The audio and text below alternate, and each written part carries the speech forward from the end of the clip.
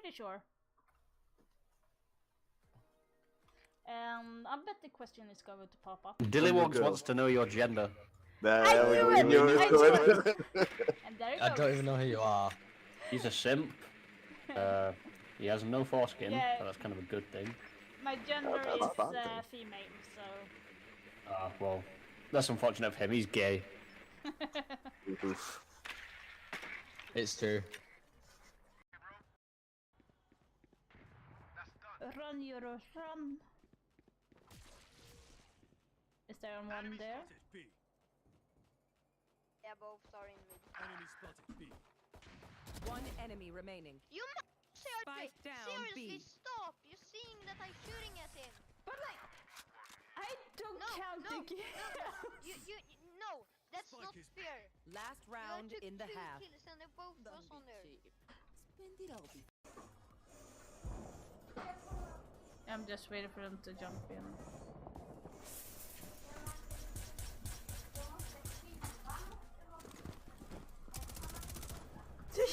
Nice shot. Thank you. Will be infinitive, so... Yeah, I think they have a Kate or some shit.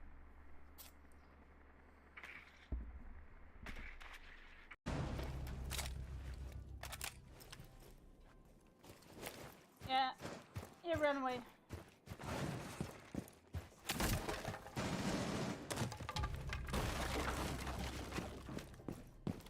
Kids kitchen, news.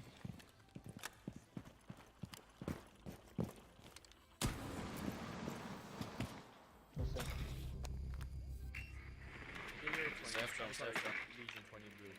I'm leaving, friend. Oh, hello.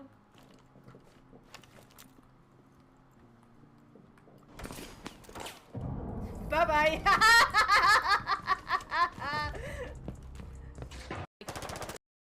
Yeah, like you need to let other people walk, otherwise they will like get. Oh, there's a clash at me. Clash at me. Wait. Not your I'm running away. No. Jiffy's here. Bye bye.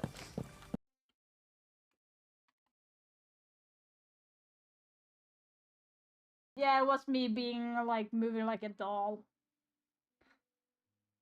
That was actually really awesome. Like, do we see me pretty good or is it really bad? I'm guessing the light will come up more when I'm having the game on. Oh, because of Sako did Oh wait, God! fucking bitch! You actually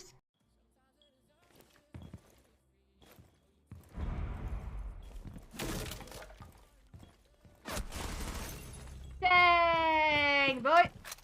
Get your ass down! You get shot. Ooh.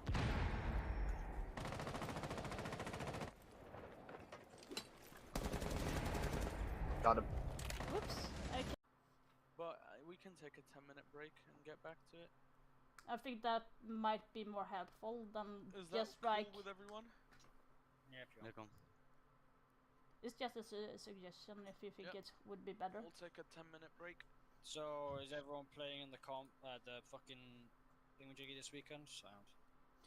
Which time would be best? Which Literally, day? it's whenever goes with you and Fulfer. You're the only one people that are busy. Not a clue. That was really weird.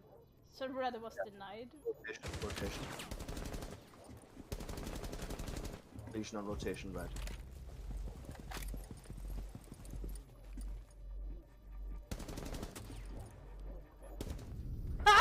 GG.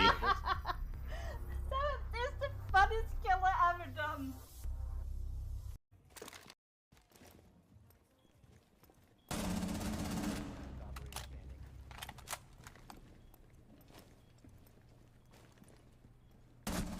Ooh, that flick, look at that.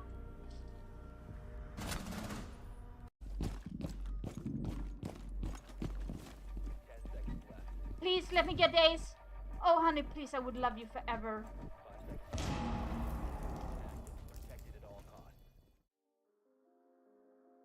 Hello everyone, so there is no face cam at the moment because I'm actually kind of eating and I don't want to show it on the camera. Sorry for that. Jesus Christ. Yes, dressing and eating at the same time is not a good thing. So I'm just going to change the camera right onto the match. The match today is going to be between G2 and Asparagus, and it's going to be so freaking interesting to see how this game is going, because Asparagus did surprise yesterday to win oh my god, to win against ITB yesterday. And yesterday, ITB lost against Mako, who was playing against G2, who lost that match. So in the lower bracket, it's going to be Mako, and then the losing team on this match is going to be facing them later on after this. So that's going to be what's happening. So I'm super excited to see what's going to be going on. Let me just pull out. I need this. I totally forgot that that was supposed to be a thing there. Yeah, a lot of things in my head right now. So, yeah.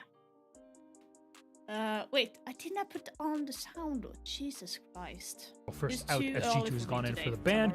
Nighthaven and Lair both banned out. I'm very sorry to say. However, Skyscraper and Cafe are in Cham. Can you walk us into this, please? Certainly can. G2 are serious. That's what I'm going to say.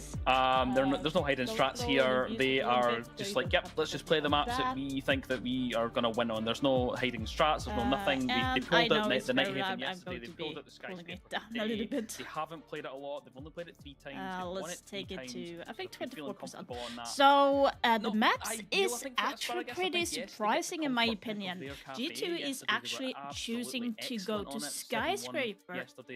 They have played Skyscraper, but not as much as I thought. While Asparagus have Going on to I think they did play Cafe yesterday. Yeah, they did. They did play Cafe against ITB. Sorry, that's my phone saying that I'm live for some reason. And speaking of up in the air, as you say, Skyscraper is our first one, very high up. The question is, what will G2 be bringing to this one? As I assume they'll be starting on the attacking side. So let's hear what the caster has to say while I try to eat as quickly as possible. Of starts, but as well, hey, so if you're comfortable and cozy, you don't have to hear me eating the all way the time. to go. Anyways, with our game started, Cham, Grace, please, friends, take it away. Thank you very much, Milosh. A wonderful Sunday morning starting point for us. Well, afternoon probably for him, actually. Slightly ahead of me. Here we go, though. G2 Esports starting on Skyscraper. It is their pick. Grace, how are you feeling on this fine Sunday? I'm actually so excited. I know you said earlier that I'd be vibrating in my chair, and I pretty much feel like that right now. I am so hyped. Like, I really think this is a win-win situation, really, for both sides. I think it's a kind of matchup which will give you a lot to work off data-wise. The buck ban from G2 is quite interesting. Yeah. Themselves being like buck off in the chat, a bit spicy, but I think that's quite an unusual one, really. Again, yes, there's a lot of capability for some verticality from a so I'm not surprised about the ban. Buck is the only surprising ban in my opinion. Monty and the Mirror and Vigil is kind of the ban that has been going around since yesterday, so not too surprising, but kind of curious to see why the G2 ban Buck there, because I think they have a do not want to get caught from underneath. They don't want to have to move from the position that they are holding on defense later on. But Asparagus is going to be starting on defense. I want to highlight a point, right? Jay has been absolutely unhinged this winter. Like, I'm not going to beat around the bush. Let's see if G2 are on some their of the plays Jay has today. done has been absolutely insane. These kind of moments where, again, it's expect the unexpected, because he will just pop up out of nowhere and do the most ridiculous It's things. very interesting It's to something like that G2 eat themselves and are talk probably at the aware same of. time. They're going to have to play pretty slow and steady to begin with. It looks very like they're going for a interesting. very heavy utility setup though, Sham. They keep doing this to me, G2, man. I'm excited about the Boss G being in the hands of someone on G2 roster. I have so many notes about this Boss G, and I've not been able to see it once. It's really letting me down, but it's okay. It's all good. I'm sure that they have something planned because it's very pointed bans coming up from them that you've just pointed out. Very utility heavy set from the defense here of Asparagus. BC4 sent right over the top, sees that lands as Mark. Oh. What a start Oh to the my day god, that they got is a from pick Packroll. onto Put that in your Alamo. TikToks, 'cause that Now is also it's absolute gone. That's a perfection. beautiful C4 toss. I actually need to steal that. And again, when you get that kind of opening pick, it can't be traded back. I don't think they were ready for that aggressive play that Asparagus is having. I think Asparagus are ready for an aggressive play if they want to win against a team as G2. Expect these kinds of shenanigans. It's just unfortunate that for them they've already lost 2 players with no Thank you, trades. boss. Absolutely, and all action from the get-go. Jay falls or finds one into Blazden. 4 versus 2. Popping a window. I'm going to try and see if I can eat as fast as possible without having to throw up the food, of course. From what is a So, very aggressive start here from Asparagus. They're definitely not shy, definitely not holding back. I'm gonna get right in the face of G2. I guess the silver lining for this round so far is that G2 is that the HP is not too hot for the defending side, but it won't matter. First flawless of the day, Asparagus.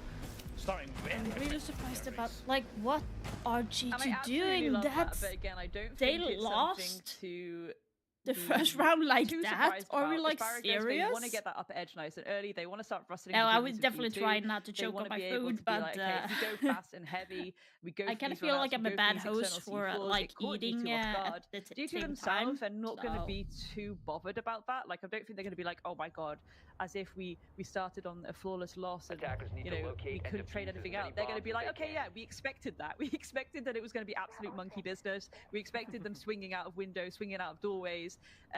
For G2, realistically, it's just going to be about being prepared for that going forward. Giving a few seconds, giving a few moments, being aware of these runouts. Yeah, and that was expecting them, really maybe interesting. catching Like a few of I these said, players off I guard think as well. Asparagus knew that they need to be an aggressive, need to have an aggressive play to counteract G2 because they are really good at taking their time.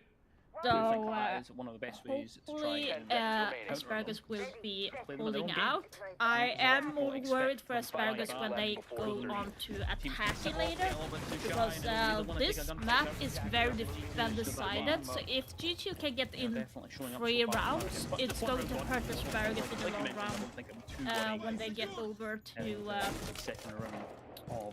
attack inside later. A little bit of an extension over towards Geisha for now. There's a couple of drones at their feet, so they are aware of that positioning for G2. It's just making the decisions of which way we want to approach this. Jay is downstairs at the bottom of Black Staircase, supporting Hungry.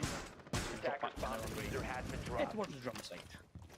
Hey, this is the thing. You can go for a full extension when it comes to this map, but it's this idea of you're trying to burn out that timer more and more. If the attackers catch wind of you, it's usually this idea of, okay, they're going to have to try and find me, they're going to have to try and force something here. However, G2, again, most likely, they'll react pretty quickly to any information that they gain. We do, of course, have the Deimos, they have the Grim Bees as well. That's a lot of information that they can gain if they want to go to some of these nastier little angles that they have to contest against. Of course, they have Blackbeard in the capable hands of Doki. Lots of aggression that they themselves can bring, to be honest. I'm surprised we haven't quite seen that from them yet, but again, they just want to go through the motions. They just don't want to give too much free space right now to Asparagus. Yeah, just trying to make them uncomfortable with some of this vertically. You've got the nades coming through that window as well. Trying to do a little bit of work to get this wall open, but Tuberal and Cade combination will keep it closed at the halfway point of the round, so you're still not able to get that opened up. Use it as a point of pressure. Will likely be opened up in the next few seconds. For now though, relatively comfortable for Asparagus. I imagine that 1, 2, 3 calls will soon come through. G2 still just making those decisions. Rexon's the most extended for now, over towards the Dragon area. No one playing into this. Not as an aggressive start as we've seen in the last round here, Grace, was it? Alma's trying to push from below as well. Loira will be dealt with though. Beautiful pick there from Jay. It's not being traded just yet, Beauchamp. Certainly is not. Vertical angle as well will be held. Turns off a bit. There's yellow things there. Needle set! Let's give the information that they have to be wary of it. Wall is finally opened up. 45 seconds to go. Now G2 will have to make decisions where they want to go for. The ping comes out from the death mark drone. It will find that it's marked on Hungry, who is feeling a little bit of pressure given that their position has been given away. Dai will find another one as it flags to fall, and from behind the Jays found Alamo, and it's just completely collapsed for G2. Asparagus looking really comfortable in that round.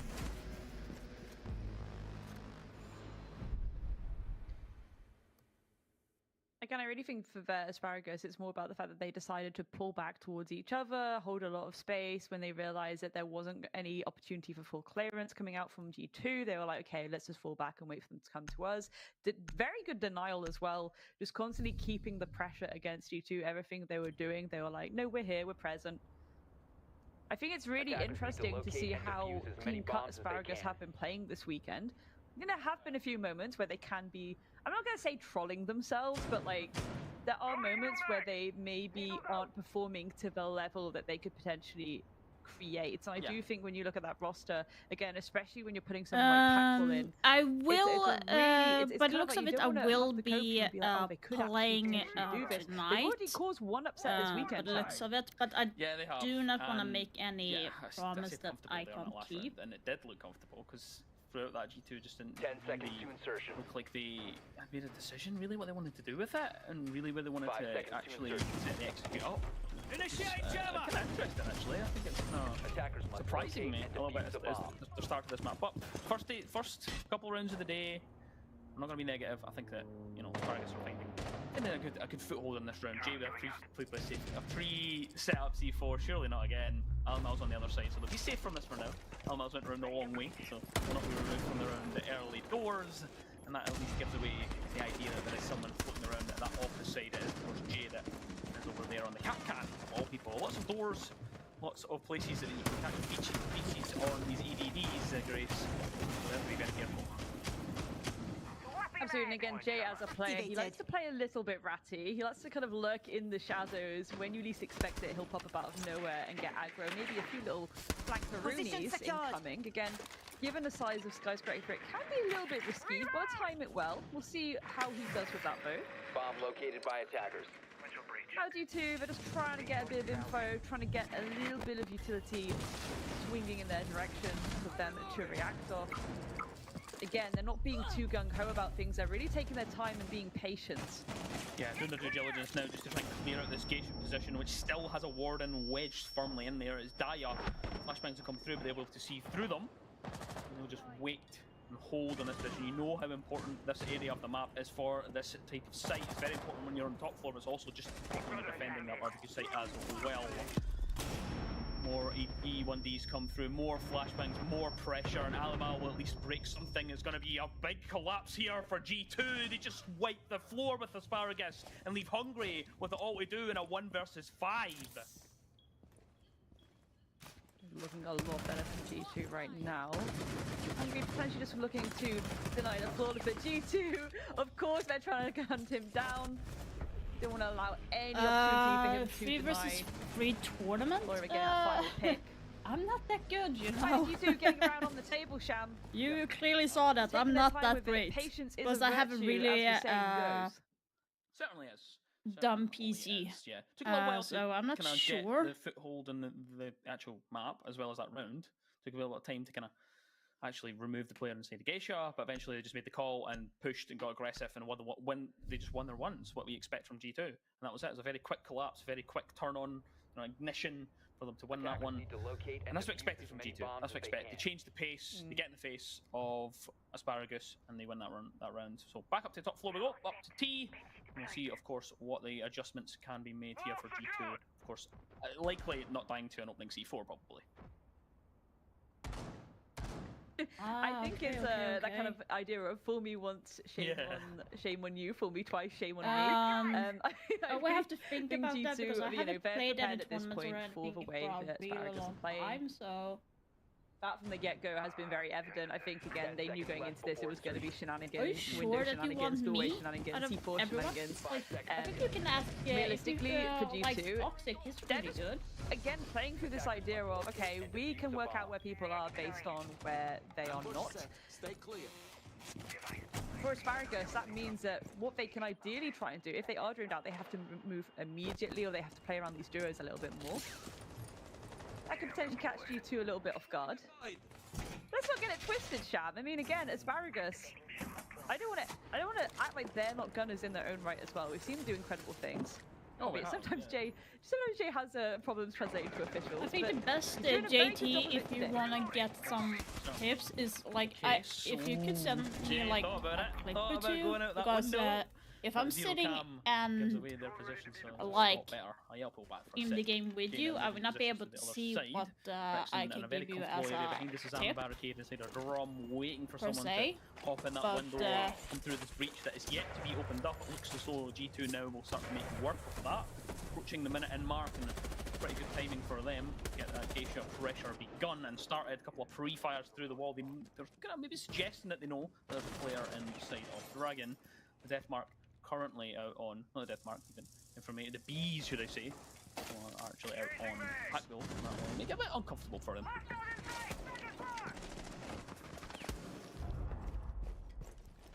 Getting a bit scrappy now. Uno taken out back full. Boyer will fall to the hands of Hungry. The spray there. Jay actually falls. Doki a pistol whip to the face. Uno as well to follow things up. Hungry now left on 1 versus 3. Tiniest bit of HP. Can he try and deny this part? I don't think he's going to have the angle really, Sham. There we go. It's supposed to be for him to try and clutch out. This looks very, very good for G2 right now. Saying They need to that, hold on to these boss. angles and wait for the approach. There we have it. Now it's Uno getting popping up to behind be the small Asparagus half is going to be in a little bit of a trouble Yeah, right we now just see at because the they end there, literally the have importance of lost setting 2 up rounds those, in a row now. Those post-plant bits of utility by having the zero. Yes, they didn't end up using it, but it's just this idea, right, of you send out those zero cams and it allows you to get a little bit of an idea of what's happening in that site as well. So if they do start to defuse, you can react. Okay, we'll you give don't you have an to answer show your bodies as as much. soon So as I love that G2 are bringing a lot more utility can. when it comes to these approaches. They're bringing a lot of kit in their pockets to get every single outcome they possibly could under their belt. Yes, they are indeed. You do love a little bit of utility. I know that you highlight that quite Absolutely, yeah. often. You know, it's a controversial take to say that I didn't actually enjoy the utility meta, and that is maybe just because I could hide behind the fact I can't shoot straight. And yeah guys, I'll get the ADSs. Hop on the ADSs, of course. I'll do that. So yeah, G2 playing into that, bringing pull into utility, but bringing quite a spread of operators as well. Actually, they're showing that they're quite willing Yeah, to the change combat on was actually two different creative from operators on this G2. attack and be Even really though it's fluid like with it. Just now that they are 4 rounds changing things in, around, it I looks as though still we're going to see feel the like Maverick come through. We're going to see the Asparagus still IQ, has a the valid Blackbeard, which Doki just chance absolutely loves at of this winning point. I this don't map, think, even I though think we're it's gonna, like, G2's trying pick. to take Candy away from They my baby. seem I to don't be think that we're struggling going to a be able to do it. little bit It's just in such this a good map, bit of more kit. than Like they it's insane. Like the rework thought has that they been would. insane shenanigans. It's one of those things we were like, okay, this is a very, very strong operator. It's got a shield. A lot of people kind of expected, I don't know what people expected actually from the rework itself, but when it was announced I was like, oh my goodness, okay, so we're going a bit of shield work with the MK17. It's this whole idea of, okay, how much more ferocity do we want from a shield up? I always feel Blitz was like a very aggressive shield, and now we have the Blackbeard as well, so we are going to see him so much all the time. Most maps we will see a Blackbeard at the moment. Ooh, very lovely work there. The thermite charge going on the ground. Just make sure they can open that drum wall up. It was electrified, so that'll get around it. See if that actually open up. Hungry will find the first kill of this round, and Loira will just hop in and find a double again. I absolutely love that he just keeps doing it. Just keeps hopping in somewhere, it's finding a gap and getting himself a double. Blaz will find another. Asparagus is just falling apart. The defuse is going down. It is there. Can your Al-Gaib come up with the goods with 30 seconds to work with? They won't be able to do anything. Doki on the Blackbeard will finish the round, and G2 take the lead for the first time in this series. And That's a really important point, actually. They're taking the lead now, and they're on the attack on weird. Skyscraper. Skyscraper, typically, in terms of statistics, tends to be very defender-sided due to the side of it. Whenever we have a large map, usually assume that that timer is going to really work against the attack. Of course, yes, there are standard approaches everyone will take, but it's not as easy when it comes to the potential of, okay, are they lurking behind us? Are they going to go for a really long rotate and pinch us behind? You really have to keep one eye over your shoulder the entire time, and normally that makes things very difficult. G2, again, one of the best teams in the world. Incredible stuff right now, taking the lead. Can they pull it to a 4-2 so they can go into that defensive half sitting very, very happy indeed? Only time will tell. More and more operators seem to be coming through the roster for G2 today. Bravo making appearance on potentially Striker. Though on the defense, Cross coming along, Daya, Fenrir, Legion, Malusi.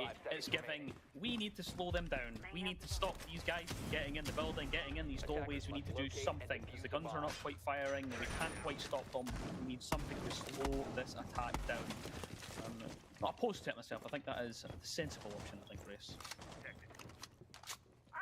Yeah, I think right now for Asparagus, I think what would really benefit them is maybe playing around the trade a little bit more. It is difficult though, again, large map, you have to spread yourself out just so you get that information, that initial point of contact more effectively, I'll say. Yeah. For sure. Rickson, first one out for Asparagus, decides to come back to Drum just so they can get across with Pack Bull.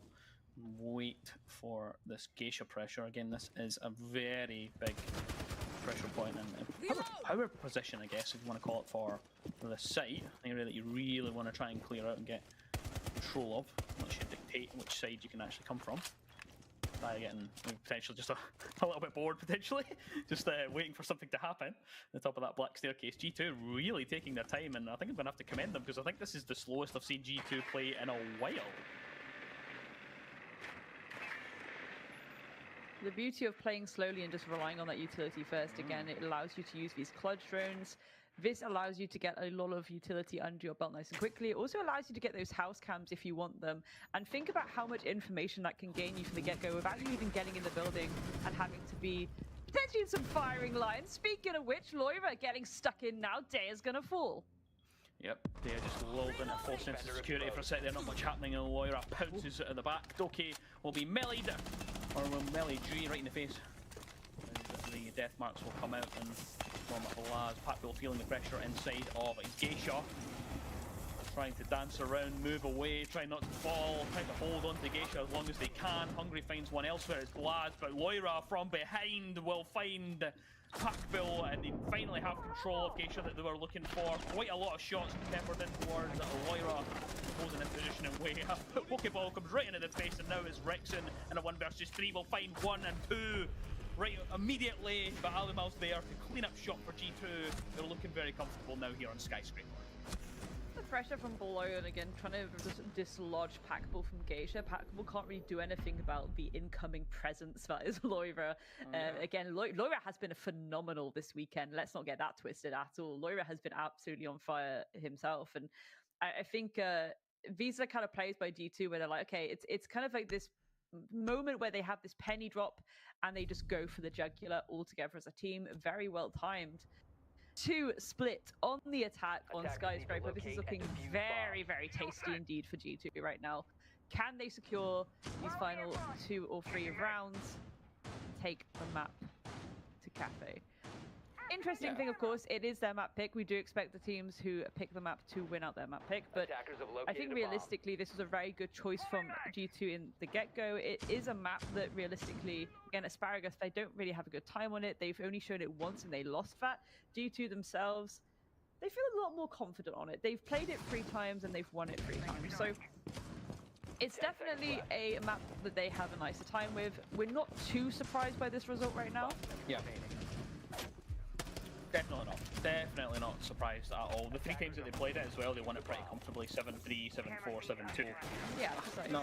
Not too surprised to see us in this current situation. I guess the only surprise really is that they managed to really well deal with that initial aggression from Asparagus. They've struggled to get that back, struggled to really deal with it. It seems as though G2 are feeling like, yep, alright, we see you, alright, let's get back into the action here.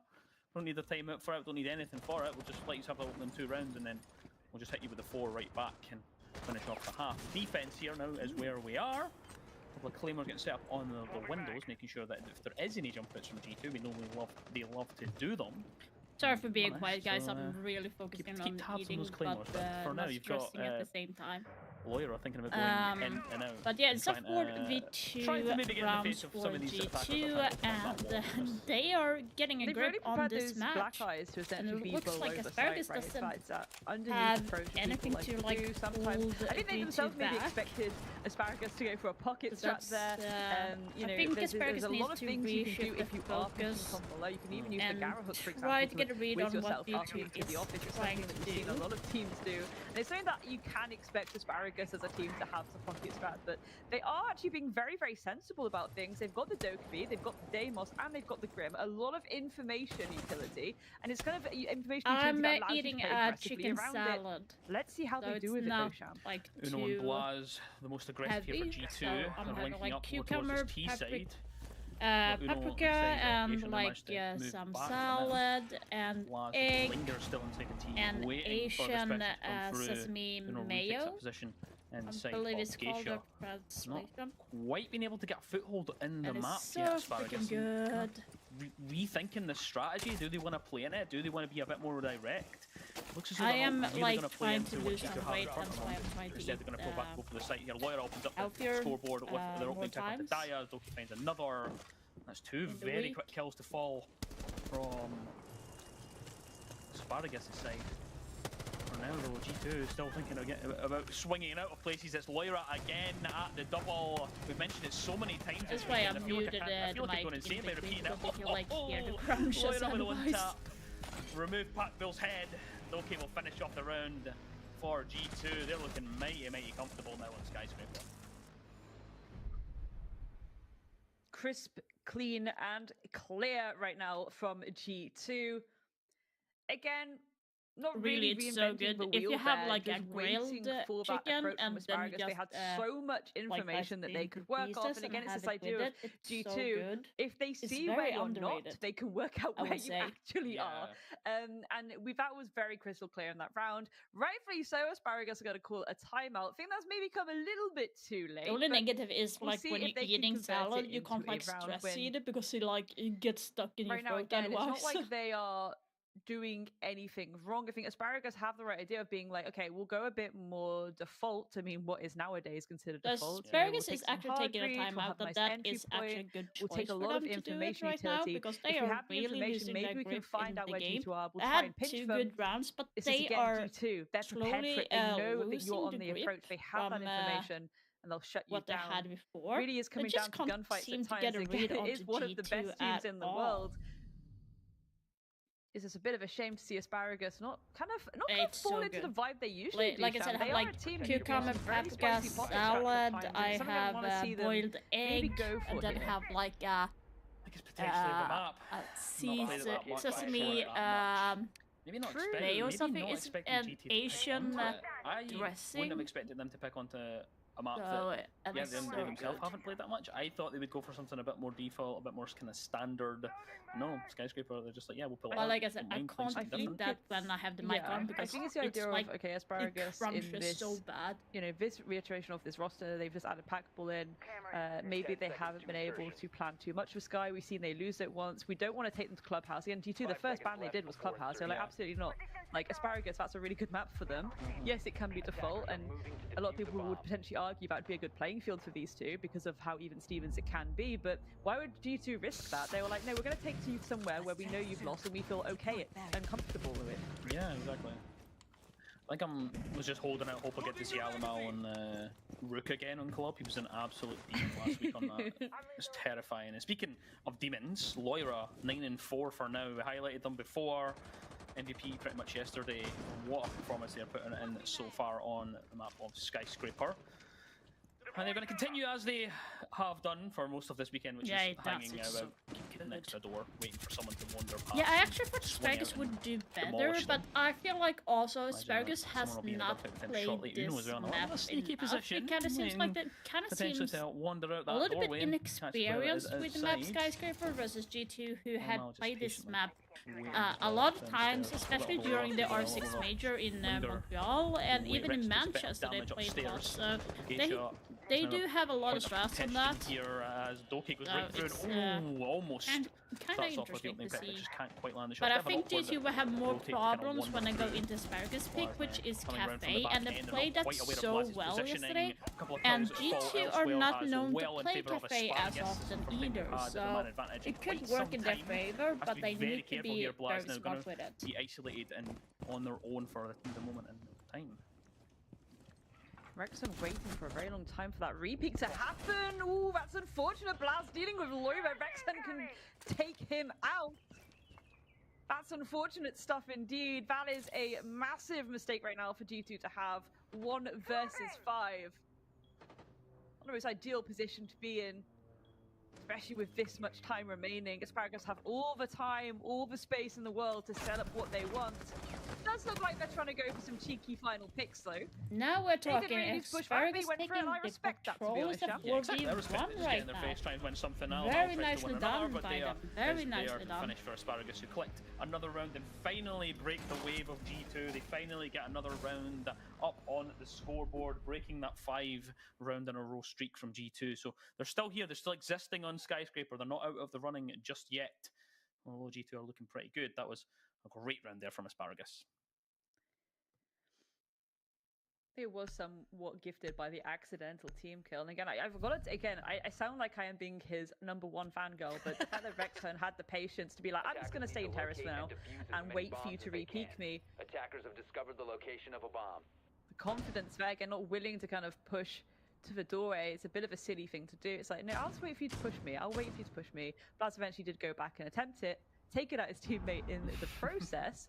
It happens to the best. Asparagus in a really good. It does happen to the best of us, but I think that's one of those moments where you know that there's a little bit of that whap happening in the team speak. Yeah, how to counter Loira? Just make sure someone team kills them. That's basically how you do it. Like, I mean, true. Yeah. Let G2 kill Loira. Like it's fine. Now though, the Scopos coming out, I do like to see that. I was wondering if we'd see a bit more Scopos action, to be honest, when it comes to Skyscraper. Again, given the size of the map, having a bit more flexibility around your movement certainly can be a benefit, especially with Pantheon Shield, right? You can just shove one on site, you can shove one off site. Ooh, attempt at a C4 from the get-go. Doesn't land though. I respect it, I respect it. Oh yes. Hair of the dog that bit you. Yeah, Packbill ready for that one though. Packbill, the TikTok master. He knows all of those neat little tricks, hopping out windows and tossing it C4. He goes around the long way and avoids losing their life early on. Though. Getting back into this round though, the Scopos of Balaz on the top floor can get back to site, depending where they put that Pantheon shell down. Of course, have a lot of extension from Alimal, just right now in pantry, waiting for someone wandering into that double door. Imagine the due diligence will be done here from Asparagus to make sure they don't just send it in there without checking that they're in that position. For now though, a lot of DMRs ringing out, a lot of shotguns ringing out, so they're trying to redecorate this map a little bit so they can make it a bit more comfortable to work with your G2. If you're very good at doing this, they open up so much just to give them more opportunities to be aggressive, to be bolshy. Is what they do best. It is how their energy gets flowing. Okay guys, I'm just going to put my plate back and I'll be right back. So at least take one down, keeping this at 4 versus 4. My highest rank is Silver 3, but the rank doesn't matter. It's skill. Silver 3 is really good start though, so you have nothing to complain about. You're actually almost better than me, to be honest. They can cut off some lines of sight. Yes, G2, they've done a bit of interior decoration, but there we go, that disc flies through. Hungry, dealing with Loira, Uno in a 1 versus 4, and they're getting ready to go for a fast and furious collapse. There we go, the planet is going down. Can Kit be stuck, or will Uno be able to deny it? Looks like he doesn't quite have the right angle. There we go, it's Posty P. Stuck on the top floor here, Uno, not much they can do. Trying to open up some more angles with the C4, trying to find something. Does find quite a bit of damage onto Dea, but they're going to get themselves out of that scenario. It's not looking too hot here for Uno. Has to try and get down and find something.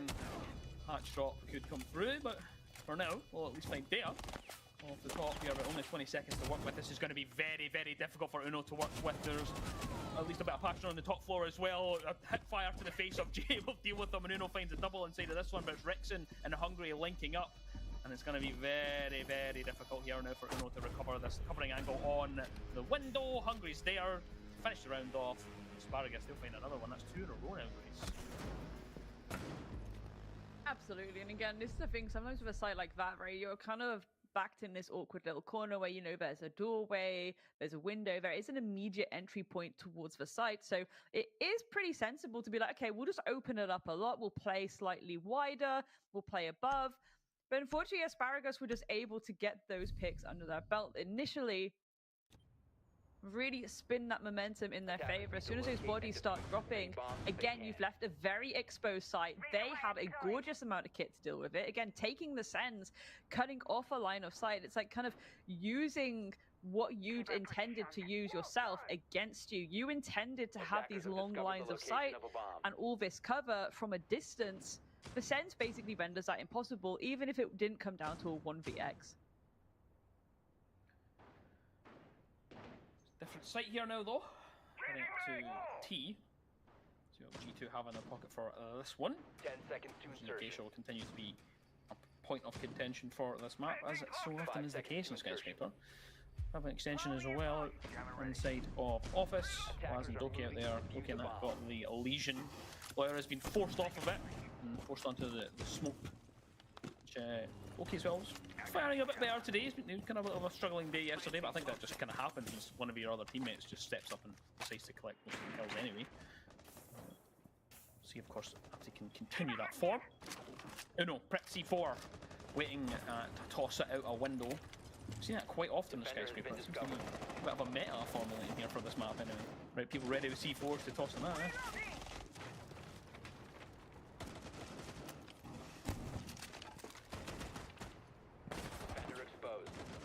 Ooh, Doki, looking like he's gonna go for it.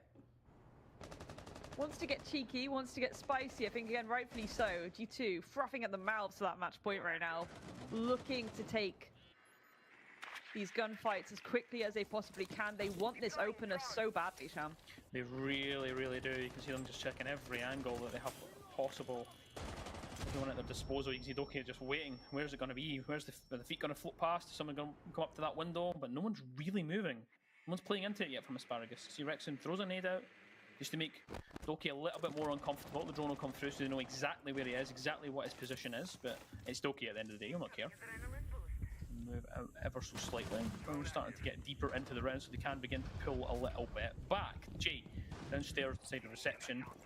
Wants to dance away for the moment in time. Just waiting for someone to potentially come around for the flank.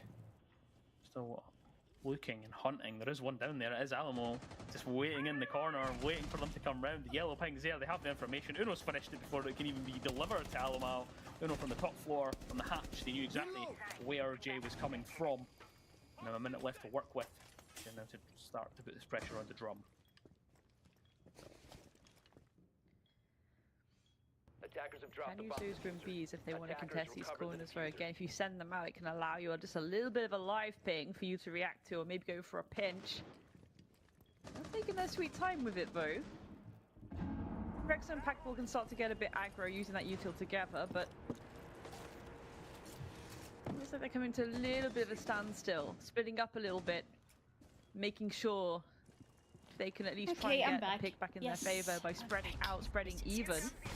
That's a I difficult can check take to in make on all it, beautiful stuff then, and JT, getting but like I one. said, it's There's kind of some hard for me breathing room for them to at to least say take the what gauge you're control. good at or bad You at have to be careful when I'm for Joki looking just from round this my corner, point of can't do game it, view. though. Rexon shutting down the attempt at defending from G2 right now, giving them all Let's this see breathing here. room. They can attempt to stick the plant. There we go, Sham. There we go. They are going to go for it here. Alamo and Blood trying to link together, since covering it. They're not able to see where the plant is going down. It will Some be light in successful. here. Asparagus on a posted P, as you would say. Asparagus getting Plenty of time to back work with for either side, 4 but they to have found themselves a 5, triple kill. Alamo has to and come it's up getting clutch here, so they know 5-5 exactly where to they are, and Asparagus. Are they pulls getting that a one out. They're comeback? even up the scores at 5 each. What? Which is insane, They by are the way. slapping G2 in the That's face. actually- G2 should at the not be start having of an this ice issue break, I was on like, oh, this is not map. looking great for What Asparagus is right now, you know, happening? it's a 4-2 attacking half on Sky for G2. That's Asparagus themselves, that's they've really crazy. relied on that util. They've relied on taking their time. 5-5? finding opening That should not engagements. be They haven't happening. been It's too hasty G2. with it. If anything in that last round, I'm they looking a basically little bit punished more G2 fresh for today the than eagerness yesterday for because that yesterday opener. I was feeling sick the entire day. I'm still kind of feeling a little bit sick. Tends to be Makeup the case, do though. cover.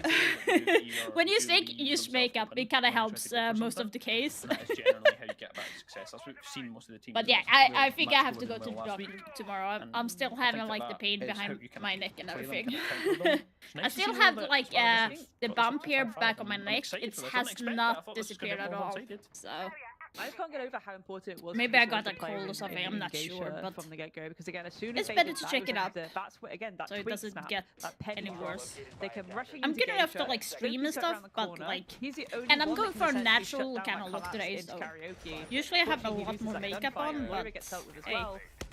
Then you've got all that breathing space, and again, still Sens to cut off lines of sight. So really good going from Asparagus right now. Asparagus is doing really well. I did not expect them to be so good right now because they literally lost what was it, 3 rounds in a row, and now they're getting back. Most of these sites is at a point where you really need to get control of. Like, damn. Anyway, for this round up to office, something slightly different. For now, attacking side trying to figure out where their approach will be from. Looks as though it's a bit more direct. Looks as though they're going to hit the bottom part, be playing off the potential of vertical. They know there's a player downstairs. They know there's someone over towards the pantry side. It is indeed Uno on the Valkyrie that is down there. 4-1 right now. Get the Nice. information. See if they go on the hunt for them. See what they can get off at the back of it. For now, Uno's pulled all The thing that's the way annoying, back, whenever all I the way get towards sick, I get barbecue. like Quite a distance hives or away. whatever on my face. So I have like red spots on my face. So, and it's really no fun when you have that. Kind of makes you feel like you're very ugly. Everyone has those periods as well. So, but yeah, so I have brought some snacks. Rexon just waiting for Jay. Because yeah, I kind of understood that. That's really good, JT. Really good. Keep it up. G2 are expecting this. They do But tend to be guys, pretty good with placing those black eyes. like I said, when I'm they not are like holding a the site, so world we should coach at or some point anything, get an but inkling that what do you there's think pressure about me doing a coming in reaction from video Jay on Rexon. Up with them now too. on certain looking to establish his vertical clip pressure. They're aware of it now. and give some pointers from my point of view? Well, again, nades in pocket, I'm probably something going to can get a lot of occur. hate for that, but I really Catch don't you care. off guard if he sends out one of those Pokeballs. Taking Good job at least trying to deny this wall, but I do believe So I'm that is drinking the something that's open very now. similar to G Fuel, but this is a Little bit of Swedish pressure company, so it's a starting to local tighten around brand G2. called X0. So I'm having pineapple right now. The revolver It that tastes runs like right through the this pineapple floorboard, trying to ice find cream. something Blasdo will find the opening pick. It would be at the fall.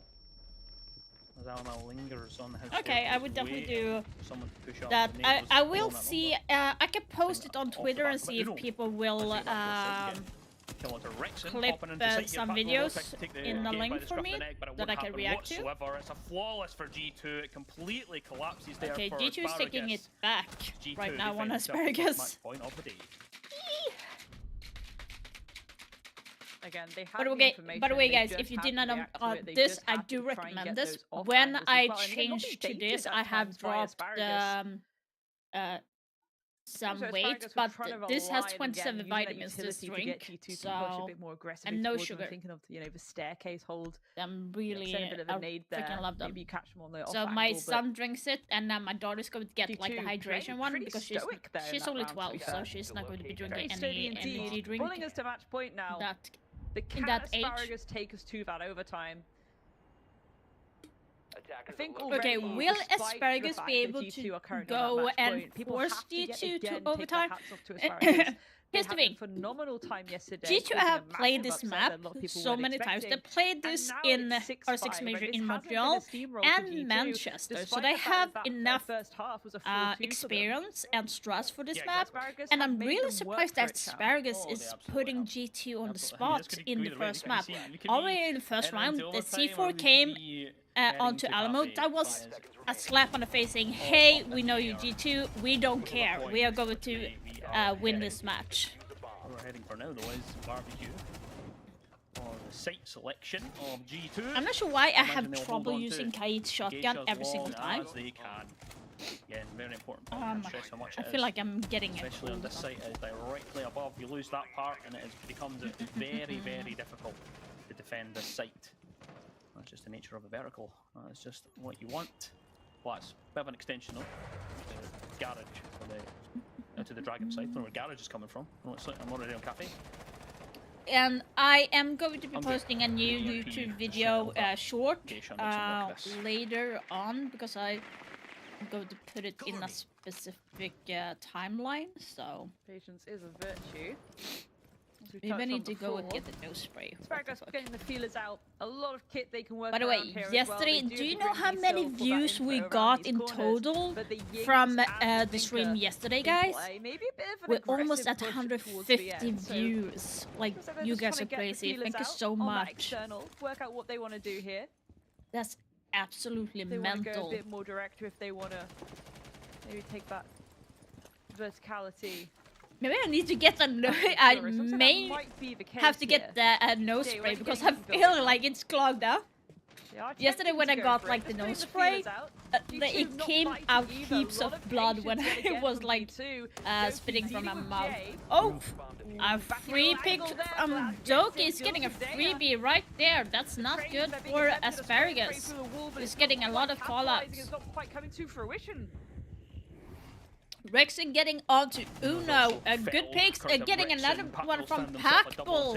Almost getting a refrag onto Rexon. Now it's a 3 versus 2 situation. Almost low on health though, which will make it very hard for him to be aggressive at the late of this round. It's less than 1 minute left, and G2 have fallen back to side and holding angles. Step into Now, their crossfire. Now, what will Asparagus do? Will they be able to push in from barbecue, or are they just going for a default into kitchen? Which corners they're sitting in. I do at least for now know where Loira is. It's been quite quiet on the second half. 30 seconds left, and they do not know where the rest. It's going to be a Candelas drop just onto. smoke them down to cover those feet angles as well. They know there's a player inside of Pantry, but they don't know how close Alamo is. It's actually a triple kill for Packbull, who'll bury Oh, will the kill come? Yes, and G2 close out the first map on Skyscraper. No surprise that G2 would actually win this, but they had to work for it a lot. Play around denying that plan.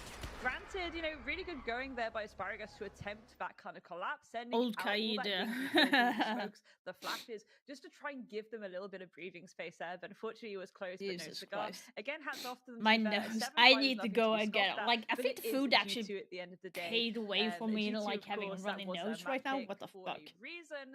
They have Ah. one under their belt, but right now for Asparagus, it's like, okay, even though they lost that, it still does spell a little bit of excitement. Remember, they caused that upset yesterday, Sham, and they did not make this easy for G2. No, they didn't. They didn't lie down and just give them the map at all. I will be right back. I'm going to get my nose so I can talk. Asparagus really turned up to the races. We could be very much still in Skyscraper, still on overtime. We could still be talking about the game, but we're not. We're going to Cafe and G2 looking pretty good. Asparagus looking pretty good. I'm excited for Cafe. I'm very, very excited. It's going to be a close game, I think. I'm hoping for it. Absolutely. We will have a short little break now, so don't go anywhere. We will be right back.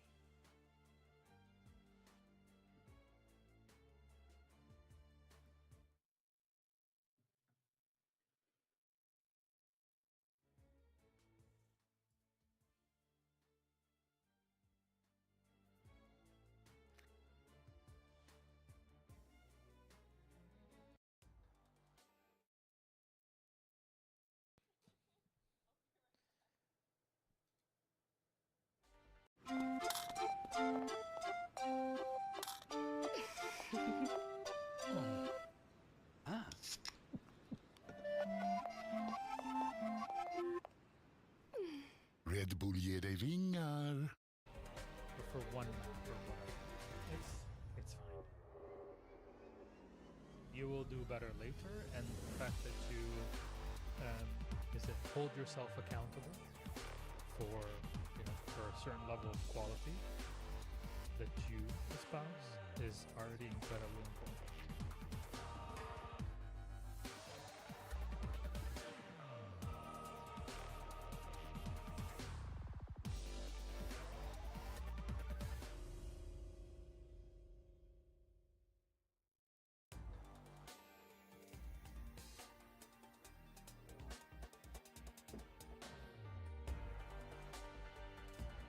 Okay, I'm back. What happened? G2 won. That's what happened. G2 won the first map onto Skyscraper. Wait, a stupid cheer.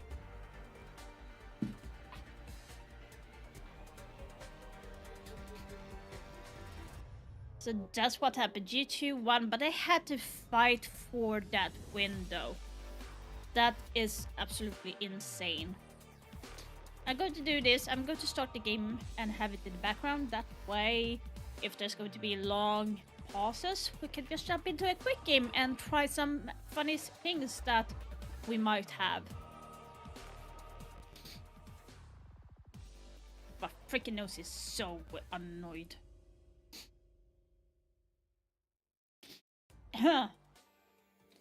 That's one of the things I hate being sick. But I did go to the hospital on Tuesday, so it might be something that I got from there. Because all the bacteria and everything that you get infected comes easily from the hospital and not at your home. Or crowded places. Yeah. But I have not been as much sick during 2024 as I was 2023. When it was 2023, I was sick around 15 times, and 4 of them ended up in the ER. I was admitted 2 of the times in ER as well. So, yeah. Starting out this year with getting sick. I'm not surprised because January and February are typical the month where you get sick because everyone is going back to school and everything, so... You won that? Nice! Congrats, boss. That's amazing. And posted? Where did you post it?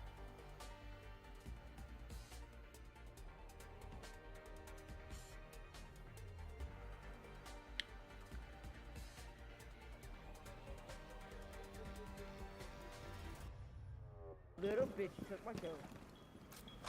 Here, go, go, go. You go over there, you go over there, you go over there. Go, go, go, go. Run, run, run. Run, run, run, run, run, run, run, run, run. Fuck you, dude. You a fucking piece of shit. Yeah, be quiet. You're a bitch for that, bro. Wow.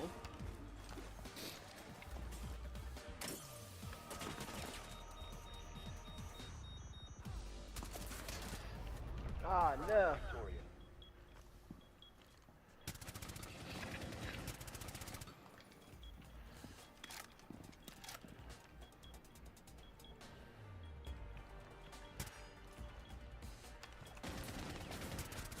Oh, no.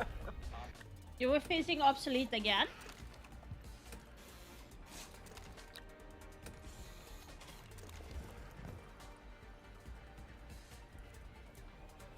I hate that red dot. It's so annoying.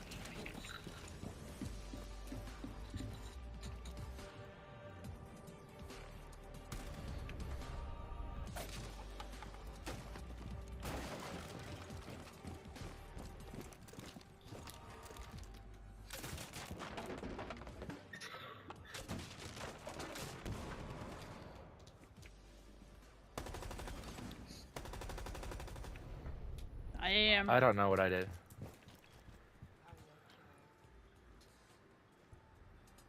Welcome back, JT. We are taking Please a stop, break please stop. for Please. the next. I'm begging, I'm begging, I'm begging!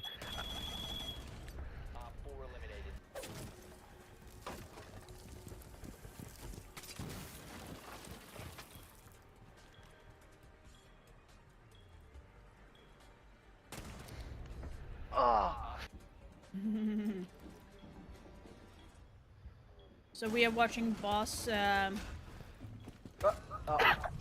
did he not see that though?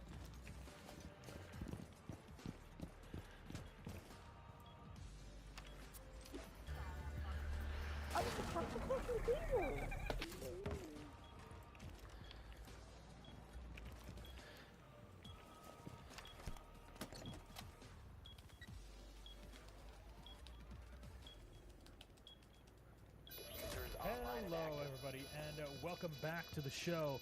As you see, we continue on, and it's our very first map in the series that has gone the way of G2, but only just. We're talking about starting signs. Turns out it's a bit harder to play defense on Skyscraper, at least in this specific match. Go try and rank up. Nice. In this first one, here to break it all down, Grace and Cham. Look, you guys have watched every single detail of the game. What was that separating bit that almost what flipped is the it game doing fully to G2? Because there was a point where I went to get T, went back, and it was 5-2. 150, and nice. how did 3 rounds just kind of go by? It was just such a G2 heavy bit, and then completely swung the other way to get us to a 7-5. Are they low rank leveled or kind of feels very odd? 15 seconds. I think it's this idea that they didn't want to expose themselves too much on those attacks when they realized that that was not going to go well for them. Wow, talking you're about so Fargus, of course, freaking they nasty, decided to boss! more around this idea of relying on that external to give them almost a Going to safe take out my chips. And then they went for the jugular. This then requires they went some kit in that pocket. G2, they started well. They had something the to snack information on on. defense. Again, even having that force to attacking side. Same as Yumi last round, I was like, okay, GG, it's Jova. But no, Asparagus were able to pull it back just by relying on patience. How would and they utility. champ? And again, Like they don't patience even is a play like virtue. We said champ. that That's multiple times crazy. throughout that map, and it really does show that. You know, Yeah, sometimes you chips. just take I your time have with it, and you just laced allow yourself to get sour those cream and goals, onion get those chips. kicks under your belt. It really does enable you a bit more breathing space when you are It's going to kind of execute. one of the You few use a chips bit of that I the have you a relied so taste much on because when I defense got to get some COVID, of it those literally rounds on the fucked table up as my well. Just taste cutting buds. off So lines of I sight from don't G2 again.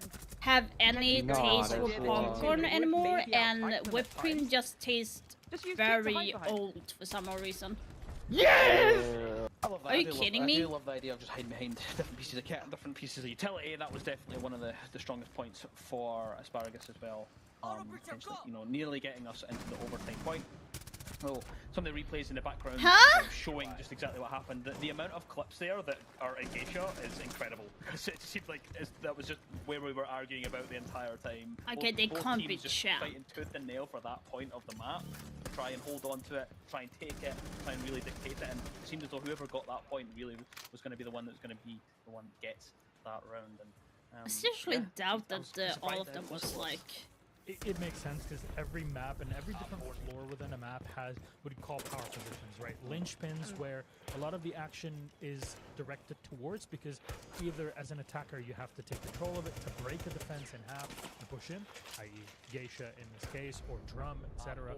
Or Nasty, as nasty, a nasty, defender, nasty. You have to hold it as long as possible to play the timer to We have something called Makes a lot of cheese sense that we've got a doodles. lot of They are action similar to around Cheetos, Geisha, but as they you are mentioned. way better than So at the end Cheetos. of I the can day, just tell you G2 that. Way better. victorious in our first map now, with how close it I'm got, sorry to say this, but being everything that G2's is fault, American that's for always a us question tastes that really we have to fake. wait for map 2 to Not really putting try to shades or answer. anything, but like Was for it us, just they trying to warm do up taste that like day? very That is fake a real thing that, unfortunately, in general. when Not analyzing sure the game, you why, can't really quantify it and really give it. Well, they were but actually it just does for us. 55.7% So. warmed up going into the game.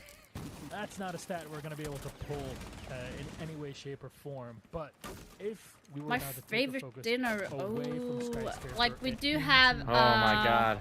for the series. We do I have really would restaurants. Like to kind of take a look and see what happens We have there, a because restaurant this is an called opportunity now O'Leary's, for and GT to it's close a it out sports and just bar, take and they time off make rest the and most going into amazing the third game burger. of the It's so grand freaking final, good. or it can completely Nice. It's Exactly. like called Boston cheeseburger.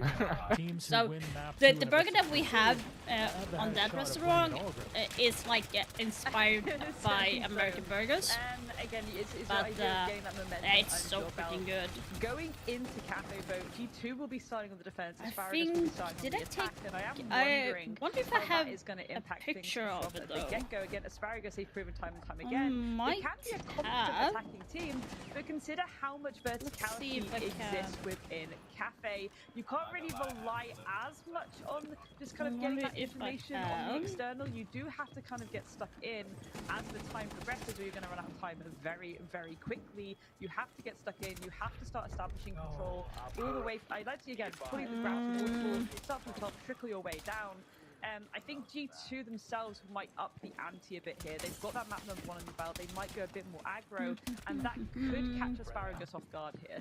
But Shem, yesterday the big talk about Asparagus was that they are a very reactive team. They're able to think on the fly. Does Cafe fit that? Does this game against G2, especially showing in map 1, that they can pull it into a map 3, and how? I think so, yeah. I think that's a good point to bring up, the reactivity. Well, this is not exactly a burger, but we love Asian food, so... The funnest experience to... Let me just do this. Cafe's a bit of a weird one for G2, because they've played away the cam. They've lost it twice. There. Their most recent time they were on it was actually when they played against if Sonics it's going to and show. Montreal, and they went home.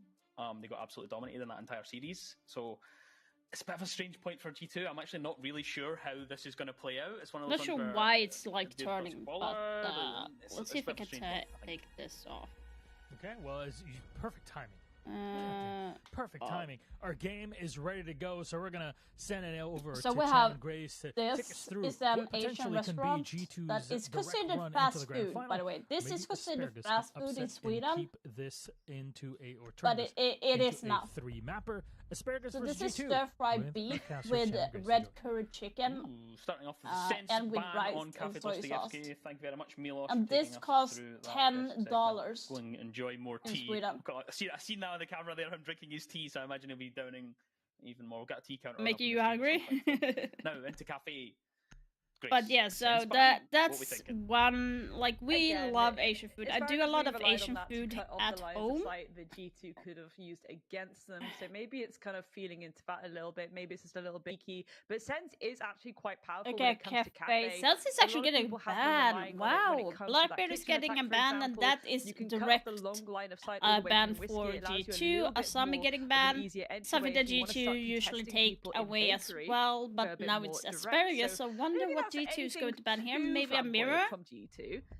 No, it's going to be Maestro instead. Maybe a bit of kit that they themselves were a bit annoyed about. Yeah, they had enough of that. The Maestro is also interesting. We're taking away the here. Alda, such a powerful gun, and of course those evil eyes. It's information, it's plant denial. I have another picture of an Asian restaurant. It's a buffet. Blackbeard. Like, I would say maybe Asia would be the best. They don't want it in the hands of G2 when it comes to that side switch.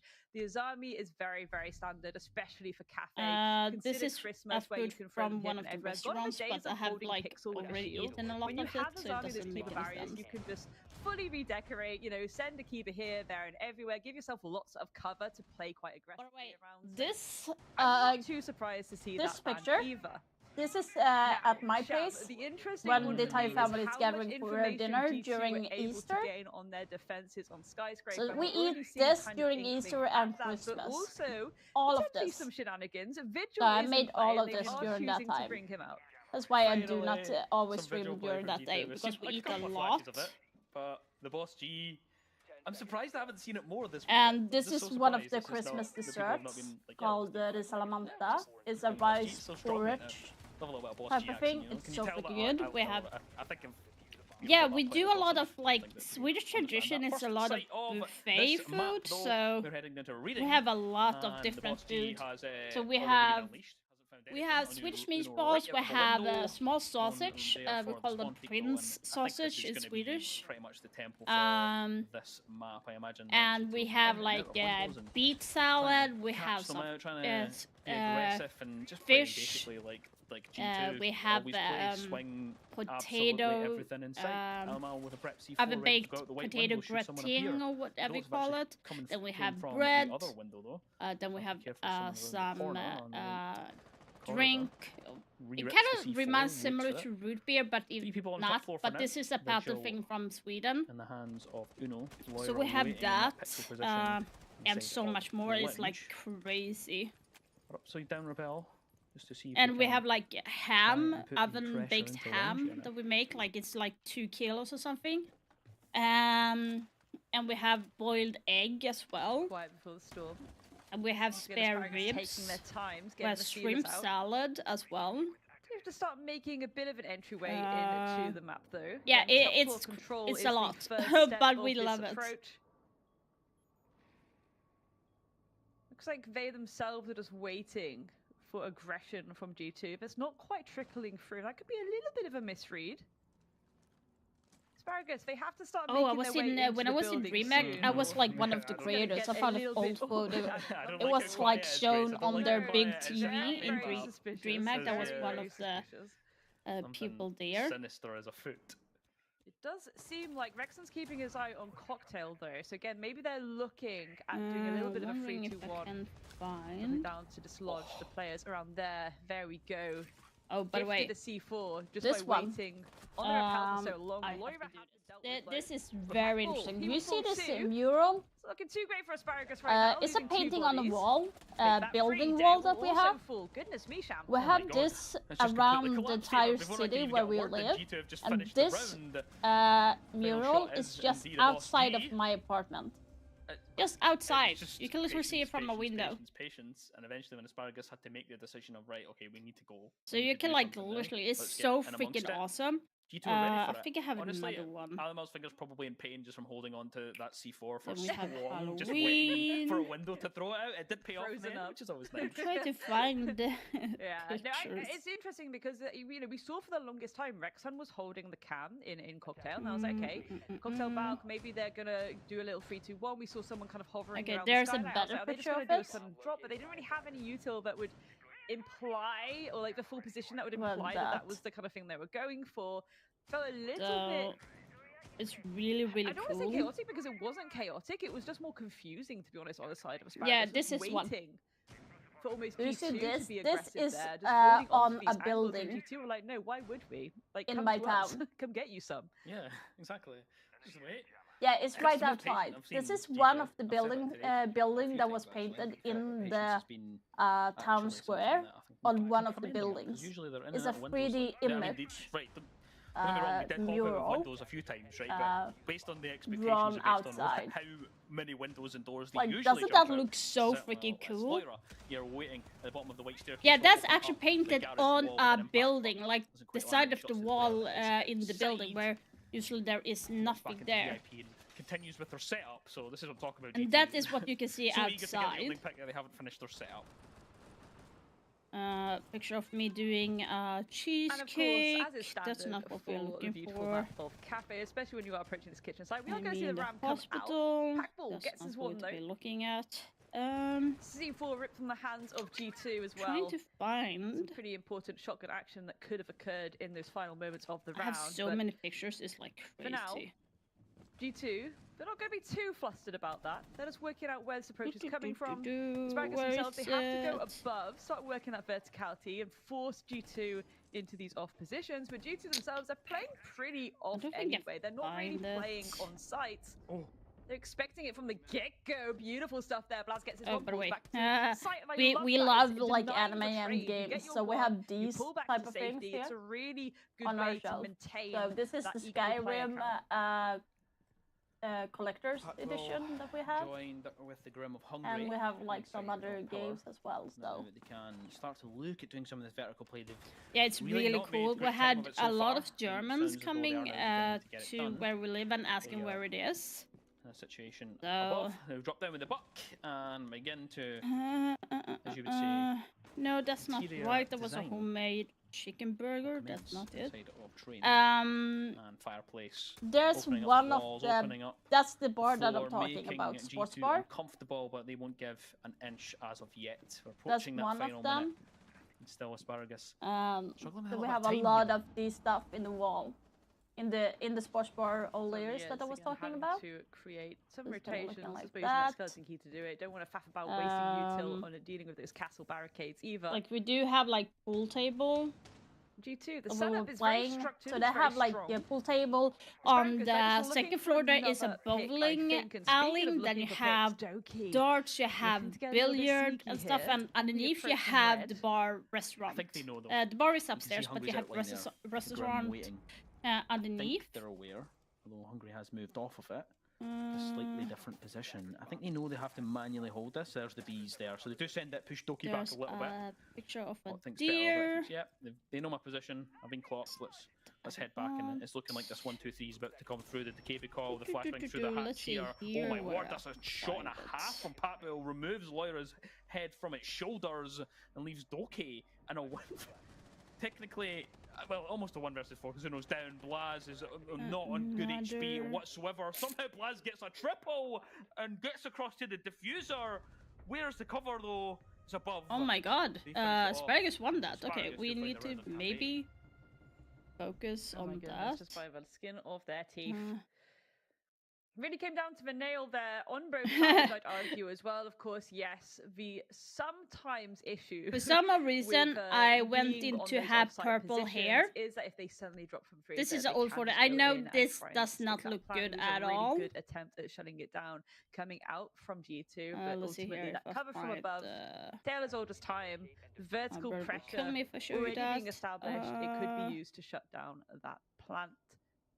Screw it. So I had a purple hair. I'm not sure why. I'm one looking for one on very both sides. pale I don't and think either team's dumb. feeling too flustered, though, to be honest, Sham. Yeah. We are going to go to dining and mining. Oh yeah, this is the picture where I meant I really in think tarot. for G2 right now, it's about maybe bringing. I a have little bit more picture. I have presence from the evidence that I get-go. met They've them. been patient. They've been quite passive in these early rounds. There's Maybe the this is the evidence. time for them to up the ante and try something a little bit more feisty, just so they can get that opening pick under their belt again. And there's Pengu. For some reason, people Start tell. on that A lot of people said that we look like brother and sister. Please tell me that it's not correct. Like, like we can't like look like brother and sisters, right? Of course. That's usually the case. A lot of people say that we look like brother and sister. It doesn't make any sense. Lyra will start things off very quickly, and are finally rewarded for that aggression at the start of the round, hanging out of windows and doors. It's Hungry taking off. And I was also in watching the Pro League game as well, so not the best picture, but like. Require someone to displace someone out of a position. C4 prepped as well. What me to lie? Isn't that bad? Did we look that good? Both of them just looking at the same window. So this ready to was one toss of it the out for anyone that stage. could be there. As That's well. exactly what you want to see, right? This is G2 just trying to get that open. For some pick nice reason, and quickly. They're trying to Fresh catch them wanted off to guard. take They're a trying to rustle picture Jimmy from with the get-go. tag flag, so he just Again, rushed if you can up try and the find stage to take a something. picture. So that was also Already dealt with hilarious. Hungry. You get a few more just by being a bit more passive and playing around util. It can put you in a really good place. And we Gives also you more had. bodies to go for these more aggressive pinches that G2 know and love. Love the fact that as well, G2 And I really also met focus on Milos denying as well. information from the hands of Asparagus. Because yes, Vigil, the ability in itself, you can lurk around without being spotted out as So I have effectively. a picture of that as Be a well. slight inkling that you're lurking somewhere, but not the exact positioning. And of course, the Mozzie mute combo. Oh, nasty stuff there from Lloyd with the traders there, though. Ooh, that was nasty. He's able to keep on top of things. Tagged up a little bit as Jay will fall. That's unfortunate. Yeah, so that was like. Rexon and Packball. Certainly There was two a lot incredible players in their own on right, that. but Rexon will fall to the hands No, of Uno, I. and there we Fuck. have it. I screw it. Let's G2, get back to the another game. round on the table. I think I showed you enough. Good utility setup to allow them to play. I again, did pretty meet smoothly Intero behind, twice. still I did meet passive, him but a bit more of 2018 the as well, ante being so left now, relying on I doubt C4s, that they do relying remember on me, but It was so much fun. I think I spoke with Milos for like over 30 minutes, and the same was with Intero. With Milos, we were talking about like old teams in the beginning of Siege, like 2018, you know, Penta, stuff like that. And Intero was actually talking about casting. So yeah, like I was asking him if there was like maybe I should cast in Swedish or should I stick to maybe English, because I love doing this type of casting tidbit. And it was like go for English instead. And they said there's always more room for female casters in Rainbow Six Siege. So store for us more Mira, more castle as what G2 like to bring. Obviously, I'm not casting now, but yeah, that would actually be a dream come true if I could actually cast an official Rainbow Six Siege game. Like through this channel, it would have been a dream. And then they prep the castle barricade. I think it's one of the most underrated ones. It's kind of like mid-round reinforcements. It's like one of those little kind of niche things that can really change around when you prep a Swedish is my main language. English is my second. We learn English already when we are 7 years old, even before that. So that's why we are so good. Show you. Jag kan prata svenska om du vill. Alltså, svenska är inte sådär jättevanligt. Det är väldigt svårt språk att lära sig. Så det är inte så många som läser det svenska språket. Det är lika svårt som det är att läsa kinesiska, som har 3000 olika skriftelser och ord. So yeah, that was Swedish. Then we have English. Ladies and gentlemen, you get that pick, you pull back. Konnichiwa, Mikaela Sandes, Yorushko, onegaishimasu, sugoi, degemu, kitu, the Grimpies go away. Sugoi, just gets caught out on the upside down rappel. Okay, I forgot. I have not used Japanese in a long time. Sí, hola, Mikaela, ¿cómo estás? To muy bien. I know a lot of like simple wordings and phrases, but I'm not like fluent in the language, so. Through the castle barricade is exploded. No, I don't. I just know a couple. Very simple. I know we have Korean. 안녕하세요. 감사합니다. Hajiman, G2 Hajiman. Now when I'm getting try to use this, it kind of locks up for me. Like it's a lot. I love watching like Japanese and Korean, Chinese, relying on C4s, relying on these tighter angles, these hidden and angles Chinese. I think like maybe be caught off guard. This was the first time G2 actually up the ante. They went for a really cheeky run out. Doki doing absolute bits in that round, as you all just saw. Asparagus. Oh my god, I lost a lot of Chinese wording. Choice what? Indeed. You do not want these attacking rounds to slip away from you. Ni hao. Feels at times like Asparagus are just taking a little bit too much time, which is a big shame, really. They know this map pretty well. Again, they're free to win. Yeah, I kind of like lost it. I know a lot of wording in different language, but I don't speak any of it, so that's that we know that they know. Yeah. That's absolutely the case. I'm empty brain cell left me looking for what you just said. No, go for it. Ni hao means like I would absolutely hi. love to if I could sing. I'm not going to subject anyone Sheshe means thank you in Chinese. So those two words that I said is thank you and hi in Chinese. Konnichiwa, Mikaela Sandes. I just said hi, my name is Mikaela in Japanese.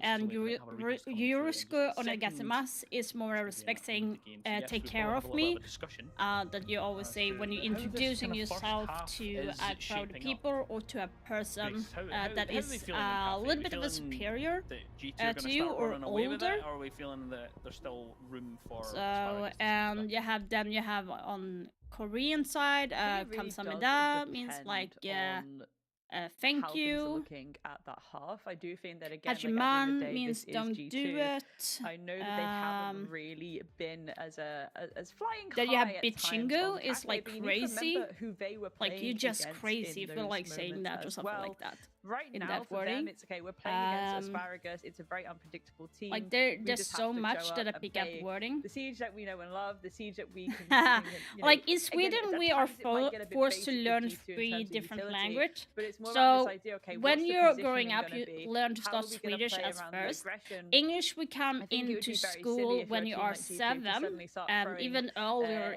depending all of on everything on at that. Asparagus, because Asparagus Then themselves when would you be able to hit, capitalize on when you that a get little bit more. So to the G2 age of have been very 12, you sensible. will You learn see a it from the third get-go, they're language that you playing can very, choose very by passive, yourself, very, very depending safe. on what the That's school been has to Asparagus wasting offer. a lot So you of could actually time. choose Swedish or When English you if you spend want to that get much time, more you're not advanced really with getting it, into but you building, you're can not really starting also to clear choose things. That's when the pressure French, can really start to form, German, because you eventually Spanish. start to kind of go in In a little some bit school you have blind, so to speak, Italian, Russian, and it's where things can fall Chinese, apart very Japanese, and quickly. Korean. Now, Like I said, it G2 depends upped on the which ante. school They you had. started getting a bit more From cheeky. my school, They we wanted to actually see had more of the Latin game that we could team, actually and learn. in a good power Not sure position. That's what if Asparagus that felt would like, hey, actually be are they gonna useful, keep doing but this now? Are they gonna keep being so we aggressive? had Do a we need lot to of watch all these options to angles? learn. Remember, Sham, So if you're watching when I the was 12, angles I where your did teammates will then go for a proceed to rappel, for learn example, that's a lot of Italian, translation where you could be and elsewhere, then finding later when I some more got to like information, 17 or something, I clearing some changed utility. to So Spanish it's kind of like the instead. mental warfare that we're going to So, start seeing and Japanese throughout and this map, Korean and trickling Chinese is through more mostly and more as from me time watching progresses. series, Reflecting on the lineup we just saw before the like rehouse movies and as stuff well. within the Again, language. G2, they're Plus, not I reinventing love the wheel, watching but they're anime, actually so quite that's old like school. I think my we saw some the use of entire ADS family as loves counterplay watching as well, anime.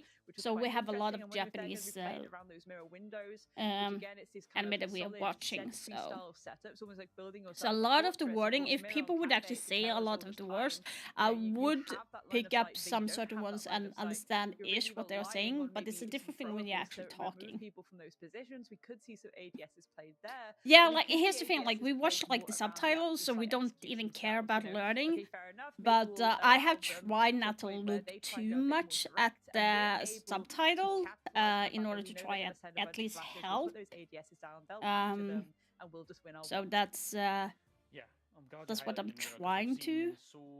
So like Genki Deska is like how are you doing? Genki Des means I'm doing fine. So like you kind of snip at a lot of the anime wordings. Like it's a lot of fun.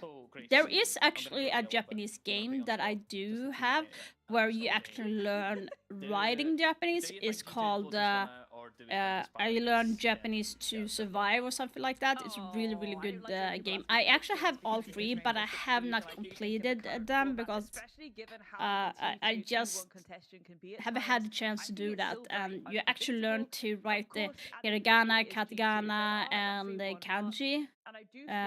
So if you complete them, you're like on your way to learn Japanese. And it's actually like a 2D game, and it's really, really good. So I would definitely recommend that game. It's like €5 or something. It only costs, so it's not expensive either. It's like the wind has gone out of their sails somewhat. Right now, when it comes to anime, we are looking right now at Solo Leveling. Such a good anime. We are also watching My Happy Marriage. I'm also watching Untamed Memories, Honey Lemon. Waiting for Black Clover to come. Country number 8 is coming in April. There's so many animes. I'm like having like 10 different animes that I'm watching right now. It's pretty hard to keep up with everything. My enjoyment from Siege from many moons ago. Yeah, we have seen every My Hero, Demon Slayer. We have seen everything as well. We are currently watching Bleach because we did see the original Bleach. Now we try to watch the I really want to see the last ones how that they're gonna are out progress now. in 2025, and I think this is a really great I do start for recommend the someone new like anime Red Sun, where Sakamoto you're already Days. in the It's SI on LCQs, right? You've already Netflix, and that's established really good that anime. you So are much the kind fun. of player that can put on a phenomenal performance. at Favorite this kind of level character? of Oh my tournament. god, in Boku no Hero, that's kind of hard. That's unfortunate. A C4 to the face of Jay to get things started. Gloria, demon. Straight into chat with a ha ha ha ha. Loira. It's a classic. You wait below I the would hatch, maybe on the say top of Cafe, and someone just comes right off the rappel. Right not into Deku, the waiting arm of the Bakugo, I C4. think, because Bakugo, you That's kind of what see a lot of more C4s in hand character from G2. character We've seen a development few of them in rewarded Bakugo in than there you as do number at one Deku.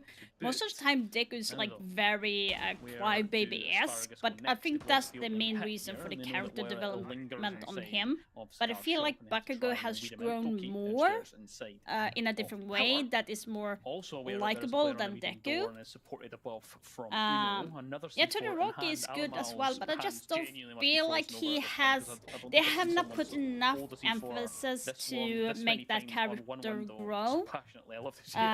And the family dynamic, I'm like, dude, come on. Like, I respect it, though.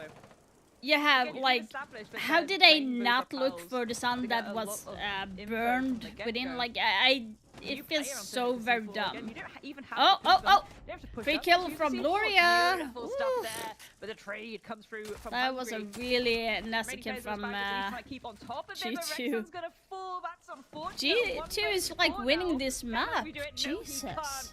G2, another round on the board. Clean cut, smooth sailing. It's really good stuff. A lot indeed, of and the this is characters where in the maybe Boku no you start to Hero, feel a little like, bit they concerned have for done Asparagus. really well. Emphasis, like, you Yes, can see from Away both from the sides, jam. good I and think so, evil. yeah. Why And the of evil course, or just why to they remind you, are. I yes, kind of we feel talked about the sorry tech pause there, for, but like, just the before that girl happened, in did have the tactical the time evil out side, from and so Asparagus. for the guy It's that already been could and clone gone. himself. They've They're already like had their so discussions and misunderstood. figure They out are what the not issues are. necessarily They're not evil, too bad they are really just after. misguided. It's not a complete loss. No, it's not the worst thing in the So, world. like, but that's it ideally hurts a what lot. The have same for those immediate Todoroki's effects. brother. Like, you feel like, Unfortunately, oh it's not my went their god. way. G2 looking Like, it very hurts. comfortable so far, And, looking like, my they're playing son like got their so usual pissed self, by you know, the getting aggressive, cliffhanger swinging for the things. last Loira episode there of inside Cigar Boku Shop was more no than Hero. happy to He got swing so out and mad. get really aggressive and deal with the player at the top of the red Like, stairs I as feel well. sorry C4 for them. early on now. And so heading to But yeah, if we're talking about this game, G2 Asparagus, so G2 got the first map on the skyscraper. Now Asparagus choose Cafe because they had a good run with it last time, where they won. But G2 is putting up a little bit more of a fight with in the lead with 4-2-1. The question is going to be, will Asparagus be able to claw themselves back up like they did in skyscraper to put G2 into a little bit of a tight spot? So it's going to be interesting to see how it's going to be. Oh, free pick! Oh, Trasher did see that Doug was trying to do a little bit of a sneaky kill. Absolutely is. Now Scopus is off the board. That's actually a very annoying death for Doki, because Scopus could actually do a lot more damage than you actually think. Now Loria got the drone from Asparagus, so they are sitting with a good drone economy at the moment. Same situation as before, trying to deal with these mirror windows, doubled up mirror windows inside of freezer and bathroom. This will be a tricky point to try and get by. Again, I just love how G2 are just so committed to trying to get something early that they haven't made the rotates or anything yet. I love it. Yeah. I watch anime, never learn anything new, really. Yeah. A bit Well, of something late from time to setup time. just from the fact of them trying to go for these window peaks nice and early. One of the mirrors being Rexon got both the mirror windows broken, so they will not be able to wash it through right now. Will they be able to get? Will Blaze be able to get someone on the red stairs? It kind of looks like they're having a little bit of a peeking contest going on right now. Now you have Trashy giving away his position that he's on the red stairs. It looks like you have Blaze trying to be a little bit of a sneaky holding behind the mining. Now you have Loria reinforcing while he's getting tracked with bees and pushing back onto white stairs. It's a minute left and they are taking a lot of time right now, Asparagus, to get into sight and try to push G2 off. Now Blaze is getting into the hot seat right now, but slowly getting back into secure spot, but get a shot at from the hatch. But Blaze is just better when it comes to the aiming game, and beautiful. Now Trash is going to get Blaze because he had a lot of bees on him, so Blaze could not do anything about that. Now the question is going to be that another two is getting pinged out by the Grim bees, which will lead to Asparagus be able to plant right now because they forced the last three defenders off because they had information, but Loria is just better with the aiming against Prey, and the diffuser is down and not planted at all. It's a 2v2 situation with 10 seconds left. What will Asparagus do? They have still Echo in play. Will they be able to plant? No! Like, Echo just missed everything. The C4 coming out, not hitting. The plant is coming down. Pack will get Uno and Rexen get Alamo. Very good from Asparagus to utilize the gameplay that I had. Very good from Grim, who pushed G2 back when they got tagged with the bees. Very good job from Asparagus. That was really good from Asparagus with the Grim. Like, beautiful play, forcing the defenders to back off and not being aggressive. I would say though that Nomad did miss a little bit because they had a B on them G2 and he still lost that. Nomad lost that fight. I'm not quite sure what happened there, but now it's going to be switching sides, so G2 are on attacking side and Asparagus are on defense. Right now, I would say Asparagus is on a little bit of a bad spot because I have only won 2 attacking rounds. G2 is still maintaining control of the game. Hopefully Asparagus will be able to win some rounds and hold up, so it will be an even score. But we will have to see. Really good going there. And especially given the fact that, like, that could have been a 5-1 half for Asparagus, which would have been dodgy. This is double a little kill. bit of a lifeline. It's still a little bit dodgy, but it's a lifeline nonetheless. They've been able to at least keep hold of 2 rounds on the attack. Cafe can be pretty defend-decided. Asparagus will be looking around, playing around that timer. Dodging, ducking, diving, weaving, maybe trying to catch G2 off guard. Alamo's getting a little bit unsecure that someone might be doing a spawn pick onto him. On the defense, and it also works. That's kind of a little bit interesting that he would be that scared. If you up the ante and you pop up out of nowhere, that can catch your opposition off guard because they have their checklist, Sham. At the end of the day, they have their step A, B, and C that they need to go through. If you're now you have nowhere. That's a very you have Castle and Mute playing in Bakery right now, trying to hold on to that area. Right now you have Blaze pushing in from the main door, but Alamo getting a free pick to Packball from above. Good start for G2, got the first opening kill onto Mute, so that is no C4 in play anymore. Right now, Castle is getting pushed really hard by the members from G2. They really want to take the Bakery control as fast as possible. Alive and kicking, Jay, still ready for it. Echo is trying to do a little bit of peeking, and the roamer game is just disappearing for G2, and Trash is getting a free pick onto Loria, but getting a refrag. It's a 4 versus 2 situation right now for Hungry and Rexen, who is the only remainder alive right now. Rexen getting a free pick on to Blaze, but getting a refrag from Doki. Right now it's a 3 versus 1, and G2 gets the kill. You lost your rank. I'm so sorry to hear that. Do we get the next one? And that's a great start for them. Again, The best getting thing a to little think bit about, direct even if you there, lose to the be rank, honest. you will be Again, why able to would they win faff the about? next They one. just want to get stuck in. They're hunting for that opening pick. Granted, you know, Asparagus from the get-go about doing a really good job at shutting down that checklist, the standard checklist when it comes to approaching a site, especially from that bakery If like side, right? in We saw up close and personal dealing with the Selmas on the if you're wall. in bronze now, JT, try playing more aggressive. Especially on attacks, just go for a frag up and just go in and get some free picks. In lower ranks, it often usually means that there is no point in playing a strategy game type of thing, because most of the people is just going to be doing a run and gun type of vibe in that lower elo. So the more stupid you play, the better it is, because they would not be expecting it. In the LCQs right So that's kind of like what I think, at least. When I'm playing lower elo, it's rare that I use any strat from game in a low elo situation. They do love a little LCQ.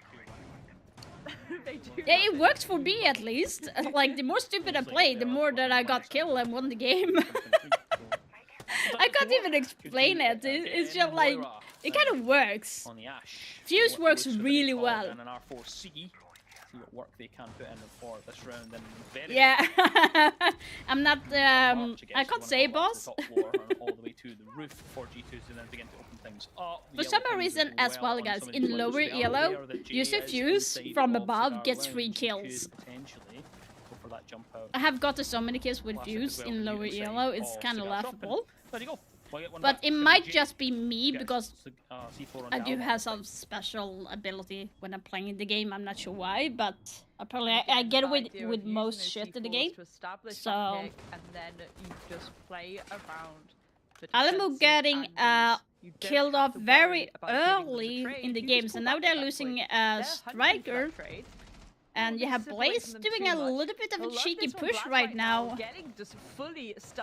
Will he be able to pick someone out? No, he got killed by Trash J. There is 2 kills off the board. The lost Nomad, who was holding for, who had the flanking possibility. Now you have Loria trying to sneak, but that doesn't work. He gets called out by the Melusi Banshee that was hiding around the 90 area. Right now, Doki's trying to open up bathroom, trying to force out the enemy from that area, and you have Monty trying to push in slowly but surely, calling out that someone is in bathroom going towards the hallway. The question is going to be, will he be able to get to secure some kills? No, like the defenders from Asparagus is just falling back to side, which is very good. Rexa getting a kill on Doki from underneath, beautifully done. They're very sneaky as well. Only getting a shot a little bit as well. It's a 4v2 situation. Not looking too good for G2, while you have Asparagus just falling back, playing time. Oh, Loria knows that pressure was there. Beautifully done. He's going to be pushing on 90, but the information is going to be coming from Jay that someone is pushing towards fireplace. Question is going to be, there is one C4 still in play. Will they be able to utilize the C4 to deny Monty the plant? He's trying to go for a sneaky little plant here, Monty, but he's not getting allowed. And Loria swinging for some odd reason around there. Rexon getting 2 kills. Okay, I have to ask what Loria was thinking there, because like swinging around that corner when you know someone's holding towards white, you know there is 2 people towards reading. Not sure what he was trying to do there. It was at the end there for G2. Asparagus doing that is not good for G2. Asparagus getting 1 round in now, winning. That round is very important for Asparagus to push G2 to the limit. quite quickly trying to take a space that was perhaps not as vacated as you want. You seen that first replay there. Jay was not sure what L'Oreal was doing. Felt like he could have supported Monty in a better way. Sneak their way into bathroom and deal with the bathroom player. Perhaps I'm not looking, but we have to see. So Doki is going on to Damus instead right now to try to get the Romans cleared out a little bit faster this time, reducing him. Asparagus going with same operator as before, except for they have Valkyrie now instead for Hungary. Blaze opting out for Lion and Loria taking Dokkaebi, and they have yeah, so 4 out of 5 operators are for tracking operators that really want to limit Asparagus from even be able to do any roaming at all. I love this so much. Gloria's being a little bit aggressive up to Brown Stairs. Will he be able to get some free pick from there, or will he get called out that someone is there? It's going to be quite interesting. Patience game as well. So G2 has lost already 4 drones, so their economy is getting limited at the moment. The first light scan is coming out, is going to be picking up someone in Cocktail, and Nade is going to be coming out, but Blaze getting 2, Hungry with a Nade, and Rexon who was trying to do a jump out. Another one a jump out. What are Asparagus trying to do? Doing a jump out on the white stairs. Why? Very interesting try from Asparagus, but the round is going to be sealed up because it's a 4v1 and they know where Trash is in freezer, and Alamo seals the deal with a knife. Wonderful. Alamo being a little bit rough with the commentary, saying bot at the moment, but at this point, it's match point, game point for G2. Going to be match point for G2. That's going to be rough for Asparagus. They have already used their timeout, so they have nothing left. Now they're changing off from Valk to Legion in hopes of trying to slow them down with the Legion mines. Very dodgy. And I also went for Warden and 1 Mai. But the issue there was the fact that basically gifted G2. I think Asparagus is going to have a little bit of a rough time because they went very aggressive G2. Minimal droning and just went in for a rush type of movement. But also from Asparagus was a little bit of a dodgy thing for them to try a white jump out from white. Not like where I would have done it at that moment, but unfortunately enough it did not work for them. On to the next round. What will Asparagus be doing differently? The question is going to be where G2 is going to be pushing, but you have very good hold onto Piano, especially on the Pixel hold as well. But this is the last chance qualifiers. There is no more chances. Shotgun SMG, yeah. Anyway, this is the last chance qualifiers. There is pressure here. You ideally want to get it done. They're using RAM right now, so as soon as possible. Ooh, at least that'll set up here with the RAM gadget ready for Blast to open up the white window and put pressure in. Interesting tactic from G2 using Blaze with Ram's gadget to make sure they can open up. Pressure is getting very low on health. He's on 1 HP by the looks of it. Is going to be pushing Asparagus into a tight corner. Now you have G2 pushing in. They're just rushing in from white stairs up. Coming in from Cocktail is also Blaze holding an angle. Now Alamo is coming into white hallway to follow up the pressure. Now you have Asparagus in a very annoyed position, and they just won. That was a flaw. They are absolute perfection on Cafe, and they're the first name in the finals of the LCQs for SI. Yeah. The big doggy dogs of okay, so You can kind of see here that G2 has more of the experience than Asparagus in how to play. G2 actually read them out for mid-game, like, hey, they're really weak to like rushing in from certain areas. As soon as they cleared out Cocktail, they knew like it's clear we can go, while all the other players from Asparagus was holding towards piano side. Like even had Alamo jumping in the white hallway window, which is kind of very hard to do unless it's cleared out. Not sure where Asparagus were trying to do in a form of play. But very good try from Asparagus, who did impress from yesterday from ITB game.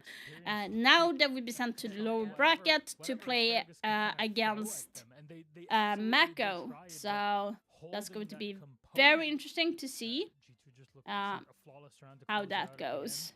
I mean, valiant effort, but at the end of the day, it's G2 that move on to the grand final, and everybody being active on this squad today. Whoever wins on that match between Asparagus and Mako will be facing G2. So it's going to be, either way, Asparagus or Mako is going to be having a rematch against G2. So it's going to be very interesting who G2 will have a rematch against. If you compare the gameplay between Mako and Asparagus, who would have the more potential to maybe push G2, I would say Asparagus would have more possibility than Mako, because Mako did not have anything to push into during the match yesterday, where they could push G2 in the same manner as Asparagus did today. They almost won the map on Skyscraper, which was G2's map pick. In general, I think if Asparagus would win this, they need to have to bring something else to the table, especially maybe a map that they know that G2 usually don't play. Maybe they don't have enough strats. Something that is going to be pushing G2 to a limit. It's going to be quite interesting to see how that's going to go. And do a lot of heavy lifting individually. And again, on the side of Asparagus, it really did come down to really incredible moments of just trying to fight fire with fire, essentially, in terms of aggression against G2. I think that's something that Asparagus really need to be careful about going forward. It's how much they're all kind of playing together. Let's see here. I'm just going to be... Yes, you do have Packball now thrown in the mix. This roster in its current iteration is still very young itself, but that backbone is that Project X backbone, and they should be communicating a lot better with one another and kind of doing, again, more of a shared lift there. Absolutely, and we're going to dig into that in just a moment here before we go into our break. But let's see here. There is going to be a break for about 20 minutes, so we are just going to be jumping into a quick game and do some little bit of a fun here. Maybe there'll be a third time through it. We'll see. Yeah, it's a great song, right? Incredible song.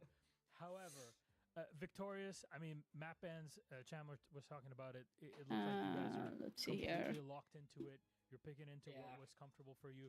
But talk to me about map 1 and how it was not such getting anywhere. Is that picture? And even a loss there in Sky. Yeah, I mean, the score-wise, I think was pretty close, but I think the game was totally in our control. Like 4 Sky attacks is kind of unheard of, so it's like, in my mind, the game's already won. Even if we go overtime, it's like, that's crazy. You have Doki talking. That really caught us off guard. I think the ace on Geisha won them like 2 rounds in a row. And if he didn't do that, it could be a different story. Could be looking at a 7-2, 7-3, something like that. So.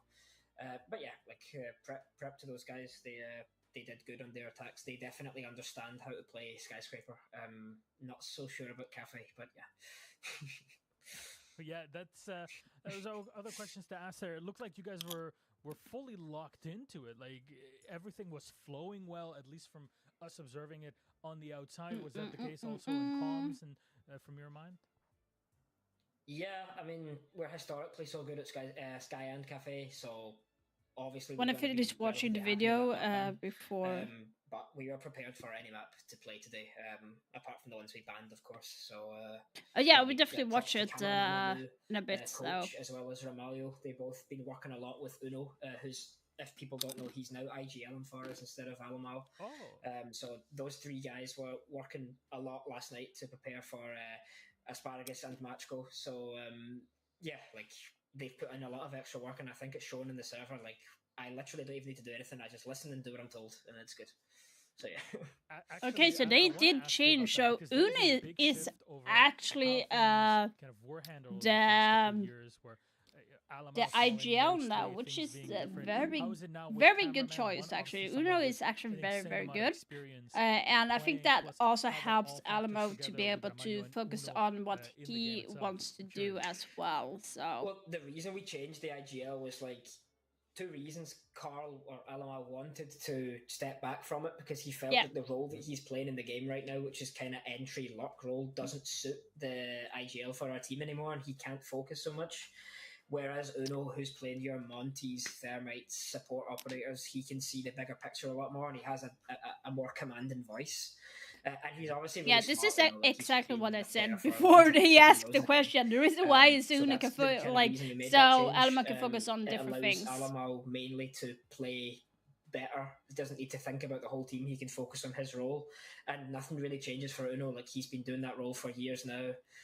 He just can have a bit more control, which he likes. So yeah, that's the reason behind that.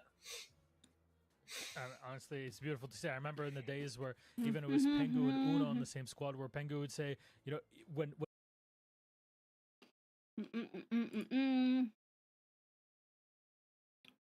pull my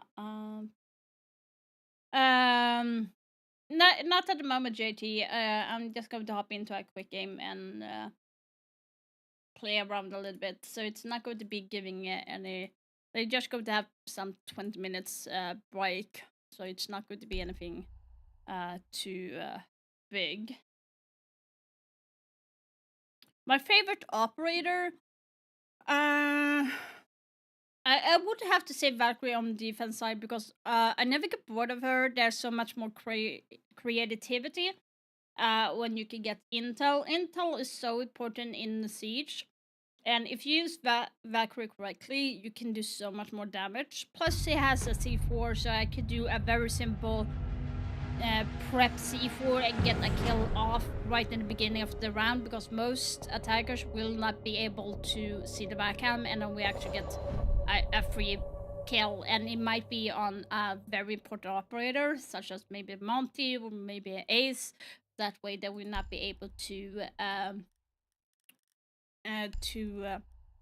do any more damage, like open up the wall and stuff like that. On attacking side, I would say Harvich in general, because I usually play Ace a lot, but before Ace came, I played a lot of Hibana, a lot of Thermite, a lot of Maverick. So it's going to be around those that genre of operator on the attacking side. Plus, no one likes playing Harvey cheater, so it's always going to be a free pick for me.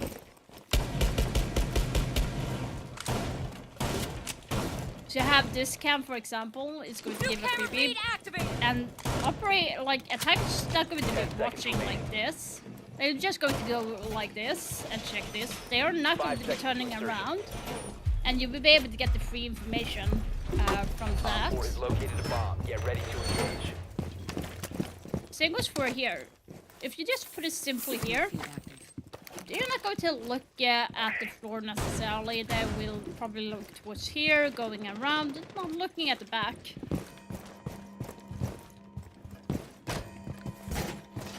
Another question is going to be around here. You could actually... Reload! Activating camera. Mine going out. Okay, that's a little too obvious, actually. There is a way that you could actually put it in here.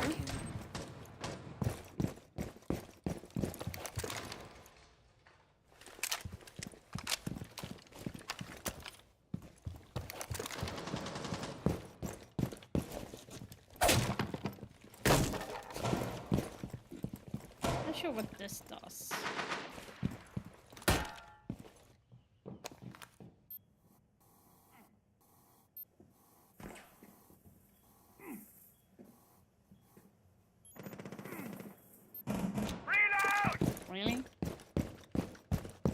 they not know?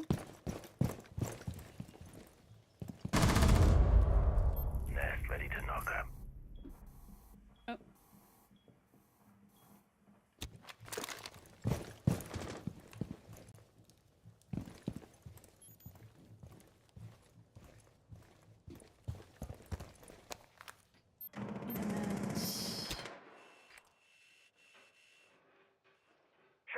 He's down.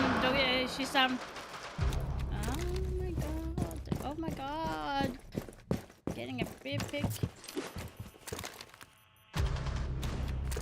Bye.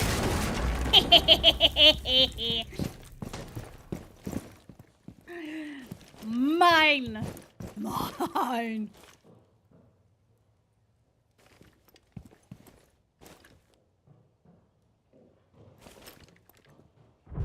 Op 4, last operator standing. Whoa, hello. One friendly operator remaining. There she was.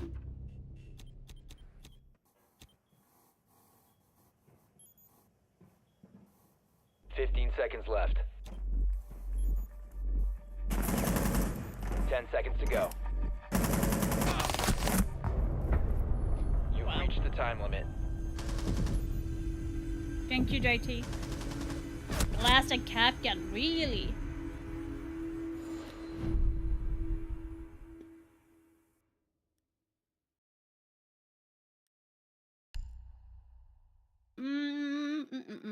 Where are we being? Library.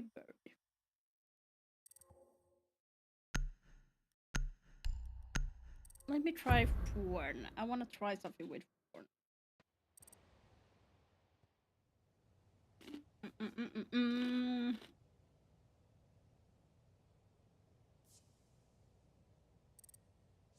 But that double kill, ooh, that's why camera is so good, because literally I could just be ready to play eliminate it safe.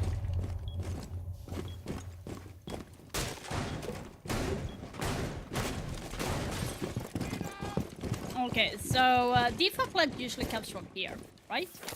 So we can do a little bit of a sneaky thing here. We can actually do like down to 10 seconds. Shell going out. This. Down to then 5 we'll not be seconds. able to see it. Prime for damage. You could also fake Op 4 is putting located a bomb. this Get one ready here, to because engage. that will make them to look. Razor shell. So if you want to definitely kill, then that is set a to good blow. way. And you have here, you have the barb. As soon as they jump in the barb, it's going to be a TK for that.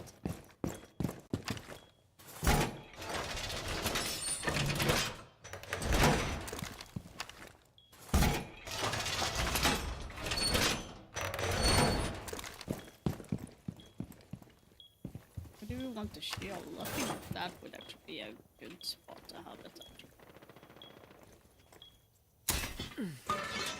Deploying shield. Yeah.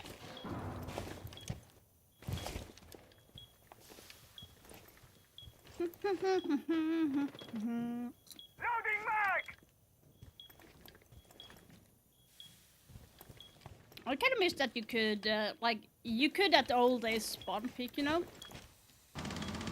But you can't do that anymore in casual game. Because it has the new players.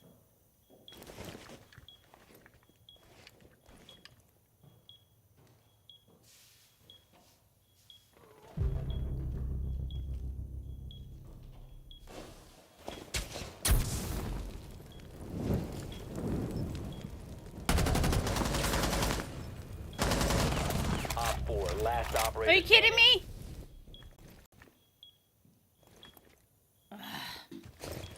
That was my kill.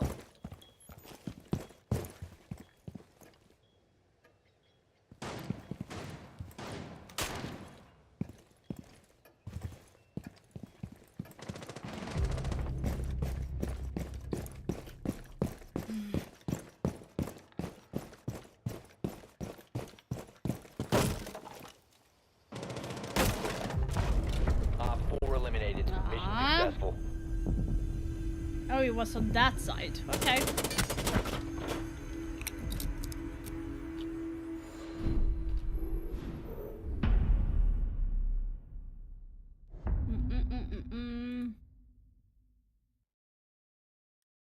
Okay, there's going to be a 17 minutes downtime. I need to leave to charge my phone. Okay, that was JT. Thank you so much for being here. I really, really appreciate that. What should I pick, by the way? I'm not sure. I do want to try my nade spot.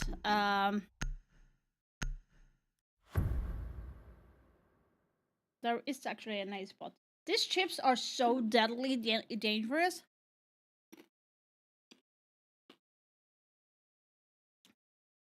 Deadly dangerous, you know?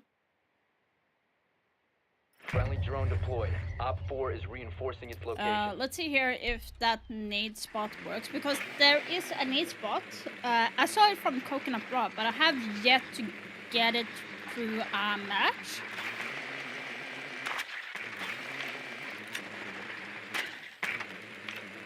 Ten seconds. 5 seconds to insertion. Yeah. You found a bomb. Make your way to its location and defuse it.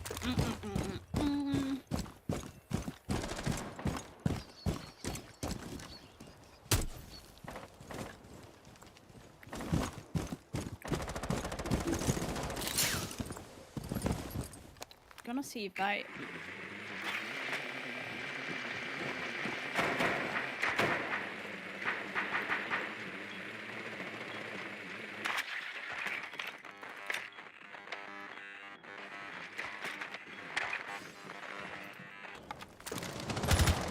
And of course, he...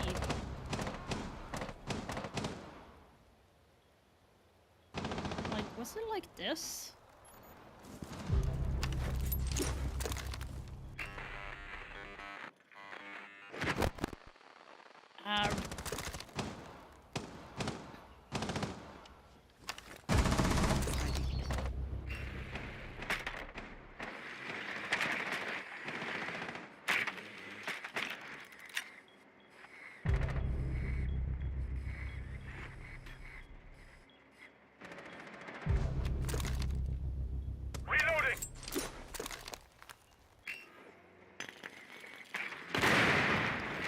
It doesn't even hit. What the fuck?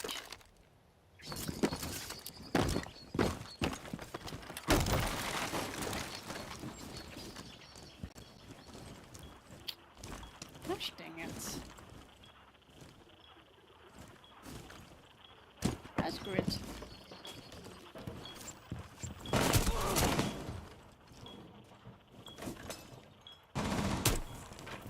No! I wanted to like use the hammer! Gosh dang it.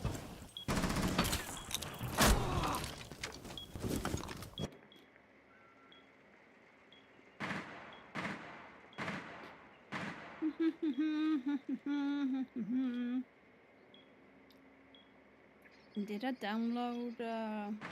Nope, I didn't. All friendlies have been eliminated.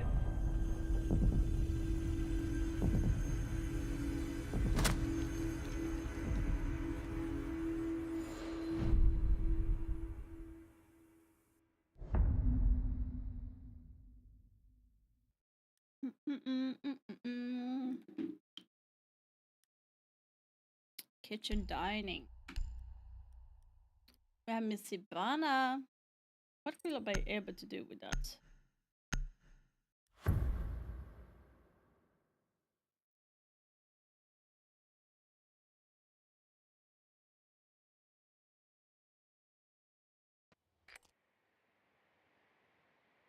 Friendly drone deployed. Op 4 is reinforcing its location.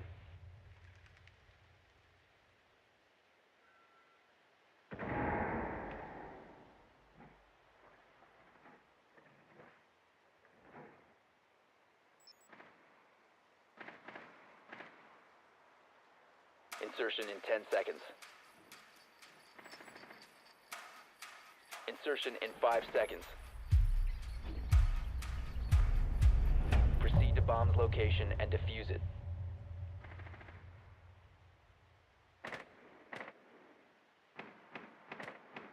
Okay, that's weird.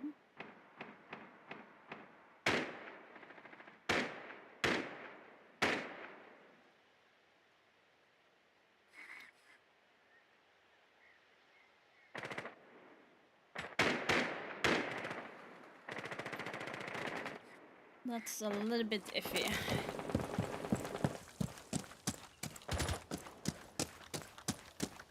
Okay, let's see here. What can we do with Ibana? Ibana Unana.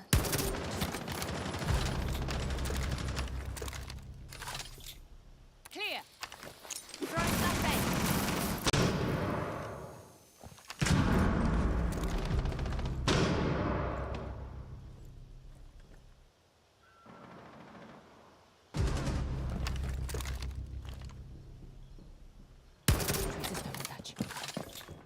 See you on the other side. Op 4 last operator standing.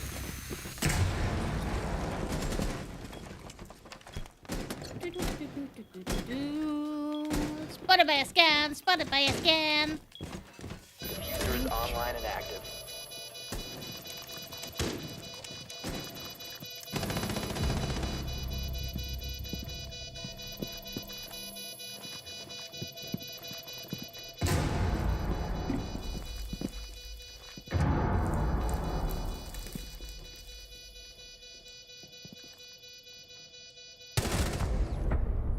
Op 4 eliminated. Friendly mission successful. We got it, we got it. Ha ha ha.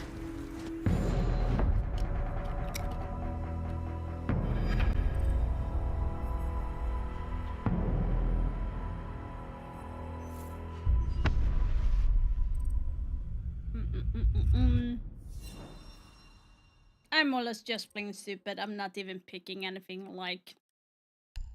No. No, no, no, no, no, no. No, no, no, no. I pressed it wrong. Oh my god. I can't even back out.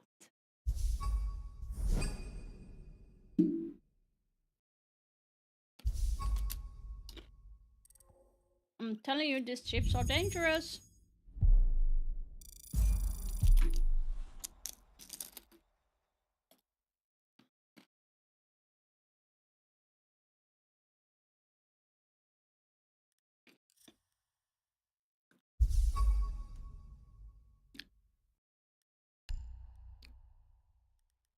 That's so stupid, though. Respectable. I went down because I left the game. It was not my fault. Stupid siege. It's going good, Dark. Just hopping into a quick play before the next match is starting.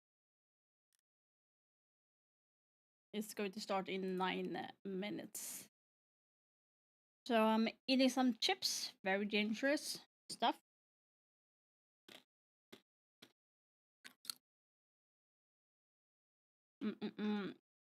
How is it going for you?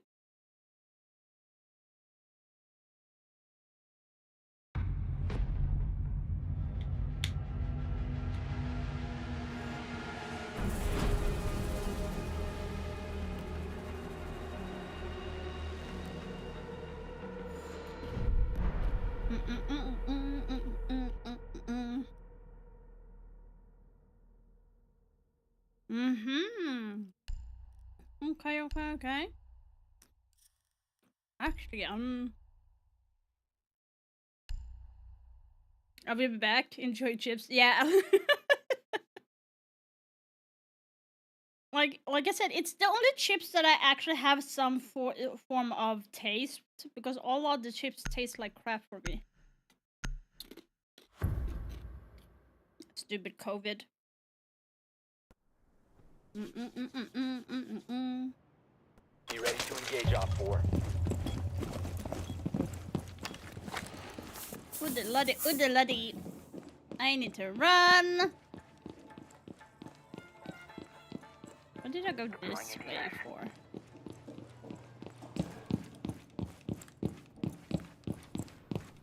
Seconds. Down to 5 seconds. Op 4 has located a bomb. Be ready for hostile action. Will this old spot... does this spot still work, though? Setting barricade!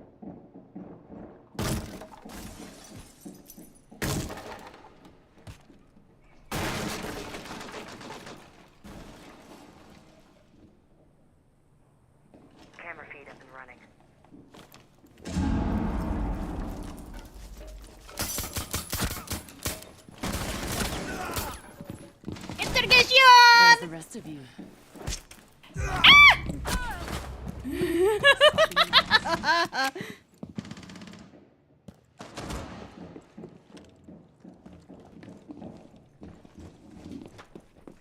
Your location has been compromised. No!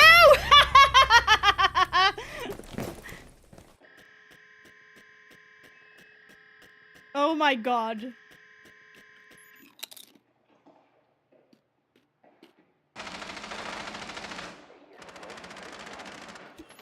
Okay, Dark, thank you for stopping by.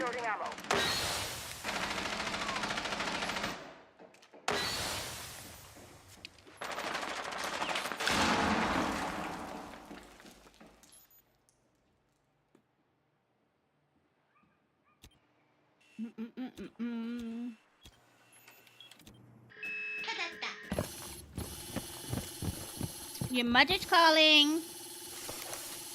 My god, these chips are so freaking big.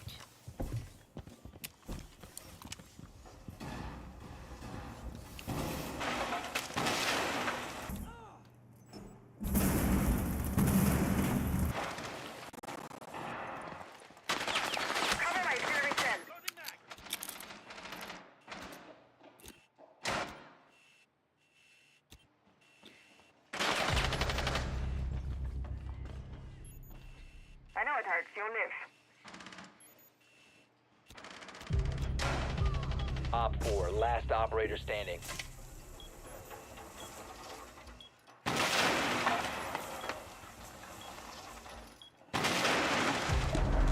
Op 4 eliminated. Mission successful.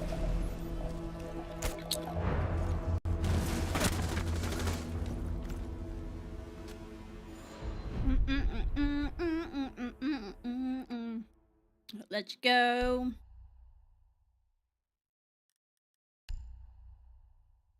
We got one interrogation.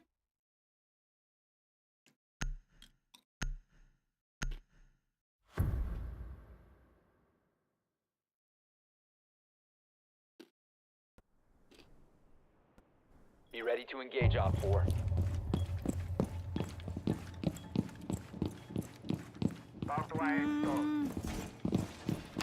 I don't remember where he was. I think he was here.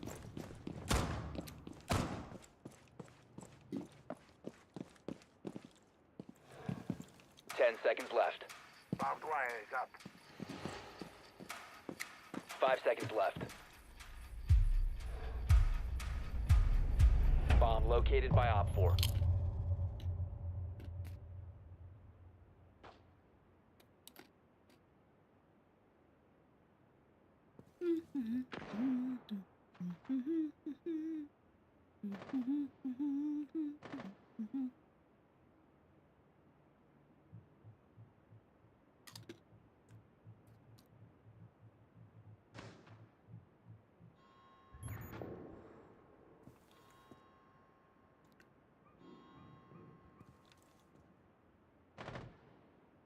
You can stop worrying about grenades now.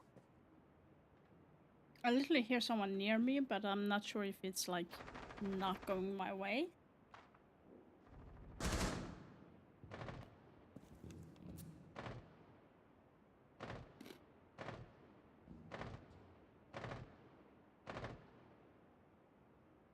Deploying C4. Loading mag!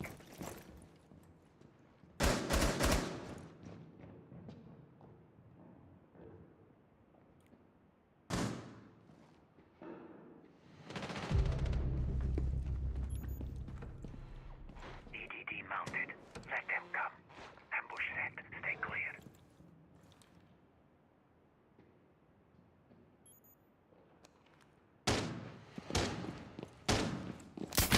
No, he fucking knew. How did he know?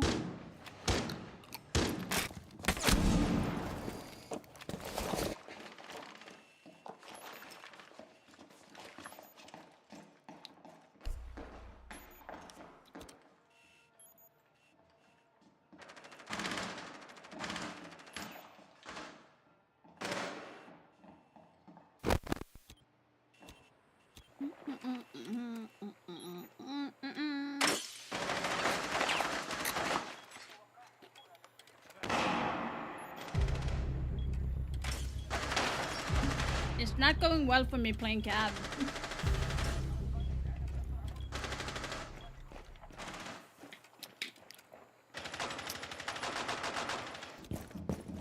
Oh! Cover me, reloading. Down to 15 seconds. Op 4, last operator. He's doing something stupid like that, but I don't get away with that. 5 seconds remaining.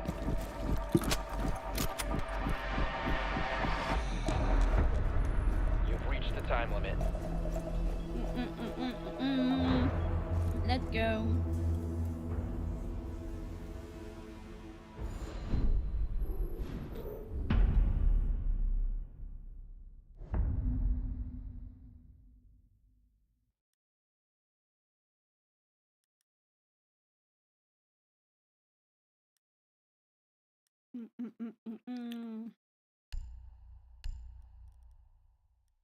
Nah. Nah. We could do that. I haven't played Nomad in a while. So let's see what we got.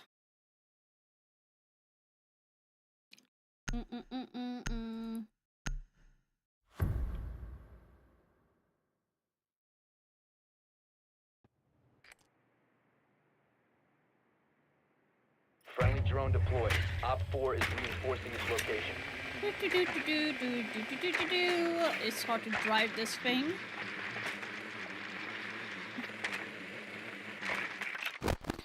And they have a cab.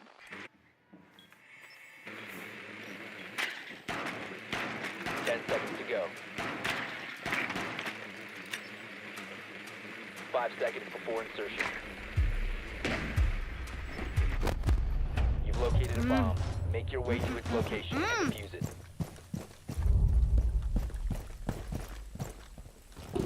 Oh.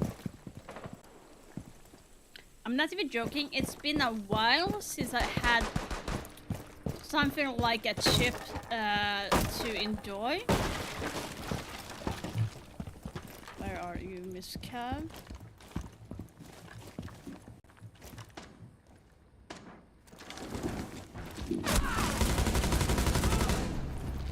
You're bad, Echo. You're really bad. I should not be alive. Jesus.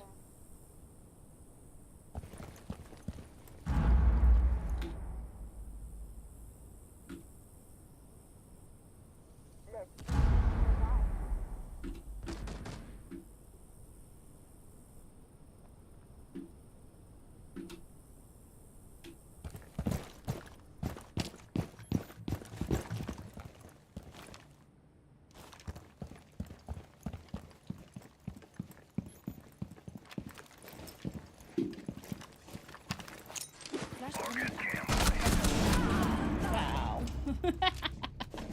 Look, I hear everything, but Loading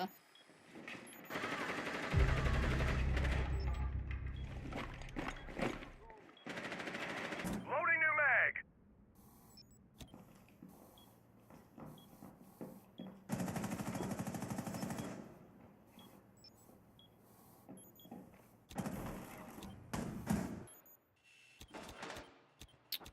where do I have?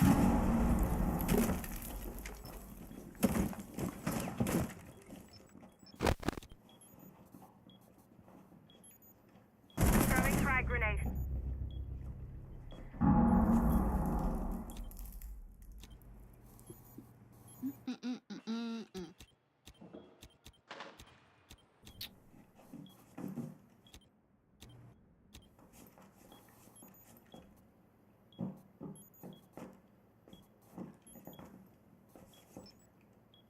And why don't we red ping instead? Yeah.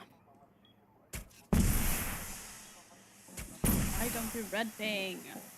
15 seconds. One friendly operator remaining. 10 seconds. Bye. Op 4 eliminated all friendlies.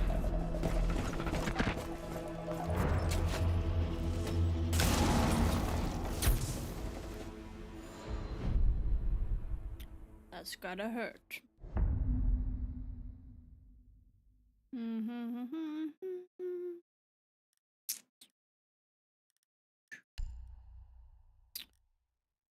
Let's see here. We are just about to start very soon. Very soon.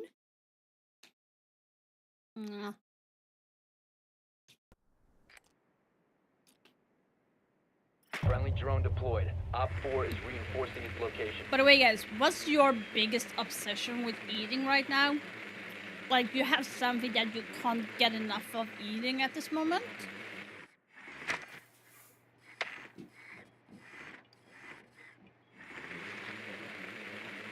10 seconds to go. 5 seconds. Proceed to bomb's location and defuse it.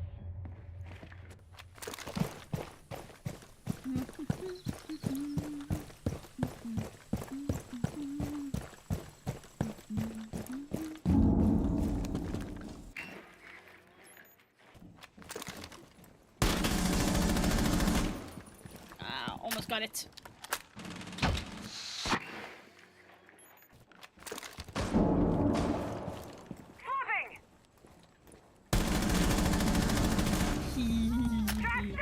The power of drones!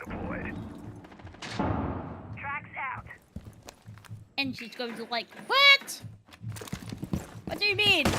I had a salmon barrier on. Nearby. Okay, it's open up there. Okay.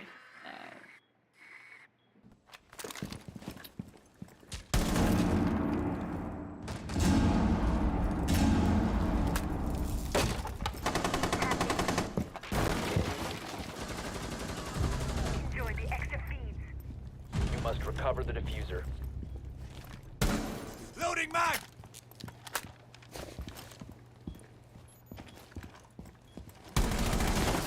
No freaking way! I got down that easily. Down to one Kidding friendly. me? One Op 4 remaining. This is what I'm saying, but about my response time in my PC. The diffuser is now secured.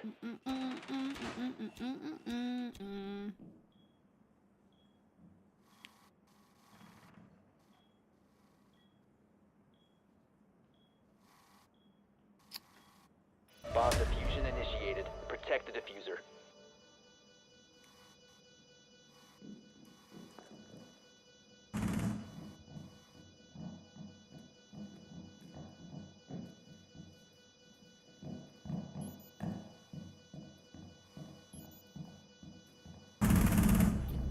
And he just knew?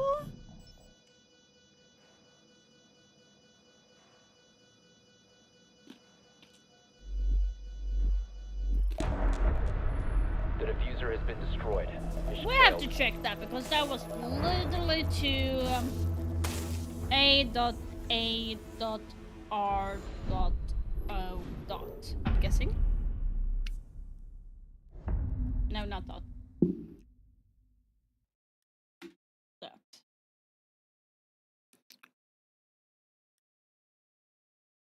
Let's check him out.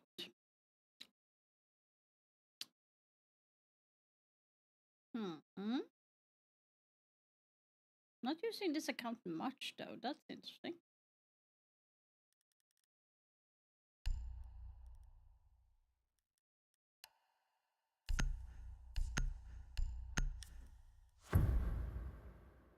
That's interesting. Okay, going to die quickly and then we're going to hop into the match.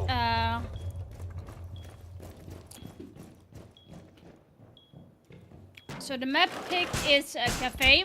Asparagus is choosing cafe again. That's very interesting. No time to waste. 10 seconds left. That's very interesting. 5 seconds and counting. Op 4 has located a bomb. Be ready for hostile action. And then Mako choose consulate and the other side of the map is border.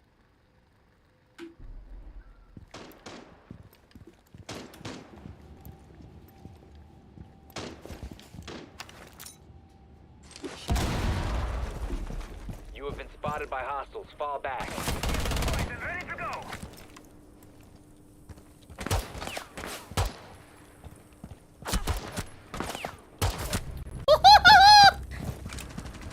You can't get me! Reinforcing wall.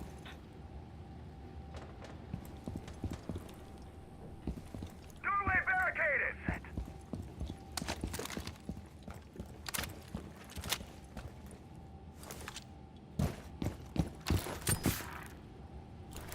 Here's a forgive-me-not.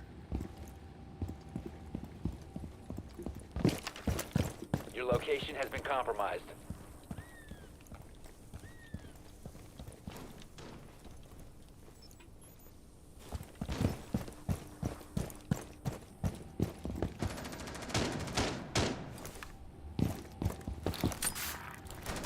This will be fun. Barrier activated. Wait, no. I have to come in a little bit deeper, so let's do this. You have been spotted.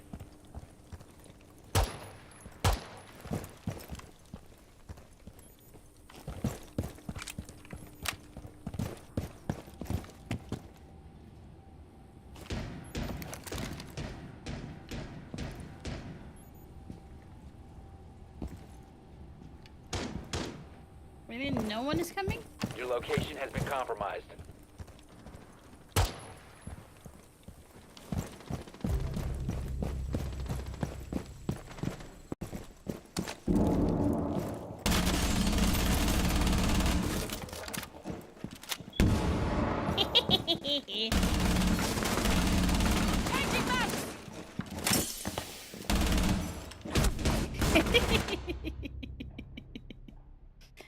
What the fuck was Legion doing? Okay, let's just leave. 15 seconds left. That was so hilarious though. That was so hilarious, guys. That I got that pick is crazy. Peter Bull. Ireland's a very small island, and we claim Mr. Bull as one of our own. So Whippet and I would love to see him perform very, very well going into this one. But with seeing what these players could do, I'm kind of curious to see what Asparagus is going to do, because literally they didn't play they're sitting on hot cocoa going through it. So let's see. I'm expecting this to go to map 3, but as always, you have to go through the first 2 to get there. Maybe. Cafe Dostoevsky is up first, please. Gibby, Whippet, take it away. Thank you very much, Milosh. It's been a long time since I got to say that one, Gibby. Normally you take the handoffs for it, but diving in the cafe, Matchco have made a massive statement ban saying, Hungary, you're not playing sense. Get that away. We don't want that operator to play. We saw how effective it was against G2 on Skyscraper, getting them some executes to work their way, especially that one up towards Karaoke. They don't want to take that risk again. And watch the bans from Matchco here. Very much will be directed at slowing down the very aggressive, very Route 1 style of Asparagus. Expect even a Maestro ban here from the defensive Matchco when they get their opportunity, as Brava next to go is Castle taken away, and I like that one, Gibby. Yeah, you think of the bans already. Brava being banned means that you're forcing Matchco to potentially ban that Maestro to get rid of those evil eyes. Oh, the Castle ban changes why? the whole layout of Cafe. We saw yesterday and today teams barricading that door between Cigar Shop and Piano, allowing players to play inside of Humidor. That's not going to be a possibility anymore. Maestro has been banned. Again, if you're at home and you're wondering why are they banning Maestro, it's because Brava has been banned. Maestro is essentially a non-factor when Brava is in play, but when Brava's banned, you gotta ban Maestro. Really, from what I see from this ban phase going into it, there's directed bans out towards the Sens, for example, and the Bravo was picked to try and enable that Maestro. The combination of getting rid of that Castle means the map's going to be more open and free-flowing, which will suit Asparagus on their offense, and Matchco deciding to take away one of the very core pillars of what this team brings out, the Evil Eyes on the Maestro. So, it might not look like the normal ban phase that we have seen throughout this bracket, but remember, we are now in the lower bracket grand final. Many of these teams have seen a lot of tape, they have a lot of experience, and now they're banning more on preference what they've seen so far today and yesterday, and even ton of experience from qualifiers. Okay, what will Asparagus do differently on this one? Because they had a lot of problems with G2. Here's the problem that I see. They are going back to Cafe for third time in 2 days. And the thing is, Mako have probably watched this game against Asparagus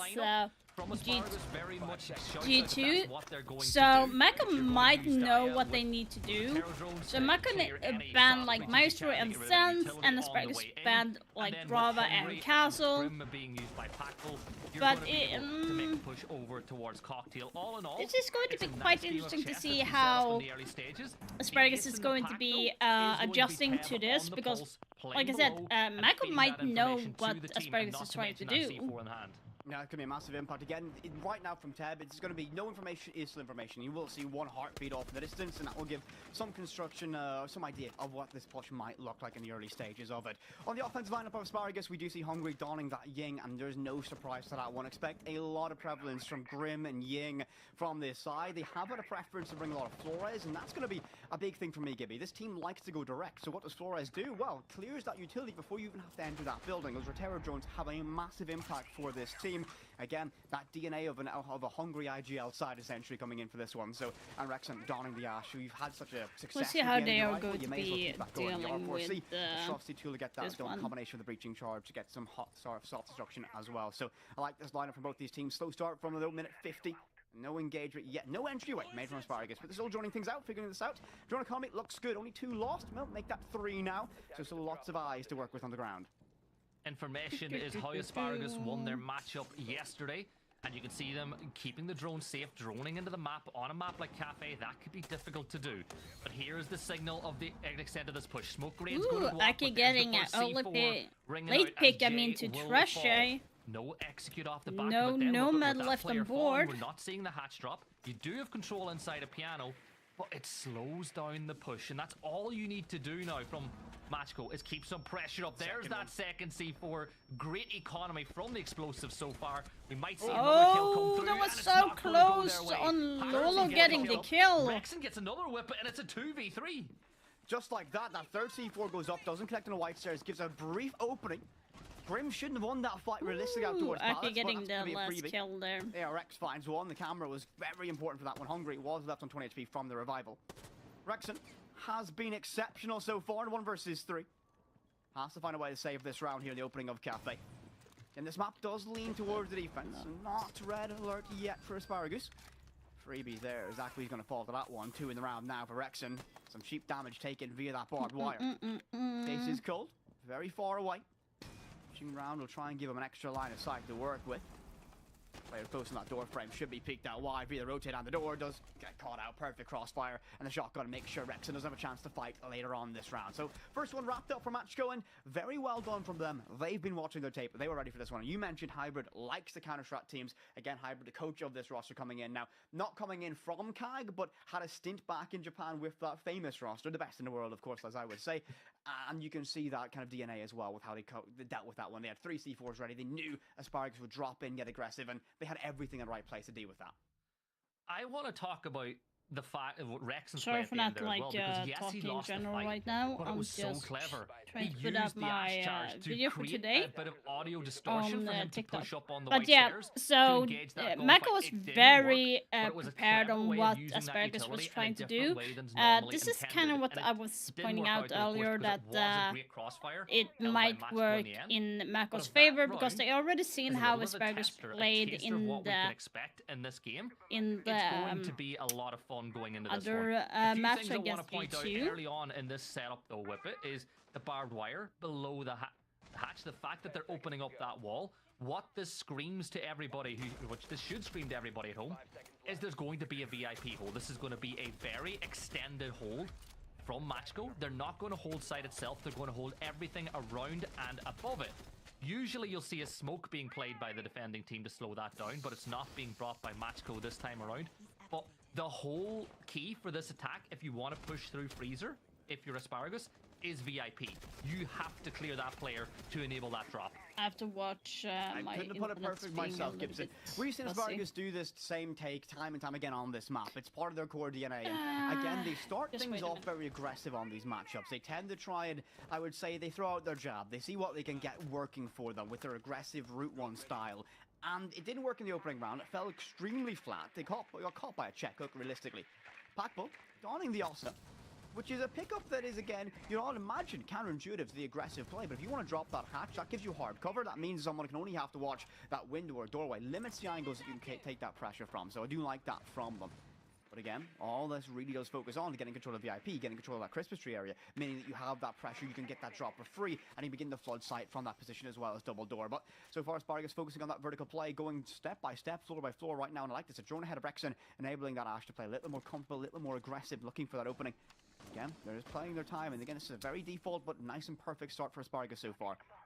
Jay on the gridlock will have a very important role when it comes to the flank watch as well, throwing out those traps which will prevent the defenders from pushing up without either A, taking damage, or B, making noise as they clear them.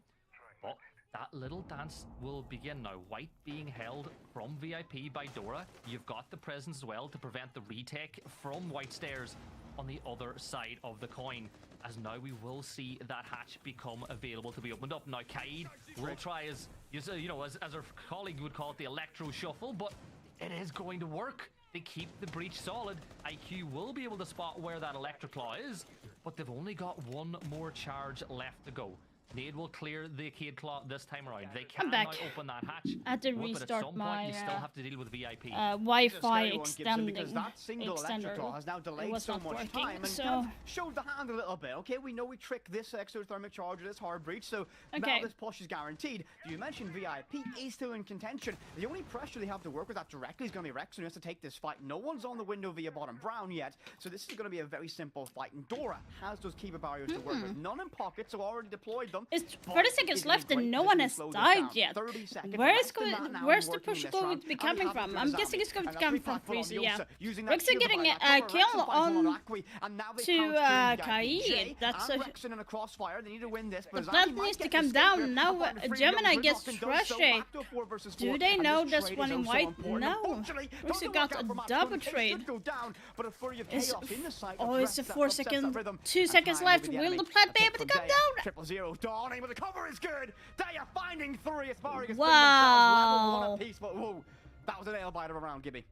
And remember, that was a little bit too close for comfort for. Is a great operator for preventing that hatch drop. Usually, that's who you'll have playing inside of VIP or playing over by Coffee.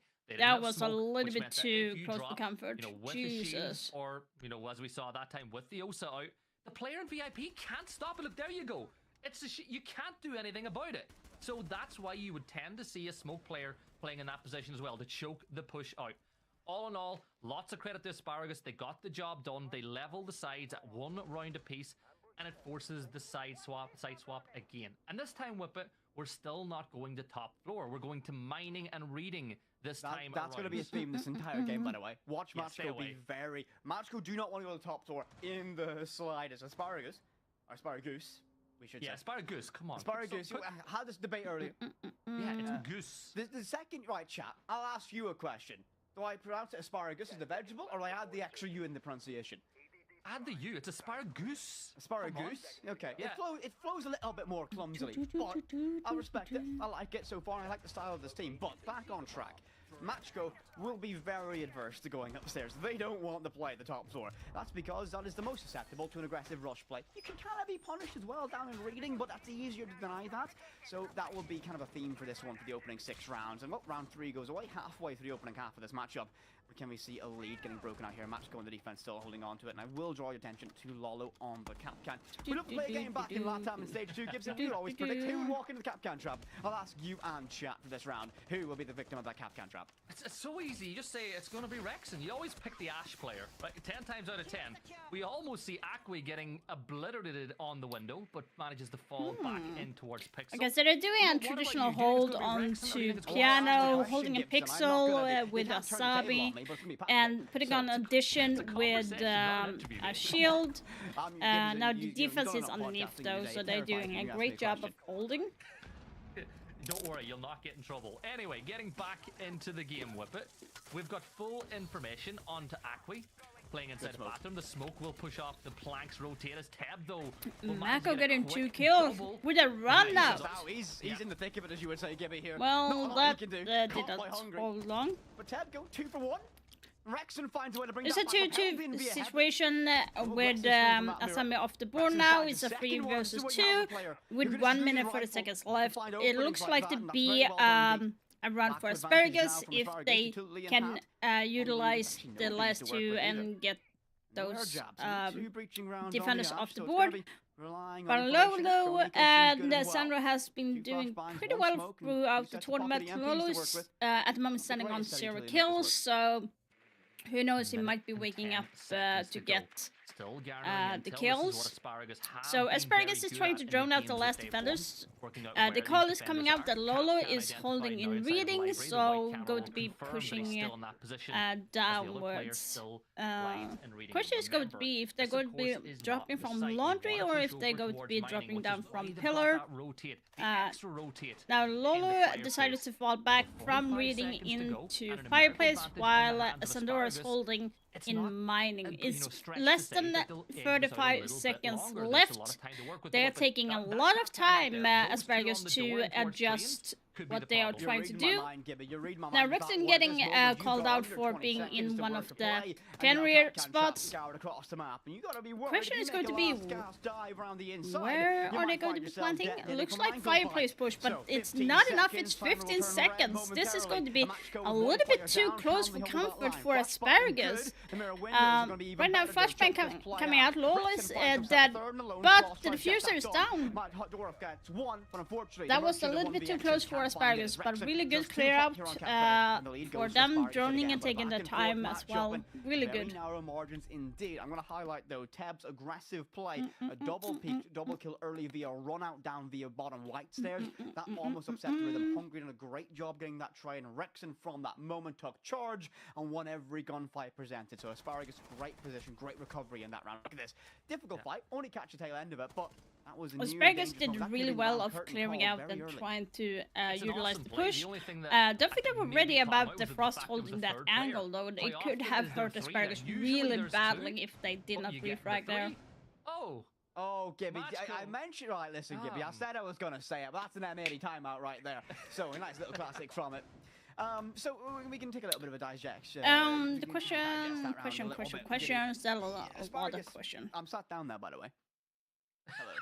Tiny Whippet. He is that small, by the way. He usually has a box that he stands on when he works. I look so small now. This is horrifying. Hello. I don't want to like move my desk up now because this would make me even more awkward.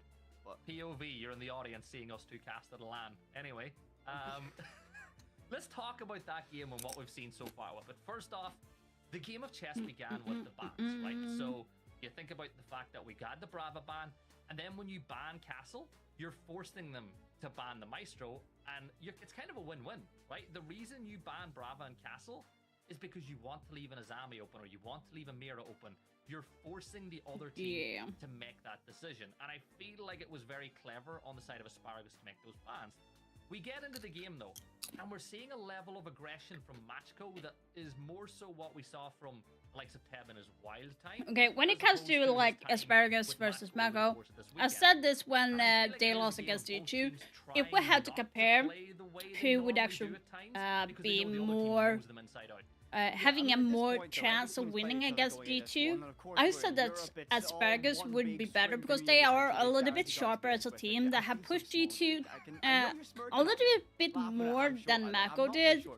And when it comes to the gameplay that Mako and Asparagus have, I would say that Asparagus has a little bit more of an aggressive play than Mako. Mako do a little bit of the traditional hold side.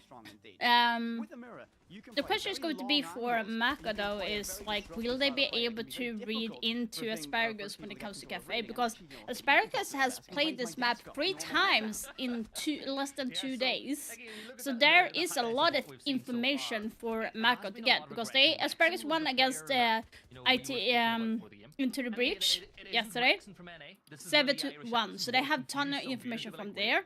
And now they also saw Asparagus play against G2 in Cafe, which they lost. So there should be a lot of information from Mako to pick up and see where is the weakness from Asparagus, or where are they strong. Hence why they decided to ban Maestro, because Asparagus used a lot of Maestro in the earlier rounds. Not sure about the other ban for Sense. Didn't see them necessarily use a lot of Sense. Asparagus, it was more into the breach that used that, so... But right now it seems like Mako has not gotten a read on Asparagus, but it's Asparagus who has more reading into Mako, who is on the defensive side. So if Asparagus gets this many rounds in on the attacking side, it's going to be very, very hard for Mako to even compete and try to win the rounds when they are attacking, since this map is more defender-sided than attacking-sided. They don't want to pick. If we see Asparagus make it through. So if Mako was to win against Asparagus on Cafe, they need to do something a little bit unconventional, or maybe perhaps play more, a little bit of an aggressive play. When I mean about aggressive play, it's not necessarily rushing into side and go head to head, but a little bit more aggressive, like maybe try to clear out with roamers, maybe take in maybe a Damus, you have Jackal, and you have, of course, they have been using Grim a lot. But like utilizing more to push Mako back to site a little bit faster, because Asparagus has been playing a little bit late or very slow.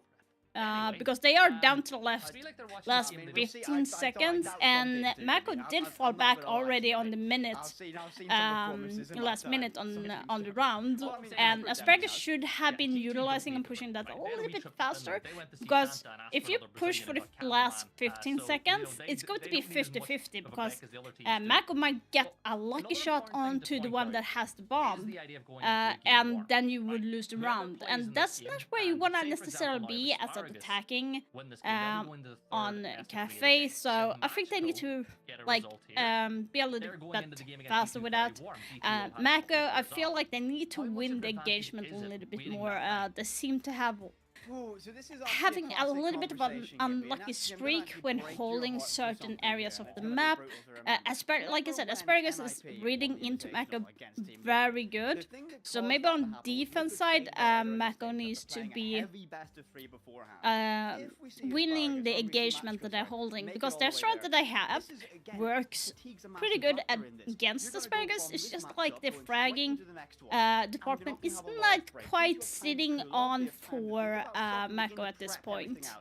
But going from a matchup where you have a lot of stakes on the line, you don't want to be in the lower bracket, to then relaxing, going back to a steady state, calming down, and then trying to get back to that level can cause a little bit of a lag from teams. So that will be a factor to keep an eye on going into that one, because these teams are going to come in hot off a matchup if they don't fade in the latter stages of this best of 3, and G2 have to rebuild their momentum. So a factor I always like to bring up, it's not always is an advantage to start off or have that upper bracket if you have to build back up to that momentum. And we're back. And perfect timing. Your point just ends and we get back into the game. As Rexon says, good luck, have fun once more. I was always told it's rude to say, you're not supposed to say good luck, Will, but I was just told you're supposed to say have fun. When you have been performing as well as Rexon, you may as well give them some good Okay, luck. so Mako changed up a little bit, so they are getting back T3 to pulls. You have Valkyrie to follow up again. The holding fireplace are reading. Now they have smoke as well. So I'm guessing they go to utilize with the smoke for denying the plant, which is a better choice as well. And you can see again that Asparagus is not opting for any roam clear operators like like the aim is still sticking with Grim and feel like it's enough. They are taking IQ this time because they know that they have played Pulse and Valkyrie, so they do want to contest that as fast as possible to clear out any possibility on them getting a C4 on. Because on Mako's side, they actually have 3 C4s, and one of them be a Pulse, of course. But having like 3 C4s is a lot. And you have the beepers as well that can indicate that someone is going to walking through, and you can toss a C4 in that line as well. I'll even rewind this a little bit, Gibby. We saw the opening round was played on this very same site. Even the way that we're seeing the start off with Teb on the same position again is kind of the same as the opening round here. There's 3 C4s. That was a very critical win condition for the side of Matchco. They understood that Asparagus... The question is going to be if IQ is going to be staying alive enough to know where all the camps, where Pulse is, as well to counteract that. If I could call out very early where Pulse is, that's going to be a huge help for Asparagus. If IQ doesn't get the information about where the Val camps is, it's going to be hurting Asparagus as soon as they enter. Because like the first one that I got started with was that they had 3 C4s on board, and they got 2 out of 3 kills from the C4s, all because they had Pulse and Valkyrie on the top, the camps on the top floor. You had Pulse in the reading area. Rex is going in with the Blackbird this time, and hopefully be able to push Mako to leave the open area. Now the call-out is being made for IQ, saying that there is camps on this area, needs to take them out. They are taking it very slow, Asparagus, at this point. They are a little bit more cautious, actually. They need to be a little bit more quicker to make sure that they can take up the floor before they go down, which is usually key. Otherwise, they might have to do a rushing from reading to force themselves in and plant, which is not an ideal position for Asparagus. Nade is coming out, but is not hitting. C4 is not hitting either right now. Or either. Blackbird is pushing in. Right now, he doesn't see anyone. He's getting one, but loses. It's a 3 versus 3 situation where it's going to be, it's a 3 versus 2 situation. Valk is getting a slap on the cheek at the moment. It's in favor of Mako. It looks like Asparagus just thought that rushing in might be the possible way. Blackbeard unfortunately lost that engagement in reading, which left a huge opening for Mako to utilize. Lolo actually saw Hungry underneath at the moment. The question is going to be where are the Asparagus going to be planting? Verticality again becoming a factor, but the shots are missed and they're going to Plant is coming in on reading right now. You know that someone is coming down on white. Will the rest of the teammates be getting... And there you have it. I have no words to say. That's crazy. 2 rounds apiece. What a back and forward game that was. You can take the teams out of Wild, but you can't take the Wild out of the teams. That is a tough one, by the way. So Hungry does a lot of things right in that moment, but he was expecting a pick to arrive from Pillar. Right thought. I would say though, if T3 was on Blitz, maybe it would have worked in a better favor than doing Blackbeard. But I think they took Blackbeard because of the repel option and also with the nade. Blitz doesn't have any of those. It feels like that Asparagus just decided in the last second that they should be going in from reading because time was a factor. They had 1 minute and 15 seconds left, and they had not even taken top floor control. They knew there was 3 player above, so they took the chance to go in. Of course, they did lose Blackbeard in reading, but yeah, it almost worked for Asparagus, but unfortunately you have Mako who was defending very well and had coordination. This is a master class of counter strategy from Matchco. Loving it from their perspective so far. And looking at the setup, we're seeing a little bit of a change in the lineup from Asparagus. IQ being brought again, and I think that that's to spot out those Capcan traps. Maybe get an eye on Teb, because Teb has been a problem so far for Asparagus. Remember, if Teb's using his gadget, IQ will be able to spot out, but the difference is with it, IQ can shoot when the gadget's out, unlike Pulse when he's using his scanner. But Daya once more on the Ying, Hungry on the Grim.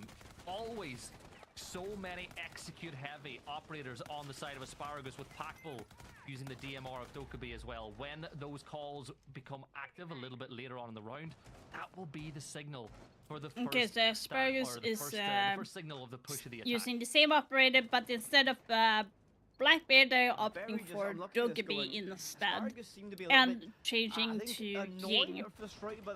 While you have Mako's doing the same lineup as previous rounds because it has worked for them. So far, Mako has been really good at utilizing and pressuring Asparagus to waste time and not be able to move Mako from site. Now you have Ash who's pushing into Piano, hopefully pushing into Piano, but Cigar gets shot in the head by Gemini, and Trash is getting Gemini in fragging. Lolo and TB get Packbull, and Trash Hungry is dying as well. It's a 3v1 right now for Mako. Mako's just holding and refragging perfectly whenever Asparagus is going aggressive on the play. It kind of feels like that Asparagus just doesn't have any plan in taking, except for dropping Hatch and push themselves into the area, but it's not working for Asparagus. If anything, I would suggest for them to... When it comes, there's 3 Capcan traps on the door. Yeah, there you go. Don't run into that one. Don't forget about the fact there may also be some more mines around for you to step in, but this is a 1 versus 3. Jay has been very good for the side so far over the course of these qualifiers. Some shots from inside the train. Cam gives away the information, but at this point, you gotta feel like the round is unwinnable. You don't have the case. You don't have a chance. Just, it's just a 3v1, so I don't think that's going to be anything. One player prone is going to get right into, unfortunately, taps too quick in the draw, finds a shot, and match could take round number 5. And, that's, again, the thing I'm going to sound like a broken record here, and I'm sorry about this one, chat, but Matchco have very clearly looked at this going, we're going to play Cafe against Asparagus. Why not let it in? Because we know this team's got a pretty limited map pool. Again, this is not a roster. This is a roster that's put together for this qualifier. Asparagus' core roster minus Packbull is playing in the Rainbow Rumble later on this week as well. Here's the thing, Asparagus has 2 wins on the attacking side, so if they lose this round, they're going to have a very tough time when they get into defense, because Mako has 3 defensive rounds right now. But when your opponents know what you're gonna do, but Mako is holding it very well. They have good solid strats. They're wasting time for Asparagus, forcing Asparagus to try to be extra aggressive, just dropping and getting in for a frag position instead, which kind of bite in the dust for Asparagus, because there was no clear information where everyone was. They only knew that someone was towards Piano and bathroom, and that was it. And that led to Asparagus losing that round. I think Asparagus needs to be a little bit more information gathering a little bit better. Now they're opting to get Davis, which I was kind of asking for earlier, and that is to clear out the roamers as quickly as possible and make sure that they can open up site and push in from there. They are going, Rexy is going with Rap, which will open up vertical play, forcing the defenders off site, possibly forcing them off site, going to make it a little bit difficult for Mako to hold. Now there's going to be information from Mako that they are taking top floor. Now they have Gemini on Fenrir, which is going to be a huge, playing a huge role when they are going to be getting pushed by Asparagus. My job is to talk, and I'm not an analyst desk for a reason. You love the analyst desk. Any chance to get to talk more about Siege, and you're all about it. It's my one thing I can talk about, Gibby.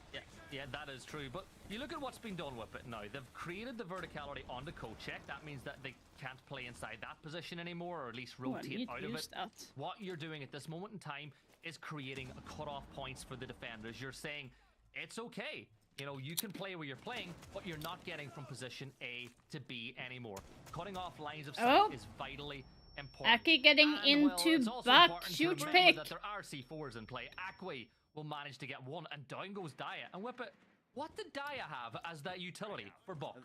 It was a can opener, the only source of hard destruction available to this team, so whether they like it or not, they're going to be forced to pivot in towards take via double door or via bakery. So this is going to be a quick snap. Yeah, this is going to be interesting to see how Asparagus is going to do. They got Bug, which is a huge pick.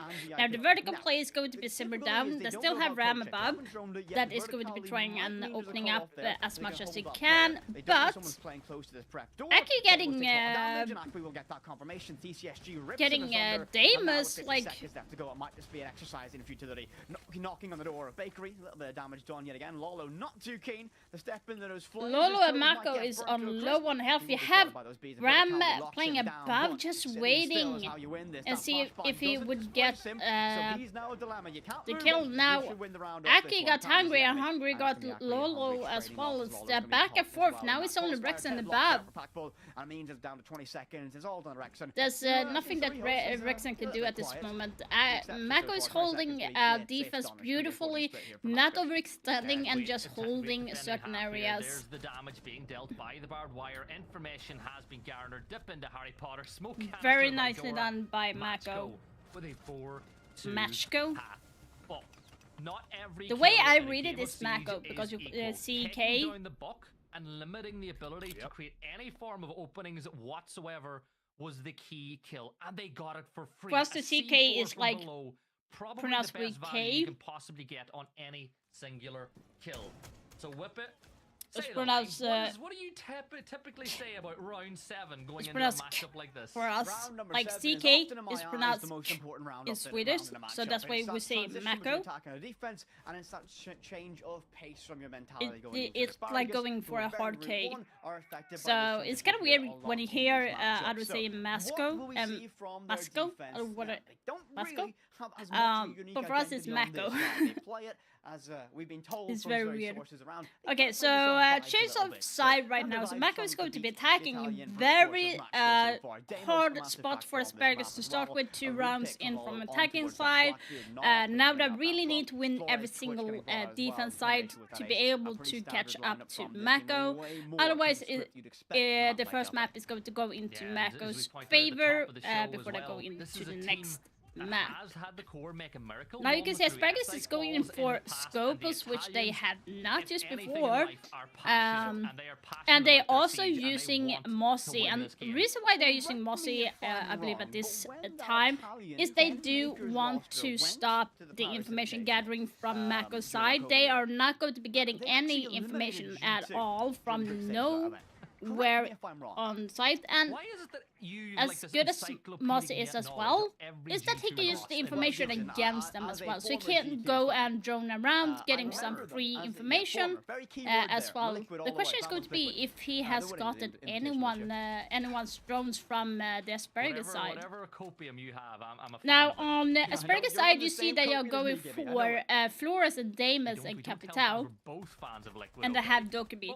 So Damus and Dokkaebi is for the roaming potential that they are going to be getting against, and Flores is just for clearing out the mirror window and possible Asami as well, and maybe getting Scopus off the hands as well, so she can't change back. Those little bars, those cocktail bars, to make sure that defenders can't hide behind them, to make these fights a little bit more winnable, to make the defenders' positioning that little bit more predictable as we get further into the round.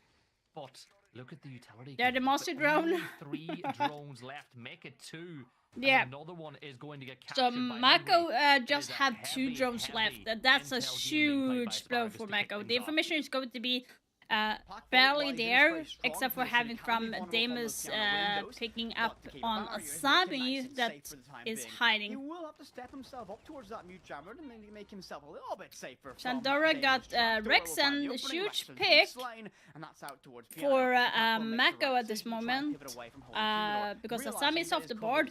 Now it's getting refrag to T3. Now the Capitao is gone. They have no smoke or fireballs left to use. We should go with the force Mako to try to engage in a 1v1 fight, which is going to be very hard for Mako to do, since you have Asparagus holding very well. But there is not enough time left either. It's 35 seconds left on board, and they have not even begun to go in and plant or secure the area. Now, Aki got killed for some reason on white stairs. I don't think they were ready for that. And yeah, Asparagus taking the first round in defense. Beautifully done by them. It's a start for Asparagus. Good start for them. One round away from parity. So, I'm gonna say something that might be controversial here, Gibby. Okay. After that round, I think Matchko have banked very, very much on their defense being very strong. That looked very disjointed. Look at the beautiful Asami.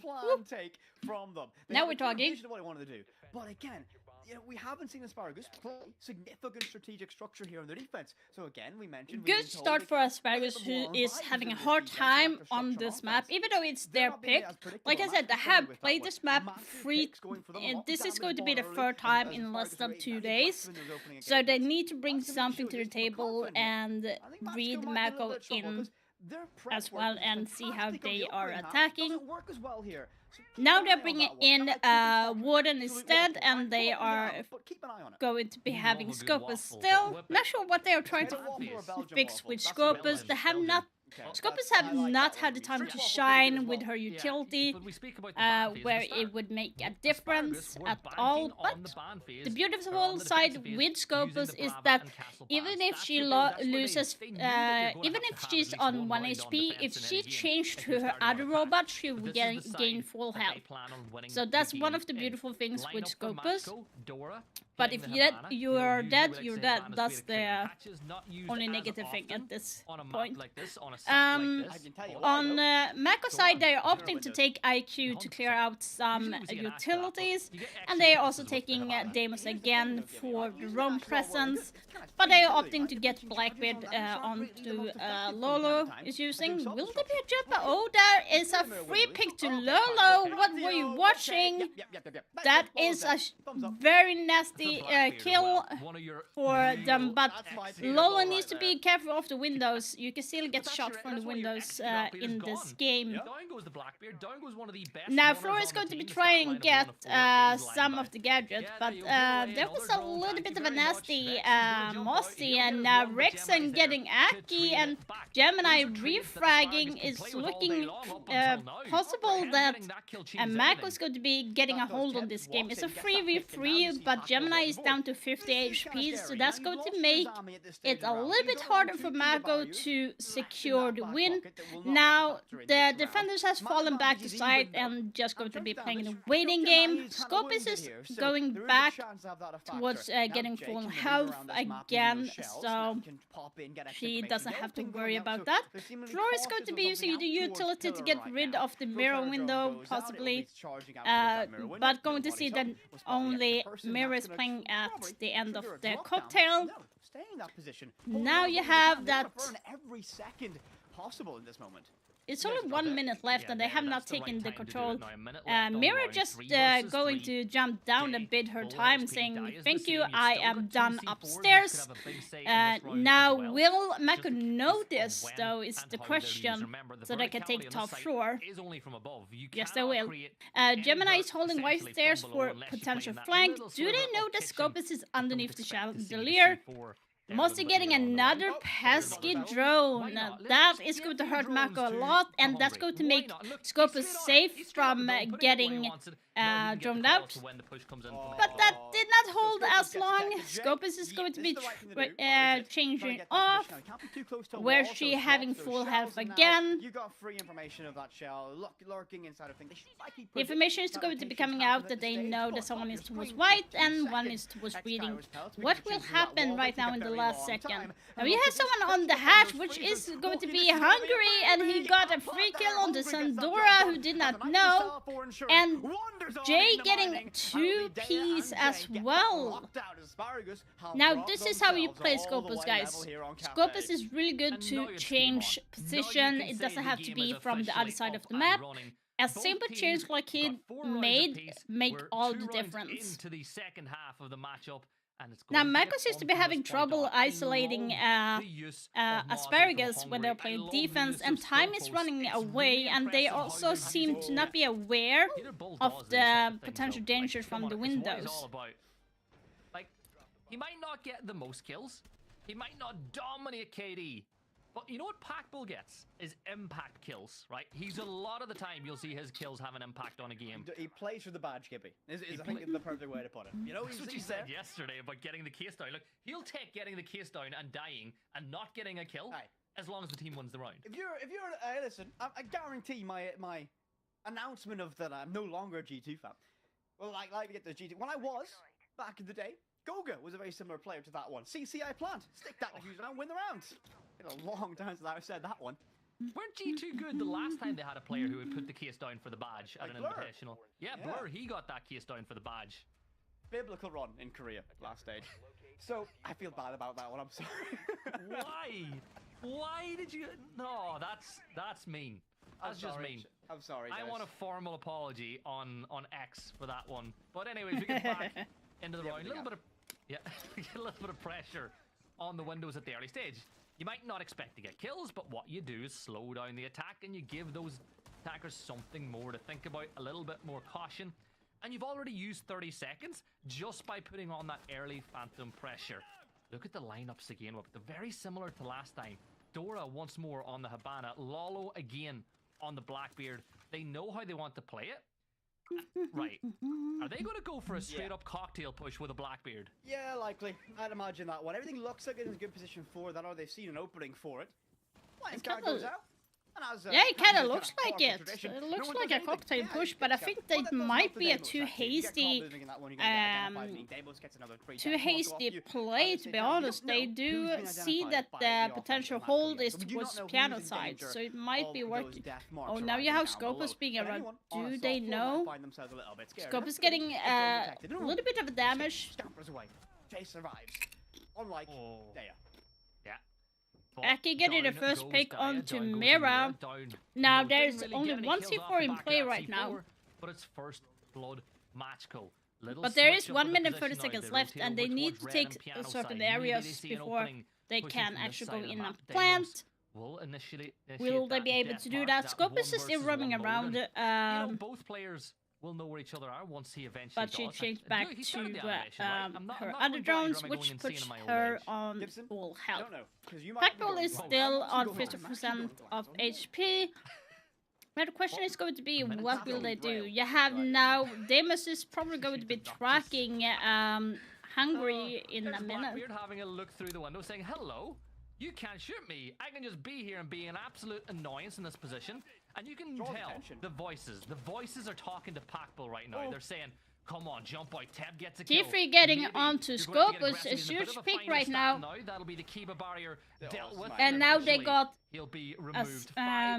Mute off the board as well. It's a 5v2 right now. Asami is still in Hungary is still in Cigar holding, and he is trying to hold as long as possible. Big question. Where has Habana positioned herself? Because if there's a Demus is now tracking Rexon giving a call.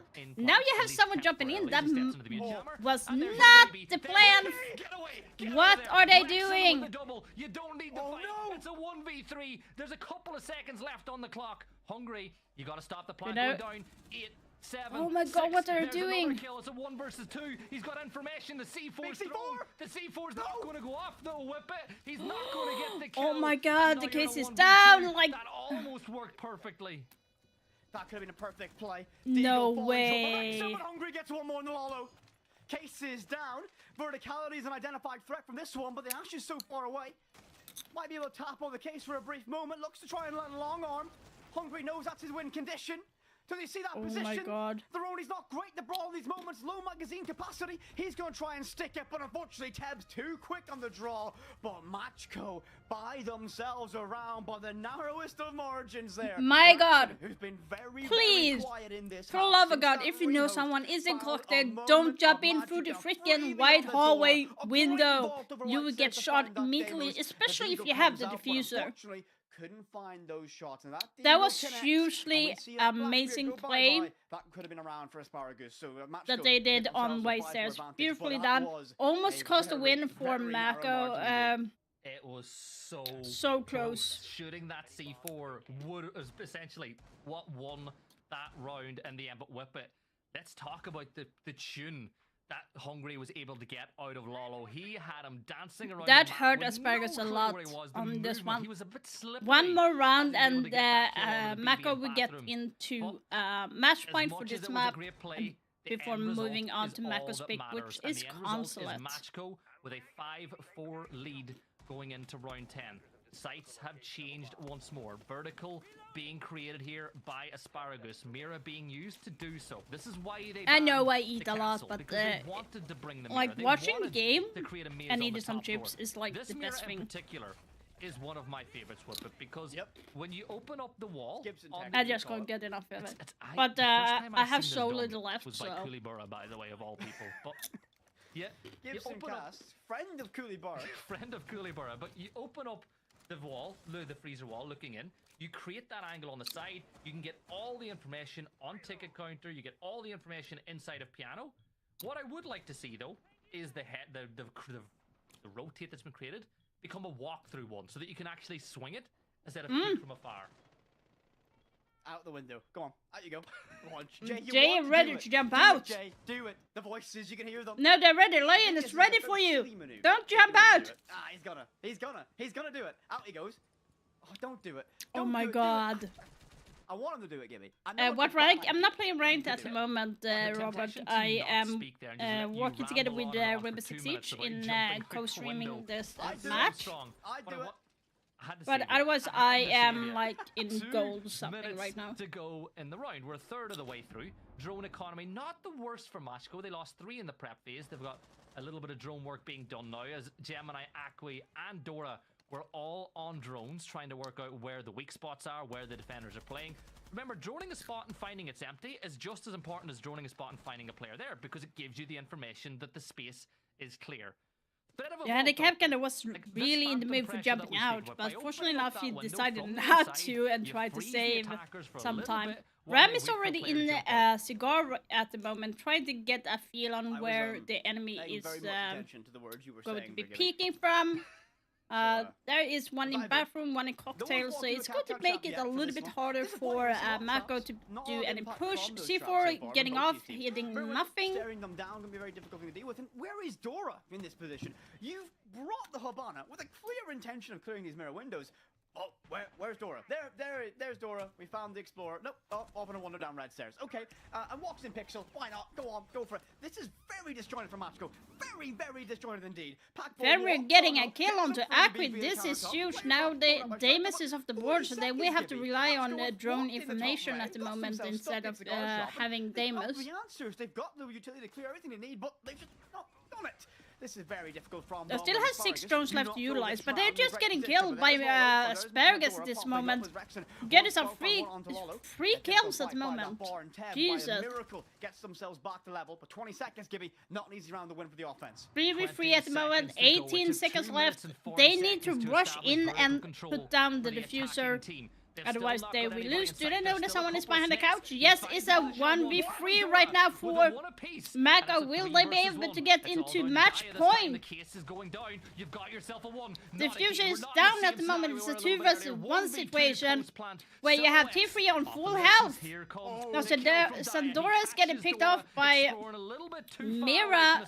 Do they know the C4 is coming? He's in the corner. And T3 gets the last kill. To go for the swing and whip it.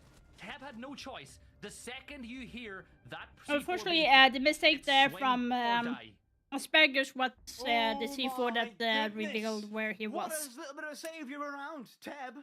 That was a little bit too close for Mako at this moment. Very close. That round should have been won by Asparagus. Let's not sugarcoat this at all. Matchco get themselves into top red, into cigar shop, and they're staring down a mirror window. They have utility. Asparagus should have won that, but they overextended their peak. But Asparagus were in great position to capitalize upon that. When they needed someone to step up, Tab and Dora were able to find massive picks to bring themselves back to that level playing field, and they just decided to dive in this site. That is a lot of bravery from this team, a lot of heart from the battle back against that, and rewarded with map point here on Cafe. 6 for the scoreline. 1 round away from winning map 1 in the best of 3 to get that matchup against G2 to qualify for SI. Who says there's not a lot on the line here? This could essentially be these teams' last games. No, I don't have anything sweet to eat anymore. Rumble next week, but the last chance to qualify I'm so glad for it's Tier 1 gone international event. You know, it's the last event of the calendar year. Well, not calendar year. The biggest siege year. Well, it was actually the first event, technically speaking. Do you class SI as the season opener or the season? If you're watching anything like, let's say, if you're watching some sports, or if you're watching Rainbow Six Siege, what do you usually have when you are eating? Or are you a type of person that doesn't like eating while watching these type of thing? 2 minutes and 30 seconds to go. Wow, whip it. That was cold. Whip it. Looking at the lineups, vertical control will need to be garnered. That's why you've got Dora. That's why you're bringing. Now, Mako's bringing something different right now. They're bringing Fuse, which we have not seen one. We have seen it once during this weekend's tournament. Will they be able to clear out the utilities? I actually am very impressed by Matchco's when using Fuse. Likewise. I mean, again, drone economy, a massive factor we always like to harp on about a little bit, Gibby. It's very important for these teams to be able to control the kind of economy of that and be able to see what things are going on. Matchco has done an exceptional job so far. Maybe not highlighted as much as we should have so far.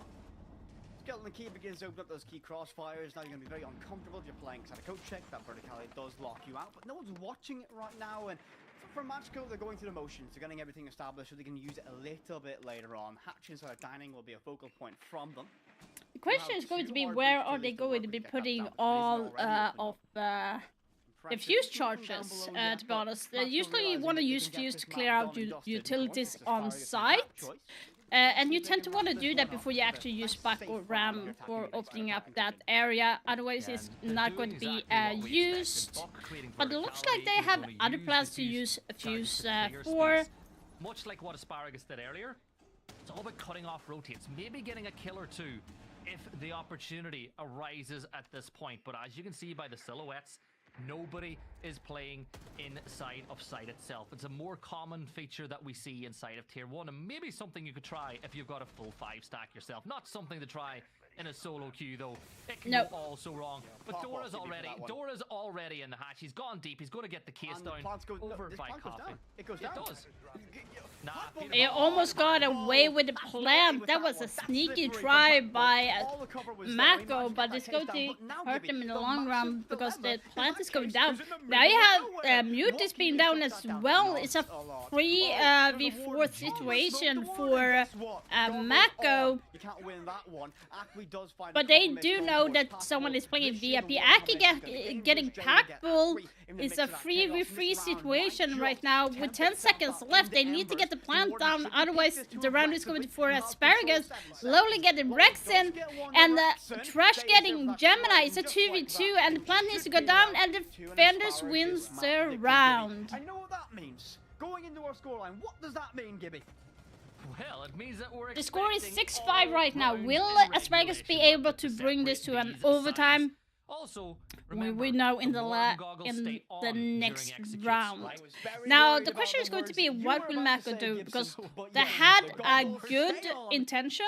Mako is calling timeout, so we have to see if that is going to make any difference. Hybrid timeout.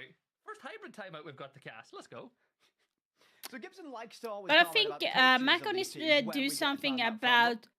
Like a little, time-wise. of course, The if you're last an round ITV was fan, of course, actually of course, on if time. you're They a Kenny did timeout, use they're pretty back good. open up. Like They the used last fuse. timeout, If pretty anything, fun if as they well. wanted to Twister get timeouts the are control great. from You use above, them they early should in the have game used to rams that get things because going. it makes That's the a good, work like, going a ego little timeout bit as well. I faster. can't remember if it was Complement Pollard or that Kenny, but with they said Pollard. Buck, It was for a- example. Said I if know they're- that if they they're want to 6-0 use if you're fuse. I 6-0 still did you not use the see timeout. any You might as well use it. use No for using point. fuse in No point hanging on to in it. that round. Tremendous use of that timeout from us there. An Since awful you lot had about this, everyone but from for Asparagus Matchco, they playing call this timeout outside going of into it. the This is a very important one for site, them. so Fuse Their did not priority clear out going into this anything matchup except when for they have maybe map bans go the way mute they want. jammers. I mentioned that I think they won the map ban. They need to win this map choice. To have So Asparagus now lose Mac their is map up pick where they to have been pick pretty dominant on this map for would be a massive blow just Damus to on moving Lion around to phase of the best of three. counteract the roamer Matchco possibility have to lock into and this get one. You've some got to constantly information expect where Matchco they in their own might map be choice and then hiding. going on a Twitch, border. That I'm could guessing be a going to coin be toss of taking whatever out team gets it. You don't the want Fenrir to and the play as many mirror maps as window best that of three. You has don't been want to play seen a maps. lot. G2 heading on the ground five slot for They you. are not opting to use IQ Mako because they know that there is well, need to win this. It's a map pick Valk on board as well, but they still feel like opting off. Lola opting off line to Blackbeard. Could this be a potential rush into sight? Now they're taking Capital instead. Really useful in slowing down attacks and getting up free kills when the attackers step into them. All in all, my question is, are they going to be doing I didn't want to bring it up. Will they do a plant in fireplace from the window, jumping in and plant there? Granted, they don't have Ying at this moment, so. That core philosophy, they still want to play aggressive, still want to be in your face, and that's kind of Asparagus down to the T so far. Let's go, very important round from them going into this one. Like very interesting Asami hold, actually, to be honest. When you think about this, they is likely going to play behind one of those two deployed mirror windows. Now you have when you're, T3 and you have also Ash trying to figure out how they are going to get Rexon off the stage in piano. He's going to be the annoying side for Mako since they need to clear out piano side before they can move down. And there is still a mirror on board as well. Damus is tracking right now Rexon, who actually safely moved away from piano into a safer position. Forfeit the position. You've still got the mirror window that can hold a little bit of piano to make. Right now, Maka is giving away the piano for Mako, but still they need to clear out even further for the top floor before they can go down and plant safely. It's 1 minute and 20 seconds left. Mako is doing amazingly by biding time from Asparagus. It's going to be a little bit too close. Down that Azami position. And again, from Asparagus, I'm liking this from their structure. They still have pressure upstairs. It's going to be too close for Mako to win this round, actually. It's 1 minute left. They just barely got to the second floor. The information is coming that someone is going to be pushing towards white. 50 seconds left, so they need to be rushing in. Do they know? Belusi getting down by Lolo, and there's another one on white stairs. He's getting burned off a little bit. Rexon just falling back to the bottom of white. Laundry hatch is being watched like a hawk from Deimos upstairs below, or upstairs as well. And this is now where you begin to feel Asparagus have a lot of pressure riding on their shoulders. They have information. It's a 4v5 at the moment, but there's 20 seconds left on the clock. Mako needs to go and plant at this moment. They have no time to be opening up around the area. Packville getting Aki is a 4v4 right now with 12 seconds left.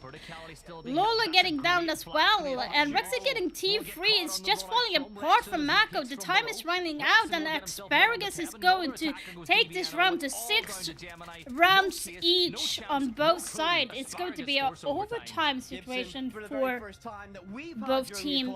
The timeout from Mako did not seem to help at all. If anything, the time just seemed to be running out. They did not seem to know where they wanted to go.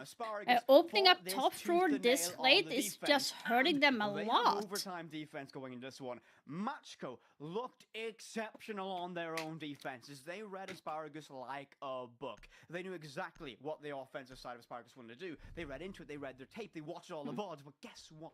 They have now lost that advantage, and on the defensive overtime, Asparagus have that advantage. They've been much more proficient here going into it, and they will opt to go reading and dining for the very first round of overtime. Of course, we are not playing with infinite overtime, so it is going to be a 3-round shootout to see your victors of this opening map of this best of 3 could be, but no better way to get cracking into our first cast today for to go all 12 rounds, or go into the 13, 14, 15 range.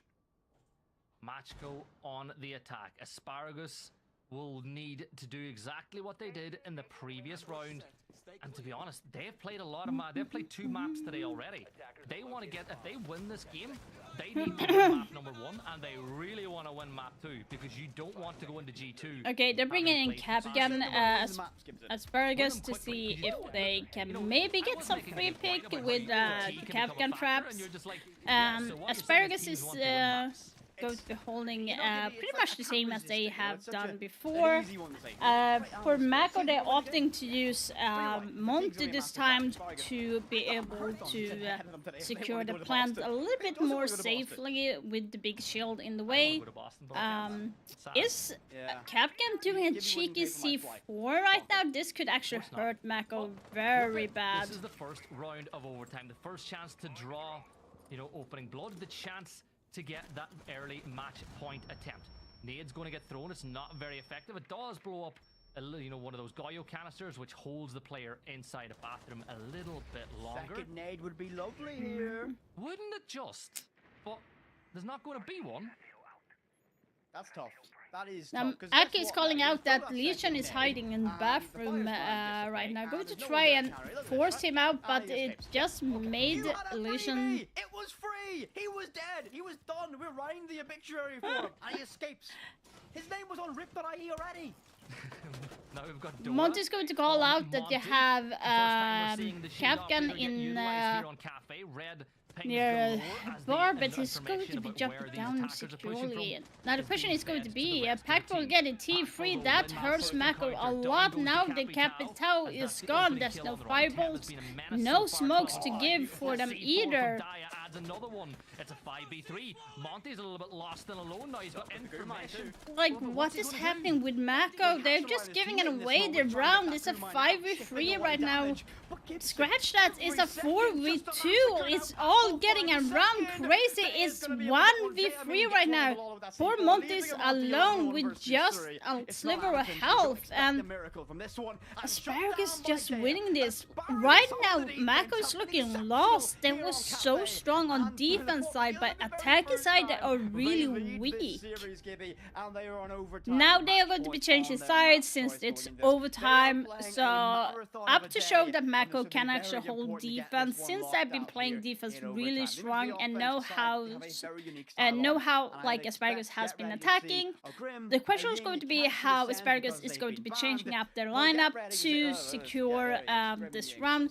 This is still winnable for Mako, but Asparagus is in a good position. They just need to win this round to end this map, and this map is actually Asparagus' pick. It's going to be really close. Let's not forget Ash there as well. But their Achilles heel on these but right now on the attacker side, for Asparagus, they're bringing Nomad and Ying this time. So I'm guessing they're going to try and limit Mako for their movement. Yet again, you have on Mako's side, I have 4 C4s in place. And that's going to be extra important for Mako to secure some kills with the C4s. I'm guessing that's what they are after, since they are playing similarly that they have done earlier. Aki getting a little bit of a damage. Don't talk about it. Oh, no. That's... How has that happened? No. Nah, we're not talking about it. No, right. Chat. What happened there for Valkyrie? Yeah. That's interesting. Right, Something nothing did. happened. Anyways, whip it. Kinda looks like Valkyrie got a little bit of a damage issue. Okay, so they opted to take off Nomad to use IQ because why? On defense, Mako have been using Valkyrie and Pulse for every single round on defense. So if Asparagus is going to have any form of chance to contract for Mako, they need to bring the IQ to clear out some utilities. This opens up that execute opportunity through that door a little bit more.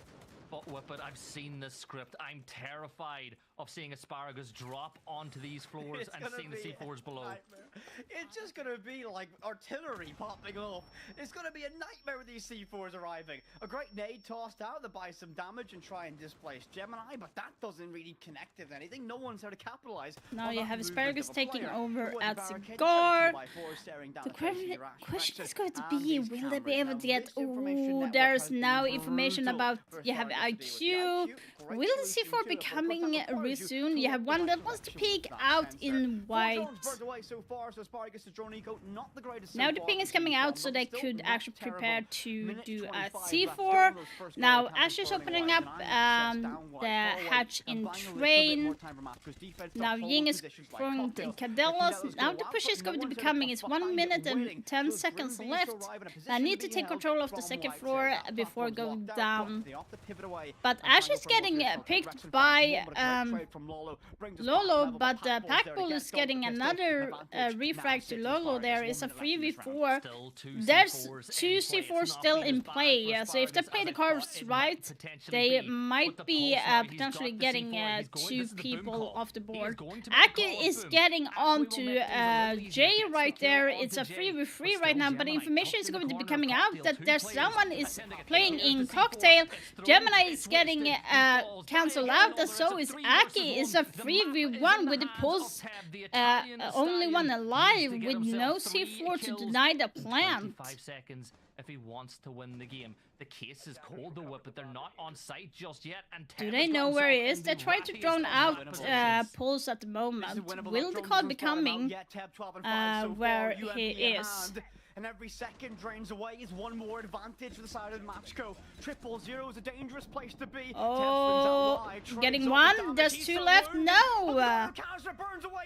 Asparagus winning the last round, winning the map, but that was too close for comfort for Asparagus.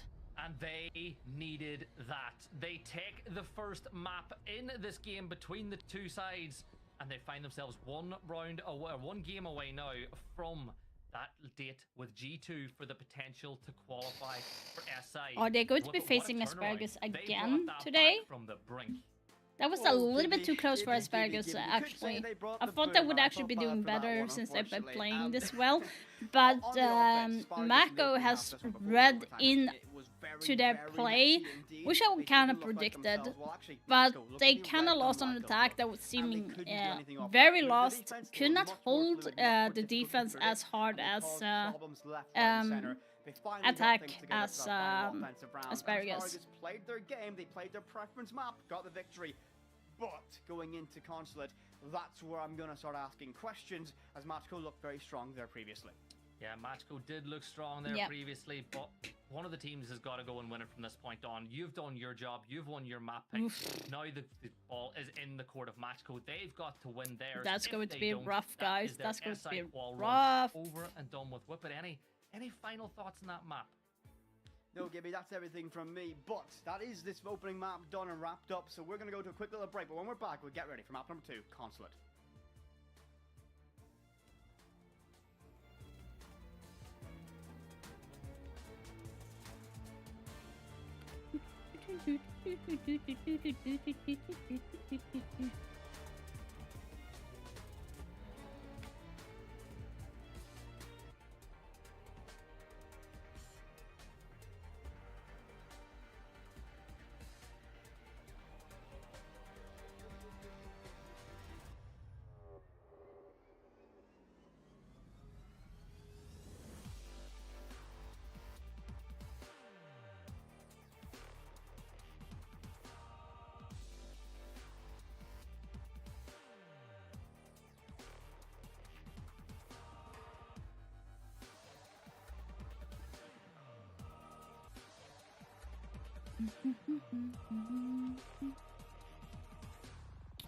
That's very interesting.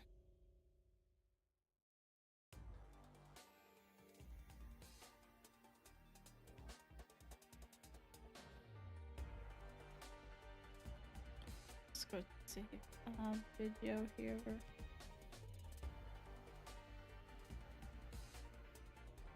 There.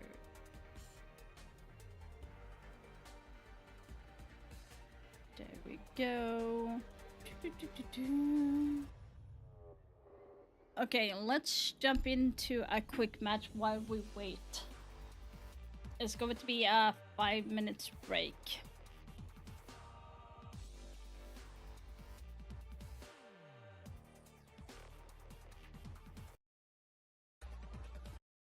This that on. Hello RB, how you doing? So we are just having a small break between the games. It's a 5-minute break for the next match. It's between the match is between Asparagus and Mako. So Asparagus is in the lead with 1 map right now, with 1 cafe, and the next map is going to be Consulate. So it's going to be very interesting to see. I'm doing good. I'm doing good. Still feeling a little bit sick, but definitely going to get better by time. So right now we're just going to be playing around a little bit while we wait. Huh? Yeah, sure. Why not go Draco? Friendly drone deployed. Op 4 is reinforcing its location.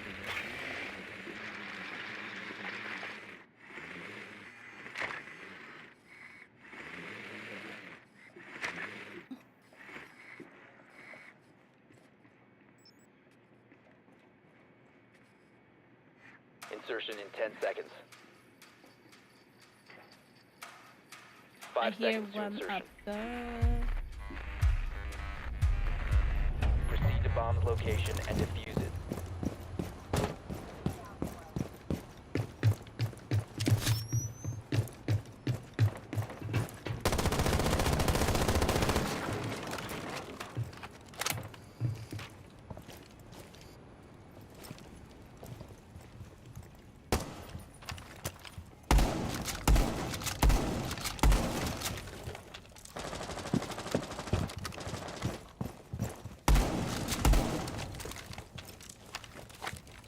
Whoopsie.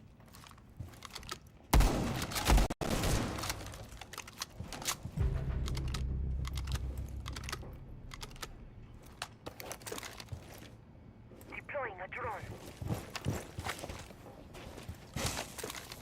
Wait.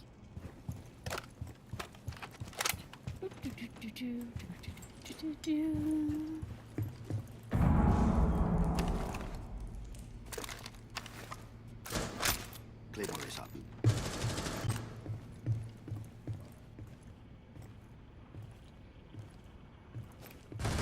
I'm just going to do this. Changing mags.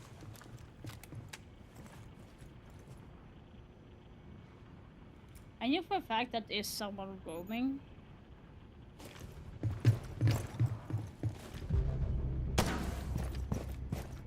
Oh, no. I'm not seeing it. Hurry! Nice!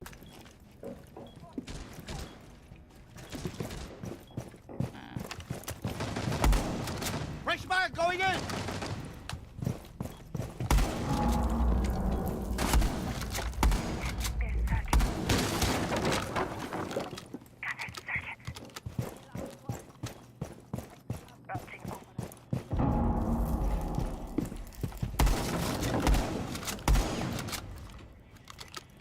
One connector, 1B. Changing mag! Are you kidding me? Can't I open Diffuser that is shit? no longer in your possession. Diffuser is now secured.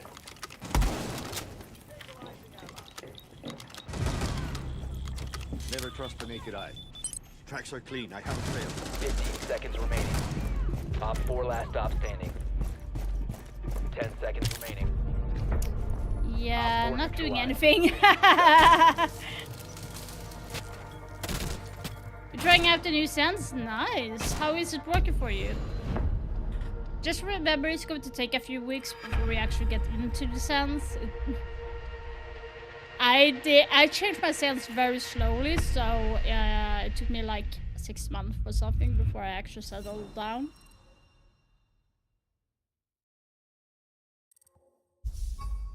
But I'm being a little bit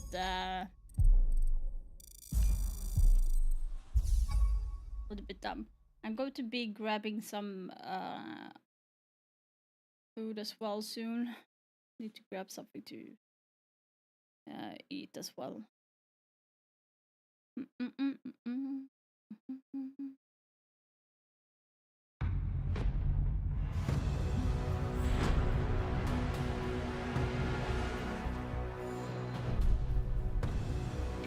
found a bomb. Make your way to its location and defuse it.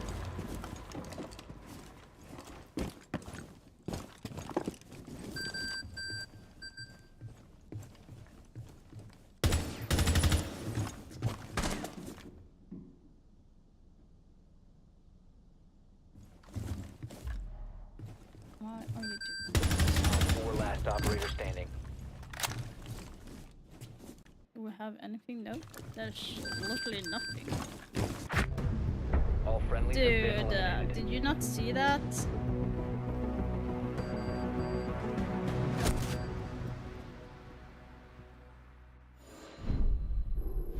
I'm literally getting maps that I don't play.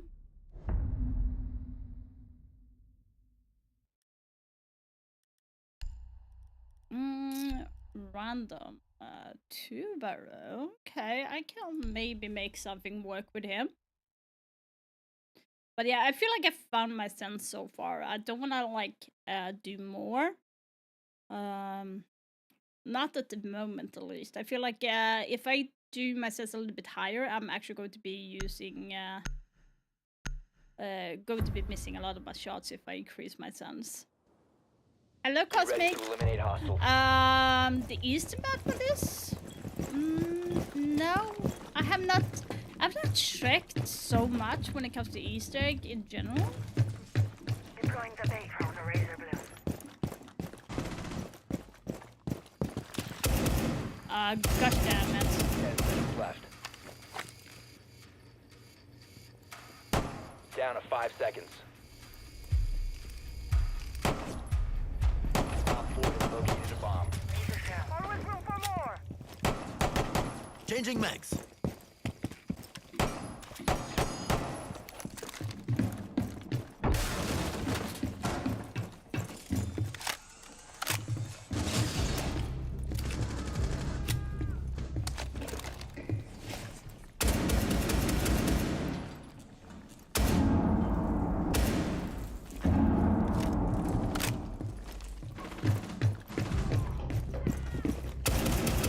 Swapping mags. Freeze in effect. Op 4, last stop standing. Lol. You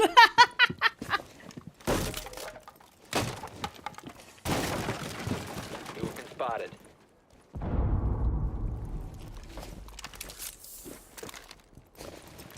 Zoto in position. Where is?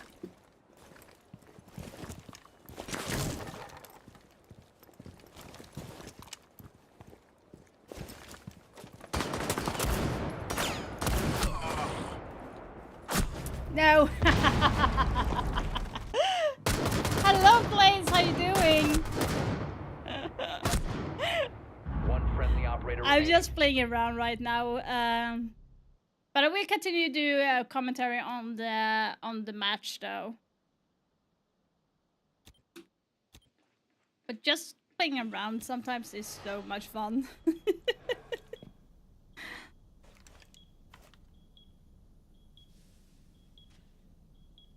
I'm doing good. I think that I've gotten a little bit of a cold right now.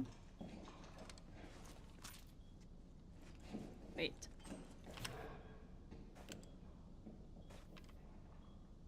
Nah, is it going to be?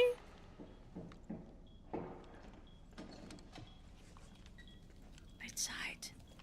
Around the corner, around the corner. Ah, you know. Oh my god. Oh, Jesus Christ.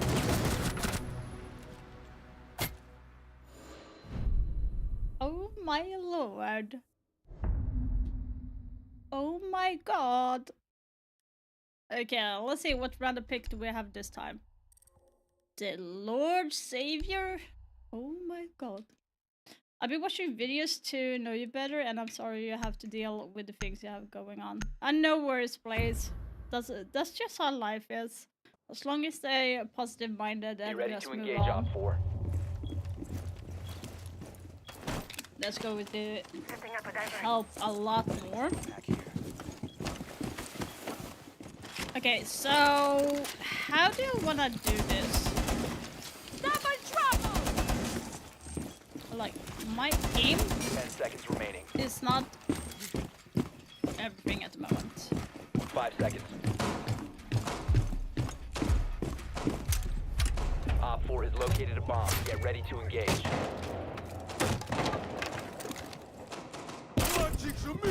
Oh my god.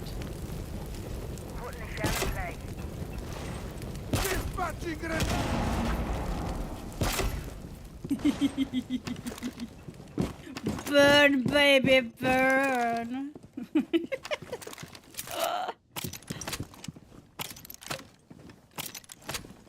Yeah, I know.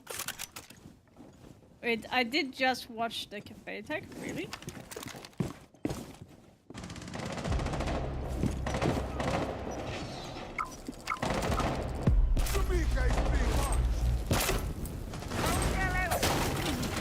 Ow, I'm burning myself. Are you kidding me? Firing grenade!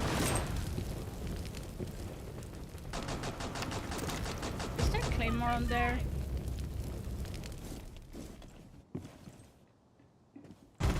Op 4, last operator standing. Yes. By No! hostiles, fall back.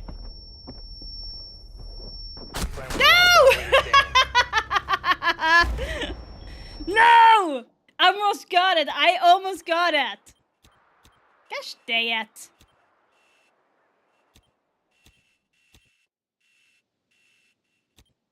Where did that chicken shit go? Op 4 is defusing a bomb. You need to disable their diffuser. You're playing against someone called Dad6969. Okay, that's quite interesting. Ow. Pokeball.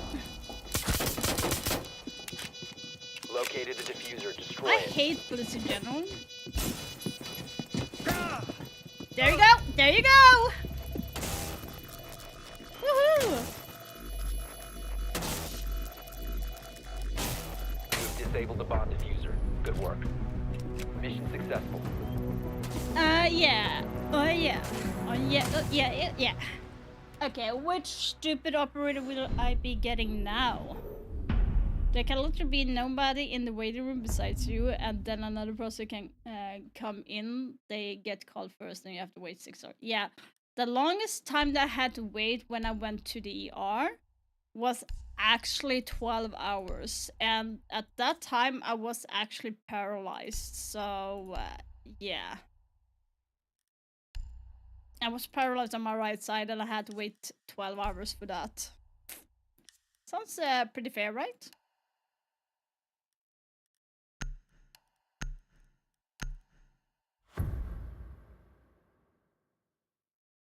Gridlock tag. Gridlock LMG. Ah, okay. But yeah, so like I did got when I went to the ER, I had my right side of my face paralyzed, and during that time I was not allowed to eat anything as well. So I was sitting and waiting for 12 hours without having anything to drink or eat. So yeah, that was like not the best moment. And then I was released 3 days later, and during that time I said like my arm and leg is not working now, and it was like, no, that it doesn't connect to each other with the face paralyzation and stuff. so they are pretty much special. Reloading ammo.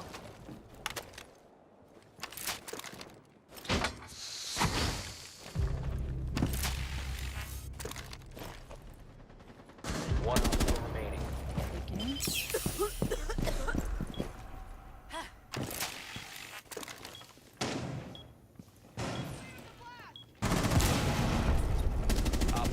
I did not even have time to use.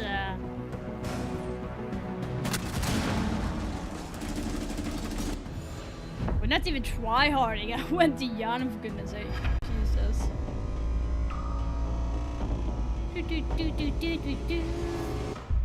But yeah, so it's kind of annoying where I live. The waiting hours in the ER is actually too crazy. Healthcare in Sweden is actually kind of getting a little bit bad, to be honest. But we still have free healthcare in general, so that is a good thing. But the waiting hours is like dog shit, to be honest. So that's one of the things. I would just put these guys back on. And I'm just going to be grabbing myself a dinner quickly, so we'll be back in 2 minutes or something. So please listen to them. They know what they are talking about. One of the things that teams like to force time and time again is, especially on the top floor attacks, is that default window plant where you get someone putting pressure on yellow stairs, you bring the Ying, you bring, you know, the Sands, which will probably be banned, Grim will be brought. Like, I feel for Matchco, it's very difficult to target ban them in particular, because if you ban Sands, they're going to bring Ying. If you ban Ying, they're going to bring Sands. If they don't even bring that, they'll bring a Dokkaebi. Like, you will see Asparagus bring every single overpowered, annoying, frustrating operator to the fray that they possibly can. So really, Matchco have got to pick their poison, particularly on the attacks. Defensive bans, like Kaid's always a good one to get rid of Milosh on a map like this. Azami again is always useful. If Brava is banned, you're forced into the Maestro ban again. I just don't know where you go, because I feel like Asparagus have got more gadgety plays and trick plays up their sleeve than them. They love to play the classic rule of bring 3 annoying operators, or bring at least 2 annoying operators. You want to bring the stuff that's really, really powerful, right? So you're going to see a Grim, a Ying, a Dokkaebi at length in this team. No matter what you ban away, it's going to be there. I do feel that we're going to see a little bit of targeted bans. I do feel like a Brava Maestro ban is going to be very on the cards for these teams. But seeing how Consulate is very difficult at clearing map control, Matchco might want to go for a more default set of bans where they want to get rid of stuff that's going to make their life on power position the defense even harder. So this is very difficult for me, and I think the greatest test of this is when we get into the server and see how these teams play. Because now you might have the best laid plans in terms of your bans, and you can control your bans at this stage, but your strats all go out the window if you see something unexpected from a side like Asparagus. And while it's just one team that can throw you a wild card, it is this side. They might go and do something from the depths of Hungry strat book, and trust me, that is a very unique place. He's cooking, he's in the kitchen with what he's gotten cooked up for these teams. Yeah, that strat book has seen a lot. I mean, people would only think, oh, it's just Ying and that's it. There's way more to it than you might think. These people with that in their mind, they're probably stuck still in 2018 and early 2019 of how things were. No longer the case in any way, shape, or form. But hey, you know what? It's no longer the case. Us yapping, because we're ready to go. Asparagus and Matchco Esports take on one another here in Consulate. Will it just be Asparagus to the final to face G2O? Matchco strike back to take us to map 3. Gibby Whippet, take it away. Thank you, Milosh. And the Siege Yaponomics podcast can end, and the SI quals can resume. Whippet, the ban phase. I feel like on this game, it's got more impact than any game that we've casted so far in this year, and Blackbeard is going to be the first one removed. You know what? This actually makes a lot of sense to me. You think about how restricted this map is. It's going to be very claustrophobic. A Blackbeard can charge it and take map control for relative ease. Whoa, wait a minute. Asparagus have just banned Sens. Hungry, are you okay? This is great. You're in Matchco's mental now, what? right? And now they banned Maestro. Okay, right, chat. If you're just joining us now, Sens and Maestro have been mainstays of Asparagus this entire qualifier. They have been one of the only teams in Europe that are going to play that Maestro, and they've banded away themselves. Right. I don't even know Capcan's Okay, being used as well. yep. Capcan banned away. So what I like to call this is a tournament set of bans. This is no longer like a, you think about a league format, right? You're going to have a whole week to prepare for your league game, you're going to have your bans ready, and you're going to have a very simple structure. These teams have been playing these qualifiers over a series of weeks, and this weekend has been very intense action. They've seen a lot of tape, a lot of strategy, and a lot of operator selections. Now with the business I'm here in the back. Final, you may as well Woo. start banning away stuff. Yeah, you the don't bans wanna are deal with crazy. I because heard you know it. who are gonna bring it. We saw a Like lot of the Asparagus banning like Maestro and Sans, so they literally do center around that gameplay. In the last game, apart from Capcan is getting off, so they don't have to worry about that from Mako, which kinda is understandable. Blackberry is also getting off the board because it was kinda a little bit of annoyance for them as well. By the way, this is my dinner as well, so execute with 10 to 20 it's a seconds protein left on the clock shake. several times. Let's get rid of Capcan so we can only focus on the gunfights. I think that's a very It's clever still pretty ban. good. It tastes I think like it's a ban strawberry that, milkshake. you know, is very preventative of the issues they might encounter a little bit later on. Well, all of the, as you would kind of say, the OP operators. It's going to be interesting to see how it's going to work. You can bring the Azami. Mira's available. So all in all, this is set up to be a very...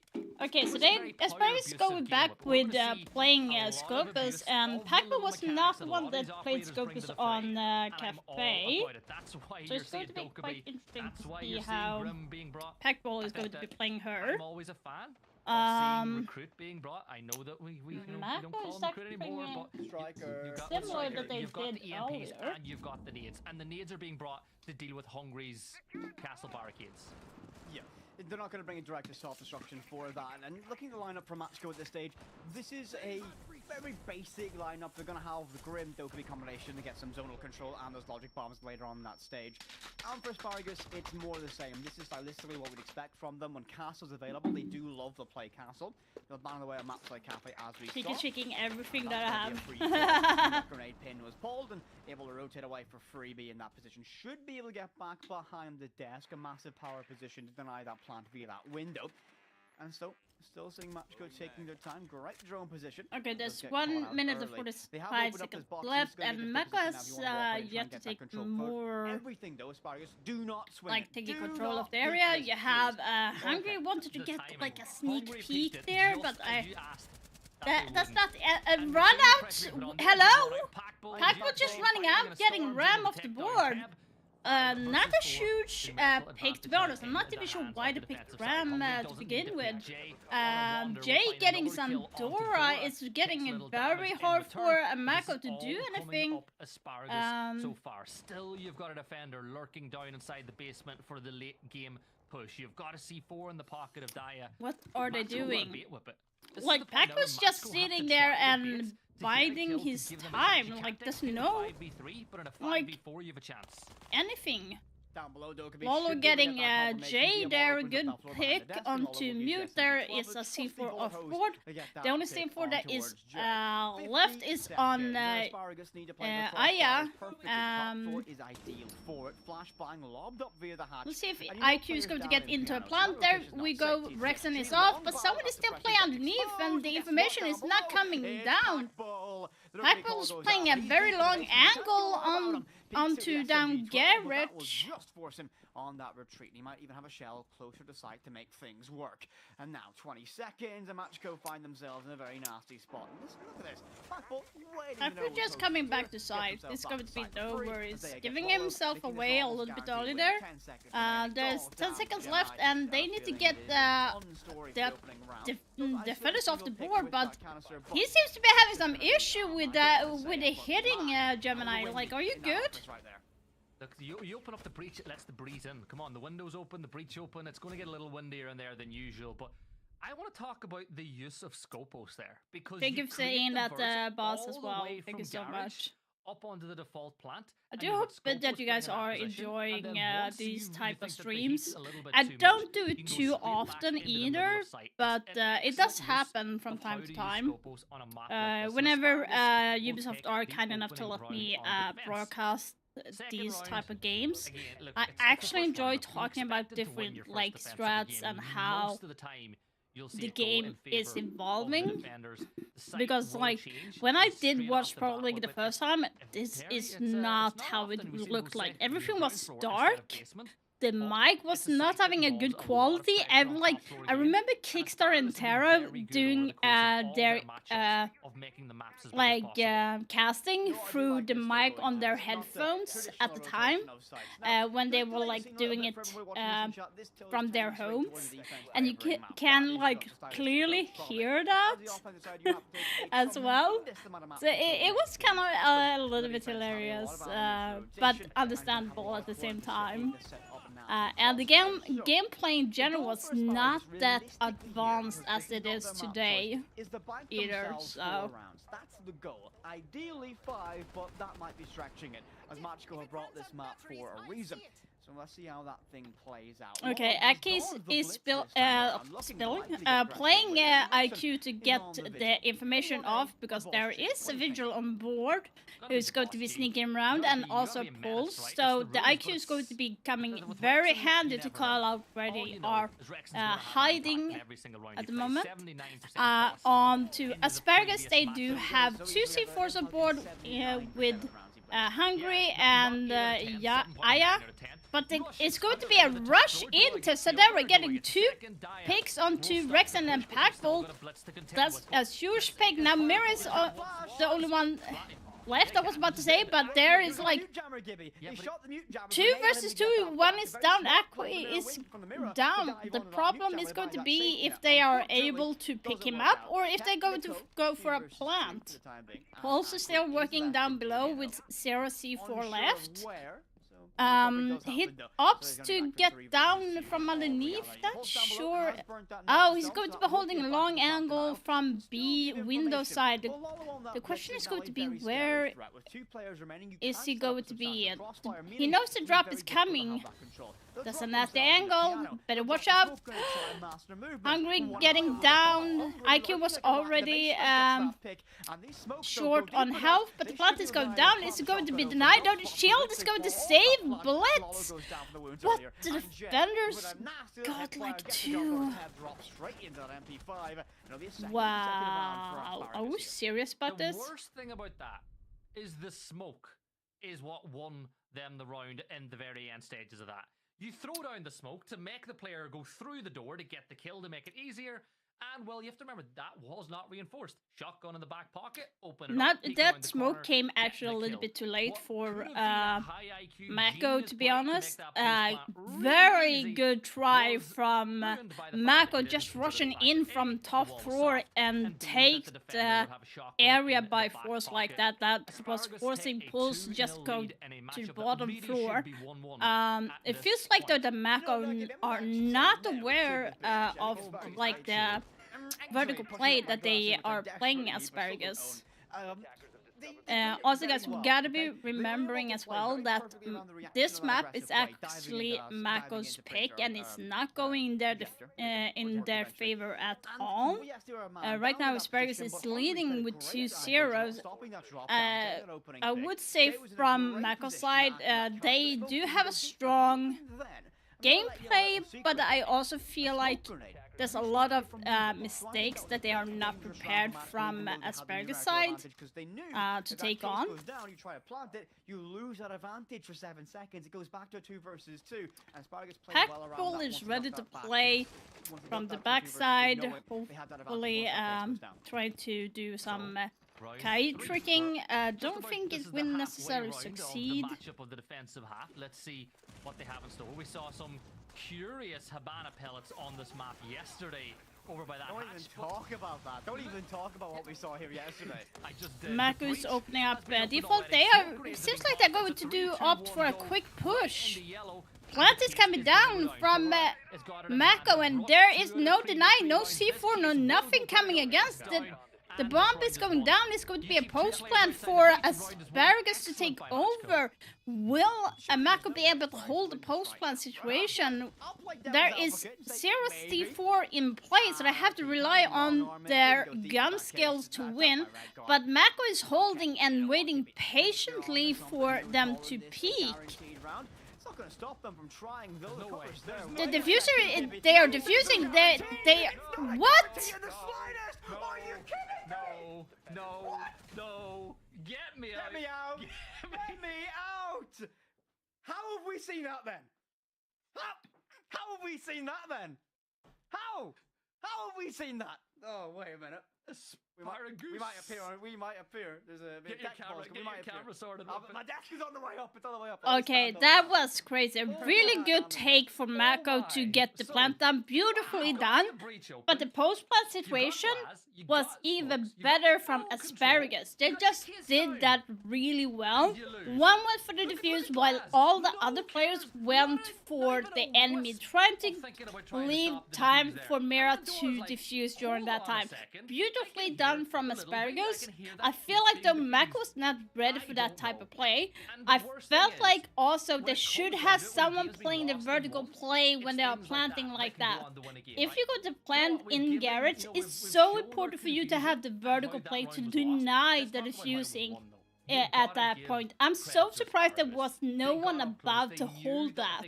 If they actually had someone to play that vertical play, Asparagus would not have won that round at all. They did do an excellent job with that retake. That was a retake. That is a very, very rare one. You got a consulate basement retakes are notoriously difficult when you get that case down. Shouldn't let that case go down in the first place, but it happened.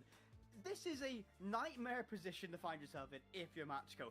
A round that should be a guaranteed win. It goes the complete disaster class for it, but to really dive on what you said, Asparagus played that perfectly. When this match is done, by the way, guys, it's going to be the next game is going to be starting after that. So 2 or 3 taps. They had that buffer zone of a window and they had control. No one from bottom yellow let's see here. To flood it. So yeah, so it's going to be, it's said to be 7 p.m. but it depends on if Mako wins this match. If not, it's going to be started 30 minutes after this game. So the Blitz didn't dive in, was smoked off by his own team, so couldn't get that information, giving just the smallest, most minute factor of time to enable. Like, this is crazy, guys. It's so crazy. The cover had to be perfect. Asparagus. So beautiful done by Mako. Applause to that. They should not be getting away with it though, but they caught Asparagus with the pants down, got the plant in.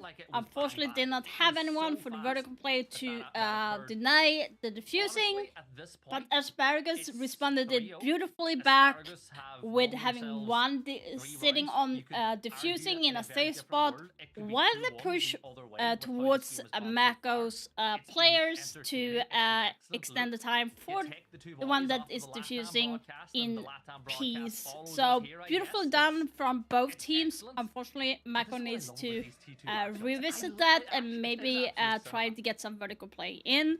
How this matchup is going as now, I actually expected Mako to have a little bit more wins into this match. I have not gotten a single win yet. But we gotta remember that Consulate is very notorious for being a defensive map. So it is up to Mako to at least get 2 wins in on the attacking side. Otherwise, it's going to be super hard for them to be able to win this match. And this map is going to be win or go. Win or go. It's going to be like win this map, go into the next one, lose, then you are kicked out of the tournament. So it's going to be crazy. By the way, the 6th Invitational, guys, is going to be starting on February 3rd, and that's going to be the playoffs that is going to be happening. The finals for 6th Invitational is going to be on February 14th, stretching up to the grand final that is on the 16th, and that is on Sunday. So it's going to be crazy, and this is going to be taking place in Boston. So I'm kind of concerned how it's going to be when it comes to streaming, because the US time is actually more brutal than it is for Swedish time. So we have to see how that works. But I can also give you information, guys, about what the game was for the American side, because they also played yesterday. So yesterday, Wildcard won against Team Cruelty with 2-0. And they actually played the map Cafe, which Wildcard won with 7-3. And they also played Bank, where Wildcard won with 7-0. Cruelty had nothing to give for Wildcard, and Wildcard has been a good team that has come far as well. And on Oxygen versus Loyalty is Scars. So Oxygen lost the first map to 7-5, which was Chalet. Kind of surprised there. Did not expect Oxygen to lose that. But then on the next map, second map, which was Cafe, Oxygen won against them with 7-4. And then on the third map, which was Border, and that was a nail-biter of a match, and it went out to 8-7 for Oxygen, who actually got through to the finals. They are going to be playing against each other. Wildcard and Oxygen is going to be playing against each other. 11 p.m. CT is the match going to be starting today for Oxygen. And Cruelty and Loyalty did face each other 5 in the morning. And Cruelty actually won that against Loyalty, which is kind of surprising, actually, because I had a really rough start against Wildcard. But it went to Loyalty won the first map pick, which was Night Heaven with 7-4, and the second map was Skyscraper, and that went to Cruelty with 7-2, which was a defeating a map, and the third map went to Border, and they actually won with 7-3 on Border, which was really surprising. I did not expect to get that map so easily, since you had Oxygen and Loyalty playing it for 8-7. Now it's going to be very interesting to see if Wildcard is going to be winning against Oxygen, or Oxygen is going to be winning. Based on how the match is looking like, I would say Oxygen is a little bit of an underdog against Wildcard, because Wildcard is playing very well so far during the tournament, has won very easily against Cruelty. Oxygen seems to be having a little bit of an issue winning the matches, but that's going to be shown in the match today at 11 p.m. today.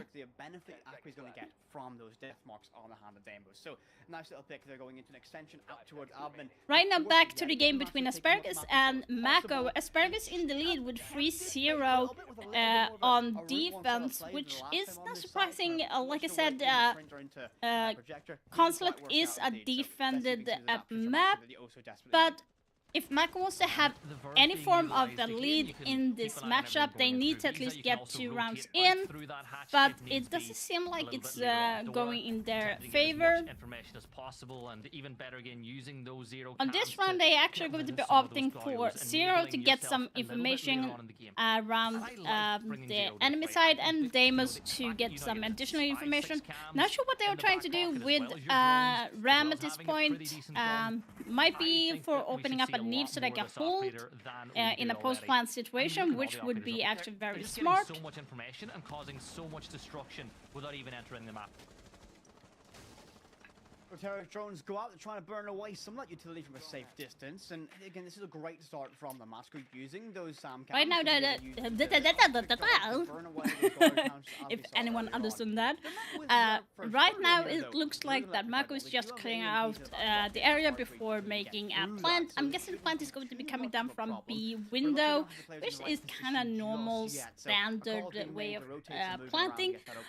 Do believe though that Asparagus are very ready for this. Aki getting a kill onto Packball, but yeah, Aya is getting a refrag right off the bat to T3. So now the Ram is gone, which is not hurting in general. Lolo getting a kill onto Aya. So it's a 4 versus 3 situation. Good pick. Now you don't have any Jaeger, as Sam is off the board as well, so no more. Now Davis is pushing, but Ye is getting a kill onto Davis fairly easy. Not sure what he was thinking there. Davis off the board now, so they will not have any more information except for the bees from Grim. And Grim is not using any of his gadgetry, and Ye is getting Lolo very easily. What is happening is a 3v2 situation where they have very little information on where the enemy is. I don't know it, but I feel like this is not done even in a 3v2, particularly with these two sides. Yeah, I couldn't agree more. C4 ready for from Bandit side across the board. That's going to be hurting. He hears the plant situation. The C4 is going off, and now Angry got Sandura. It's a 2v1 situation. It's not impossible, but it's very hard to be able to get that. The Beast is going to be giving information, but the default cam is saying otherwise, and Jay gets a Gemini in the final 4 consecutive seconds. rounds here on Conflict. There is an I'm not that great in commentary yet, but I do hope so. I do hope that you enjoy this, though. I'm trying so hard to get better at commentary. It's not too hard to go for the 5th. It's not too hard to go for the 6th. I feel like from Mako side, they're doing a lot of over-peaking, a little bit over-aggressing with limited information. They had Grim to utilize the information, but he did not even use his gadgetry until it was a 2v3 situation, which was kind of unnecessarily. They could have used the bees a little bit earlier to deflect and know where the enemy is holding, push them off from certain areas, especially when you are planning to plant in default in B. But it did not actually come up. They looked like they were planting, trying to plant in. No, it was I meant B window. Yeah, I think you read them perfectly with this one, actually, Gibby. Yet again, we're going to see the demos getting brought out. Packball this time, dawning on. So, Fermite is getting off to Ying, and Dukbi is getting Brava, Ace, and Grim right now. So, Brava could actually be really good to get the Melusi gadget off and Mute Jammers, but it's not going to do anything more than that, though. Kind of interesting to see how they are going to be playing that. Information is going to be coming out that they have Melusi. Hoping that they might be able to get to use the bees a little bit to push off the enemy. Taking the top throw without having any. They don't actually have anything for the vertical play. Maybe using Grim's Bayleaf to open up certain areas, but that's all actually. If anything, they should maybe try. You can capture some of those mute jammers. Instead of shooting it off for using the impacts. Windy from Jay. The door's open again. We all know how windy of a map consulate can be. I mean, I'll draw your attention to the top right-hand side of your screen. 5 drones lost from match code. There is there's like 4 drones left. They have 2 drones in the pocket, 3 drones in. Drones is just disappearing. They have only 2 drones left, and Asparagus has like a pulse giving the information now. Like it's very hard for Mako to do anything. Still 5v5, and there is 1 minute and 30 seconds left, and they have yet to take certain areas off to get the plant. Remember, the plant is downstairs on piano. And there's literally nothing. Now the information is going to be coming out from the attacking side that it's clear. Gemini is looking very have a problem. They need to utilize the B right now. Yeah, Melusi going in and Lolo getting the first kill, but they are refragging right after. They are just falling, Mako. It's a 1v3 right now. It's looking very tough for Mako. Dare I say you're not winning this one after what we've seen a little bit earlier. You've got a hold being held. Mako is just going to be losing this. I can confidently say this one's going to be won by Asparagus. Gibson, normally I like to play the devil's advocate and say, oh my god, there might be a massive play here. Unfortunately, this is going to kind of just be stomped out a little bit of the embers. It looks like completely gone out, and Asparagus will likely. It looks like Mako does not know how to take the map. Advantage here on Consulate. Again, the Asterix is getting a little Asparagus is playing this really good, even though it's only one left. They are still trying to get him to waste time. For me right now, Gibby, is look at that drone economy. Ooh, there are that's no nice. drones remaining. Hatbull does die. Doesn't sell the round though, right? This should be a guarantee. Back to my point. The drone economy was shocking for this item. But my boy, that was actually pretty funny. Players just watching for drones and those mute jammers, denying access points and forcing them to fly blind into a round where okay. They, again, so for Mako, they should have maybe opted for an easier attack because there was literally only one holding in main lobby. They had a half wall open. 2 people was above.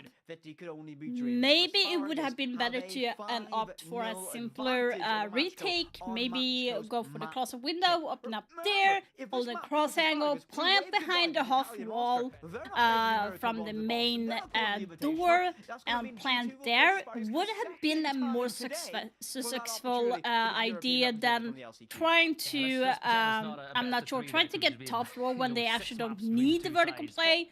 For granted, Asparagus did have vertical play in a way, but it would be simpler, in fact, to go through that method that I said than wasting time above and not even pushing for getting kills in general. So this is going to be the last round for Asparagus to play on defense.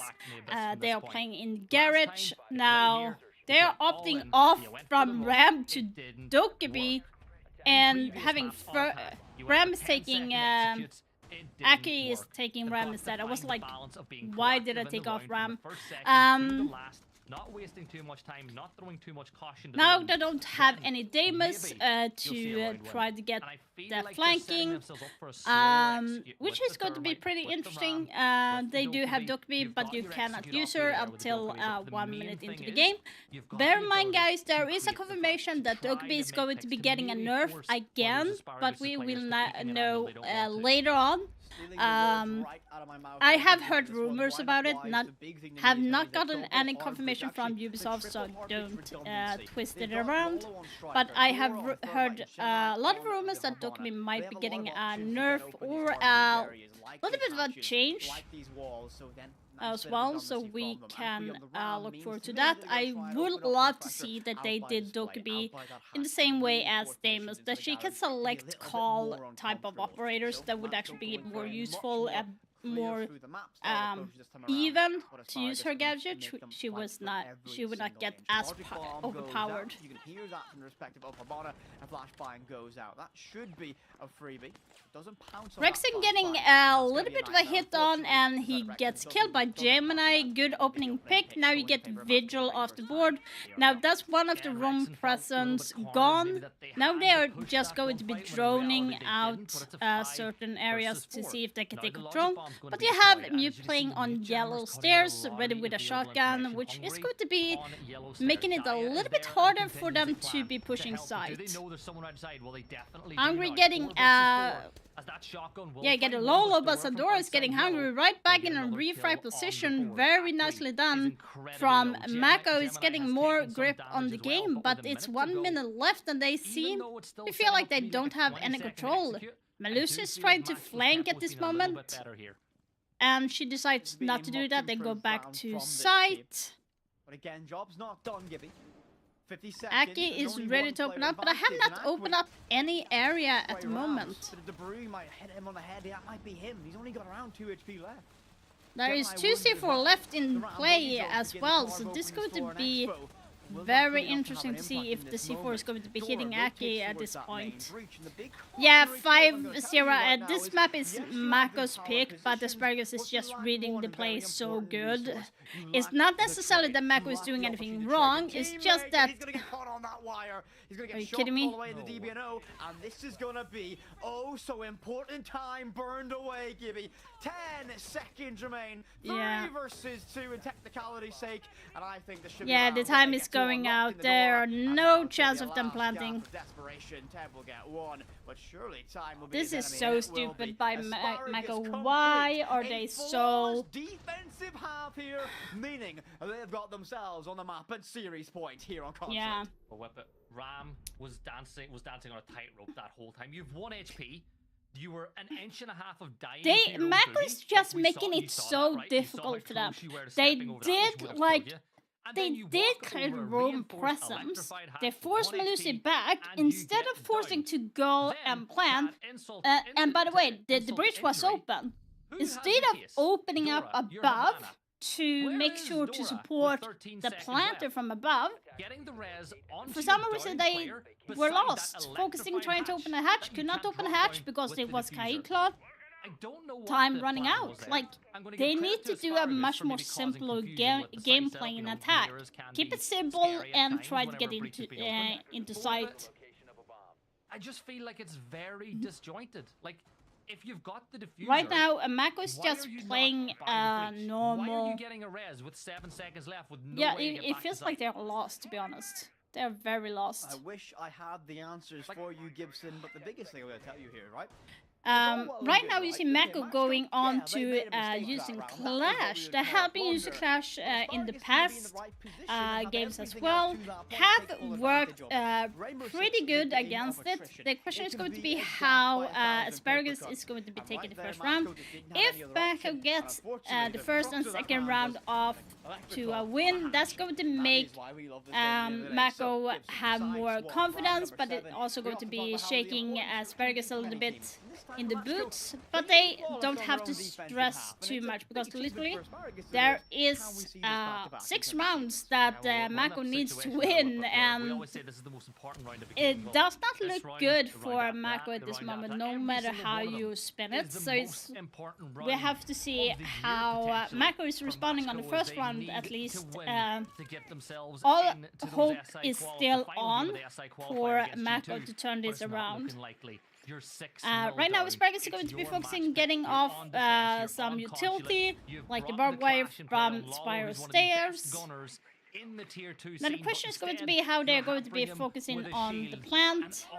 Goyo getting off one utility. The Goyo is still going to be in play. But while all that's going on, Rexon's back on his finger. Packbull will push across the map. He's got the thermite wall open already. I feel like Asparagus. Now, Aya's getting off the side right now. For me, though, is Asparagus but he's going to be saying hi to Clash there at the moment, forcing Clash to back off a little bit to not get hit on.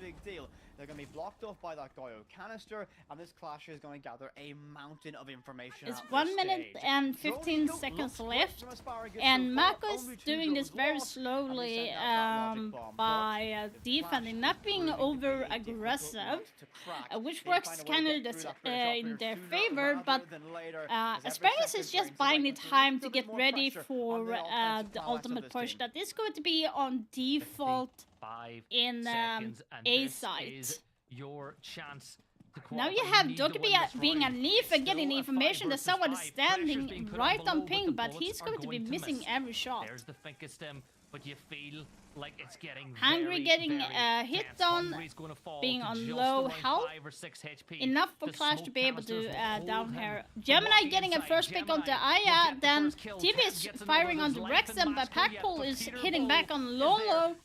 Right now the plant is going to be coming down very soon as they get the next kill into Long Desk, but that's not going to be happening. Gemini killing and then Packbull refragging, Aki is refragging again. It's a back and 4th is a 3v1 and defenders win the first round. Good start from Mako for winning the first in defense, but I still need to win 5 more. They are not dead yet. Asparagus make that a narrow margin of a fight, and tell you what, Gibby, Mako won this pretty strong. It was very chaotic, and they played it beautifully with refragging on every death from Mako's side. Beautifully done with the refragging. That was that Mako needed to do for win. It looked like Asparagus was kind of lost in the end, pushing for the long desk, and didn't want to necessarily push for Clash because they did not like no one likes playing against Clash. So they were trying to do a roundabout way. Low is getting on to Scopus at this moment. This is going to be bringing an interesting play since Consulate is a big map as well. Not as big as Layer, but still pretty big enough for Scopus to make some difference. So Scopus is going to be probably hiding somewhere in a roam presence. Mako is using now Castle to force the enemy to bid a time going around or opening up to use utility or waste time. You have Mute that is going to be playing in piano, which is going to be interesting. Most of the time, he has been playing alone in piano. Left to go, but every journey starts with the first step, and it has worked, but it kind of makes it hard for Mako to hold that defense by himself in piano. On the attacking side, they are bringing Hungary, is bringing Monty this time, so I'm guessing they're going to do a backside push, opening up and then just force around. Asparagus have done this in the past, pushing for the backside with Monty. It has not been successful in most of the time. It's a 50-50 chance it's going to be working. Now you have Gemini is going to be playing a little bit more aggressive side. He's getting droned out on Visa side, so now the information is going to be coming. You took away information, you took away utility. You should try and get your life back towards side. Playing in an aggressive position on the staircase, looking to buy a pick, and nothing lining up just for him yet. But Asparagus cautious of the first call is coming out from Dokkaebi. It's going to be revealing where the enemy are holding. Maverick almost getting a free pick onto one of the enemy, but it's not going to be connected to anyone at this moment. Now the Asparagus is pushing down to electrical room, and they're going to make their presence known by just opening the door, and there is a Goyo canister ready to be popped to waste some time. That's going to give them a bit 30 seconds burn time where they can't push, they have to wait. The second call from Dokkaebi is being made as well, so now she can't call anyone anymore for the remaining of this round. Maverick is trying to open up a little bit of a cheeky angle to come in. Question is going to be if they are aware. Piano, T3 is died in piano, which is kind of surprising. Holding piano by yourself is very hard. It's doable, but it's not the easiest job in the world. The hatch in piano is going to be opened up, and they are making ready for doing a push into plant. Rexen getting Aki right now, and Rexen getting 2 more. It's a 4v2 for Asparagus, and the flank is coming from Lolo getting 2. Getting 1, then Gemini getting 1. Now Aya is getting the plant down as well. And Lolo getting down. What do they know? Do they know? They have to know. Wait. He doesn't have it. No stem. He doesn't have it. You should know. Yeah. Oh. Lolo, the hero of this round. This was too close for Mako to lose this match. Mako has won 2 defending rounds in a row now. Now, Asparagus is going to be a little bit worried right now because losing Gibby, two Gibby. rounds in a row when they only narrow need to win margins one indeed. is going to be very What a frustrating clawback for that was. It was Asparagus at a right now. 4v2 at one point, and they eventually The won question the is going round to in a be 1 if versus Mako 1 will post-plant. survive for another Whip it, 4 the smoke rounds and mirrors to win play in of putting defense. It's all not the possible pressure on since the you saw backside Asparagus and having just doing Maverick, that. once everyone's focused Will on Mako the be able main- to do the on the main same side of the though push, is the just a question. sneak in, an attempt to get the case done. The Scopus play did show died there, itself. those Scopus forced is really Gaia good for to change go of for a position, plant in a different where you can position. go And around yes, he got the and case do done a in the end, but it surprise did mean that attack. he wasn't guns up whenever he needed to be, when a time mattered most. Lolo, the demon. Look, I will never forget a couple of years ago speaking to the players in Tier 2 about who the most terrifying gunner was in the Tier 2 ecosystem. There was two names that were brought up more than anyone else, and it was Jegs, who's been playing in Tier 1 now for over a year, and Lolo. He was the most deadly gunner in Tier 2, as polled by the players that I spoke to, and he's the one that clawed them back into that round. Not on the clash, like that's nearly as bad as what we saw done to Bo a few years ago, right? Bo should not be playing Flores and Thermite, right? It's not the way, but you've still got 4 rounds to win. So they're bringing on the third round on defense for Mako, and they're bringing Frost, and they're picking Alicia. So I think they are getting ready for Asparagus to be using a Monty again, but they are actually not going to do that. They are bringing Brav at this time that is going to be more helpful in this round, since they have Melusi and Fenrir on board for the defender side. It's going to be much more helpful for them to be able to do anything. The question is going to be, will they be able to take the area around the site quick enough to be able to make a plant? You gotta wonder if things might begin to feel like that in the back of the mind for this one. The players gotta shake that feeling around the play. Asparagus looking to get control of the swing to the SMG11, does not connect. There is only one C4 from Mako's side, and there is 4 bulletproof cameras. Jesus. A long way to go for Matchco from this position. You look at the setup that they've brought. Lesion, more impactful the longer the game goes on, but Dora finds the opening kill. That's important. There's the little signal now as the push through. As soon as I check my message, are we serious about this? Mako's just handing it down. It's a 4v1 right from the beginning. Asparagus did not have anything to... But this is what Matchco needed. Mako's like just saying, you're not welcome into my house, and kicking them out. Damn. This is scary, Gibby. This is very, very scary. You've just seen the advantage of Asparagus that looked to be a mountain. Asparagus should be taking a timeout if Mako wins the next round. Asparagus really... Oh, they're taking a timeout now instead. Nicely done, because that is needed from Asparagus. It's a 6-3 situation. They were in for 6-0, and they have lost 3 rounds in a row when they are in tie. This just goes to show that Consort is a very defender-sided map, and it's very hard to gain any footing for each of the other side to win on attacking round. Like I said, Asparagus just need one round kill. They need a 1 more round to win the game. That's all they need. But for Mako, they need to win 3 rounds in a row to keep them alive, and then they need to win in overtime to be able to get into the decider map.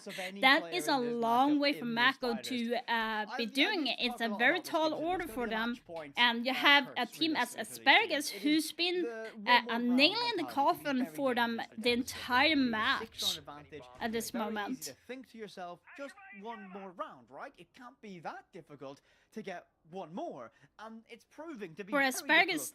Losing 3 rounds in a row to Mako when they are in when Mako is on defense, that hurts the confidence from the team that is having this immense boost from winning 6 rounds in a row. Then to just get slapped back and losing 1 round of another, they're going to be questioning their own action and decision throughout the game.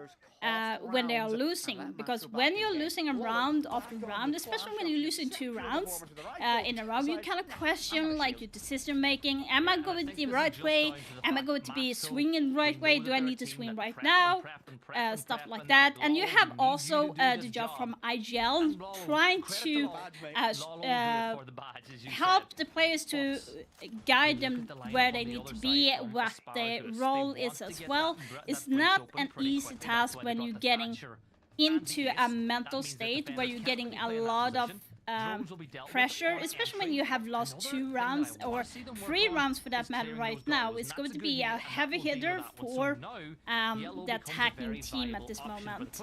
But if Asparagus do pull themselves together after the timeout, it's going to be an easy win for Asparagus.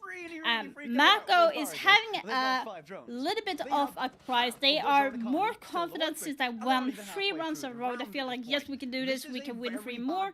It's going to be boosting them, but also in the same time, as soon as they start to lose people, they're going to be feeling the panic, the stress that comes with it.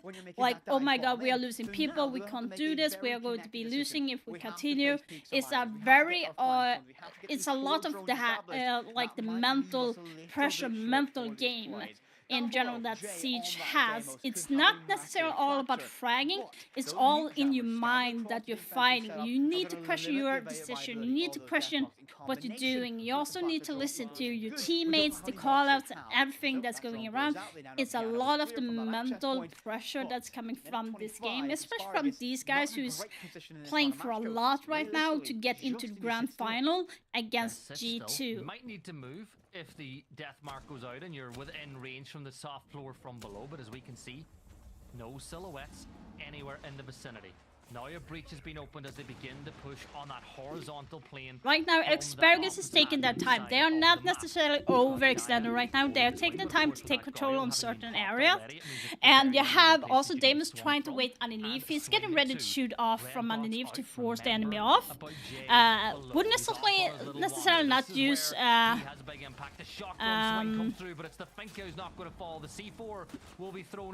I wouldn't necessarily not have used Damon's. I use maybe Buck, but it works as well. But T3 is gone right now. It's huge pick. Now Clash is still on. She's getting pinged by the Green Speed, forcing as well. They have Damus as well spraying underneath, but he hears someone is flanking, and Aki get the kill. Now he's holding underneath, trying to get that kill, but Sandora is getting a kill as well. It's a 2v4 from Mako. Mako can get a kill, but now you have 3 versus 1 with Clash still on board. Mako is just not giving up. They're saying, we are here, we want to win.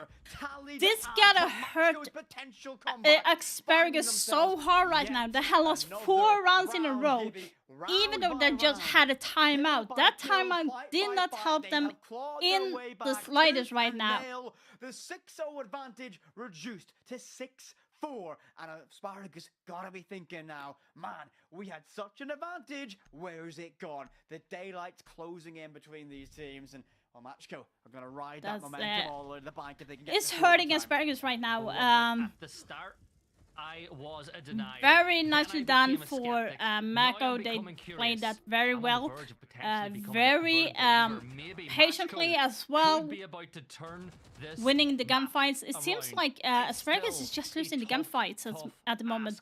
Not sure why. For example, when Damus heard someone being there, he was not too fast enough to get the swing and getting off the bullets. And all of a sudden, you just got to believe the Italians, they're not backing down, they're staying in the fight. But look at the change in roles again. Like, Lolo went from playing the Clash to now being on the Scopus, a roaming operator, a frontline operator. There's a lot of flexibility in this Machko team, it's got to be said.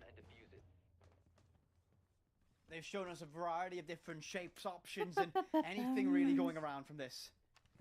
Machko need to keep staying unpredictable on their defense and playing steadfast positions to get that done. And spawn peak isn't going to be effective for this time, but I like the vision from Lolo. That was really close for Lolo there. been so Now the question is, effective with the active gun in his hand is so still far going for to his remain side. if Mako still has the juice very to tense round. Every round from keep this moment will be Asparagus from winning the last round. It's still going to be Matchko very win this, hard that for them guarantees all 12 in rounds of general. regulation have to be played. But the Asparagus looks even of it, under more pressure, if that is the case. since they are defending downstairs, you have Buck is going to be playing the vertical play this time, and they do have ramp. Really good choice for Asparagus to go back to classic push. But now you have Mute. T3 is helping right now with holding in Piano together with Scopus. In the last time they were defending Dare, they only had Mute.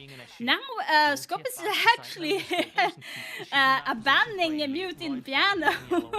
T3 getting a C4 kill on the back pull, that's amazing. Now Buck is off the line, and now you have also Ram is off down as well. That's a huge time wasting. And the team kill is coming from Aya to Jade. That's a lot.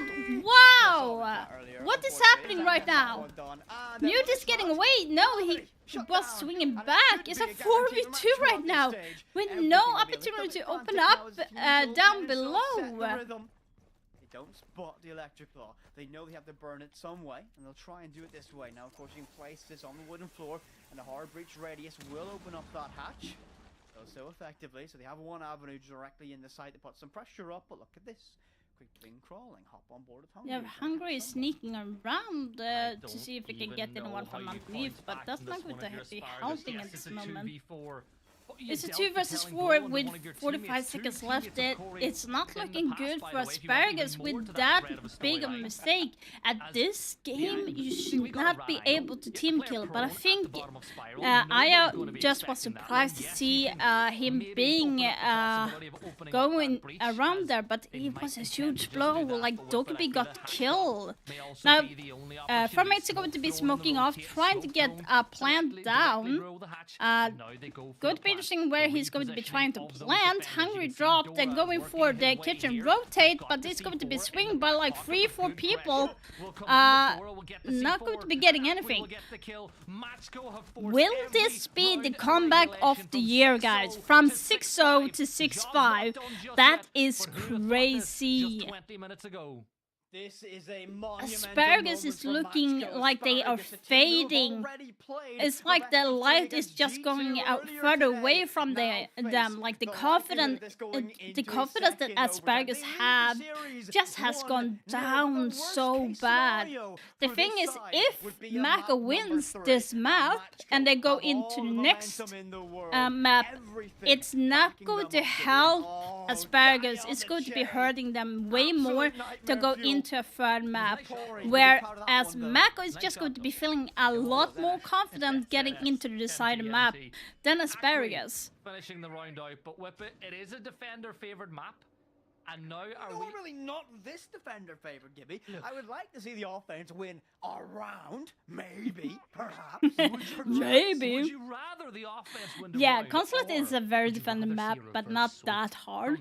It 6-0 comes from both to sides. winning the map Like, when it in comes to overtime, Consulate for both of 8-6 these to teams, winning the map they in the just way of don't pushing the have third map anything and to giving us that little bit more tension going into the get G2 the game. grip on when it comes to attacking side for each team. Both of them having hard time attacking Justice, and both teams are just defending it superbly.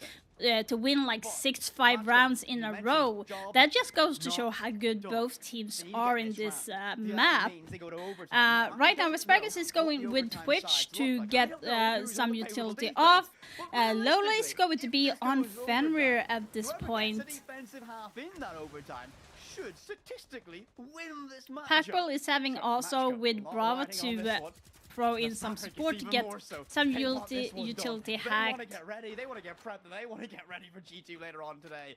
So right now they do have Asparagus has 4 drones in pocket right now, 3 drones in pocket, I mean, and 4 that is active. So Matchko player is going positive. The stats do not reveal the scoreline. However, there's a chance here for Matchko to level the sides once more. 1 round. Asparagus have been trying for 5. This is their 6th attempt now to book a date with G2.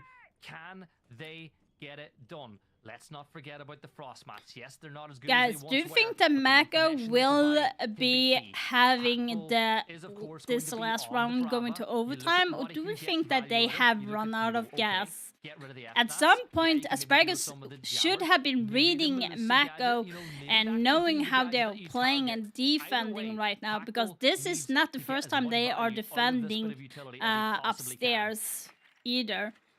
So since the Every bomb utility is in matters so piano, much more. I'm very curious what the approach from Wild will be. Attacking this middle floor force you to take a lot of control upstairs. for a lot now of Jay pressure is on that taking verticality. main Walking in the lobby can also lobby be a right death now. trap, and we should be able to Are find they this aware now. that Gives he it is halfway through actually this playing in round, lounge 5 Fenrir? drones Lol gone, is just and the holding, shuffle of this backing Fenrir off gadget right will now. make things very To make difficult indeed. sure to hold. Exothermic And charge you goes have off to Jay, give he's them a little really bit of aware that extra someone highway might be straight playing onto that, the and side. he's saying But still, hello and here's getting half shot the at a victory little from bit. Asparagus, and Matchko Going to just be need pushed. to The sit information still. needs to be Just coming need to through hold that their there is crossfires, and they likely might be able to get 3 this guys all in pushing overtime. on lounge. Aya's getting T3, which is a C4 off the board. There's no C4 left for the defenders. The information needs to be coming that is like 3 people holding right now in lounge. Are they aware that Lolo is holding? But there's a player prone on the angle. I don't think they're aware, guys. They're trying to smoke. Smokes go deep. They don't know. He's getting 2. The defend. It's gone. Diffuser is done with the bailiff, and he's getting away unscuffed. How is Lolo getting away with this? Come on. 3v3 now, but there's a player confirmed down. Lolo will fall. The final boss over and done with. It's a 2v2 situation.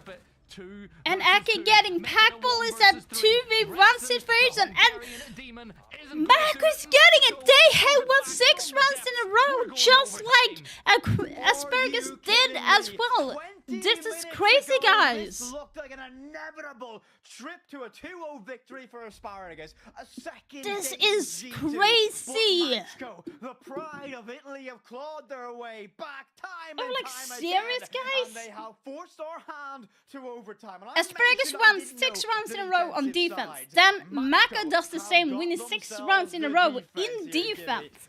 They This just now goes to have show all the cards last round on for their Asparagus table, here, and they Lolo just did not have any fighting information. free. They The did not bring bailiff out miracle the from information downtown enough for them to lobby, push that enough to lounge unravel area the at round. all. Asparagus absolutely cooked that time. Matchko, all momentum riding on their shoulders. Can they find a 7th consecutive round and get themselves on match Now point Mako's and getting force us having their to confidence focus? boost way up high right now, because they know if they win this one on defense, they need to win on the attacking round, and that's going to be the deciding factor. If they can change that, because they have not won one single attacking round, either of the team has won that. So the first team to get the attacking round win is going to be winning everything and on this map. If they win this round on defense, they're going to be so confident that they get the job done. But how often in the past have we seen a team lose 6 rounds on the attack to only win their first attack in overtime? It's been done before. It can be done again.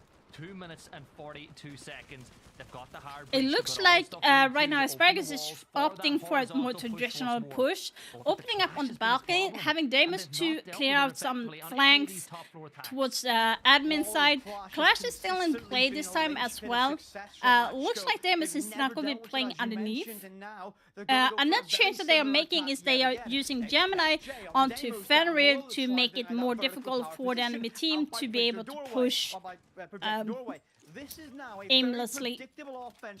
Sorry. As they've seen it before. That mute jammer Oh, plays a he's very just important taking role as well. back his gadgets, saying no thank you, I want to keep that. From the likely second nade was tossed out. So Tev can now play in a new power And the reason why he's taking the mute jammer, guys, by the way, is if he's standing on the mute jammer, Damus can't track him as well. Hence why he's keeping it on the pocket. So right now they are not sure where where T3 is standing, except for maybe they know it's a hotspot where defenders usually hold. That is the only information that they will be going. Now you have Damus is going underneath, doing the same thing as the last round, being underneath, trying to push the enemy off that area so they can do a default plant.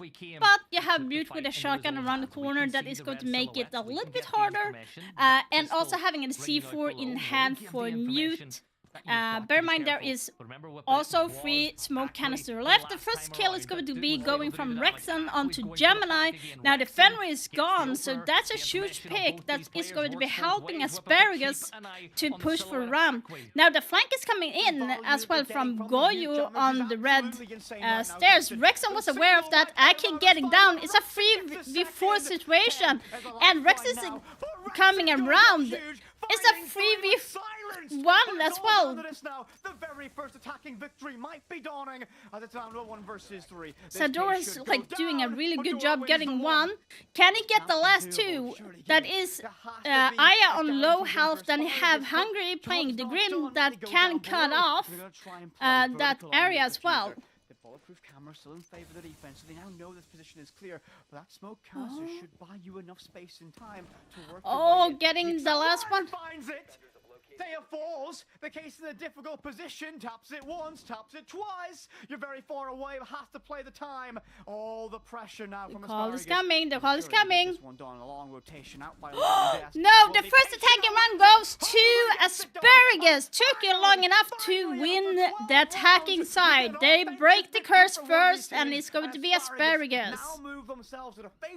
Match point and game point for Asparagus after this match. All relief from you, but an attacking round has been won. But it wasn't simple. Dora, not a master of dividing and conquering, brought that back to a 1 versus 1 and almost won the fight against Hungry. But do you know who else is always good in those 1v1 situations? You know who else is a master Rexon is of really good. movement and manipulating their target at times? It's Hungry. And he's able Hungry? to I thought it was Rexon because he actually came from behind. Pulls him off the case and gets himself into that corner and gets the kill.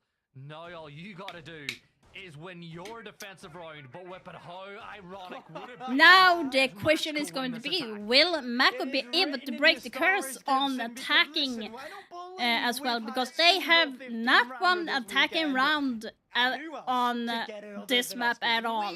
So Asparagus just breaks the curse by winning 1 attacking round. Will they be able to do the same is the question. Go all the distance. This is what we want. Matchco with all of the weight of a nation, their fans, and their own expectations. So they're going to be defending top floor, just the same as Mako did earlier.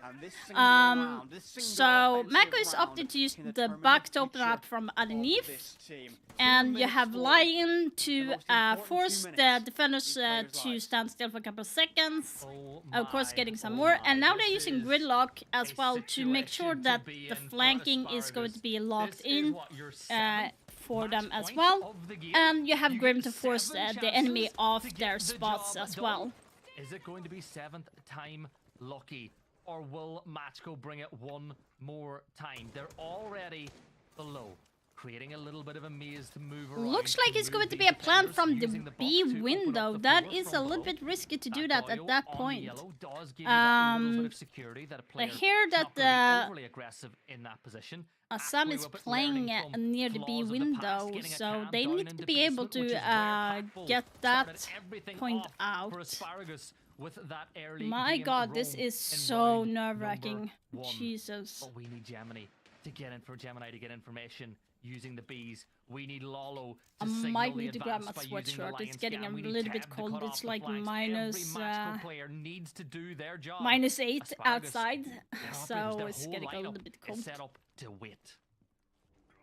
This is what they need. Yeah, so they really they're going to do a B plant push. This is a pressure cooker of a round.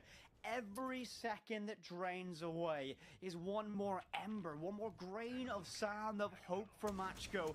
Buck down below could be a very important job. Reveals one position, but they scamper in the box. They stay alive from that, and that's Packball's job, just to stay alive. These power positions chewed up and devoured from the skeleton key down below. Ooh, a beautiful kill onto Packball from Aki. C4 coming out, denying the plant from Jay. Beautifully done. It's a 4v4. Aki's down on one, maybe 10 HP at the moment. It's going to be hard for him to re-peek the situation from underneath. Playing it a little bit more safely, getting another kill. No! You don't need to re-peek that. Aquay will drop low. Stun grenades being thrown as another lion scan will go off, but inside the Aki getting another kill. Beautifully done. And this is the one that matters. The case is going down. Gemini it's a 4v2 right now. 4v2 right now. It's crazy.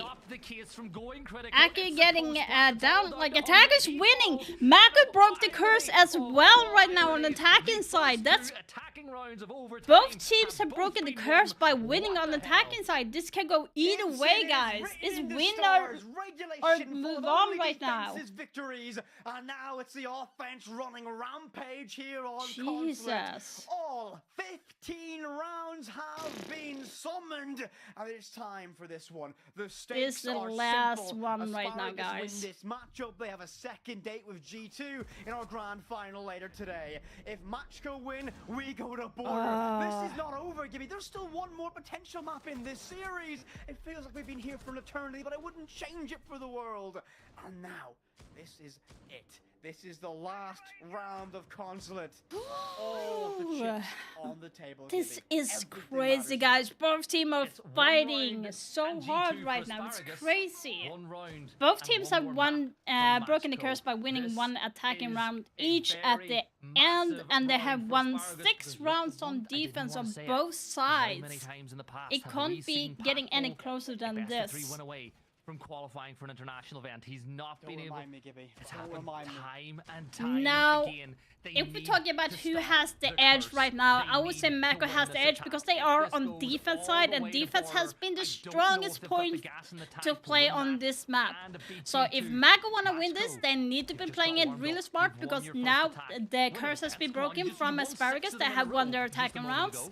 It's going to be very interesting to see how Asparagus is going to be taking this map. I'm near the lost for words what we've seen here. It's not been necessarily the prettiest. It's not been an exposition match to highlight the best of Siege, but it has been entertaining. It's had all the drama, the highs and lows of a matchup of this stake, of this caliber. Now everything comes down. 2 minutes, 20 seconds, perhaps even less. This is crazy. I'm getting like light-headed. Muted this time around. It's going to be a critical one for these teams. Okay, so for Mako, they are picking the same operator except for the taking castle to get off and close it off for the attackers, but it's going to be swiftly taken out by Flores right now.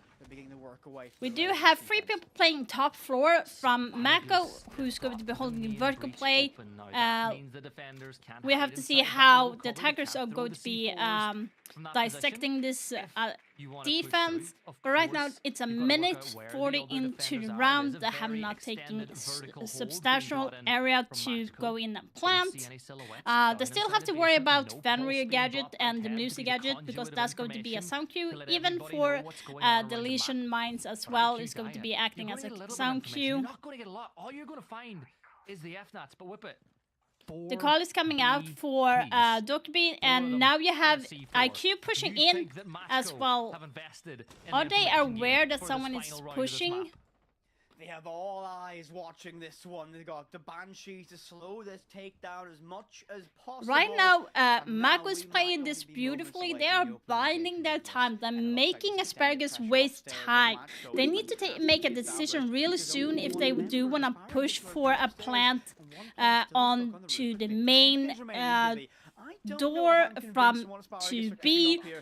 It's going to be coming down on the last 15 seconds for Asparagus. You can see that you have floors going in, forcing the defenders back off into piano right now. But the plant is going to be coming down here any minute from IQ. Border looks more and more likely every second we see. Down below, Teb is lurking, and an emergence for Visa Stairs might be the nightmare that Asparagus don't want to wake up to.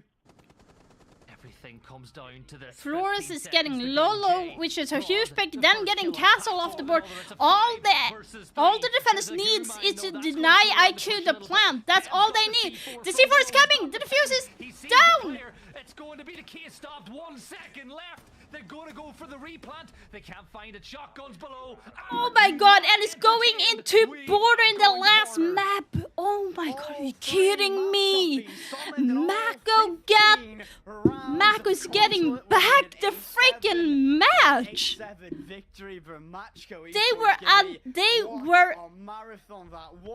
They were behind in the game. Asparagus were leading 6-0, and then they went into winning on the defensive side with 6, changing the game to 6-6, then went to overtime. Both teams won the attacking round, breaking the curse. And then, for some reason, Asparagus was just not having enough time, and Mako was playing very well to make Asparagus lose time as well, just waiting. The C4 play from underneath is beautifully done as well. Very good. Wow, it's crazy. I need to grab a sweatshirt. It's cold. This is where the players want to be. Whip it. All the players, they've got to take their break. They've got to be ready. We've got to do the same. We're going to jump into a quick break. When we come back, it is going to be border. It is going to be the conclusion of this final game and the lower bracket. Do not go anywhere. I'm serious about this. What the fuck? Like, serious? I'm going to be losing my voice if this continues. 5-minute break, guys. The last map. The last map is going to be border, guys. And both teams have played border.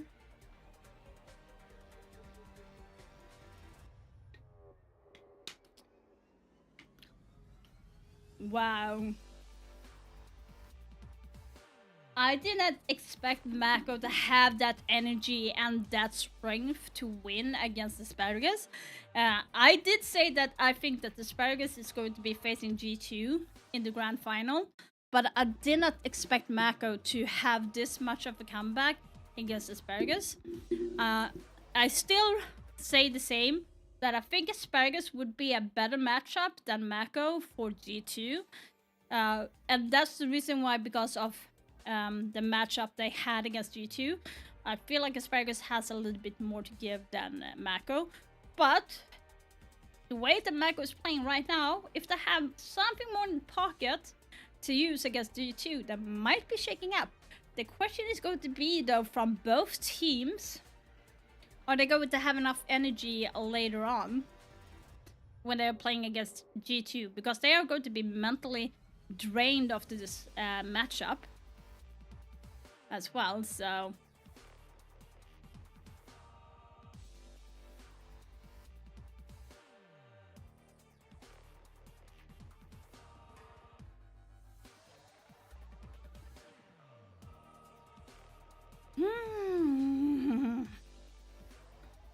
Okay, let's change. Jesus Christ, this is getting a lot. Oosh.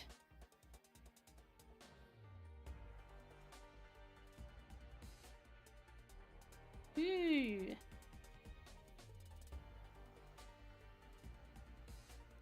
This is so freaking crazy.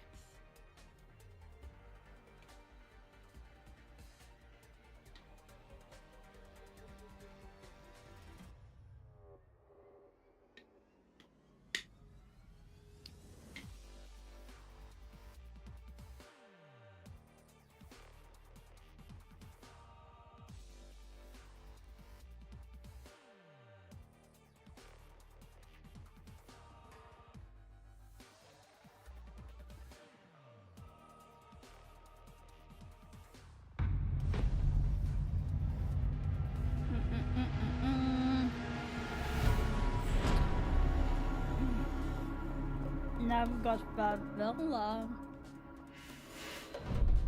Whoosh. It's good with a little bit of a break at least. Otherwise I would have been feeling a little bit dead. Gotta rest my voice a little bit.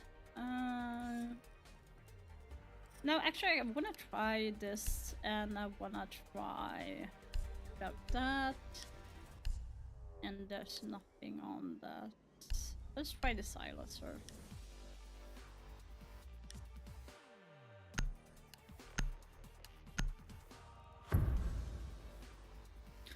Let's try Mr. Kaid a little bit. Be ready to engage Op 4. That matchup is so freaking crazy.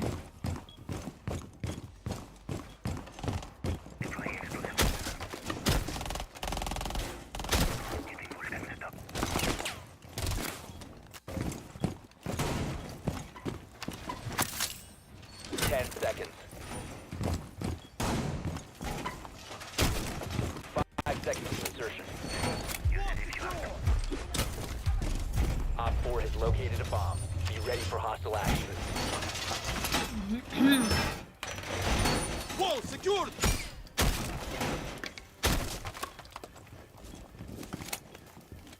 For some reason I tend to miss with this shotgun, but maybe I'm like going to be hitting it a little bit better. Oh, I forgot. I need to do this as well, otherwise I'm going to lag like crazy. There, it should be better now.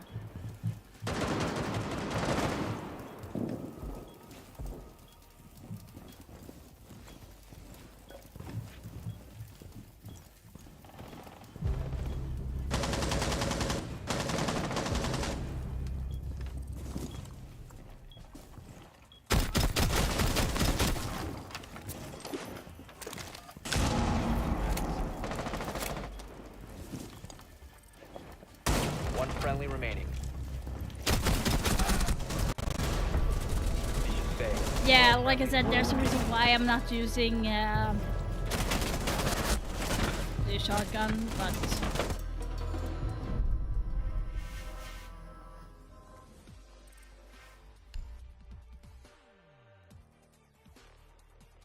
let's go with that shotgun again. I'm still not going to be. I wanna try it again and see how it goes.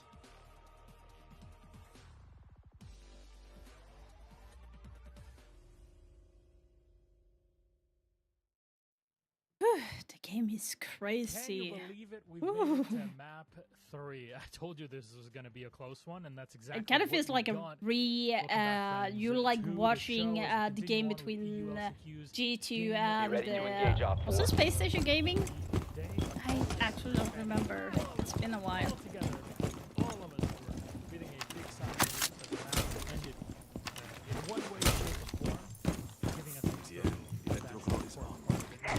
Zim.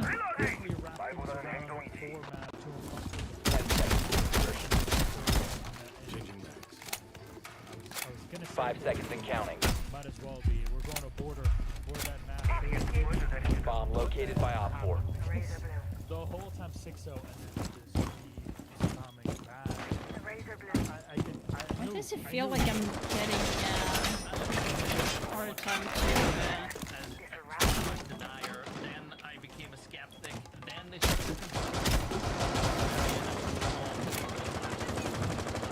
all the way back. What the fuck? It's not going to make the purist happy, but by God, is it entertaining. It's fun. No, I'm questioning how you got around there. And enjoy it. And it's just like, without being conscious of what are we going to see in order?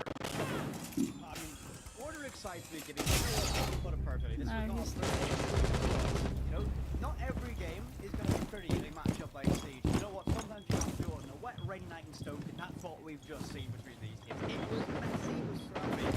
And the storyline is, defense ruled the roost until overtime arrived, and both these teams, you got a feel for them going in this one. Mako have expended a lot of energy, a lot of passion to get there. But Asparagus especially, they must have had a massive adrenaline dump. They're 6-0 up. It's surely a one thing. Then they get the match point in overtime, and they must already be thinking towards the glorious headline of beating G2 in the LCQ. Unfortunately, they now have to go to border, and that's going to be a very difficult one for them. I know. 1 op 4 remaining. Yeah, Corey's also in chat, but it's okay. We love Corey. You know, Corey knows we jest. We do. So the question is now that this map is done, both teams have really given it their all. What happens now going into map 3 border? Because we were chatting about this actually just before we went live, and it feels like this is the perfect map to take to a map 3, given how one friendly operator remaining. Duke it out, go for it. This is it. Balls to the wall. Oh, it's insane. Look, I can only say that this is what it feels like for people in other sports, like a footballer, where you're winning 1-0 in the 90th minute, you concede an equalizer, now you're the team that just won that map. They are going having an incredible series going 28-16. 15 seconds. They are going to be bouncing. They cannot wait to get into border after that massive 10 seconds left. On the other side of things, it's going to be hard. It's going to be 5 seconds remaining. Feel like they've lost the best of 3 already. Say it in your head that this is not what's happening. But in your head, you're going to feel it deep down. You're going to feel like you've lost the best. You need to get yourself Friendly's victorious. Hostiles eliminated. I was wondering, like, I kind of did not know where she was planting. I think he's got to get the team ready to go again, because statistically, teams are playing pretty well. You know, you look across the board, pretty high costs for all the teams over 2 maps except for Hungary. I don't know what, but this is statistically, you would argue that maybe Moscow have the edge. I think Machko really came alive, especially in that second half when they were on the defense. And Akwi, you mentioned it probably, but 28-16.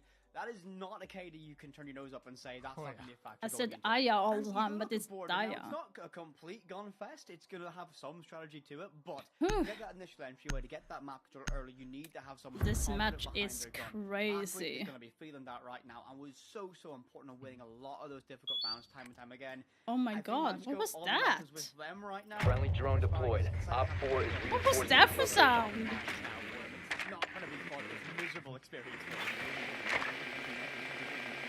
We are in the 11th era experience here. The average everyday experience down in the only have Kavira. That's pretty what you gonna do when they come for 5 you? seconds to insertion. I'm having trouble jumping out. What? You've located a bomb. Make your way to its location. Playing soccer. Playing soccer.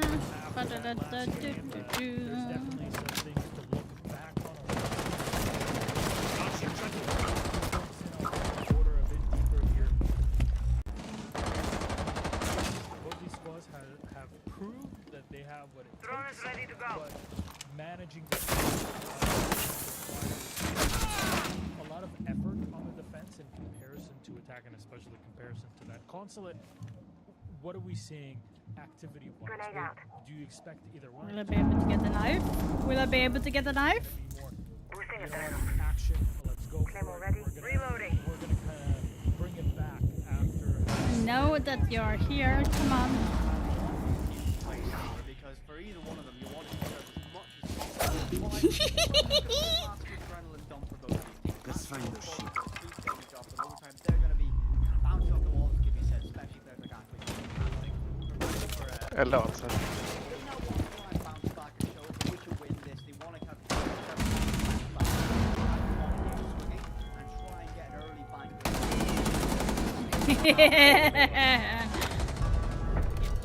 Top 4 eliminated. Oh yeah! I was just waiting for that. Like sometimes just waiting patiently can actually give you more results than being aggressive. You have time to spare, just use it. You don't want to face them tired, and they've had all this time to reset and look at what you're doing. Random, we have Miss Nuke. Let's see how Time that's for another going. ski holiday whip, but that's how long this series has been going on. They want to go to Lapland again. You know, by all means, they could do it. Look, game 1 was chess. Game 2 was like the world slapping championships that you always get on your timeline from time to time. Friendly drone deployed. Op 4 is reinforcing its location. Coin farm? It's going to be coin farm, I'm guessing. I just don't think that anybody not even the big one himself or themselves, I guess. But still, Border, what are we 10 seconds to go. We've seen Senspan, you know, we've seen Brava, we've seen 5 seconds to insertion. The answer to that right now, as I kind of stretch it out. Found a bomb. Make your way to its location and defuse it. Gentlemen, I'm sorry, you're going to have to stretch out your voice. Oh, man. We're going to battle. Thank you, Milosh. Listen, I'm not complaining. I get the castle right. I'm gonna be a little bit sneaky and see if I can get in from What we here. expected for bands as Blackbeard's first video, we have seen every bands, the Cal bands, to even themselves. Yeah, exactly. This time it'll be a bad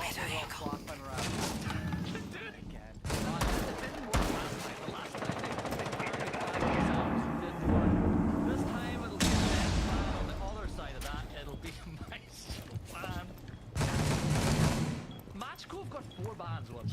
This was right now. Matchco, this is a level of bizarre I am not expecting today. Never let your opponents know you're not. Are you kidding me? I respect it, I genuinely do. Now, we'll zero back in as soon as the final ban goes out. The Warden actually for a pretty respectable matchup like this going into 4 last operator. Yeah! I can't believe that I got actually into that! MVP! Miss Nook, let's go!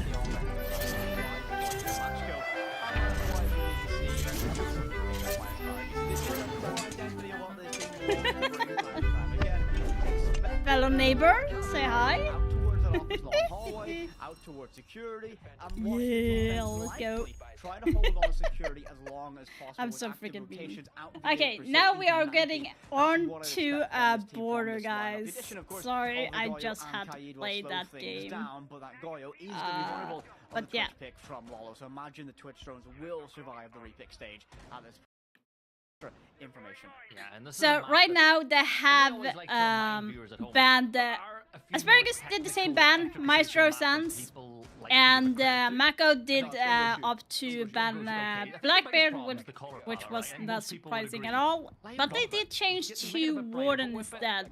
I will say this: I'm walking out of this broadcast if this is a 7-3. If this is a 7-3, I'm walking out. I do not want a boring 7-3 easy one now. I want overtime. Give me the chaos. Overtime. Okay, listen, chat, I was wanting to know Give me the overtime. I don't believe okay. there are packs on for this. So Gibby is trying to inflict. So Mako is starting on attacking on Borders. So this is going to be interesting. They have Deimos, Nomad, Thermite, and Thatcher and Zero. They opted to get a lot of information from Asparagus. They are not leaving anything to chance at this matchup. For defense side on Asparagus, they're using the same operators, kind of a little bit of a standard operator with a little bit twist. The information is coming out that there is 2 guys in CC holding, which is going to be fairly interesting to see how they are going to be holding. And there is a little bit of an unusual thing. There is a mirror window holding as well, but that will get broken up already. But this time around, they're using it to keep an eye on what's going on over towards top east. Deimos down below will have got the signal. There was a run out a little bit away, but for now you just gotta sit and wait. You know, use your audio cues, try to work out if there's any defenders on the roam that could cause a bit of a problem. And you know, you and I know that Jay is partial to a little bit of a wandering roam. There's the reinforcement. You've given up Brazil, you've given up that side of the map, but all in all, you've not given up your life. Yes, you've done it at the halfway point of the map, but a 5 versus 5 with players on site is better than a 5 versus 4 and losing the map control. Lolo with a little bit of crouch walk straight into Brazil. Now, of course, he's going to put a claymore there just in case someone might wander in via that rotation, but I don't think anyone's going to be brave enough for that one in the latter stages of this round. Just over 60 seconds remaining, and oh my, Sam is all the way out in the distance. Teb is a long, long way away from the action.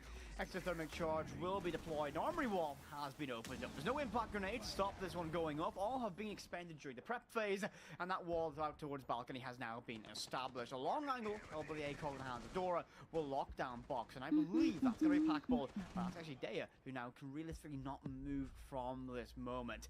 Beeper goes off, will catch one player. That's Ooh, Mecca getting onto Daya. Is perfect from Dora. Good first pick, C4 off the board. The Goyo canister is getting burned off.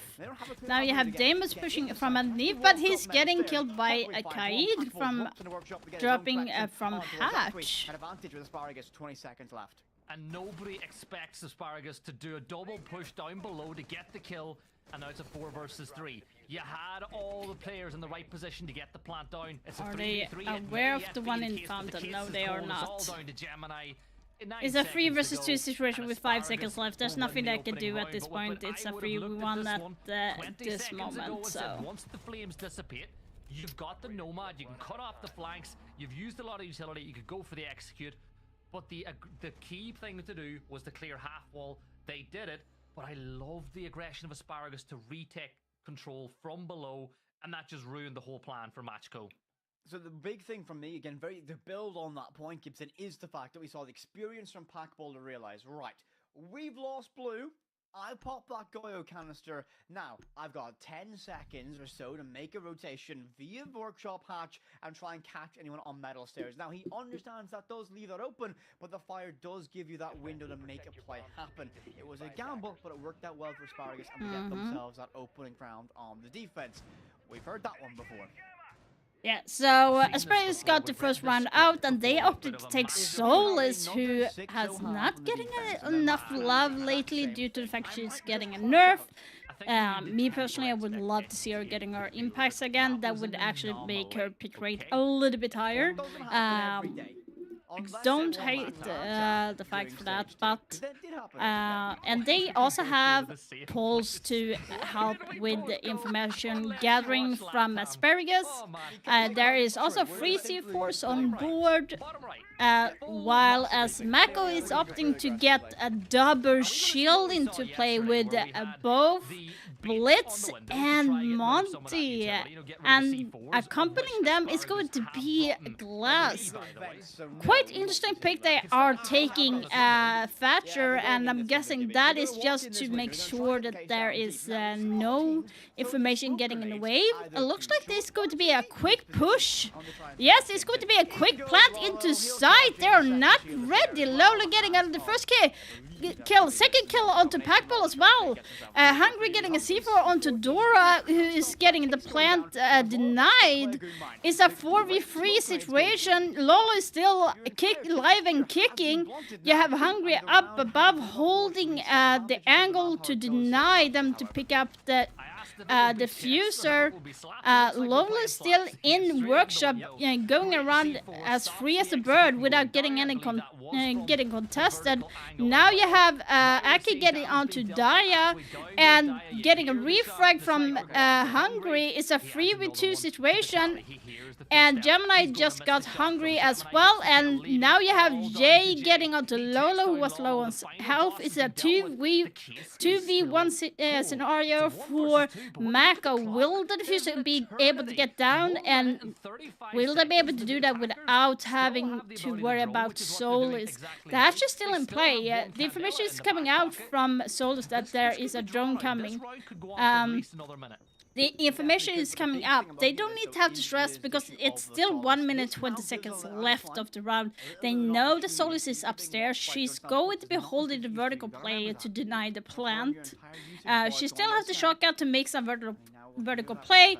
Now the flash is coming out, and now Jay jumping out, getting a free pick. Shotgun primed and ready, and Teb caught napping. Put the case in the hands of Gemini, but he's going to be forced to try and take this fight. That is so interesting, guys. Really. But outside, you're fully detected. He slides the doorway, looks around, and does he read the rotation? No, Jay, what the? He should not be able to get away with that. Find their second. My question is, why did he feel the need to peek on the window for him? He could have backed off into workshop and plant. He could have forced him to come in, forced him to get into where he was holding the area. Because if you know that he is having a shotgun, you don't necessarily want to peek through a window or door. You should be forcing soldiers to take the long engagement instead.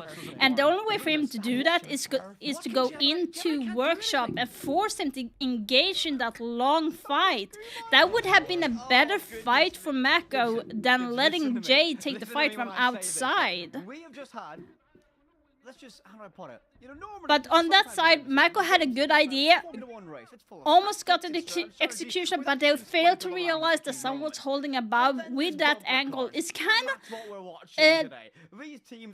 I'm surprised that they did not take that into consideration, because it's quite a normal hold. Even in ranks, you know that hole above is going to be opened up by the defenders. There's always going to be someone holding there, guaranteed, because that's the easiest kill you ever get if you actually go to peek from the window. That area was also the kiss of death, because you would actually get naded from underneath up there as well. Standing there is not something you want to do actually in the old days when you could actually cook the nades. But right now it's the other way around. It's going to be the kiss of death from the window. When things are messy, you gotta bring in the cleanup crew, and that's what we're not even a cleanup crew, we're just making the mess worse. I'm sorry, I'm actually just a little bit like still bewildered from what we saw from Jay that previous round. Now, keep an eye on every single position. Not shooting default cam? Oh. You're gonna see a lot of pressure arriving in security. Are they not aware by shooting default cam? They're fantastic at doing it, and every did they just shoot each other? Second that you're going to be under pressure and struggling to get in the building. That felt like they were hitting each other. Well, that's all well and good, but Jay getting Dora, that's a good first pick off. The hard breach is gone now. There's nothing they can do with opening up the hatch and everything right now. So it's going to be a hard thing. What are you doing, Aki? Okay, yeah. Aki, what the fuck? Asparagus, you just decimating Mako at the moment. Mako seemed to be lost. What were you doing? Oh my god, what? Yeah, what? Like, what were they doing? But this is what contenders for the last SI spot for Europe look like. Okay? I think G2 are cooked, man. There's no chance. There's no chance they're beating this.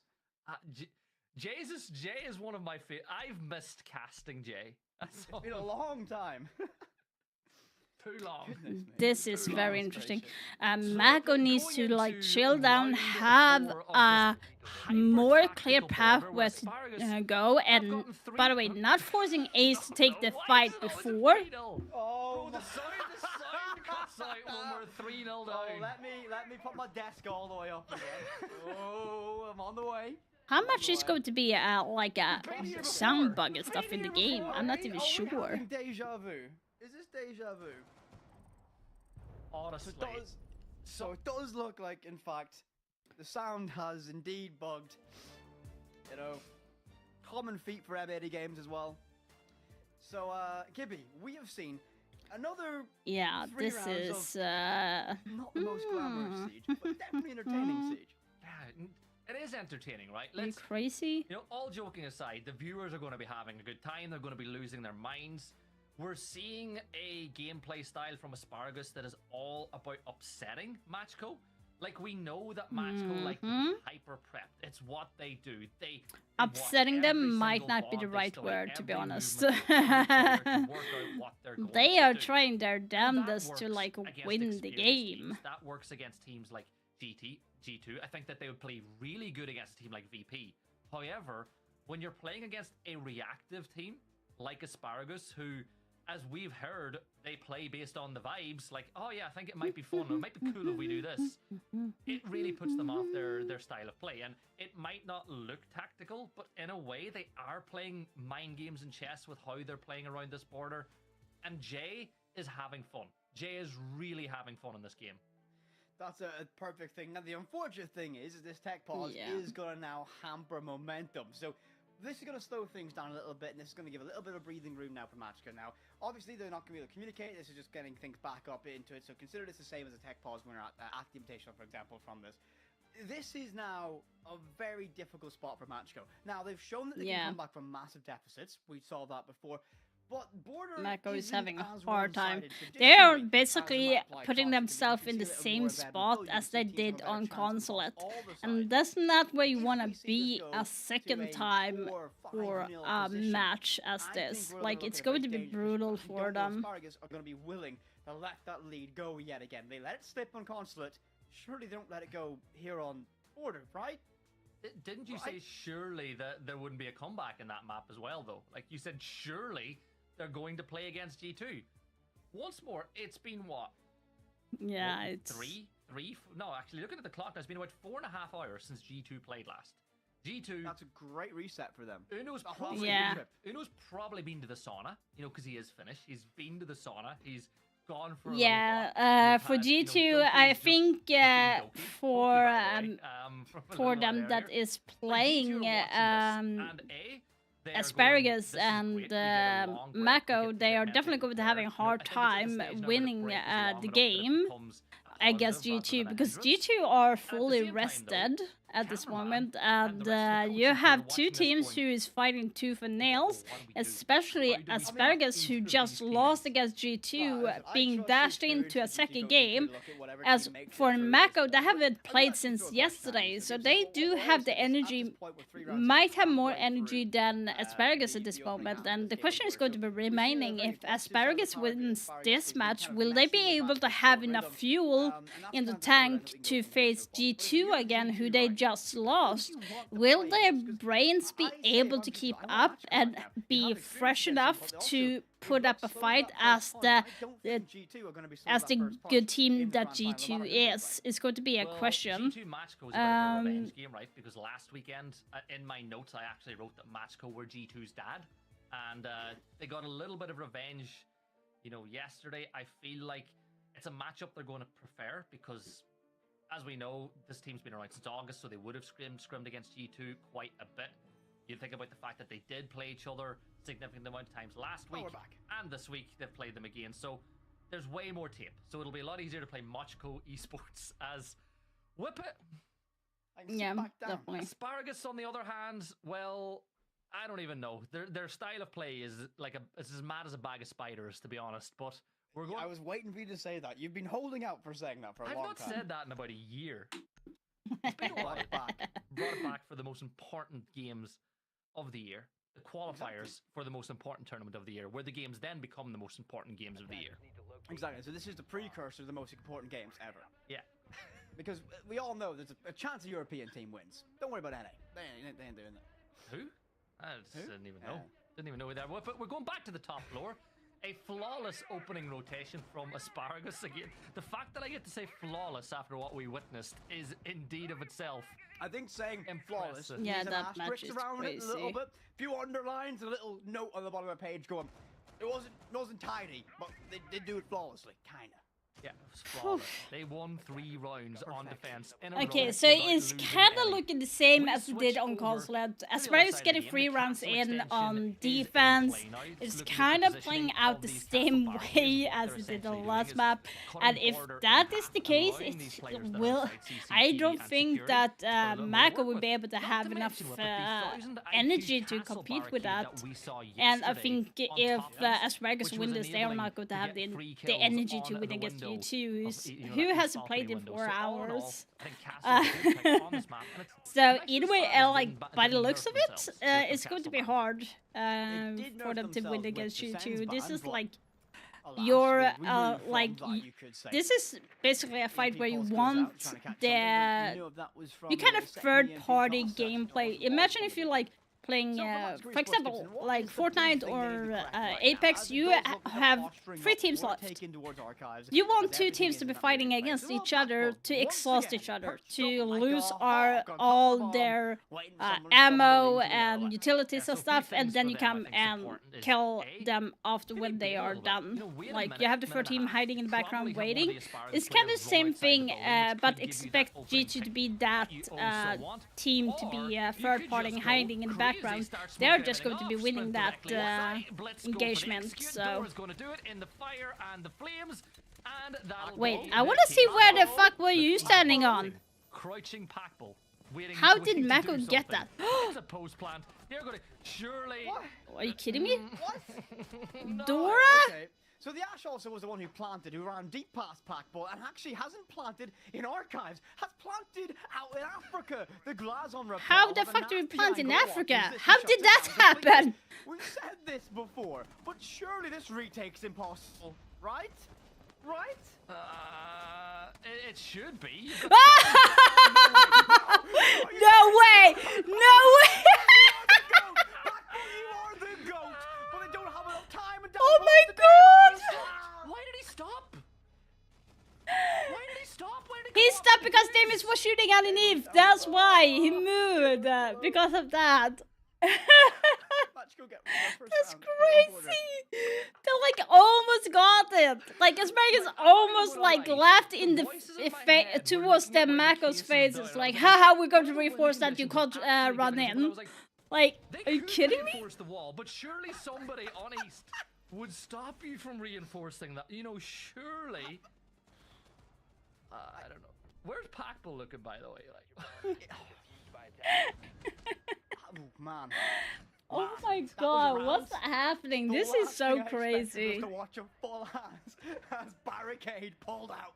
Goes, yep, let's do this. Woo! Up it goes. Oh my. That was actually the funniest thing I've seen today. I love this game. That is such a trolling experience. If they lost there, they wouldn't not hear the end of it for a long time. I'll go down the vents for the defense of Asparagus, and I have a sneaking suspicion it shouldn't be as fast as the previous round was, but what a play from the Ash to run deep through the chaos of that smoke. That's crazy. It's an Ash. They're not gonna plant, right? And I was even curious. I thought they were going to plant close in the doorway. You'd imagine you do that in the midst of that chaos. But no, the plant deep inside of Armory itself in that smoke grenade caused all sorts of chaos. And it would have been a miracle to see that work with the reinforcement late in the round. And I do like the vision. Unfortunately, Machko did just play that perfectly in a great rush to get the job done. So they should play this more to a regular pace. But the lack of verticality and the lack of soft structure that they're bringing means to me the likelihood is going to be a more focused on a horizontal style take in this position. You do realize though that all the Ashkians in chat watch that going, wait, we can do that? Okay, well listen, Ashes, don't do that in my rank games, please and thank you. But I think really important, there's this couple of things that Asparagus are doing the same as that when they played this map yesterday. The big one is Rexon in that position down below. We saw Rexon play this position and get a kill off the back of it and win the round because teams tend, when they're rushing that window, to go for the deep plant. So early stages, Rexon will play there just to make sure that that won't happen. The rest of the defenders are extending around the map. Information is being gathered. Okay, so Sophia is actually at the bottom of these stairs. I'm not sure if they are aware of that. Packball got droned out. Or did I see that wrong? It looks like Sophia was on the east stairs. I'm going to be so confused. Yeah, she was. She's there uncontested. You've got players. Like you drone out Legion in a bathroom. Surely they gotta be pushing for that, right? And Lolo making that phone call with deploying the logic bomb might just give them the opportunity to make that first step. I'm still in recovery mode, Gibby. Same. Trying to get my breath back from that round. That was, listen. Jeez, that round was crazy. We are both a bag of spiders when it comes to watching this game, which is why we explode with chaos in those moments like that. So a minute remains just about in this round, and Asparagus in a great position.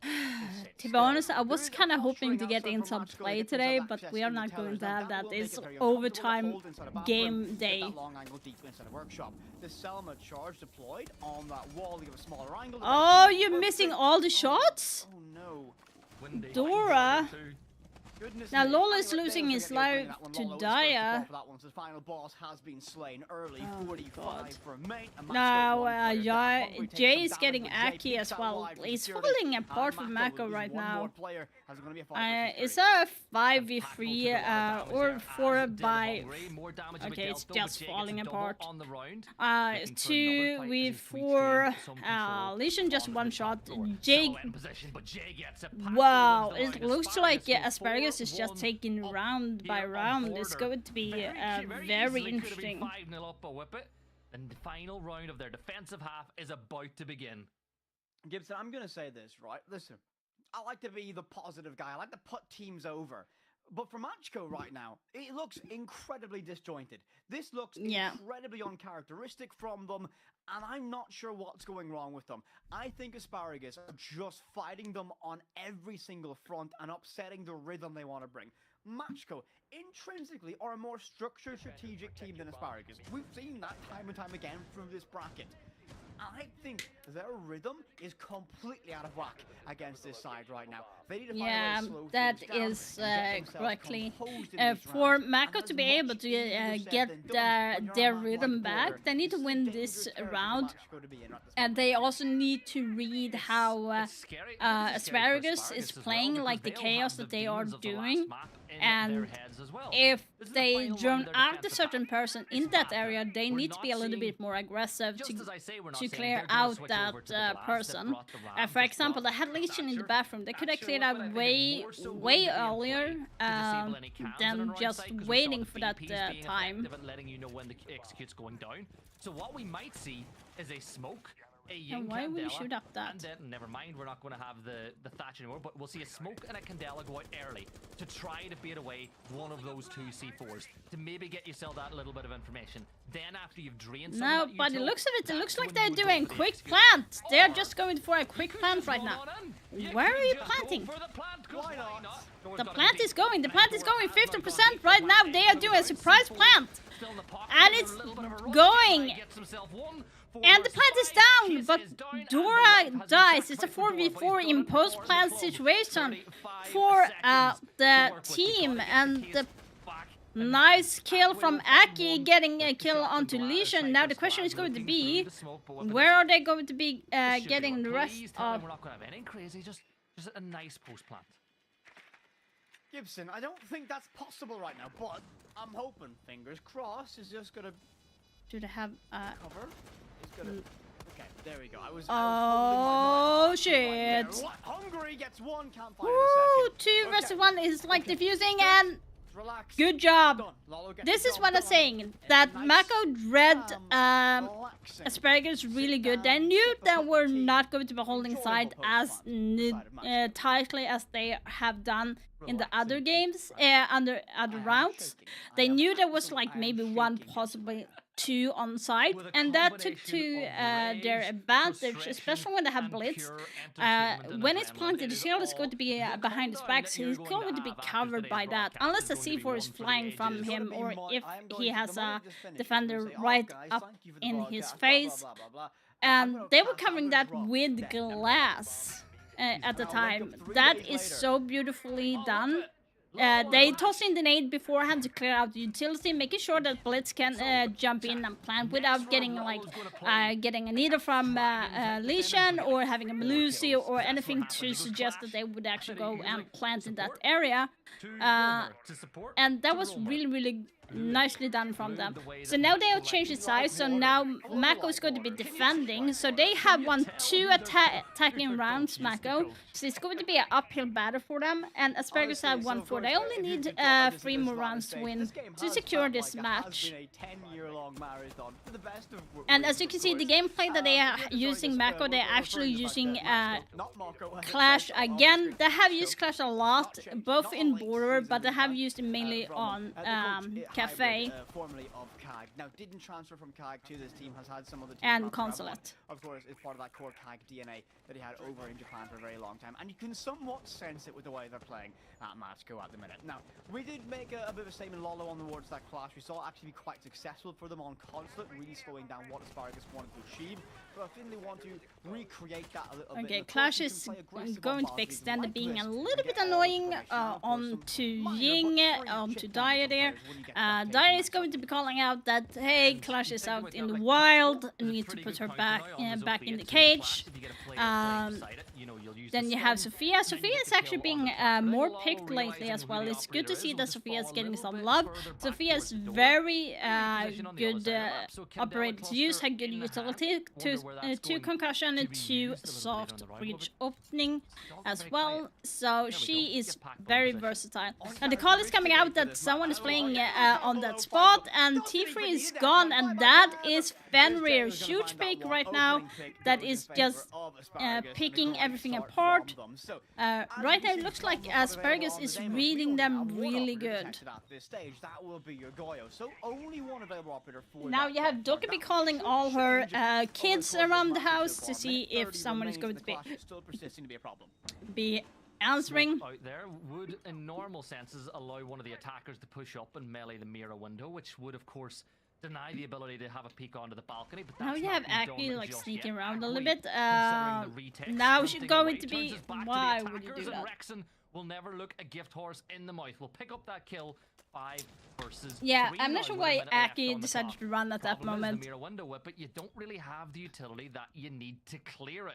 So you've got to get rid of that player. It's a 5v3 situation, and manner. it's Lalo, 55 seconds left. Doki is making a last call to her until he switches over kids to to the see SMG, if but anyone I is think this was answering. a Now you have Rexon Mira but he could get prepared to himself look, caught all alone, pushing from the other side of seeing the map. if she will be able to get some kill. I'm always scared when a player decides to make an independent play like this, but you have a significant firepower advantage. There goes Class. Very beautiful play by Jay. Now the information is going to come that someone is in Fountain, but he's going to be looking at that way, turning her back against the operator, which is not good. Flawless run for Asparagus at this point. But that was a systematic dissection of the defense of Machko. Asparagus played that perfectly. Right now it's looking like it's going for Asparagus on this map. It looks like Mako does not have enough energy left in the attack. Asparagus is just holding everything, reading Mako like an open book on the defense right now. Now they're opting to use Capgun here to see if they can get something done. Instead of using Clash, they understand now that Clash is not going to be working dealing with Asparagus on this map, so they are opting to use the Capgun instead, seeing if they can get a surprise downed or kill. From below, because there was no pressure on the ground floor from Machko, which is not something we've seen a lot from them, but it just showed that Asparagus were able to take advantage of the blind spot, of the weakness of that defense. Gibson, time and time again, I've been taking a little bit of note about this one, and Asparagus have done exceptional with their drone economy and their information dispersal. Now, think about this for a second. When did we see the most effective rounds or the effective denial of high-impact operators like that Deimos? When Mute was relevant, when we saw a lot of those jammers placed on a map like Consulate. Now, I don't feel they're going to be confident to bring Mute every single time, and they're not even going to be a Deimos available, as you can tell by the lineup that we're seeing from Asparagus. They definitely want to do something with that Amaru fast. They could, or knowing Asparagus, you could just get an Amaru through the hatch in the last 10 seconds of the round, you know.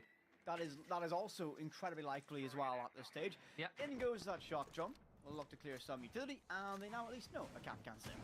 Yeah, now, what I wouldn't mind seeing here, and I've seen it done before in the past, is going through sandwich window really early with that Amaru as well when you get a little bit of noise on the other side of the map. So just keep an eye on the silhouette of Amaru with this Supernova, by the way. You pointed this out yesterday. It's absolutely terrifying to deal with at times. An extended top floor roam being done by Machko at the minute, holding security.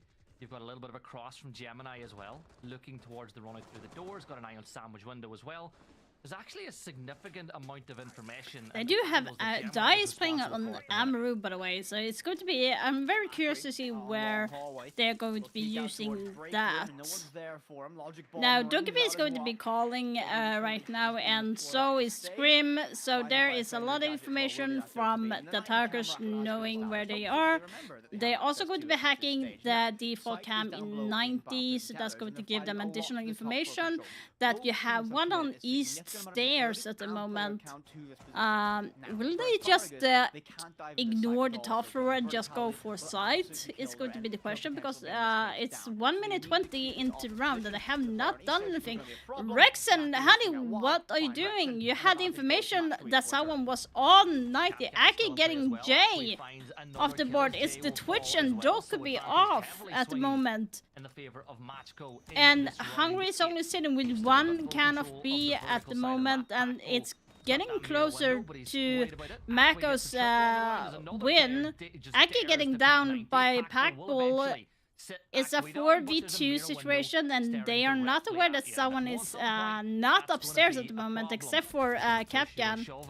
Not sure why he's staying upstairs though. Just curious about that.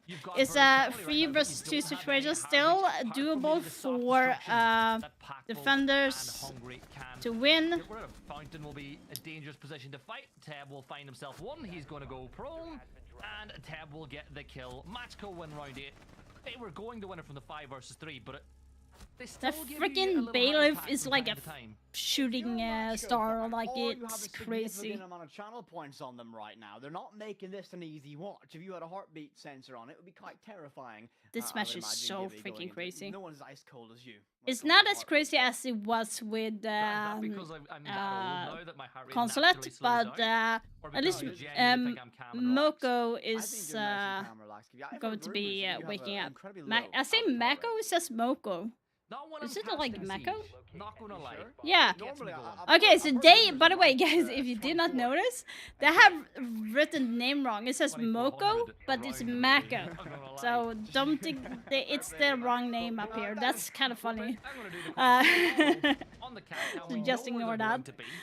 So what they're going to be opting now, Mako, since winning that round, they are still going to be keeping a Capcan on board, but they're opting to get Goyo instead right now as well. Hopefully they will be able to hold defense a little bit better on when they are defending Armory and Archives. When it comes to the attacking side, they're taking with Ying this time. Demis is probably going to be playing underneath, and then you have Fenrir going to be playing in CC as the last round as well. So nothing that would suggest a huge change into gameplay, but look at Aki. He's holding very aggressively. I think he's ready for making a run out as soon as they hear someone being towards that door in break. As soon as they hear the punching on the door, I'm guessing it's going to be him running out. Very cheeky if he does succeed in running out there without getting killed. Asparagus is really good at refragging, so even if Aki gets 1 kill, it might be game over right after that. It looks like Aki is not going to be taking a chance on that. Now you have Capcan pushing out to 90 together with Aki. I'm guessing it's called. Those F-Nots and Hands of Tab, they are going to be very useful in these confined There is 2 C4s in the pocket for defenders. Right now it's a minute 45 seconds left, and they have not necessarily taken anything. C4 coming out, and it's going to be hitting Rexon, who's having a little bit of bad luck in this matchup. Now Lolo is getting ready for someone to be on the main stairs. Ooh, and she can run out from Mako there, but it's not going to be bringing anything to the table. Now Demis is hunting Fenrir out in CC, but it's not going to give any more information that he is in 90. Lolo getting Daria off the board. That's Ying off the board. Now you have Grim off the board, and Demis is a 5v1. It's a flawless victory for Mako. beautifully done to reflect and patch up what they did lose in that round as well. Beautifully done from Echo. Asparagus just taking too long and losing the engagement as it's looking at this moment. Both these teams finding the effect of fatigue at this stage, or is that just them beginning to realize maybe they should relax a little bit and not burn all that energy, or just the way the counter striking each other at this stage? Now, advantage Asparagus reduced to a single round, 5-4 your scoreline. This still looks to me that we're likely going to see 12 rounds played between these teams. Yeah, again, it's going to be the distance likely required to lock this one out from these teams. Asparagus will be attacking now as Customs is the site deployed by Matchco. What are you thinking about this one, Gibby? We've seen the game was picked up yet again by Jay. Is it going to have as much of an effect as we would have wanted it to? On this site, I think so. Look, I think Jay I'm knows still what he's having gonna like do. It's not issue. gonna be trying to I take have control on like the ground. a This time bump it's going to be here unleashed or on the like top floor. something here in the back, and it's kind of hurting up here behind my head. So I am technically sick, but I don't care. I'm having too much fun with this. Going to check it out with my doctor tomorrow. So, but otherwise I don't have any fever or anything. The only thing that I'm going to be that I know that I'm going to be losing tomorrow is my voice, because I haven't talked like this for a long time, and I'm having fun with this, and I do hope that you enjoy my commentary. The reason why I leave you guys to hear them in the background, because I can't talk all the time. Usually there is 2 people doing the casting, so maybe in the future I will be able to find a friend that will be doing the casting with me, and that would actually be so much fun. They're going to want to take on the fight on the rest of the map and try to wrestle top floor control away. I think I'm going to try and play this for that control perfectly mentioned. But if you go back to the game now, Mako is actually kind of waking up a little bit and taking one round at a time. It's a 5-4 round in favor of Asparagus. And Aki is getting on to Soulless on this match. Hopefully they will be able to get some more answers. Now they have Damus being a little bit aggressive with shooting through break and opening up the castle barricade. But that did not break. How is this going? Even the second one, come on, Jay, what are you doing? Casting with me, yeah, thank you. So, castle barricade still in. Okay, Rexon is just rushing in, getting Aki off the board, so Soulless is off, so there will be no information with that. Right now you have Ferry getting off the board as well. Like, right now it's a 5v2 for Asparagus. Asparagus is just hitting back and saying, we are not giving up this fight. Now the information is coming out that Gemini is in Armory and also getting Damus tracked, but he's saying Damus doesn't, we don't care about Damus, you can have all information about that, but I can still kill you is kind of the feeling. He knows that Twitch is holding on the Archive's window and he's trying to get that fight in, but it seems not to be able to connect. The plant is going down and they are just holding, they're just having a staring contest at this moment. Here on border. This is a great position to be in. This round, this is one. Will he be able? Oh, he's not even hitting that right now. Poor. Have almost been guaranteed victories and nearly go the other way, but it's been a great yeah. They got that initial it's going to Asparagus that round. Very beautiful play by Asparagus, who read the situation and just pushed aggressively to get that round done. Very unlucky from Mako's side, who lost that engagement. The lost movement, and now all of a sudden. Was very quickly there. Themselves their match, map, and series point. Very important position for them to be in. They've had many cracks at getting this series done and dusted. The question is going to be, will Mako be able to win another round and getting to 6-5? In terms of both teams having the gas in the tank, how much they have, but it looks like Asparagus has a little bit more left in the tank than Mako. Asparagus are a very chaotic team. They're going for aggressive frag play when it's needed, while Mako is more like strategic, holding certain areas. But it will be interesting to see how Mako is going to be holding on this last, potentially last round for Asparagus. Death by 1,000 paper cuts, and right now it's going to be a very This match is going to be also determining who is going to be playing against G2, and I feel like G2 might be in a more favorable spot due to the fact that they have not played a game since 3 hours at least. Scenario again where they now need to win back-to-back defenses to force overtime.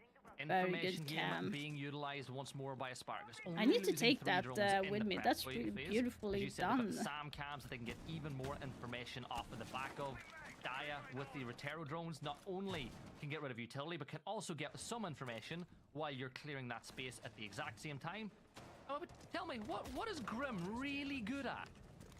Grim is really, really good at an area denial. But, Gibby, I'm always going to say this about Grim. Grim doesn't move you. It just invites pressure to arrive upon your position. It makes you uncomfortable. Okay, the call is coming out that Lola is holding in office right now, and they're going to be making a joint push for him. Trying to get themselves as much access point as possible. And we often talk about how important the drone networks can be for these teams.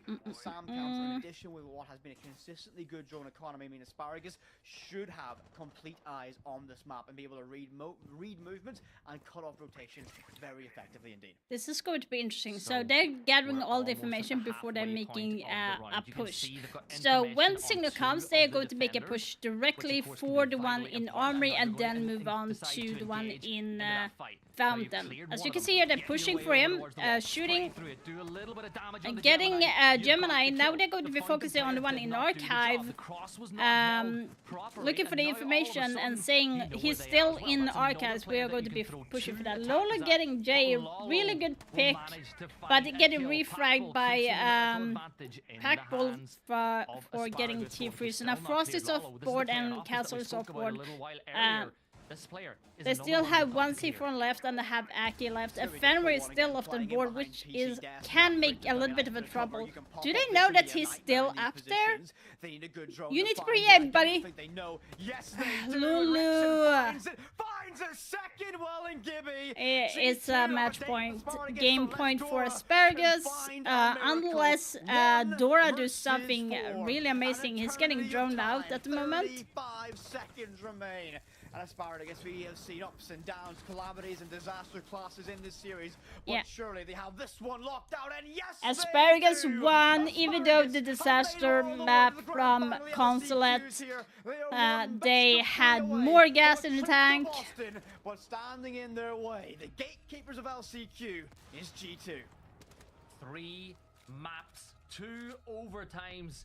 And it still came down to the wire between both of these sides. As you have said it, Jesus Christ. Their way into a matchup to potentially qualify with SI, for SI against That's G2. That's crazy. Okay, so this is going to be a 30-minute, 20-minute break from their part. So we are going to be focusing on jumping in and playing some games during that time. Doing some quick matches here and there. But damn, that match was crazy.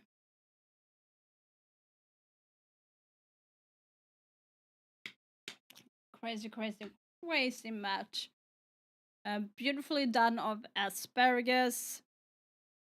And they really read them way better in Border than they did on Consulate. Consulate was a messy show. Both sides won defense 6 times in a row. You rarely see that in a game at all. Speaking of Consulate, you rarely see that happening, to be honest. Rarely do you see that teams are actually winning 6 defense in a row like that. So surely it's going to be quite interesting to see.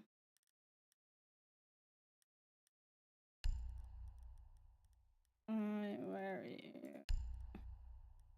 Wait, where are they?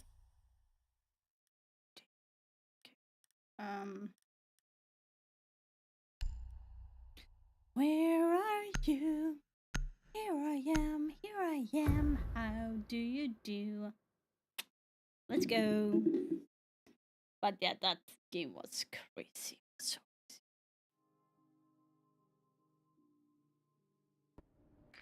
That was so crazy. Friendly drone deployed. Op 4 is reinforcing its location.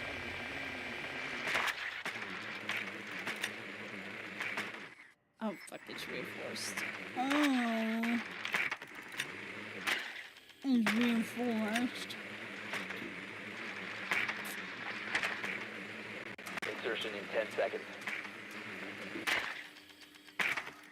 5 seconds to go. And then it gets stuck or something? Proceed to bomb's location and defuse it.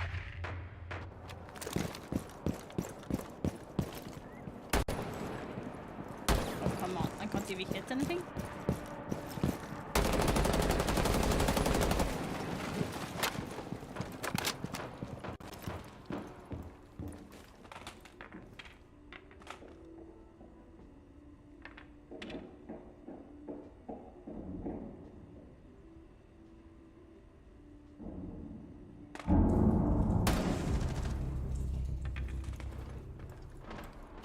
Come out wherever you are. Load him back!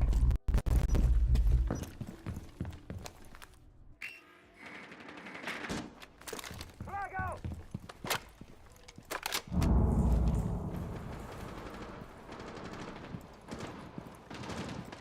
Let's find those sheep. Cover me! Reloading!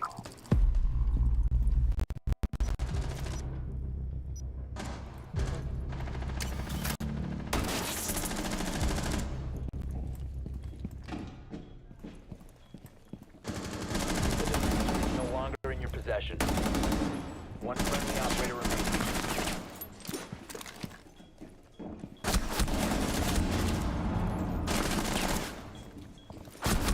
No way he got that.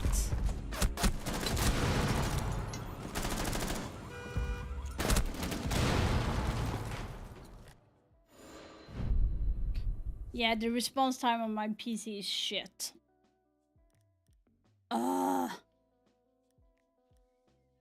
E-tellers.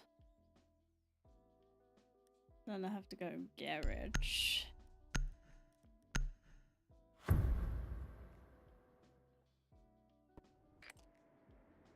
Who else can open up?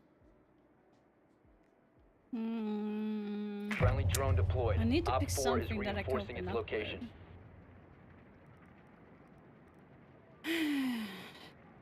Do not want to take that. Let's go Blackbeard. Nope, don't want to do that. 10 seconds before insertion. 5 seconds. Proceed to bomb's location and defuse it. Oh, this is going to be so weird.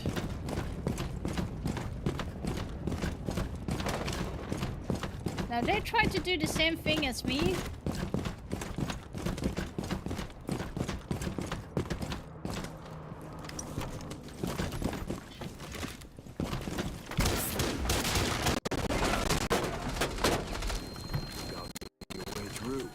Fuck you, Buck.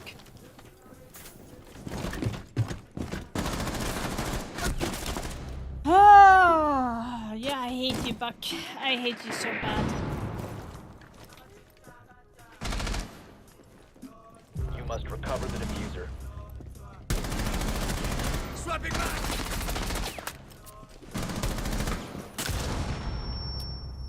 Sounds you're right. This is like idiotic. Loading back!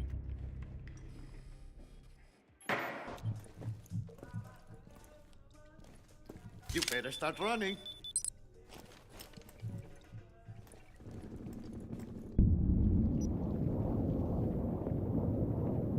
Op 4 last operator standing.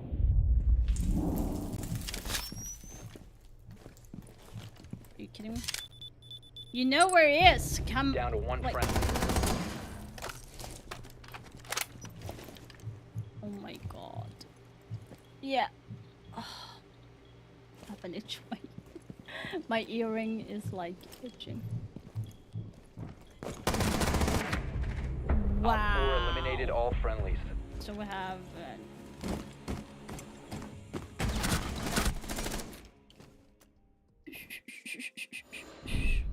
This is interesting. I'm just trying stupid things, so it's not going to be anything too serious.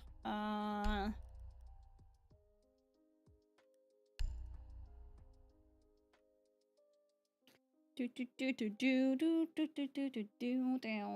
Bow bow bow chicka bow wow. Bow chicka bow wow wow wow wow. Okie dokie. Let's see what I can do for fancies with alibi.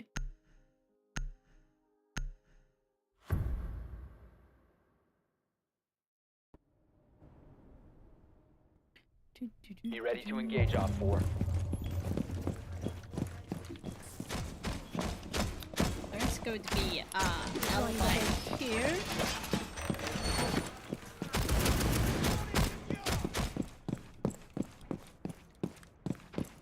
Yeah, my FPS is like dog shit right now. Reloading. 5 seconds and counting. Op 4 has located a bomb. Be ready for hostile action. It's going to be Always something room for over. more. Okay, I hate the fact that I'm like hearing.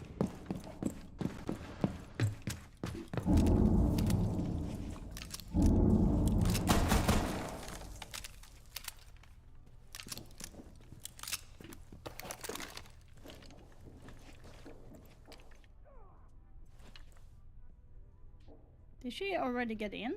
Nah, I don't think so, right? Spiral down. Bro, smoke. Spiral.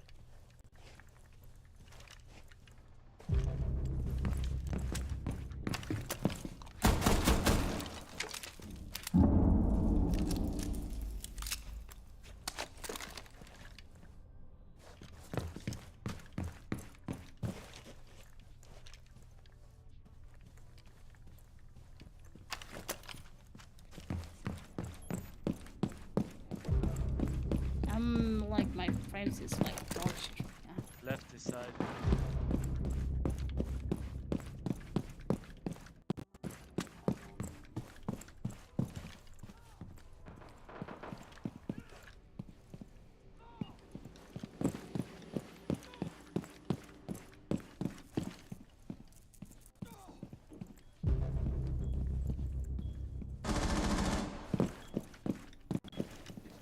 One friendly remaining.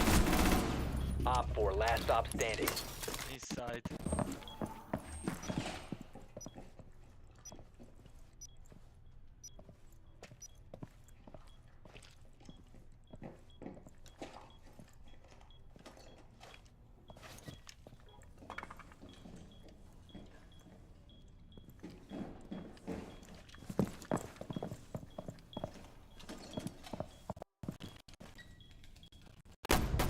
Op 4 eliminated. Mission successful. Yay! It was slow. Gosh dang it. I can't believe that my frames are like being this pissed right now. Are you serious? If I go down to distant? Like, you need to stop being mad. Like, having Google up at the same time while playing is not something you want to do.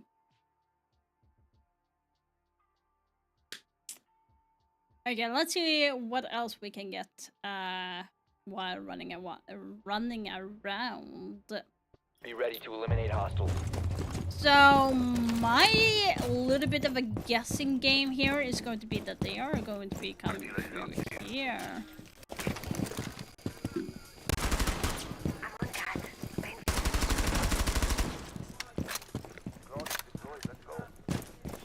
10 seconds remaining. Reloading! 5 seconds left. Device primed. Keep an Op eye 4 on has goal. located a bomb. Get ready to engage. EDD mounted. Let them come. EDD primed. Stand clear.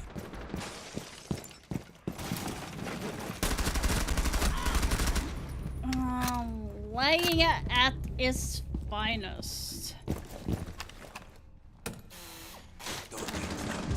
Op 4, last stop standing.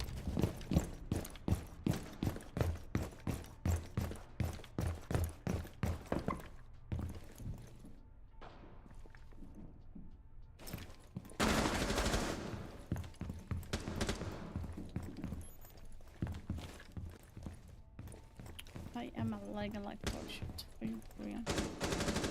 Swapping mags.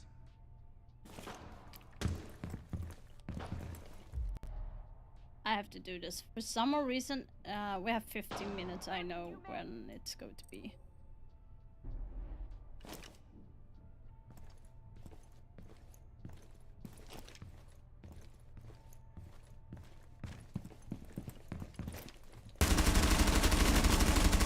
Reloading.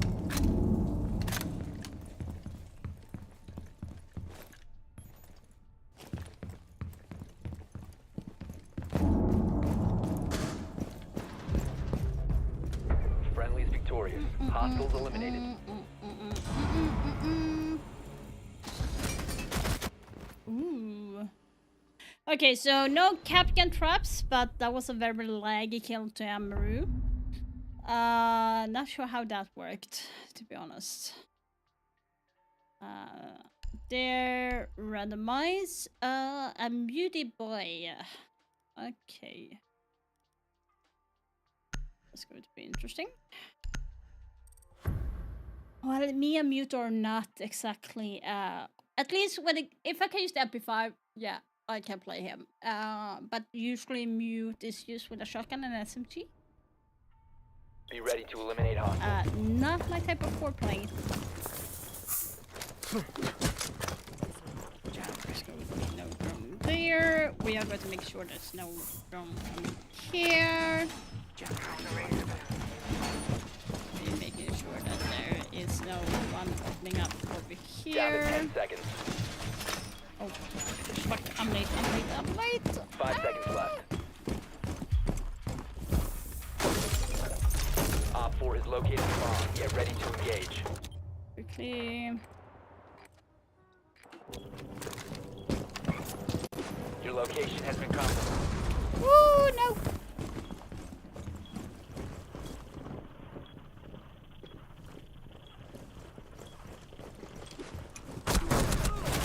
Yeah. I did hit him a little bit. Just a little bit. That was actually a good try though. 1 Op 4 remaining. Like, why am I lagging? Come on, what the fuck?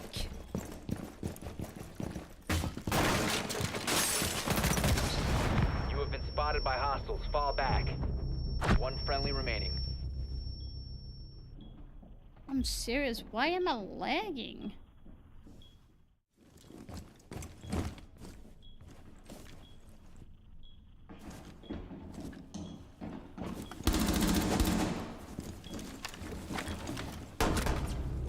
Friendly's victorious. Hostiles eliminated.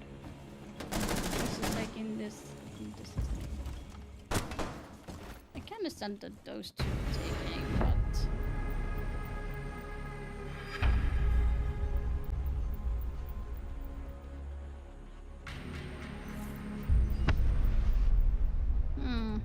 I'm not sure why I'm lagging. I can't really tell.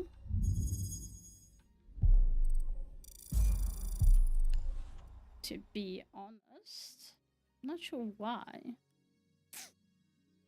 Oh well. Let's just get into another quick match. I can buy another 50 pack soon as well, so.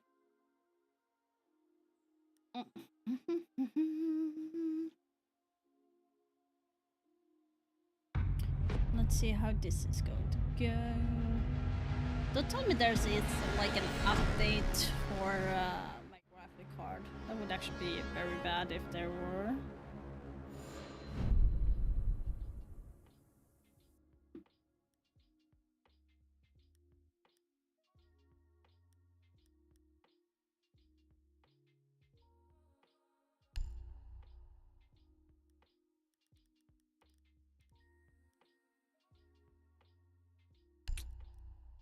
Nope. Already played that. Already played that as well. Let's go with Dokeby. Haven't played her, so let's see what I can do with her.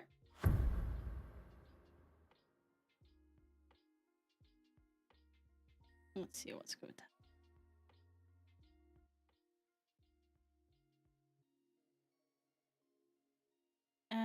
Looks like this guy is going to be having some issues.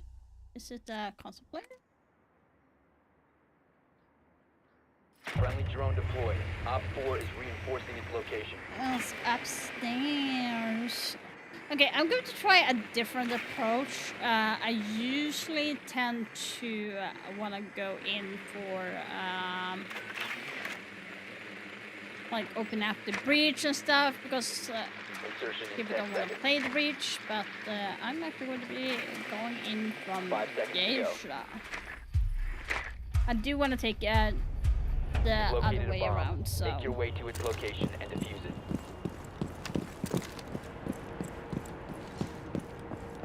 KFC bucket. Okay. Name.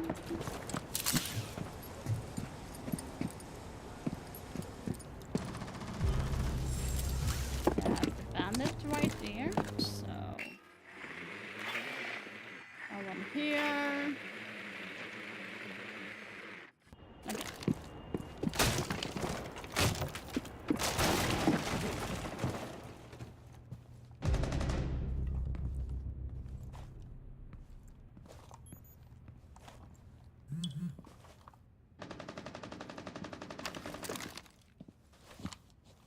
Reloading. Let's give a call. Activating code. Tell them out!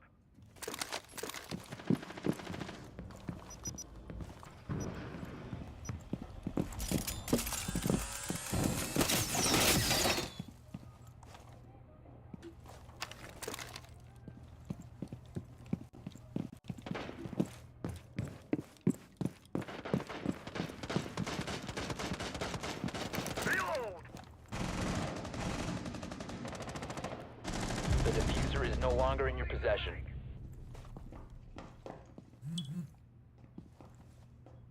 Launching drone.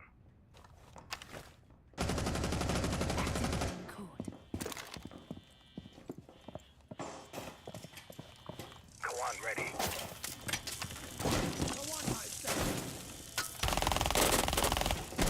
What the fuck?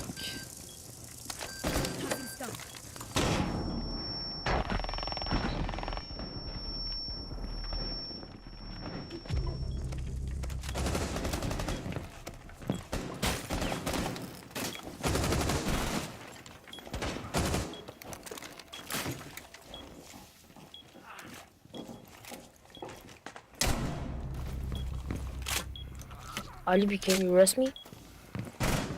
Op 4 last operator standing. Op 4 neutralized. Successful. What was that? I was not in a position to like pick you up.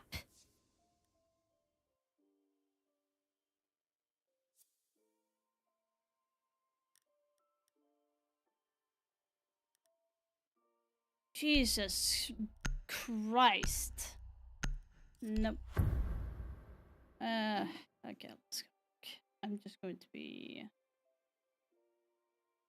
There is 10 minutes left until the next game is starting, guys. Friendly drone deployed. Op 4 is reinforcing its location. Miss Nookie Nookie Nook. Now, I got some very fancy kills onto Dokeby. The hipfire onto Dokeby was nasty though, like seriously? What mag is this? haven't seen this magnet before. 5 seconds. Very interesting. Yeah, magnet. Proceed to bomb's location and defuse it. You must recover the diffuser. Getting a better angle.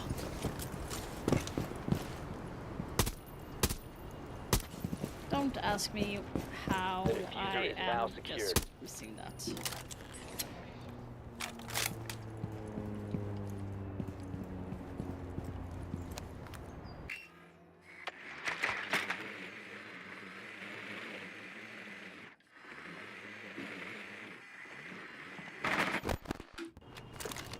Yeah, one there.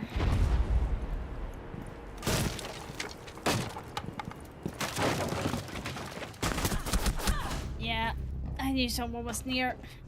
Fuck. Oh well. Whoops. Whoopsie. KFC bucket is down. The repeat is down for the take. Why are you fusing there?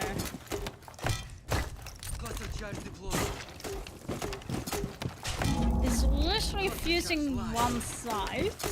It's not even fusing. Yeah, I'm not going to say anything. Firing charge! So there are a free stack? KFC is a free stack and they have... Are you kidding me? Literally in the corner, my dude.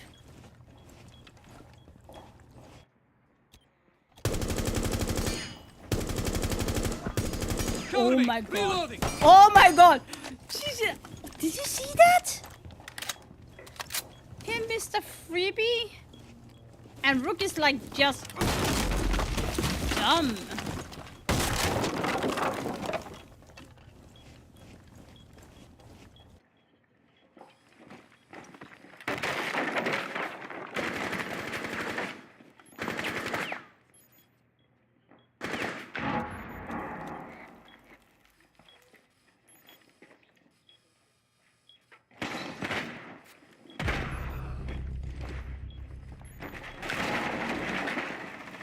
Seconds left.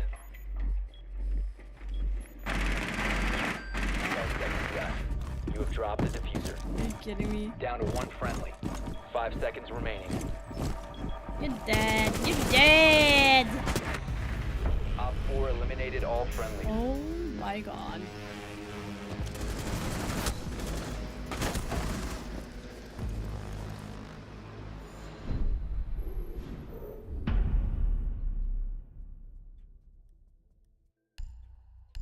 Random, not my wife. I play her too much. Don't take it out of context, please. Might sound a little bit wrong.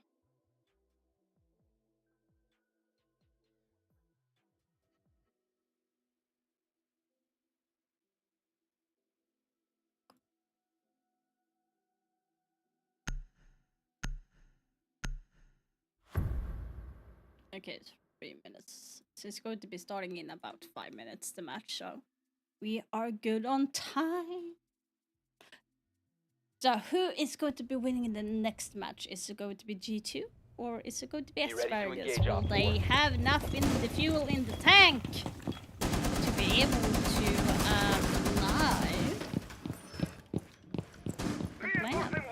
to deny the win? Deny the plant? What? I was trying to sound cool there, but it did not work at all.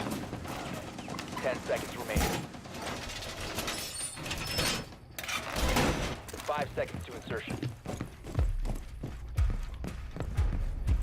Op 4 has located a bomb. Be ready for... Reloading.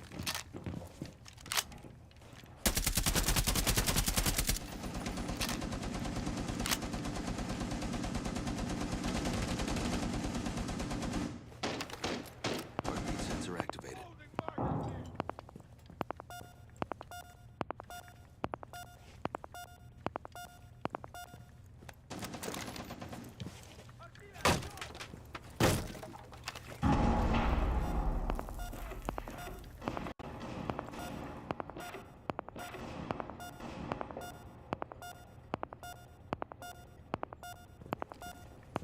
Okay, I'm taking. Oh. Deploying sensor. Yeah, I'm actually taking it.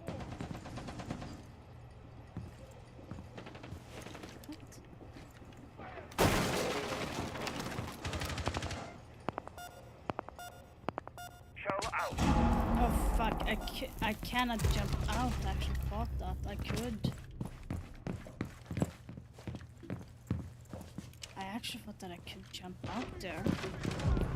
That was a little bit bad on me. Surveying for hostiles.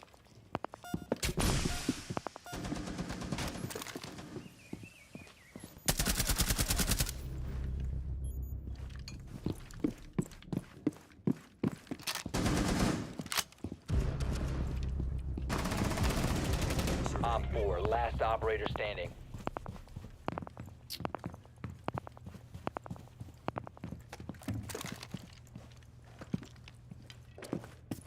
C4 ready.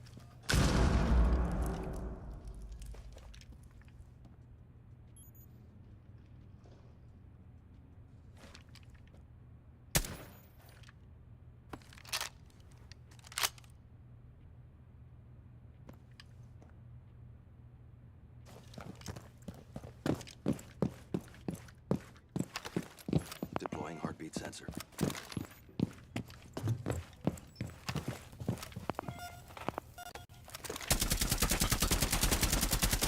Swapping mags. Friendly's victorious. Hostiles eliminated.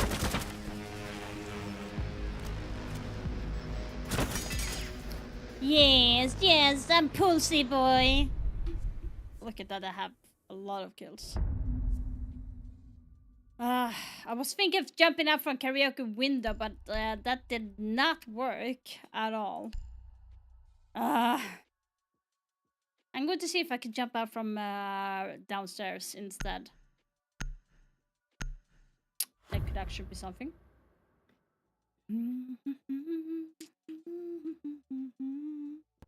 Let's see here. I'm going to be putting my stuff in a very fun spot.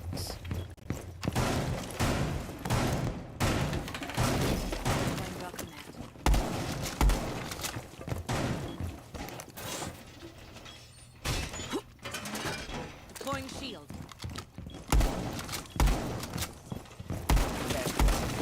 Loading new magazine. 5 seconds left. Camera radio activate. Bomb located by Op 4.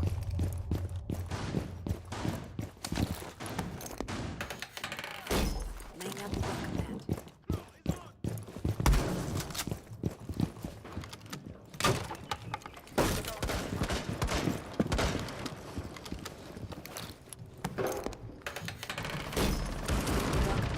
Electroclaw ready. Swapping.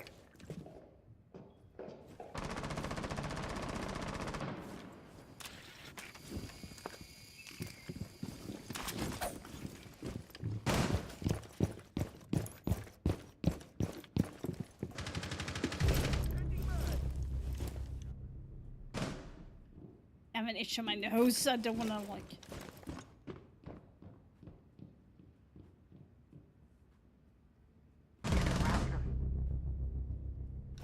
Okay, why aren't you doing what I want you to do? Hmm?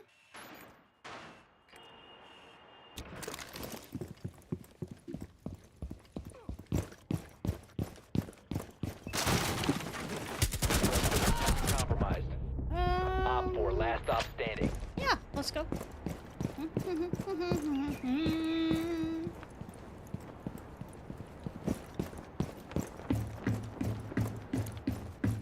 Let's go.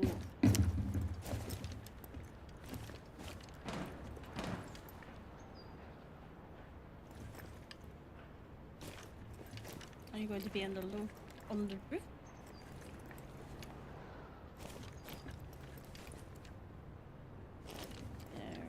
Nope. You ain't on the roof. Where are you then? Where did you go? Where did you go? I can't see you. Come on.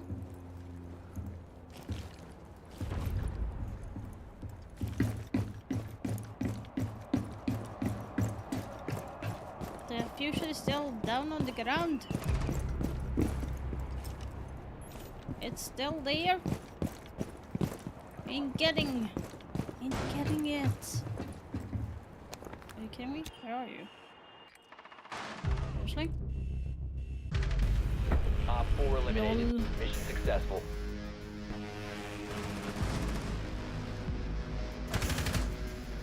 Wow. That was actually kind of hilarious. I should not be able to get that. And I did not get MVP. Are you kidding me? Nah, just because I got an assist. Fucking hell. They need to reinvent the scoreboard. Literally, they need to fix that.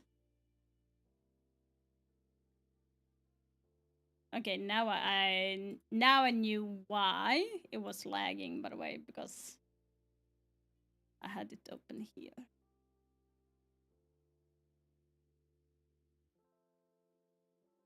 They are still talking. Let's get into the map bans and picks for this specific What final are they going to be series. banning? Lair, Club, Chalet, and Nighthaven Labs will be Cafe again? Okay, we're going to see some old school stuff. Cafe is first picked by Bank? Asparagus. We're going to get to see that again, even though they played one another. Bank, wow. bit of a shift. Good to see. Are Asparagus good? Like, are they don't they have anything except for Cafe? This is the fourth time they're getting to Cafe. They lost Cafe so freaking bad. Right, you straight away they got rid of Clubhouse, which, you know, based on the limited pool that we had of information about Asparagus and Project X, it's one of their stronger maps. And then that means that they're going to take Cafe. It's their second preference, and they've played it every single round. So G2 know exactly what they're going to do. Not only that, G2's second highest preference in Europe this year was Chalet, where they win 50+% of their attacking rounds. They win 50+% of their defending rounds. They've brought that into the mix as well. And, you know, just to add insult to injury, Consulate is also G2's third highest preference map in Europe all this year. They have won this ban phase. This is crazy. The question is, the thing is, it's not one in the ban phase, it's one in the server. Yeah, for me, Gibson, this is going to be the one moment I've been waiting to happen, and don't take that in a negative way, but for Asparagus, I've been waiting to see their map pool exposed a little bit. We know it's shallow coming into this. They are exceptional, the maps, they know how to play well, they were great on board, they've been good on Cafe time and time again, but that depth isn't there, and G2 know they could exploit that to lean this map ban in their favor. And the big thing about the Cafe pick is that Matchco have laid the blueprint to how to beat Asparagus on that. So Matchco had a perfect counter strat, and considering how long the Consulate game was, G2 could have time to realize we could maybe influence some of our picks and decisions in match about how Matchco shot this down. So think about this now, it's the end of a tournament bracket, things are different, a lot on the line for these teams, and the pressure is really going to be a deciding factor, and fatigue for Asparagus. Yeah, so the deck is stacked, to say the least here, against Asparagus. The question is, what do they have that is the secret weapon, that secret sauce that you need to win in a game like this? Yeah, Whip it. So the one thing that I always think about in this is everyone knows the iconic Hungry clip against Norango on border with that Ying Ace, right? Popped off, goes crazy. That was at the end of a group stage playoff day in our old major format. That was a long, grueling 10+ hours of games he played and then delivered that. Now, that is years ago at this point, but that means Hungry has that depth, has that gas time to go deep. Packball has been actively playing for a long, long time and consistently, and should have that stamina to go on. This team will be tired, but they have that heart to keep pushing through. We've seen it from individuals like Packball, like Hungry before. Question is, Rexon, Jay, Daya, can they bring that out now? Can they stand up tall? Because if you have two leaders at the front, they can do it. You need your backline, you need those gunners to be able to do that as well. Hopefully, they have that stamina, but I do believe in the underdogs here. I'm with it. I've always loved the underdog story. My whole casting career, it's, you know, it's not always fun to root for the best team all the time, which is why it's nice to see the underdog's tale come true from time to time. I feel this really is David versus Goliath. Yes, G2 are not the team they used to be, but just honestly, think of how Reddit's going to go. Think about what the online world will be like if G2 don't make SI because they lost to a team not called even Asparagus with 2 U's. Yeah, look, usually I as a Oh a my human god! being, I try to I not, just a quick thing. think I about how, just got you know, the opinion of the some internet is news like. outlet.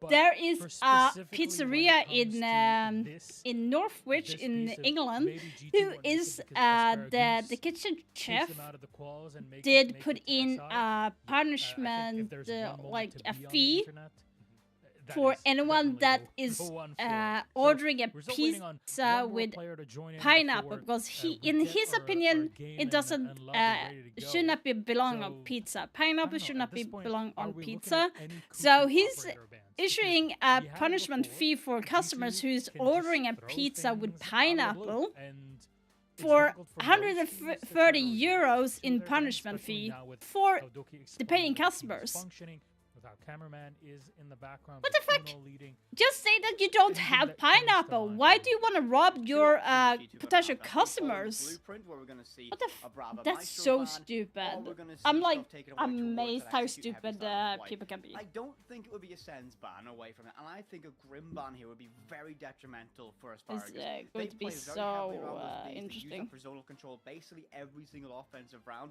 That would be a massive blow for them. And again, you imagine that the Maestro has massive impact for them. If you see a Bravo ban, they have to do that as well. They might be forced into it. I think the unique style of play that Asparagus have means they might be able to win the operator ban phase going into it, but I think That's like we saw them ban their seriously. own Sens away in the previous matchup. I don't That's know what to just expect stupid from in this, my and again, opinion. I think we're going to see very targeted bans at this stage of the bracket. Yeah, I gotta agree with Whippet, and I suppose the only other option is a very tough one for Asparagus is do you ban the Deimos? We know that Doki loves to play that operator. He's incredibly dangerous on it, but we saw in the previous game that they themselves love a bit of Deimos for Jay. So it's one of those, do you, cut off your hand to spite your nose to spite your face type of conversations they need to have with themselves.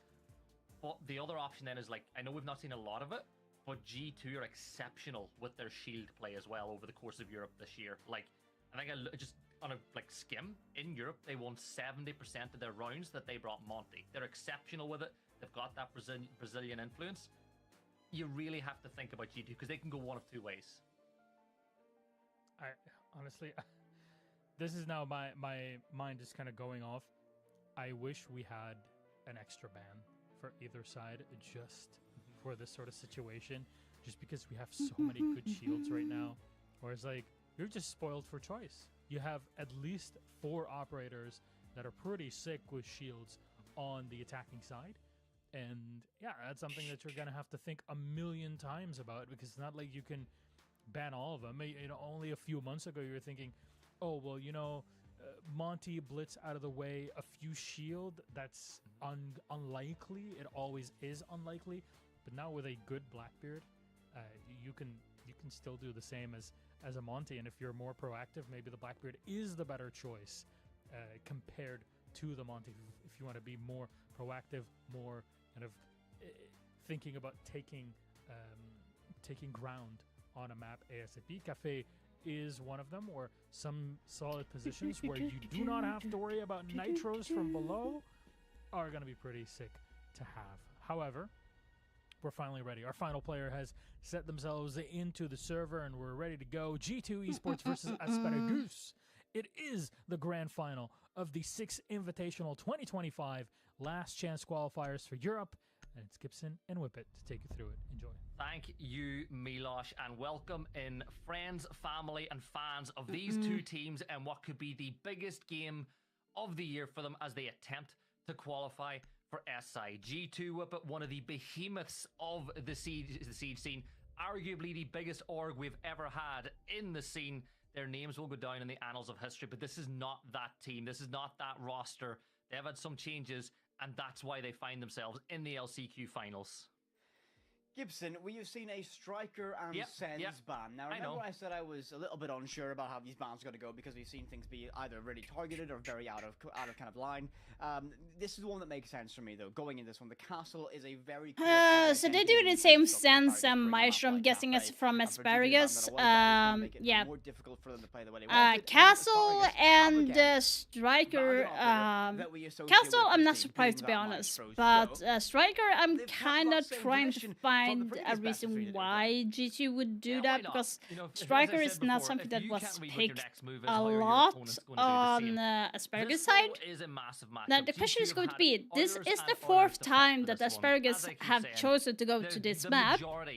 G2 decimated Asparagus on that map today, 4 hours ago. They decimated them on this map.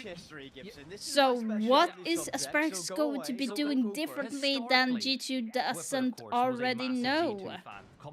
Right now, G2 is taking Valk in instead, and Asparagus is taking Ash, and Nomad is a new pick. Nomad is not a new pick in general, but Ash has... They are... Yeah, they're taking Ash because I think they do believe that G2 is going to be taking a Mira with them, but G2 is opting not to have the Mira at all in play. And right now they are changing it up. They notice that there is no Mira in play, so they go for Ash, Nomad, Grim, Finka, and Monty. So this is actually going to opt them to maybe...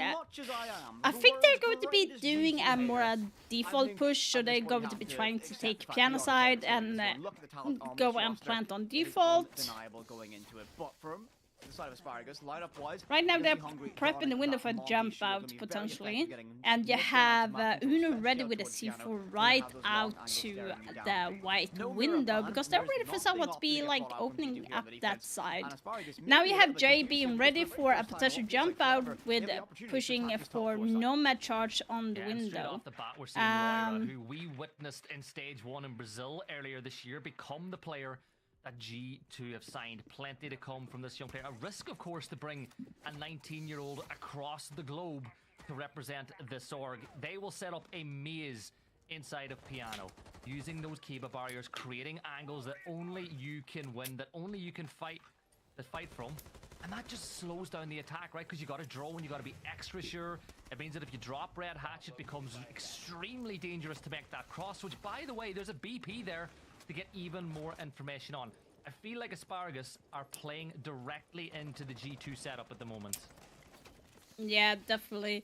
I would love to see if Asparagus will get the opening kill, in fact. Jay is getting shot at and getting a C4 right in the face by Alamo, so the first kill is going right for G2 into their pockets. Now it's up to see how they're going to be trying to attack this. Now Blaze is getting Daya here as well, and getting a down, and that's Fenrir, and he's going to be getting picked up right after this. Control here, the opening round of the defense. Asparagus just looking for a way in at this moment, and it might need a miracle, and it might need someone to make an overextension or a poor call of judgment, and that's the only really way they have to get themselves back in. I feel like that right now, the way that G2 are playing, I feel like Asparagus is overestimating their gameplay in Cafe. I have to question where either they are genius at adapting to the play, but as you see here, they are just decimating G2. I'm like wondering who the hell came up with saying that they should be going into Cafe for a 4th round? They are just... Why? Why would you go there for a 4th round? This map is so overplayed right now in this tournament. You do not want to revisit the same map for so many times. It's just going to be hurting your team in the long run because you don't have enough strat anymore. It will at the end turn out to be more of a rank play situation. You don't have the strat to counteract what the other team is going to be bringing to the table. As you see here, Mont is just pushing by himself and totally ignoring the one that is going to be on Cocktail side, getting shot down. I am always rooting for the underdogs deep down inside my heart. So Asparagus are not out of this fight. It's only 1 round played. Some repicks happening as we see Jackal getting brought out here from Packbull. Okay, this might be a better pick for Asparagus. I would have opted for Ram, The reason But why you're they're bringing taking Jackal off is you want Damus clear to the ignore map the a roam little bit quicker presence than you normally would. So they're for gonna go that, into the but top they floor, are opting work to their way down to the use middle Jackal floor, instead. establish Now vertical they're picking control Ram as with the well Ram, and with Gridlock. the This is box, looking more and use solid the play likes of to a Gridlock to counteract prevent any of to just G2. give you some flank Now they knowledge just if it's need gonna happen. Packbull to They're get playing enough to control information the to map get the here. It's roam clearing that changed they to what we've need seen from them in and not previous getting rounds, but I think flanked.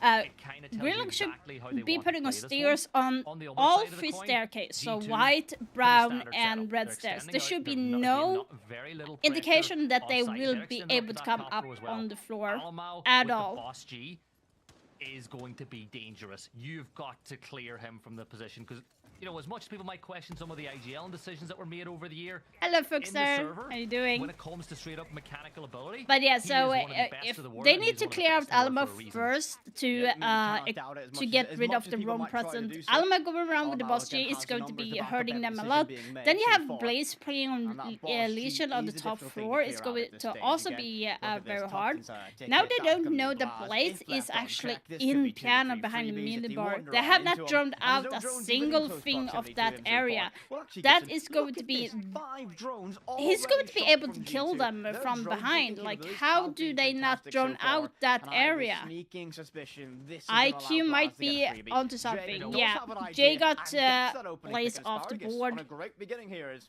we're down below in VIP and back up with But Packbull. Jay is actually on low HP. Rexham getting Alamo. Now the roam presence is clear. Now there's going to be information from down below that they are outside of the site holding certain angles. Now you need to clear out the roam, the potential flanking by putting Grim on each staircase and then move down to see if you can open up. Either the plant is going to be coming from the from freezer or from bakery is going to be a deciding factor. But the looks of it is going to be on the freezer side that the plant is coming down. They don't know whether someone is playing in VIP, but they're not necessarily engaging in anything right now. Doki is getting punched right now to get his HP to a very dangerously 1 bullet health at the moment. There is 40 seconds left on the clock, so the push needs to be coming out. They need to clear out VIP first before they actually go in for a plant situation. Doki is still playing on coffee. He can still make sure that they can't rush in. Good kill from Packbull into Freezer, but the one in VIP is still alive. They just left the one in VIP. I told you they need to clear out the freaking VIP first before they go in for the plant. It's so just how are they doing that? Not at the moment. After the game, maybe this match. From Brazil going large and whip it with a DMR. Some things never change. Brazilians and DMRs is a love letter. You gotta I say told you guys they needed to clear out Brazil, VIP before pushing into freeze and plant, and they left that uncontested. You should never, if you try to take a freeze to take in that regards, you need to clear out VIP, and they just let Loria go around the VIP and flank from Whiskey. That's so, like, this just shows that Asparagus are tired. They have played 2 games, 5 maps today, and this is the 6th map today that they are playing, and they're going to be tired. G2 is just playing around with them at the moment. Able to dive in, find success back to back. If you can have someone who can do that, you can win rounds when you shouldn't get the job done. But it will maybe be a play within an hour or so. Very good record against Asparagus. You played this map earlier today. You raced out to a lead in that game too, and then there was a sprinkle and a little dash of G2 trolling to give Asparagus fans a little bit of hope. But then they finished the job off. They played them in best of 3. They won 2 maps, all in regulation. They've started things off the right way, and well, what a better way to add to it. Loira will get the DBNO onto Hungry. Hungry getting down from outside. That is almost a huge pick from them. Let the voices quiet a little bit, Loira. Don't peek too much because they're going to be focusing on that. They're going to think that you'll be thirsty and look for that flush. Deagle doing his job, just carving up as much floor as possible, and this is where Asparagus are going to be more aggressive, or at least Asparagus is opted to get the Blitz this time, and getting away from Jackal to Damus. I believe that Damus is going to be playing underneath, trying to make the enemies move from... They must be a massive factor. Yeah, he's going to be playing underneath. He's going to see if he can get anyone off from sight. They've not spotted anyone out. He hears like the calls coming out. Rex are getting first kill onto Doki. Now the aggression is coming in. They know that someone is flanking. Can he get it? Una getting a really lucky kill onto Jay. And Una refragging again to Daya. And the defenders is just eating Asparagus up for dinner right now. It's getting crazy easy for G2 to win the rounds. And that is just phenomenal play. Look, they rushed in the site. They had so much control. And then, A, you let him get the flank off. He gets the kill. Secondly, you stun him with the SMG-12. Yeah, G2 is doing a really good job of reading in what Asparagus is doing. I am kind of afraid that Asparagus is just too tired at the moment to even try to do anything. The confidence that I have from the last match is going to be not as visible as it is right now. G2 are the bigger name team throughout the Siege world or like history. And it's going to be a lot harder for Asparagus to win anything against in Cafe. I don't see at the moment the way they are playing. They really need to be figuring something out to stop G2 from the refrag possibility they are having. Jay did a phenomenal job to getting the first pick with Blitz, but then it kind of felt out that he didn't communicate necessarily with his teammates saying, hey, someone is coming behind you. And he opted to get and try to get the kill instead. Would have been better if he did call his teammate to turn around and get the kill instead of him running in and necessarily taking the fight. That kind of shows that they are really tired and the communication is not solid. And see where the round goes from there. Slower start so far here. Now the question is going to be, will Finka die early? Yes, he will. Are you kidding me? Doki still has that level of why taking a fight on the door? Commanding for respect and pressure wherever he goes. Yeah, diffuser down outside now on breeding.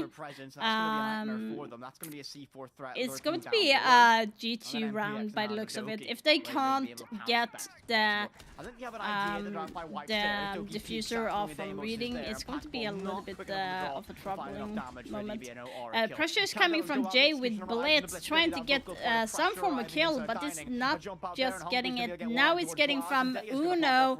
Hungry is getting Blaze as well. The pressure is coming on white. You have Warden holding around the corner with Alamo. He's getting kill on the pack bull. Wonderful timing to turn around the corner. Now Doki's getting Jay and Doki's getting another one to Daya. There is no pressure whatsoever from the attacker at all. It's just getting a freebie after freebie. Asparagus is just too tired at this point. G2 is answering for everything that Asparagus is throwing at them. They know what Asparagus is trying to do when they're attacking. In a situation where the round looks like it's over, they have a habit of maybe throwing just a little bit, you know, doing a couple of things wrong. There's none of that. So I've seen none of that through the opening 4 maps. They're playing aggressive. They're holding their crosses. They're playing off of each other's information. This is you know, it's not the prime G2 roster, but this is prime G2 we're seeing right now.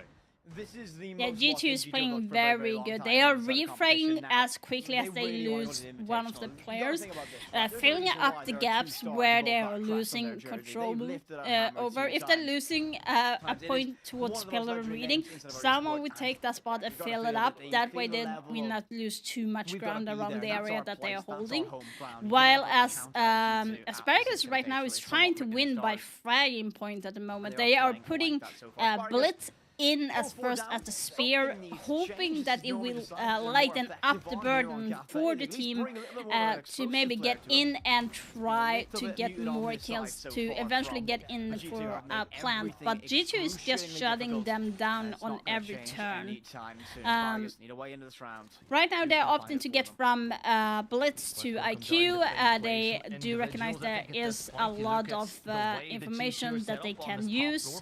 Maybe Asparagus will take a little bit of a slower pacing on the gameplay. Try maybe not to die from the window this time, because G2 are very aggressive for the window peeking. Laureate's getting slapped in the face right now because he's been over aggressive now, peeking the windows, trying to get a kill for a couple of rounds now. So Laureate's getting off the board right now. It's a good pick. It's Asami that's getting gone at the moment as well, so that's going to leave more opportunities for Asparagus. Right now on G2 side, I have 3 C4s in the place, so they can still deny it, and they also have Fenrir on board as well. So it's going to be an easy pick for them. Doki getting J off the board, so there's no IQ, no information that they can get from where the Valkyrie camps are, or where and Una's getting Daya, but he's getting refragged by Packball. Beautifully down by Asparagus to get that. It's a 3 versus 3 situation, and you look like Doki was kind of in the mood to jump out from the window, but he thought better yet, it's not worth it. There is still 2 C4s on board, and on Asparagus they still have Twitch. Twitch around. I think Twitch is still gone. Balayu still has 2 EOD, and you have Grim still having 4 Bs left that they could utilize. The question is going to be if they are able to plant. You still have one hiding behind the bomb, but that is Doki with no C4 in the pocket. Hungry seeing him and getting the kill onto Blaze right now. Alamo is still trying to peek a kill, and Doki's holding in bar near Freezer, trying to see if we can get a kill off to. Not getting kill, he got Rexon though. Now it's a 2 versus 2 situation. Will they be able to plant? Hungry get an Alamos, no C4 on board. It's only Doki left with Packball and Hungry, and both of them has a B left that they're going to be calling out, and that's the first round for Asparagus at the moment. Really nicely done. For Asparagus, and that's going to be a big thing for them mentality-wise. That is huge for them. We get more confidence in the next round that they might be able to do anything onto them. The next map, next site is going to be Fireplace and Mining.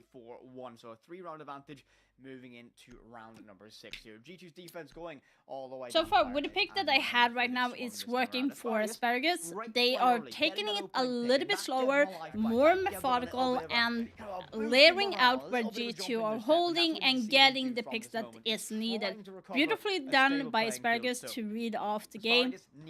Will it hold for this round though? We will have to see.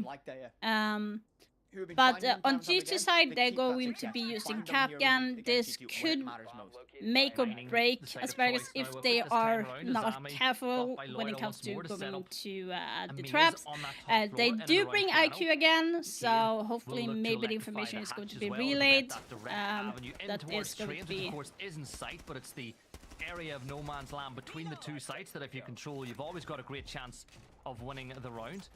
And it's all of this, like this cafe so far tonight has come down massively onto top floor, and there's the disgusting Capcan traps, right? The ones that you look quickly, you don't see them through the trash bags, and then you run through and you're like, guys, why do we not know there's a Capcan trap there? If Uno gets a couple of kills off the back of that one, he deserves to win the naughty step.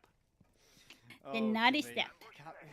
We haven't seen a single successful Capcan trap detonation all day long. Is this the game we see that thing change around? Track Stingers deployed out towards that new balcony to give them a little bit of reassurance that will be a safe position later on in this. Now, those footholds will prove to be a very difficult thing to deal with later on. That means you have to try and get control of Train. We'll hop on board with Doki on the roam down below yet again. 5 and 3 so far across 6 rounds. A great performance from the Scotsman. Demis is going to be playing underneath the maybe make sure that they are moving from a certain spot. And now the first call from Dokkaebi is coming in. Are they aware that they where G2 is holding? You know that someone is on pillar. Rexon getting Doki off the board, but Jay is getting killed by Alamo, so it's a 4v4, but now Rexon is dying as well. There's no Dokkaebi more on board, and Doki also died. Alamo is basically one shot right now, and a beautiful wall bang by Daya onto Uno. That's gotta hurt for sure. Now Demis is hunting Blaze, who is hiding in train, and that information is going to be relayed. The question is going to be, where are they going to be doing it? Now the information is coming that someone is underneath, and that's going to be information gathering there. You have Loria holding white stairs. He's getting ready for Demis to be popping up on the staircase. Now he's going to get the information that he is holding indeed on white stairs, so he's going to be extra careful about this. The Demis whistling is still very annoyed. Is he going to be ready for someone in the laundry side? He just saw Blaze getting dire right now. It's a 2v1 right now, and G2 is just decimating this. Now the round is going to be changing, so G2 is going to be attacking and Asparagus is going to be defending. So right now it's not looking good for Asparagus, because like it's a 5-1 round right now, and G2 just have to win 2 more rounds, and Asparagus is just having a bad game against Cafe. I'm not even sure why they went back for that. G2 doing a phenomenal job of reading and defending Cafe, so I think our minds back just a little bit to the Montreal Major. Now, did G2 have a, let's just say, a quite memorable crash out against a team like Dark Zero 7-0 loss on a map like Clubhouse? That just happened. It did. It did. Yeah, exactly. Now, the reason I'm going to bring that one up is it was a very, very big example on that matchup of how G2's decision-making in the offense can often suffer. They tend to run themselves into problems. Now, they've had a long time since that event, and of course, Cameramans came into this team. They can correct that. But Asparagus, if they can force stallouts of G2, interesting skin onto mute. What is that? Sit against a brick wall, have to make a decision. Wanna know a little bit more. So, fingers crossed for the side of Asparagus to get that one to go, but G2 have just looked so clinical. I don't think that's going to be a factor in this matchup. Capcan traps, the double Capcan traps on the ticket window. Very commonplace to put 2 of them right there. But who am I to question Jay, who is of course in a best of 3 matchup to qualify? On defense, they actually opting to take Catgan and Mossy on this, so they have 3 C4s in the pocket. Mira is still standing as that is the one that they are used to playing. Now, a drone did like pass sneak by from Mossy, which is a little bit of a sneaky thing. He's the lion. He is the key. I think that's going to be a perfect example of what they want to do here, Gibbsy. Now, Uno is a little bit... Now they're just rushing in. Like, aren't they not getting the information? Alamo getting slappy on Hungry. They're just rushing in. Dai is dying right now. Rexon getting Alamo and Packboard getting Doki. It looks like it's a reverse event right now, like Rexon getting Blaze as well. The rushing from G2 is simply not working. They're just trying to play a rushing game. Like they tried something, it did not work. G2 feels confident enough to try some new things in general. So Loria getting J. What a shot, Gibby. I'm starting to believe here.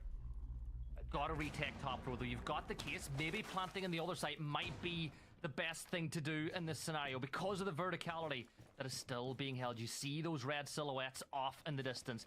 You go too far into the corner, you open yourself up to a spray from white. A minute to go. Maybe, just maybe, Asparagus think that time's against them. C4 above creates more verticality, meaning that that's not a position you can plant in. But you know what? That earlier rotate comes in pretty clutch But so does Rex. Good win for Asparagus on defense. I feel like G2 was trying something and did not pan out for them, so they were just playing around that round.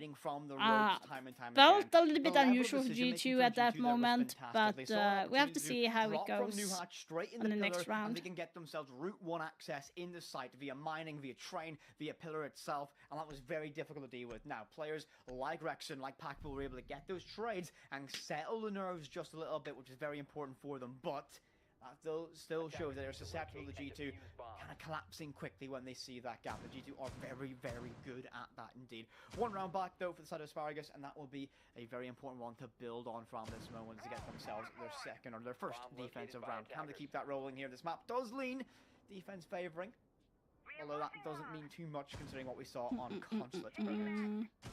That never mind defense favoring. That was just a map about defense where the opening phase went 6 each on their defensive halves. This time mining will be the site of choice. Lineup change. Doki on the Deimos, a very familiar sight to those of you who've been watching EUL and the majors all year round. Blaz switching onto the Lion this time. Lyra going to the Dokkaebi. So Lyra on the DMR. We've already seen the damage that they can do. Run out from Packable. He's going to give it a couple of seconds. Look, the camera's not on yet, so they're waiting for the peak. Here comes the peak, but no! They're not around the wall just yet. But it's information garnered, right? You know that there's a player now in and around pillar. You've nothing ventured, nothing gained. But it's just little things like that. A second or two later on that run out, and Packable probably gets a kill.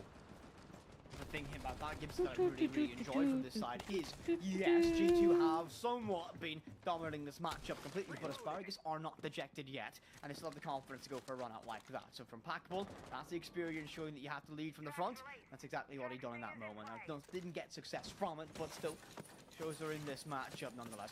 Track Stingers deployed by Alamao to try and give a sound mass and get some pressure upstairs. He's going to open up that heaven window, I should say, and a C4 primed and ready. Hungry can need to land this. It's very important, but I think Alamao just taking his time, trying to bait that, knowing and expecting the likelihood that a C4 will arrive at some point, so just waiting, and that nade is perfect. That's going to put Hungry under so much pressure. But he escapes any damage or any significant damage. The second one detonates beside his feet. A lot burned. Oh my goodness, Jimmy! Every grenade going to Hungry, and he still stands tall! That last nade 1 should have HP killed him, left. but it fell through the gaps in the floor that was created by the nade before. Hungry, hanging on by a thread, but still in the fight. That's a little bit of a cheeky angle. Will they be able to drop? The drop, but Lyra will get the kill onto Daya. C4 still at the ready here. Well, Hungry's he's getting in a the position, kill but right Jay now. on a wander will catch out Blaz. They're ready for a jump out there, 5 which to the is scoreline. kind of 4v4, interesting. The player count on this round, and Packable went for the play below New Hatch, but Alamo gets the kill, and the case is going to be put down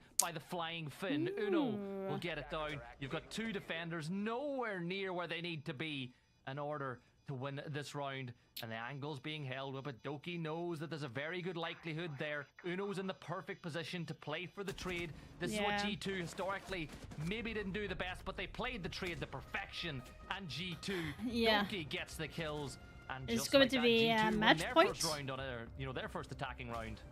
G2, sorry, I should say Doki and Uno, there's basically an unwinnable crossfire for whoever walked down red stairs. There's not a lot you can do there. And again, the entirety of G2's it's match play point for there, from what G2. we I'm call like observation, not everything's like out towards I'm Cocktail. still It seems like surprised there's gonna be and some pressure to be honest a out little bit towards there. annoyed That's that gonna be the Asparagus take to go They hit in to the midst of cafe chaos where they towards actually mining, played get that against case G2 down, play earlier around today. that I win just condition. don't see any point with it, so I Exceptionally kind of done am a from little bit G2, disappointed, and not I gonna think they lie. rightfully moved themselves If on they to do map have points. anything Flex from Lyra. magical that they had in pocket that did not use, then sure, Really but nice of they are Lyra really to help not the doing opposition, isn't it? anything Like, at the moment. He's literally just a kid. Like, I want to reiterate this. Whip and I saw this player develop in Brazil in Stage 1 last year, and G2 took the risk. It is a risk to take such a young player across continents to play in a different region, and they're reaping the rewards for it. 10-2 so far through 8 rounds. And not only is he able to get all the kills, he's also trying to IGL the other team. Like, it's insane. Yeah, I mean, Lyra has been an exceptional pickup for this team, and again, that Brazilian influence running deep. Primary coach, then secondary coach, all Brazilian. So Asparagus is doing the same, except for bringing Pulse onto Hungry this time. So maybe it will be doing something different at this point. There is 3 C4s on the board with Valkyrie, Pulse, and Mossy. He didn't play against G2 earlier on today, which they did lose at as well. Was this a tactical error to go here yet again, or was this trying to play up their vibes? They knew they're confident here because G2, I think G2 read the script, and this has been a very difficult day in the office for the side of Asparagus. By banning Club, they dared Asparagus to pick this map because Club and Cafe are the two favorites, the two preferences. 7-3 was the scoreline last time we went here. It looks like it could be 7-3, maybe even 7-2 this time around. C4 throw, that could be good. Does a lot of damage on the Doki, but it's just a few feet too short. Doesn't get the kill, and Doki will live to fight another day.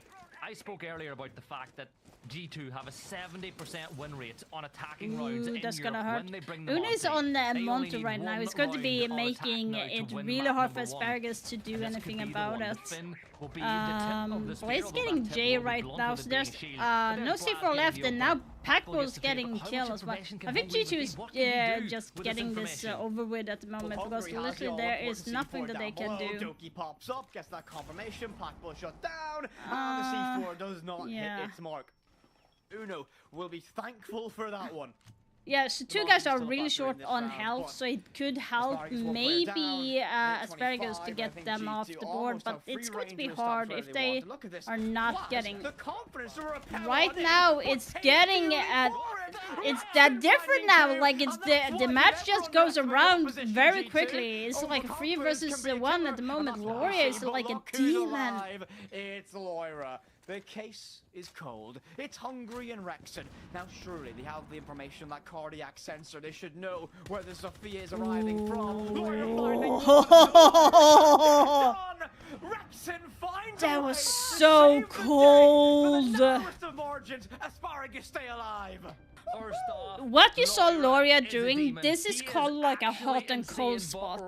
Most of the time, people are going to be playing that little area where Pulse was on that like blanket or like below that blanket, like, and there is such a high chance that you're going to get someone. Hence why you saw Loria just pre-swing towards that area and then focus on towards the double door, because he was ready for the re-swing from that. Just like that, but look at this, Loira. The game sense, but he knew there was somebody on planks. The trade was slow. Look, Rexon was a little bit slow. The pre-fire was perfect.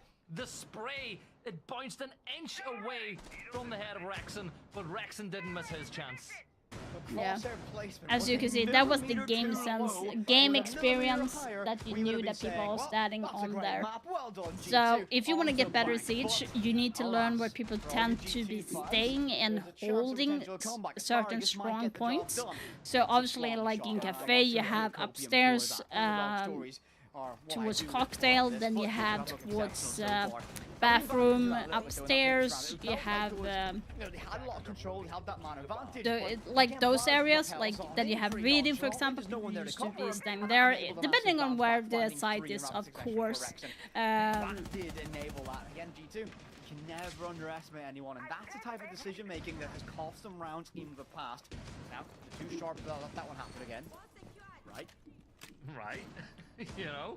Well, look, it's still 6-3. It's still advantage G2. Loira still having one hell of a game, 12-3. Rexon on the other side is 10-7 as these two young gunners go head-to-head in this fun matchup. Uno on the Monte again. Didn't really work for them too well last time around, but maybe this time could be a little bit different. Drone network and camera network set up by the defenders. Hungry will attempt to feed as much information to the side as possible, but they've brought 3 C4s. They realize what worked against them earlier, and they're going to try to do it towards G2, but that camera was just a little too easy to spot there for Uno. Very effective use of the IQ upstairs on the roof, being able to pick out those cameras and basically be a conductor saying shoot here, shoot there. I don't think they're ready for him being hiding at the Packball is hiding. That's a very sneaky hold. 2 cameras are still applicable. Deep angle held by Jay there. Couldn't quite find anything from it just yet. Selma Chargers open up the access. I don't think they drummed out Packball right in bar. I don't think they know. Like, yeah, the ping is coming out now, and Packball needs to move before he loses his life. And demanding space and respect from Asparagus. But the score, the level player count is still the exact same. It's 5 apiece. Doki almost losing his head in that fight with Jay. Most of the Asparagus players now have fallen back as they've ceded top floor control. Yeah, that's really good decision by Asparagus to fall back a little bit, trying to give something. The rotate, holding the flank is Blaz. And it's very important that Blaz does not, you know, forget their job, that they do not get up, they do not get down, they hold that for as long as they need to establish full control. Red silhouettes still playing below. You can see maybe that could be a late brown retake, maybe a little push up again. Jay getting off to Blaz at the moment. That's a good opening pick now. Now Nomad is off the board, no more flashes. 30 seconds left, so the Plant is going to be coming down on default in reading. The question is going to be, are they ready for that though? They can walk in and take space, but the Legion is going to burn oh so critical time. With Doki holding control upstairs, that retake angle isn't there. And no, Almo getting a kill onto Hungry. There is a C4 gone for them at the moment. The plant is coming down. Una's getting the plant down, but there is literally no help. It's 4 seconds left, and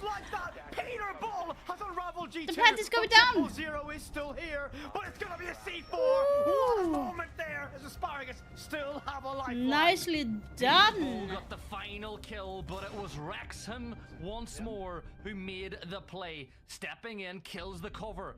And by the way, can we just talk about the fact that Uno was completely unbothered by the fact that his teammate died an inch away and those footsteps there? Yeah. Well, of course he wanted to get the plant down. That was the reason why. It goes down. You know? But, Gibby, I believe in a very strict rule in terms of Rainbow Six Siege. I am trying to apply this in right. If you talk, you're gonna lose. Now, just saying. Earlier today, Alamau did refer to players as bots. We see Loira trying to give advice. If you talk, you lose. Okay. Not gone so well for G2. Maybe they might need some advice to get things back on their offense.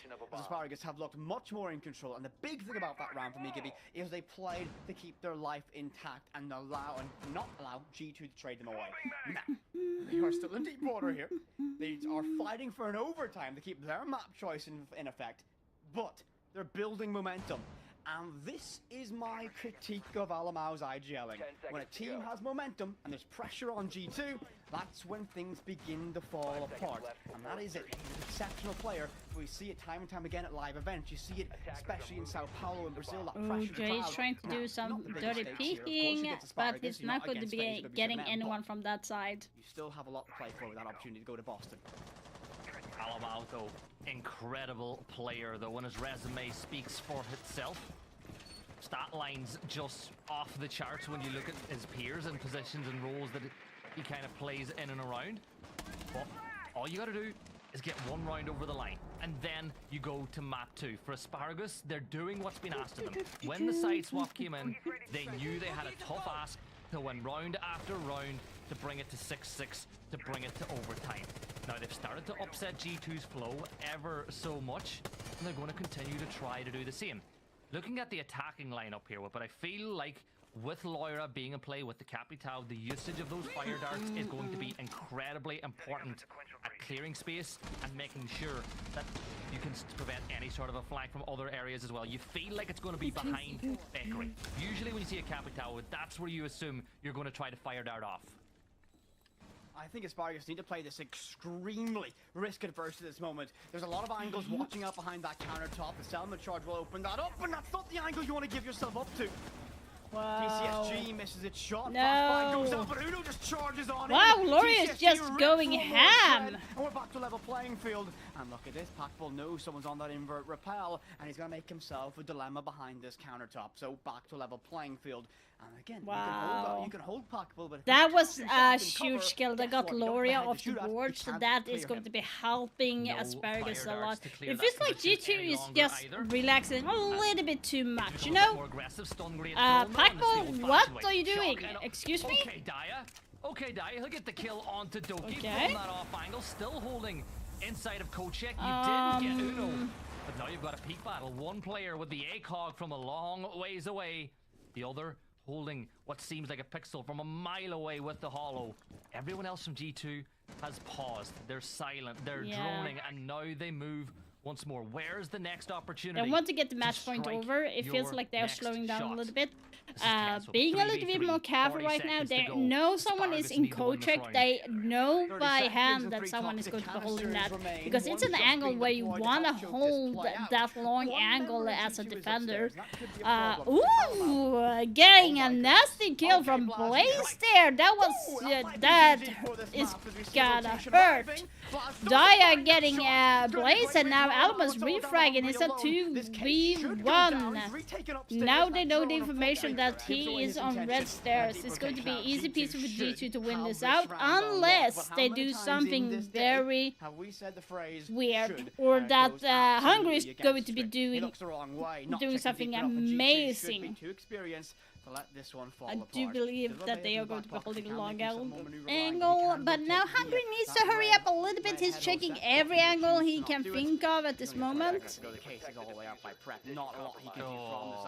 That's a very mean angle. Yeah. G2 got this with 7-4. It's not surprising that G2 won this, because literally, don't know why, but it feels like Asparagus do not have enough, enough strategy for different maps than this. So. You've one player playing on the elevated spot, looking over the railing. Your other player's playing by the door. Gotta be frustrating for them. In the 1 versus 2.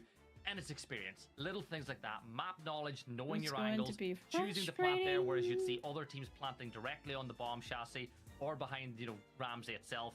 G2 win the game, and I do feel like it came down to experience, with a little dash of that Loira magic that we're starting to become accustomed to over the course of the last 2 weekends. Loira played exceptional. There's a small rally from Asparagus, but it was not enough to get them across the finish line here on map number 1. But we will go to a quick little break. Do not go anywhere. When we're back, we can break down and get ready for map number 2.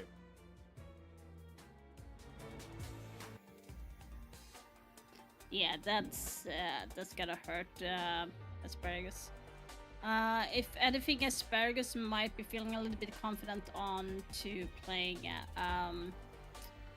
Consulate, but yeah, no, not Consulate, Bank. It's going to be Bank right now, so the question is going to be, what will Asparagus have to face off in Bank, because Bank is like the most has highest win rank for G2 on that map. So yeah, it might be a tall order for them to get that win. We have to see.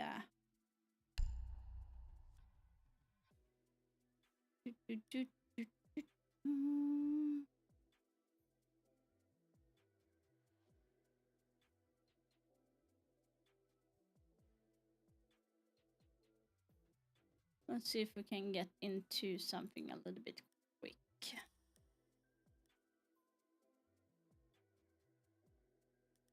Shade of Vengeance.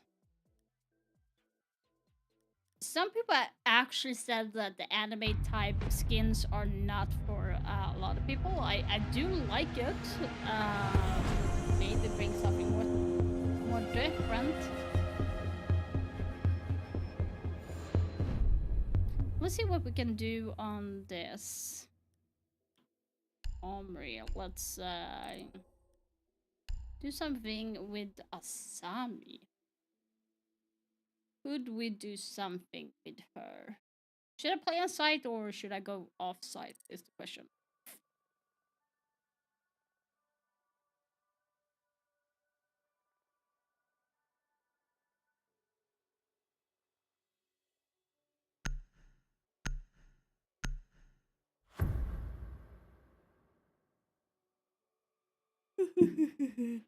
Jesus Christ.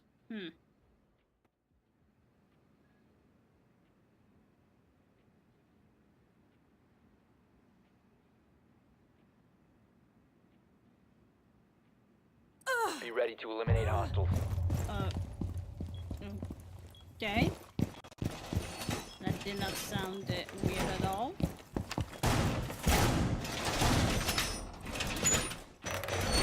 Reinforcing wall. Not sound weird at all. 10 seconds left. Activate jammer. Where is that little 5 drone? seconds. AD is deployed and ready to go. Op 4 has located a bomb. Get ready to engage. Try to get through that. Yeah, I don't want to get shot from here, so.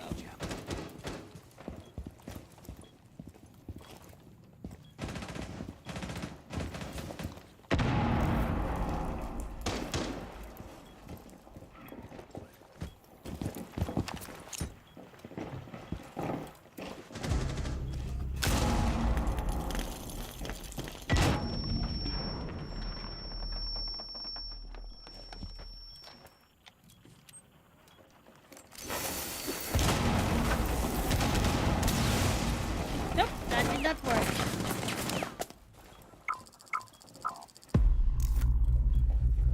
That actually did not work.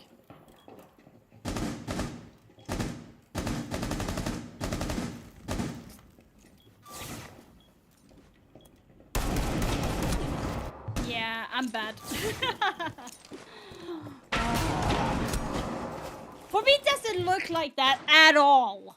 I'm telling you, the response time that I have on this PC is dog shit.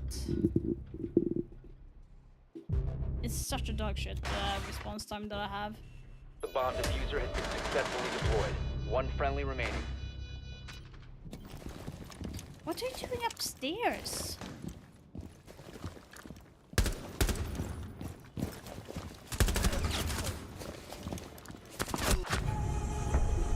Mission failed. All friendlies have been neutralized.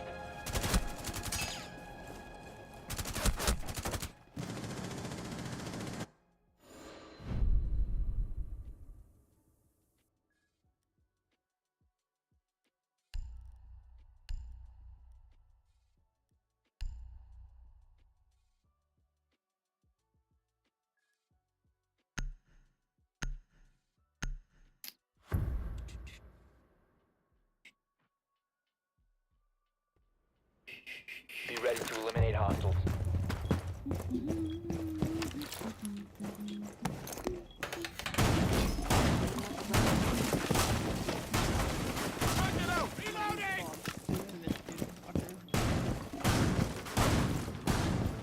Jammer activated. 10 seconds to insertion. Down to 5 seconds. Located a bomb. Get ready to engage. Why the fuck would you open that? Just asking.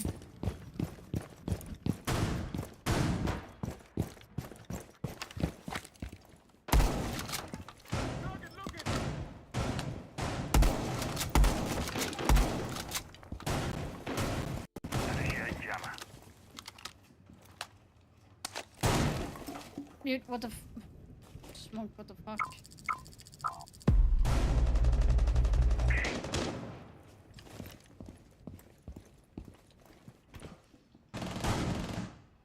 Incoming.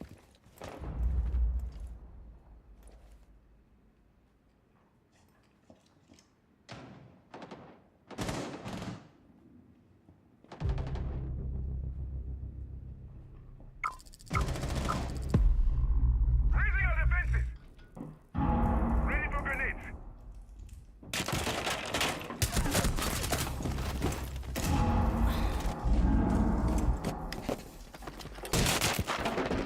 He knew?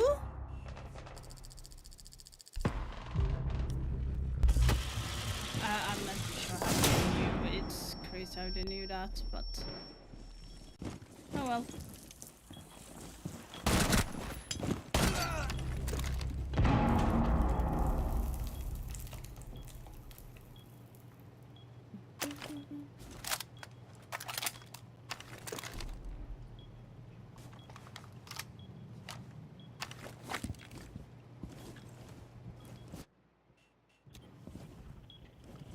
I know that you're in the bathroom.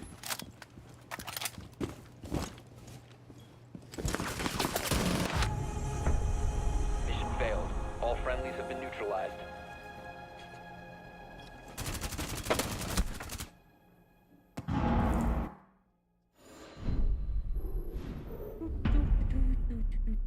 do.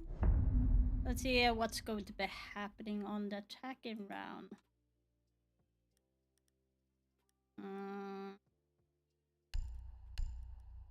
I have Damus. We can do that. We can do a little bit of Damus action.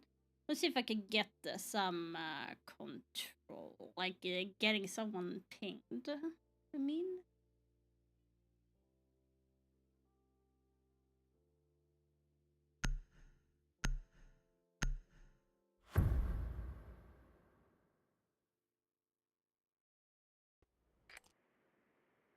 Friendly drone deployed. Op 4 is reinforcing its location.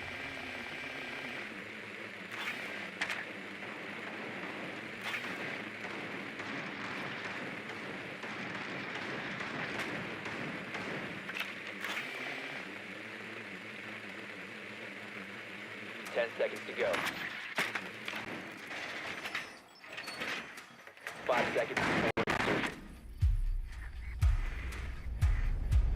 You found a bomb. Make your way to its location and defuse guys, it. at least. Drop the diffuser. I feel like those two are not necessarily going to be roaming.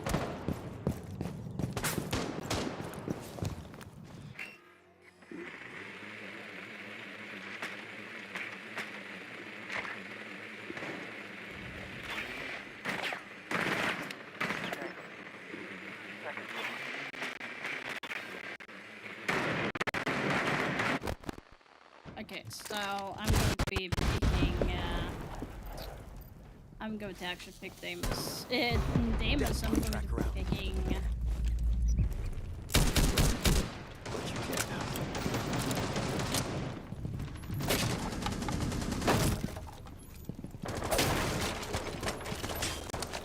Throwing frag.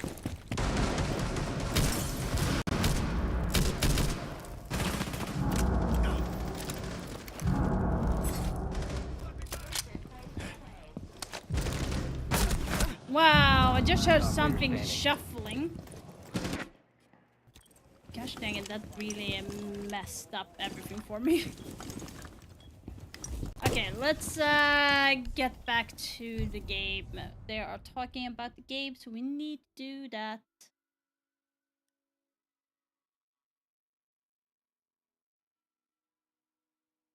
Team of G2, there's so much more experienced as a 5-man unit against compared to Asparagus, and that's what you'd expect. It's a tier 1 team, one of the most elite and high notoriety teams in our esport, against essentially, I wouldn't say, I don't think a pickup team is the right way to describe them, but a team that have kind of come together for these qualifiers and making a deep run in it. So I do feel G2 have the depth to be able to make Bank very, very difficult, but the raw talent Asparagus have and have showed us time and time again means they can create problems for G2. Okay. The question I'm is just going to grab something on those moments, because we know they got the firepower to compete with players like Doki and Alamau, but they need to be able to take control. If they get a pick on a massive bit of map control, they need to take that quickly, and I'm very curious to see how the operator bans roll out this time again, because I feel like the Sen's being taken away consistently, same with the Maestro, has really hampered the performance of Asparagus so far. Is that team play? It's so important for Bank in general, because you can get kind of segmented, because there's such a wide map. There's so much to do on here, especially on the attack. Once you lose a couple players, you're gonna stall out really fast, and stalling on Bank is not good at all. And that's kind of the one superpower that G2 can abuse versus Asparagus on the other side, that are gonna have to be careful throughout all of it. But going too slow also doesn't fit too well with their playstyle or playing as G2 in general. So the question is, what do Asparagus bring to this? Given that we've said, hey, again, this is uphill battle, even if they were super fresh, but what do they have going into Bank, Gibby? Yeah, I think that what they really need to do is take a leaf out of Matchco's book from when they played against G2 on this map last week, particularly on the defense. So Doki in particular has a habit on this map of solo entering, whether it be down through basement or in through ATMs. And what Matchco did, knowing that Doki would be playing someone like a Deimos entering that part of the map by themselves, they would set themselves up to have 2 or 3 players ready to do that, to take Doki out of the equation very early on. And that was a very That was like a really impressive thing that Matchco did based on their counter-stratting for playing against G2. I think Matchco, or not Matchco, but Asparagus should do the same. Try to isolate those entry individual players and give yourself the numerical advantage to go on and win the game from there. I agree with Gibby on this one. Then there's a lot of things that G2 do consistently that Matchco did exploit in their victories that hopefully Asparagus have learned from this. And I was very impressed with the fact that they were able to begin to grow into the last game. Well, this might be the end. END. We'll have to see once we get through map number 2, Bank. Will G2 close it out and qualify to 6 Invitational 2025 in a couple weeks in Boston, Massachusetts? Will Asparagus fight back and take it to map 3? Well, we got something to figure out here. And how about our storytellers? Gibson, whip it, please. Take it away. Thank you very much, Milosh. What could be our very last time today diving in this one. It could be the last time for the LCQs completely. So, Dokkaebi, our first ban out, followed up by that Sens. G2 removing the Sens, which is a high-impact operator from Hungary. We've seen this time and time again. G2 actually fell victim to an execute based off a Sens play earlier today on Skyscraper to this team. Kaid taken away as well. A pretty standard ban from map like Bank with the prevalence of hatches. You do not want be caught by those electric claws if you don't have the right utility to deal with them. And our final ban, Gibby, rolling out from Asparagus. Any predictions? I'm going to say Azami because it's on my screen before you asked the question. So I tried to time it perfectly. Unfortunately, I couldn't quite get it there to really put you on the spot. But Azami ban. This is going to be, I think, other than the Sens ban, which is relatively targeted out towards the playstyle that we see from Asparagus, this is going to be a very standard set of bans. And I'm going to look at the addition of the mirror. That's going to tell me they're going to be going down below for this. And Doki on the Deimos that you mentioned. Doki has somewhat made a name for himself on this operator since its addition to the game. Doki, I think the playstyle really suits having that utility that Deimos brings for him, and he has the gun skill to back things up as well with that Vendetta 44. How big a factor is that going to be, especially if Asparagus do opt to have a roam presence? I don't even think it's the impact of the operator itself, it's just the impact of Doki. Like, Doki has been and will be one of the best players in Europe for a long time now, and I feel like you have to prep for playing against him. And for the longest time, G2 have went how Doki is gone, and now with Loira, the pressure's off him just a little bit. And again, you and I, we did a bit of slagging about the team, about how they shouldn't, maybe shouldn't have gone to Finland and went to Lapland when every other team was prepping.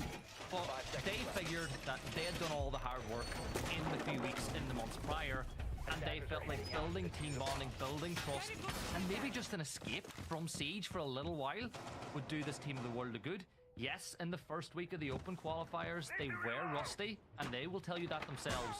But this weekend, they've looked a completely different side, and I'm excited to see if they can carry that forward. But your question, is Doki going to have an impact? My answer is always. I mean, of course, Gibson. I think I maybe perhaps phrased that in a poor way. Doki is going to have an impact no matter what. It is a very, very rare day that Doki does not have a significant impact in any matchup that he plays in. So, diving in here, G2 on the offense here on Bank. The defense does tend to be a little bit preferential here, as it tends to be for most maps in Rainbow Six. Player instead of Elevator should get spotted out by that drone, and does so. Doki will be falling in behind that, I'd imagine. Now, they should have been spotted from that, so Deimos might have an impact on that. Correction, there's no Deimos anymore. Doki swapped on towards that IQ. So okie dokie, I'm ready. It's Bank, so they had banned Sens and Kaid from G2, and Azami and Dokkaebi for Asparagus. That is kind of interesting ban. Yeah, it's what we expect from Doki entering. A little bit of help from a drone, but getting that opening pick right on cue. Jay getting off to rocky start with Scopus. Top floor, but you've still got defenders that you need to worry about. Next, you feel like that's a gunfight that maybe should have been won by Asparagus, but hey-ho, it's not the way the game always goes, and I feel like with the pressure now, this is the perfect place to play, close to the hatch. If you feel like you can't handle it anymore, you take a step forward and you're back towards site. 1 minute and 20 seconds to go, but I am impressed. G2 doing a lot of very good work in the opening 2 minutes of this round to set it up for the execute at the end. Similar story to what we saw on Cafe. The way G2 move through this map is incredibly efficient. There's not a single wasted step, a single wasted motion. Everything is incredibly streamlined. Yeah, G2 is doing this very well. They know how to play this. Way possible. Just look at that point upstairs that Doki got the opening pick, but how good and how clean that was exceptional. And I wonder if they can keep that trend rolling. Blackbeard factor for this one is X-Carriers tell us to open that wall. We can charge through this and opt to do so. Smoke counter tossed out to buy some damage, and Blaz. Now here's the thing, Asparagus left Blackbeard open for G2, and that is C4 is primed and ready from not the best op to do, but will be sending those bees down below. Second smoke canister has been sent, and this might be an opportunity for G2 to dive straight into sight. As he knows, Alamo getting packful right off the bat. Now it's a 2v5 situation. The plant is going down. It's looking like G2 is going to be handling this very well. Remember, guys, Bank is actually a G2's map pick, so it's looking very grim for Asparagus at this moment. Clinic, right? You send Doki in on the top floor with the drone. You find the roamer on the top floor. You know there's going to be one there. You get the opening kill. That gives you full control of the top floor. Next on the step is opening up the hatch and putting enough pressure on open area to force the player in open area to drop back towards site. That's checklist number 2. That's done. It leaves you in a position now to start baiting out the utility. And that's what they did. That's why they bring the Blackbeard to peek that mirror window, totally to force agree the on smokes, that. the canisters to come out, to use the C4s. If I was Asparagus, I would still stick onto banning Blackbeard, because if they bring Blackbeard onto Bank, they definitely have something in the mix that they are doing, and it might hurt Asparagus in the long run. They're opting to defend downstairs. They are doing basically the same, except for taking out Valkyrie for Fenrir, and they have Tubero as well, so... Realistically, you know you're going to be in an uphill battle when Doki's doing that roam clear with the drone ahead of him. He's just so mechanically good, he's going to win those ones. So I have a sneaking suspicion they might opt to play a little bit more of a bunker. It's -10 outside in Sweden right now, where I live. It's very cold outside. You can hold open area without holding top floor. Like the last time, I think it was solely to catch Doki on the entry, and they're still gonna have a player Taco ready with a shot right in the floor face if someone is coming from dirt. But I think the better shout is to put more of a presence inside of open area, which it looks like is what they've done this time round. So Jay is going to play inside of elevator now, wants the hatch open for an easy rotate back a little bit later in the round. But I prefer this. I like this better than extending the roam onto the top floor, because at the end of the day, open area is the keys to the kingdom, the keys to the castle. If you hold it, it's very difficult for teams to go for that execute in through server. G2 have met zero resistance upstairs as expected by you, Gibson, going into this one. Maybe I should convince my friends to hold open area. the randoms going to get pissed. They need this hold to burn another minute or so to be effective. And don't they see the drone? Blade's having a drone on the kitchen counter, and they are not having the information. Oh, cheeky. Will he be getting... Will only be able to get a kill onto there? Even though only 3 drones still remain, but they're all in very significant power play positions. The Blackbeard not in the great position, getting killed right off the bat. Good pick. Blackbeard off the board. Now, will only be standing there for a long time, or will he be able to get someone? And this could be an issue if they expose themselves too deep. C4 has been ripped and might be able to buy a freebie. They have to wait for that Tubero to disperse and send it out deep now. Oh, Alamo getting a kill right on. Bye-bye to Alamo. Now you can fall back to sight. It's still about the halfway point of the round, but the damage has already been dealt because they're still going to try to clear open area, and that's exactly what Loira is attempting to do from this point on. You've lost your Blackbeard, you've lost your sentry, which gives you so much utility to use later on in the round, and it means that G2 might need to change things up a little bit, and maybe the drop and whip it. We've Hungry seen getting before, a free pick to Hungry Loria. will get the kill from inside of elevator. There's going to be a force to drop. Now Uno by dropped. Uno. He's going to see nothing through the smoke. Doki will make it a 2v4. Jay makes it the 1v4. Daya cleans it up. Asparagus. Very good from Asparagus to do that. And really good. Get rewarded for doubling down on basement. A great addition or a great reactive play to that strategy, and that does show you that G2, or not G2, that Asparagus do have a little bit more depth in their locker than you would perhaps. Words difficult sometimes. I thought it's been a long day, Gibby. It has been a very long day. Very long day for Asparagus. We've only done 2 games. This is their 3rd. That is true. That is yeah, true. third game for That is an Asparagus impressive feat, by the way. today. What I meant to say before my brain stopped working. So going they into had it, played is that it's 2, kind of showing the depth of this 3, team past the fact that plus we maybe 5, build them up as the 6. team This that will is get the in your face, 7th play goofy map shots and for kind of them work around today. what is Hungry's kind of gimmick of having a lot of I'm unique plays kind of feel going sorry into for it. They showed Asparagus. that in that they play a more traditional style of play on Bank, and they were rewarded very heavily for it. Great defense from them, but caveat to that is the basement does tend to be your not quite giddy round, but around that you should be comfortable to win consistently on your defensive side. Going into open area and dining here, Gibby, any expectation what G2 are going to pull out here? Yeah, first off, as far as G2's expectations, it'll be get vertical control. You've brought, you know, you can see Doki has switched over to the Banner to get the hatches, as has the Ram, and then Lawyer will be used as the key entry with that. That's the Blitz shield a little bit later on. But the thing I want to point out is open area. Not sure why I make the sounds. I just like but doing it's the that. second site in the preference order. The problem I think about playing open area as your second preference is when you don't have Azami, who's been banned out. Azami is so effective at holding that angle from square, and not having Azami available could make this a little bit more difficult for the defending side. So on the offense here for G2, looking at what they want to try and get control of early. They're going to try and get themselves focused up instead of lobby, and we already have control of that one as we hop on board with Alamau on towards that Ash. Running straight up to get control early, and that Blitz is hunting down the player with that boss G. Not a lot you can do as Lyra charges down towards you. Should be able to pick up a second one, and actually does so perfectly. A very, very clinical execution upstairs from G2. They collapse. So the roam gaming is kind of a little bit harder for them. Rexen getting a beautiful kill onto Loria, and they are steadily getting down to back to site. Bravo them. Yeah, Packle, but look at this. Why was Jay and Packle on the same camera? They're both watching the lobby cam. You need to be more in sync now, because you are numerically challenged. It's a 4 versus 3. You got to work in tandem to let your teammates that are still alive know how they can make a play that can still win the round for the side. All of verticality is now been established. The Are you kidding me? Pretty nice sight, and retake here. You're No. You Oh missed a free kill! Are you kidding me? me? About hurricanes. I don't know what he was firing on right there, but every single round goes asunder. Doesn't hit a single chance. And that opportunity for a huge flank might not be over just yet, and it is. He eventually falls back, but that could have been huge. And now they find themselves 4-2 down.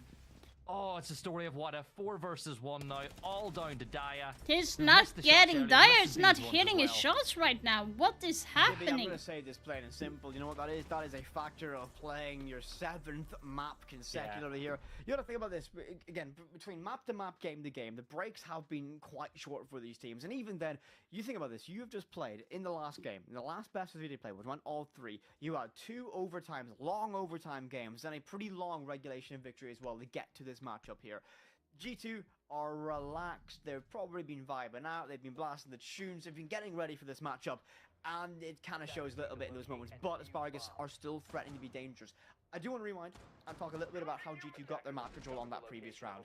They were set up perfectly. Alamau charging up that staircase with that Ash. They had opened up counter walls so the player on that rappel denies rotations via elevator down by bending. All of a sudden, you got that Blitz charging in via Scala and someone on those CO windows. You have a multiple angles encroaching on you. G2 had a perfect execution to clear that roam. Bravo them. The representative from Asparagus was a little bit lackluster. They got both Packball and Jay off the board very early in the round. And then you have Daya missing a whole mag onto a free person from in the long desk and could not secure the kill for the team at the moment. That might be a little bit overtired at this point, to say the least. 2-1 in score is not a bad score to start with for either both of the team. Is kind of like a starting point. It's good to have 1 round lead. 2-1 is not a bad thing. The diffuser so many times today with it. You know, you said the confuser there, Gibby. I heard that one from you. Alma onto Twitch, sending out his last Twitch round to see if he can clear out some of the friend rear traps as well. Now then you have Loria on Ash with the Refuser, so I'm guessing he's going to be making the plan. Now we have Blaze underneath. This is what I tend to usually do.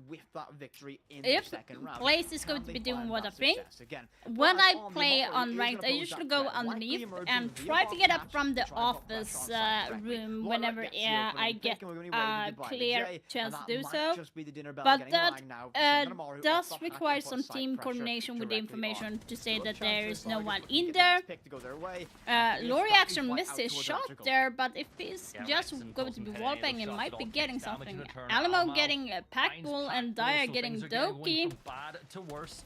Loira still putting pressure on over by Electrical, but is the damage already done? At this point, they can now work on taking full control of the top floor.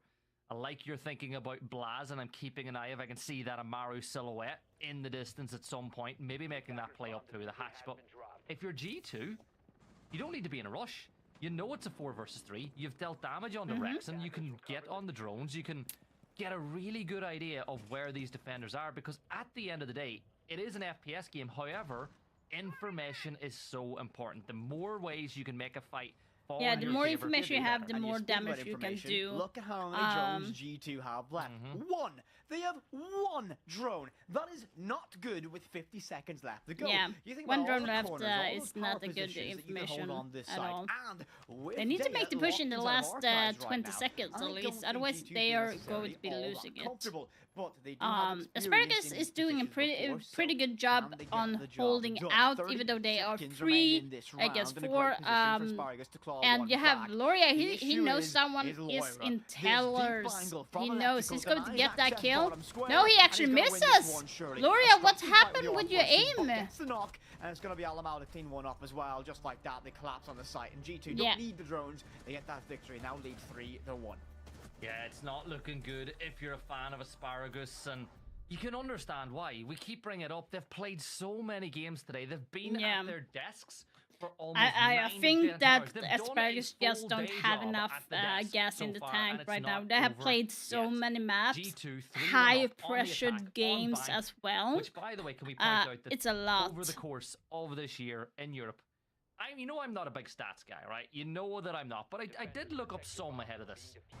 They won 58% of all their attacking rounds on bank, and they're trending above that as things stand right now with this 3-1 lead. They're going to basement. I feel like Asparagus, they need to change something, and I know it's hard to do when you're tired, when you're fatigued, but you need to stop giving G2 the entry pick. It's happened time and time again. Yeah. This is like watching a gassed out fighter try to hold their own in the late stages of a championship fight, realistically. G2, the fresher of the two teams, and again, that is a factor to it, but I feel like saying that on repeat somewhat subtracts from the fact that G2 have had an exceptional performance in these matchups going into it. They have looked incredibly clinical, incredibly precise, and the best way to put it is a well-oiled machine going in this one, and G2 have deserved their spot at this position so far, and so far Yeah, the way that G2 have played throughout the tournament has been very, very good. Well, I got a feeling, as you mentioned, I they need to do find agree something that to change they it up do now earn because a they need some rounds, need some into the momentum to put SI, themselves back up. but so does Asparagus in a round. way. Like, one I just round feel can like change the though that entire scape Asparagus of a game. might If not Asparagus be can do ready something really, whether just it be yet for the an insane SI clutch in stage a because 1v2 they're or going to be 1v3, facing whether it teams just like be a BDS flawless or and even just a clean W7M, round, a really like clean round, that can be the sort of thing Beast that fills them Coast, up. Now, and so Maestro much more. is That's in like play. going to Fenrir be a spotted out, lot. but they can't really do anything What? about it. And Hello?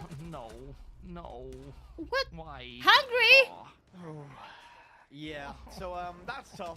At least No Hungary sees the communication bright with the side in it. teammate. You I don't know, we'll literally take that as saw a someone keen pass. You opportunity saw your to teammate guys pass, drop the other hat, giving take that one over the pack ball. they are I think tired. it's going to be a collection I'm of just goals saying, now for G2 as everything It's begins to easy win unravel. for They don't get G2. one, but it's going to be a Asparagus are close too surprise. tired. G2 claps If they on could it, give the meaning communication they that get someone even is more of a on progressive lounge, lead in this one, and, oh my on goodness, lobby Wolves area, come in and finds a clean no. opportunity, You and literally that saw player your makes it teammate drop the pass lobby.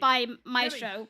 No call. Difficult day for Asparagus and a difficult day for everyone cheering for the Tier 2 underdog to make it into the 6th Invitational here in Boston. G2 look set for that ticket yet, but it isn't over till it's over. It is Rainbow Six Siege, but Asparagus, what do they have to change going on into the last defense? Yeah. That's crazy. That's so stupid. We literally went by. Yeah, I'm not recovering this. But by the way, can I say that something about this? Alamo missed the free headshot. I'm just saying. Yeah, I missed a free headshot, yeah. So you're positive for Asparagus there, and I was trying to say that Alamo missed the freebie. Yes. That's the. You know how in the depths of copium you are right now. If the positive for a team is, yeah, you lost the round overwhelmingly, but they did miss a free headshot. I don't know. Look. Yep. It's better than nothing. Gibby in this one, but give and take. Saw the positive and funny side of things going into it. Well, look, if you don't laugh, you'll cry. And trust me, I'm but in the ground of things, we move on guys, to the final round of the Asparagus, they are a Asparagus. T2 team. The final round G2 is a pro league team, so for Asparagus to go head to head against G2, and they have done it semi well, it's a good thing for them. Oh. Yes, it is. Being a little bit cheeky there. They've got the information now, and yeah, Packbull, I think that's the wisest decision you could have made. Get out of there, rotate around, live to fight another day. Yeah, I mean, Packbull would have heard this, the stomping of that shield and the player behind him with the active rifle deciding to escape I would via not basement have taken is a the wise fight decision. either. But the issue now is looking on a space G2 have ahead of them. They can simply walk up gold, but they aren't overextending. See that decision making to check loan office and not push up and risk anything? This is what I like to see from a team like G2. They have been sometimes complacent in the matchups, but now they're taking the extra steps, those extra 2 or 3 seconds. Really nicely done by G2. Getting a free pick from Loria is getting Jay. That's going to be a very recurring theme. That is an opening pick again for G2. Rexon is just saying, hell no, I'm getting you. That's a very dirty shot. So now Loria is off the board. It's a 4v4 situation, but Packbull is getting low on health. Will C4 getting out to get Doki, but Alamo and Blaze getting each pick as well. It's a 3 versus 1. It might be possible because Blaze and Alamo are so low on health right now. It's all down to Rexon, but Whip It, do you see what I see? 1 HP Alamo, 1 HP Blaz. Guno is on the roof outside the building. This is not done just yet. You've got a yellow ping. You know where the case is going down. I don't think you're going to be able to stop it. That is a good shot from Uno. That was a beautiful shot. Round is done. A great attacking half for G2 as they take a 5-1 lead. Under their defense. Yeah, it's going to be G2 in this. Asparagus don't have enough energy left to withstand G2. So right now, this is G2's map, and it shows. They are very highly into the positive stats. 58% attacking win rate in Europe. Okay, so you're building up to the defense win rate. What's that? It's sub 50%. So what you're telling me is there's a chance. Yeah, but it's 48%, so it's not much below 50%. Listen, we'll take that from time to time. But, I mean, I'm going to have to give G2 the roses yet again. That pains me sometimes, it feels like. They played that round exceptionally. Again, they had every single every situation in their head played out and perfectly dealt with. They had someone on counter repel, denying from the walk-up marble stairs. They were able to control that round perfectly. Let's see how G2 is going to be holding this on defense. I fear it's going to be very hard for Asparagus to counter G2 on defense. Defense is always harder to... it's always easier to defense than it is for attacking. It remains to be seen how Asparagus is going to be taking this attack on back. G2 has so far been showing a lot of wins on attacking. Yeah, G2, though I feel for their fans, for them, they just want to get this done now in the next 2 rounds. Not because, of course, the obvious thing that gets them through, but even more importantly, it's just a clean win. They play good siege. They're not doing, they're not making too many mistakes. It's good team play, and G2 they are doing really well. Need it. So Asparagus are going to be getting the first pick onto Blaze, and Doki is just getting Rexon with a very nasty shot. Like seriously. Now Ashes off the board. Not too much to be crying about that it's disappeared. You rather want to keep Grim and Brava in place because they do have a Maestro in here as well. Now, Nuke is going to be dropping into elevator. I don't think they know that he's there. He's just bidding time, waiting for the right call. Uni getting burned to a little bit of a crisp, losing half HP. Towards that, expecting some of the dropping that in the latter stage of this round, so Packbull will not Right get now, entry away for free. Asparagus is just finding their time, prepping everything, doing really good in waiting. All the pressure. He's just waiting in the elevator, no pressure, no nothing. It's a He can do a 4v4. lot of He's damage. still got red Now control. Doki got to will make things more Packbull, difficult as Packbull, was so trying now to make a Nook play is from inside gone. of elevators, taken down, and Doki's Not not sure gonna what's rest on happened his there, but laurels, making really. sure that there isn't a secondary player there. And of course there is one. We can see the player above that position, but with a minute to go, you gotta wonder what's next. Loira on the flank here Are as you well. kidding me? Buck's going to open up the angle, and Jay will take a Loria, good you demon. Yes, Jay Are you there serious? For the trade, but it's a little bit too late. They're not Opportunity hitting the now for shots Jay, and here he's for going to bye. miss it as well. That was a player dead to rights. Alamo C4 will take it down despite Dai's best best attempts to shoot the C4.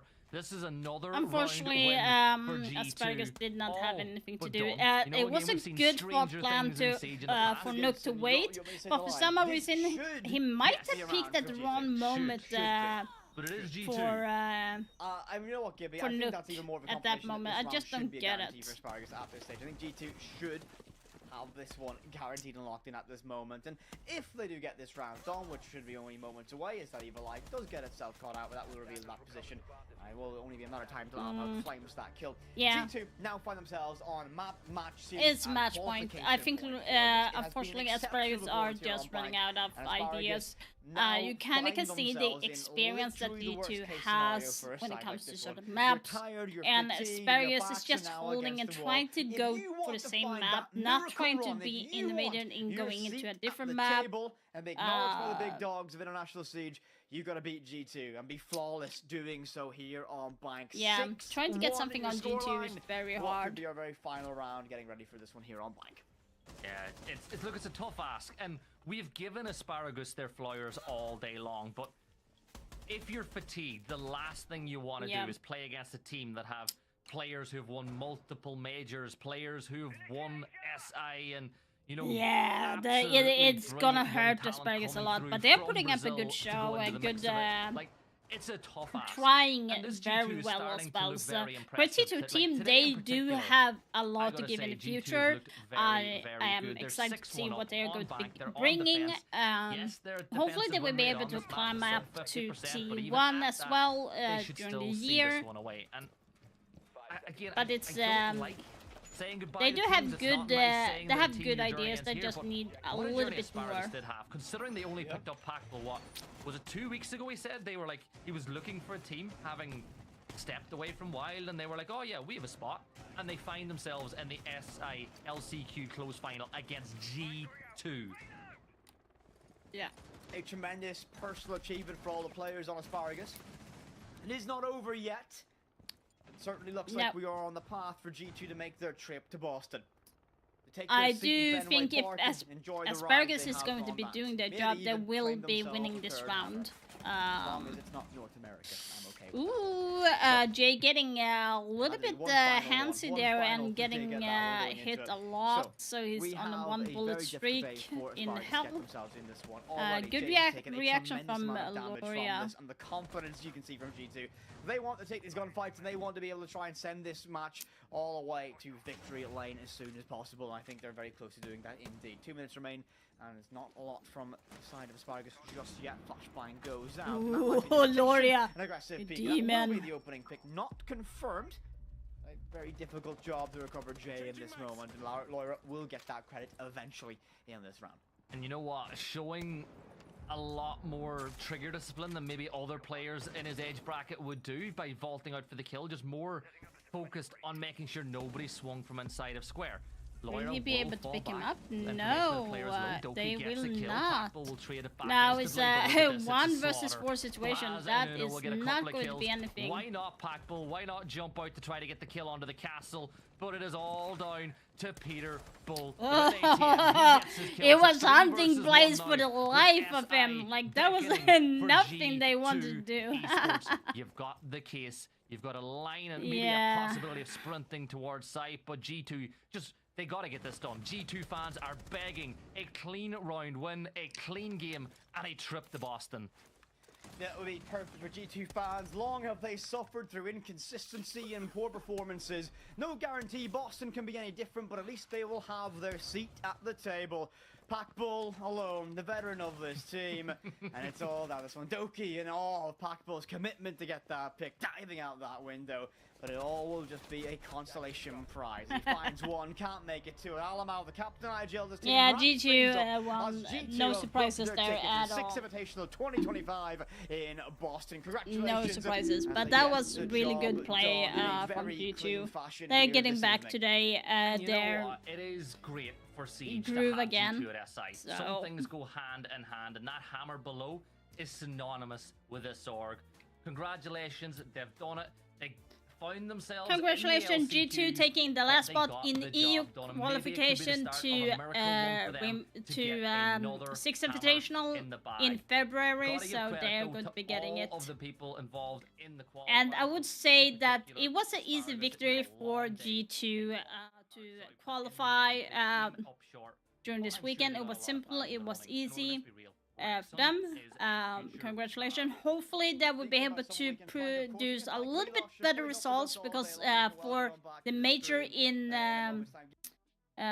Manchester and in Montreal was very poorly resulted for G2, and I hope they have the mentality and the strats to get back. Now they have cameraman as an analyst as well for G2, and I'm sure there's going to be some change into their gameplay and new mentality coming in as well. So that's going to be super fun. But for everyone that has been watching, thank you so much. I really appreciate you've been sticking around for the 8 hours. And for everyone in Twitch, stick around and we're going to be raiding someone in a minute. For everyone in YouTube, thank you so much for stopping by. I do hope that you enjoyed the commentary. Still trying to learn to get better at it, but I do hope that you enjoyed nonetheless. Thank you for liking the stream and subscribing to the channel, and there will be more of this coming in February as well. But yeah, I will be back tomorrow 6 p.m. CET, guys, as well. And we are going to be continuing on playing regular Siege, and no matches that we are going to be watching at the moment. So hopefully I will be able to rank up tomorrow. But until then, guys, I wish you an amazing day, morning, night, wherever you are. Let me just check so I don't miss anything. But yeah, so thank you so much for being here. I really appreciate you guys, and I wish you guys an amazing day, morning, night, wherever you are, and I will see you guys tomorrow.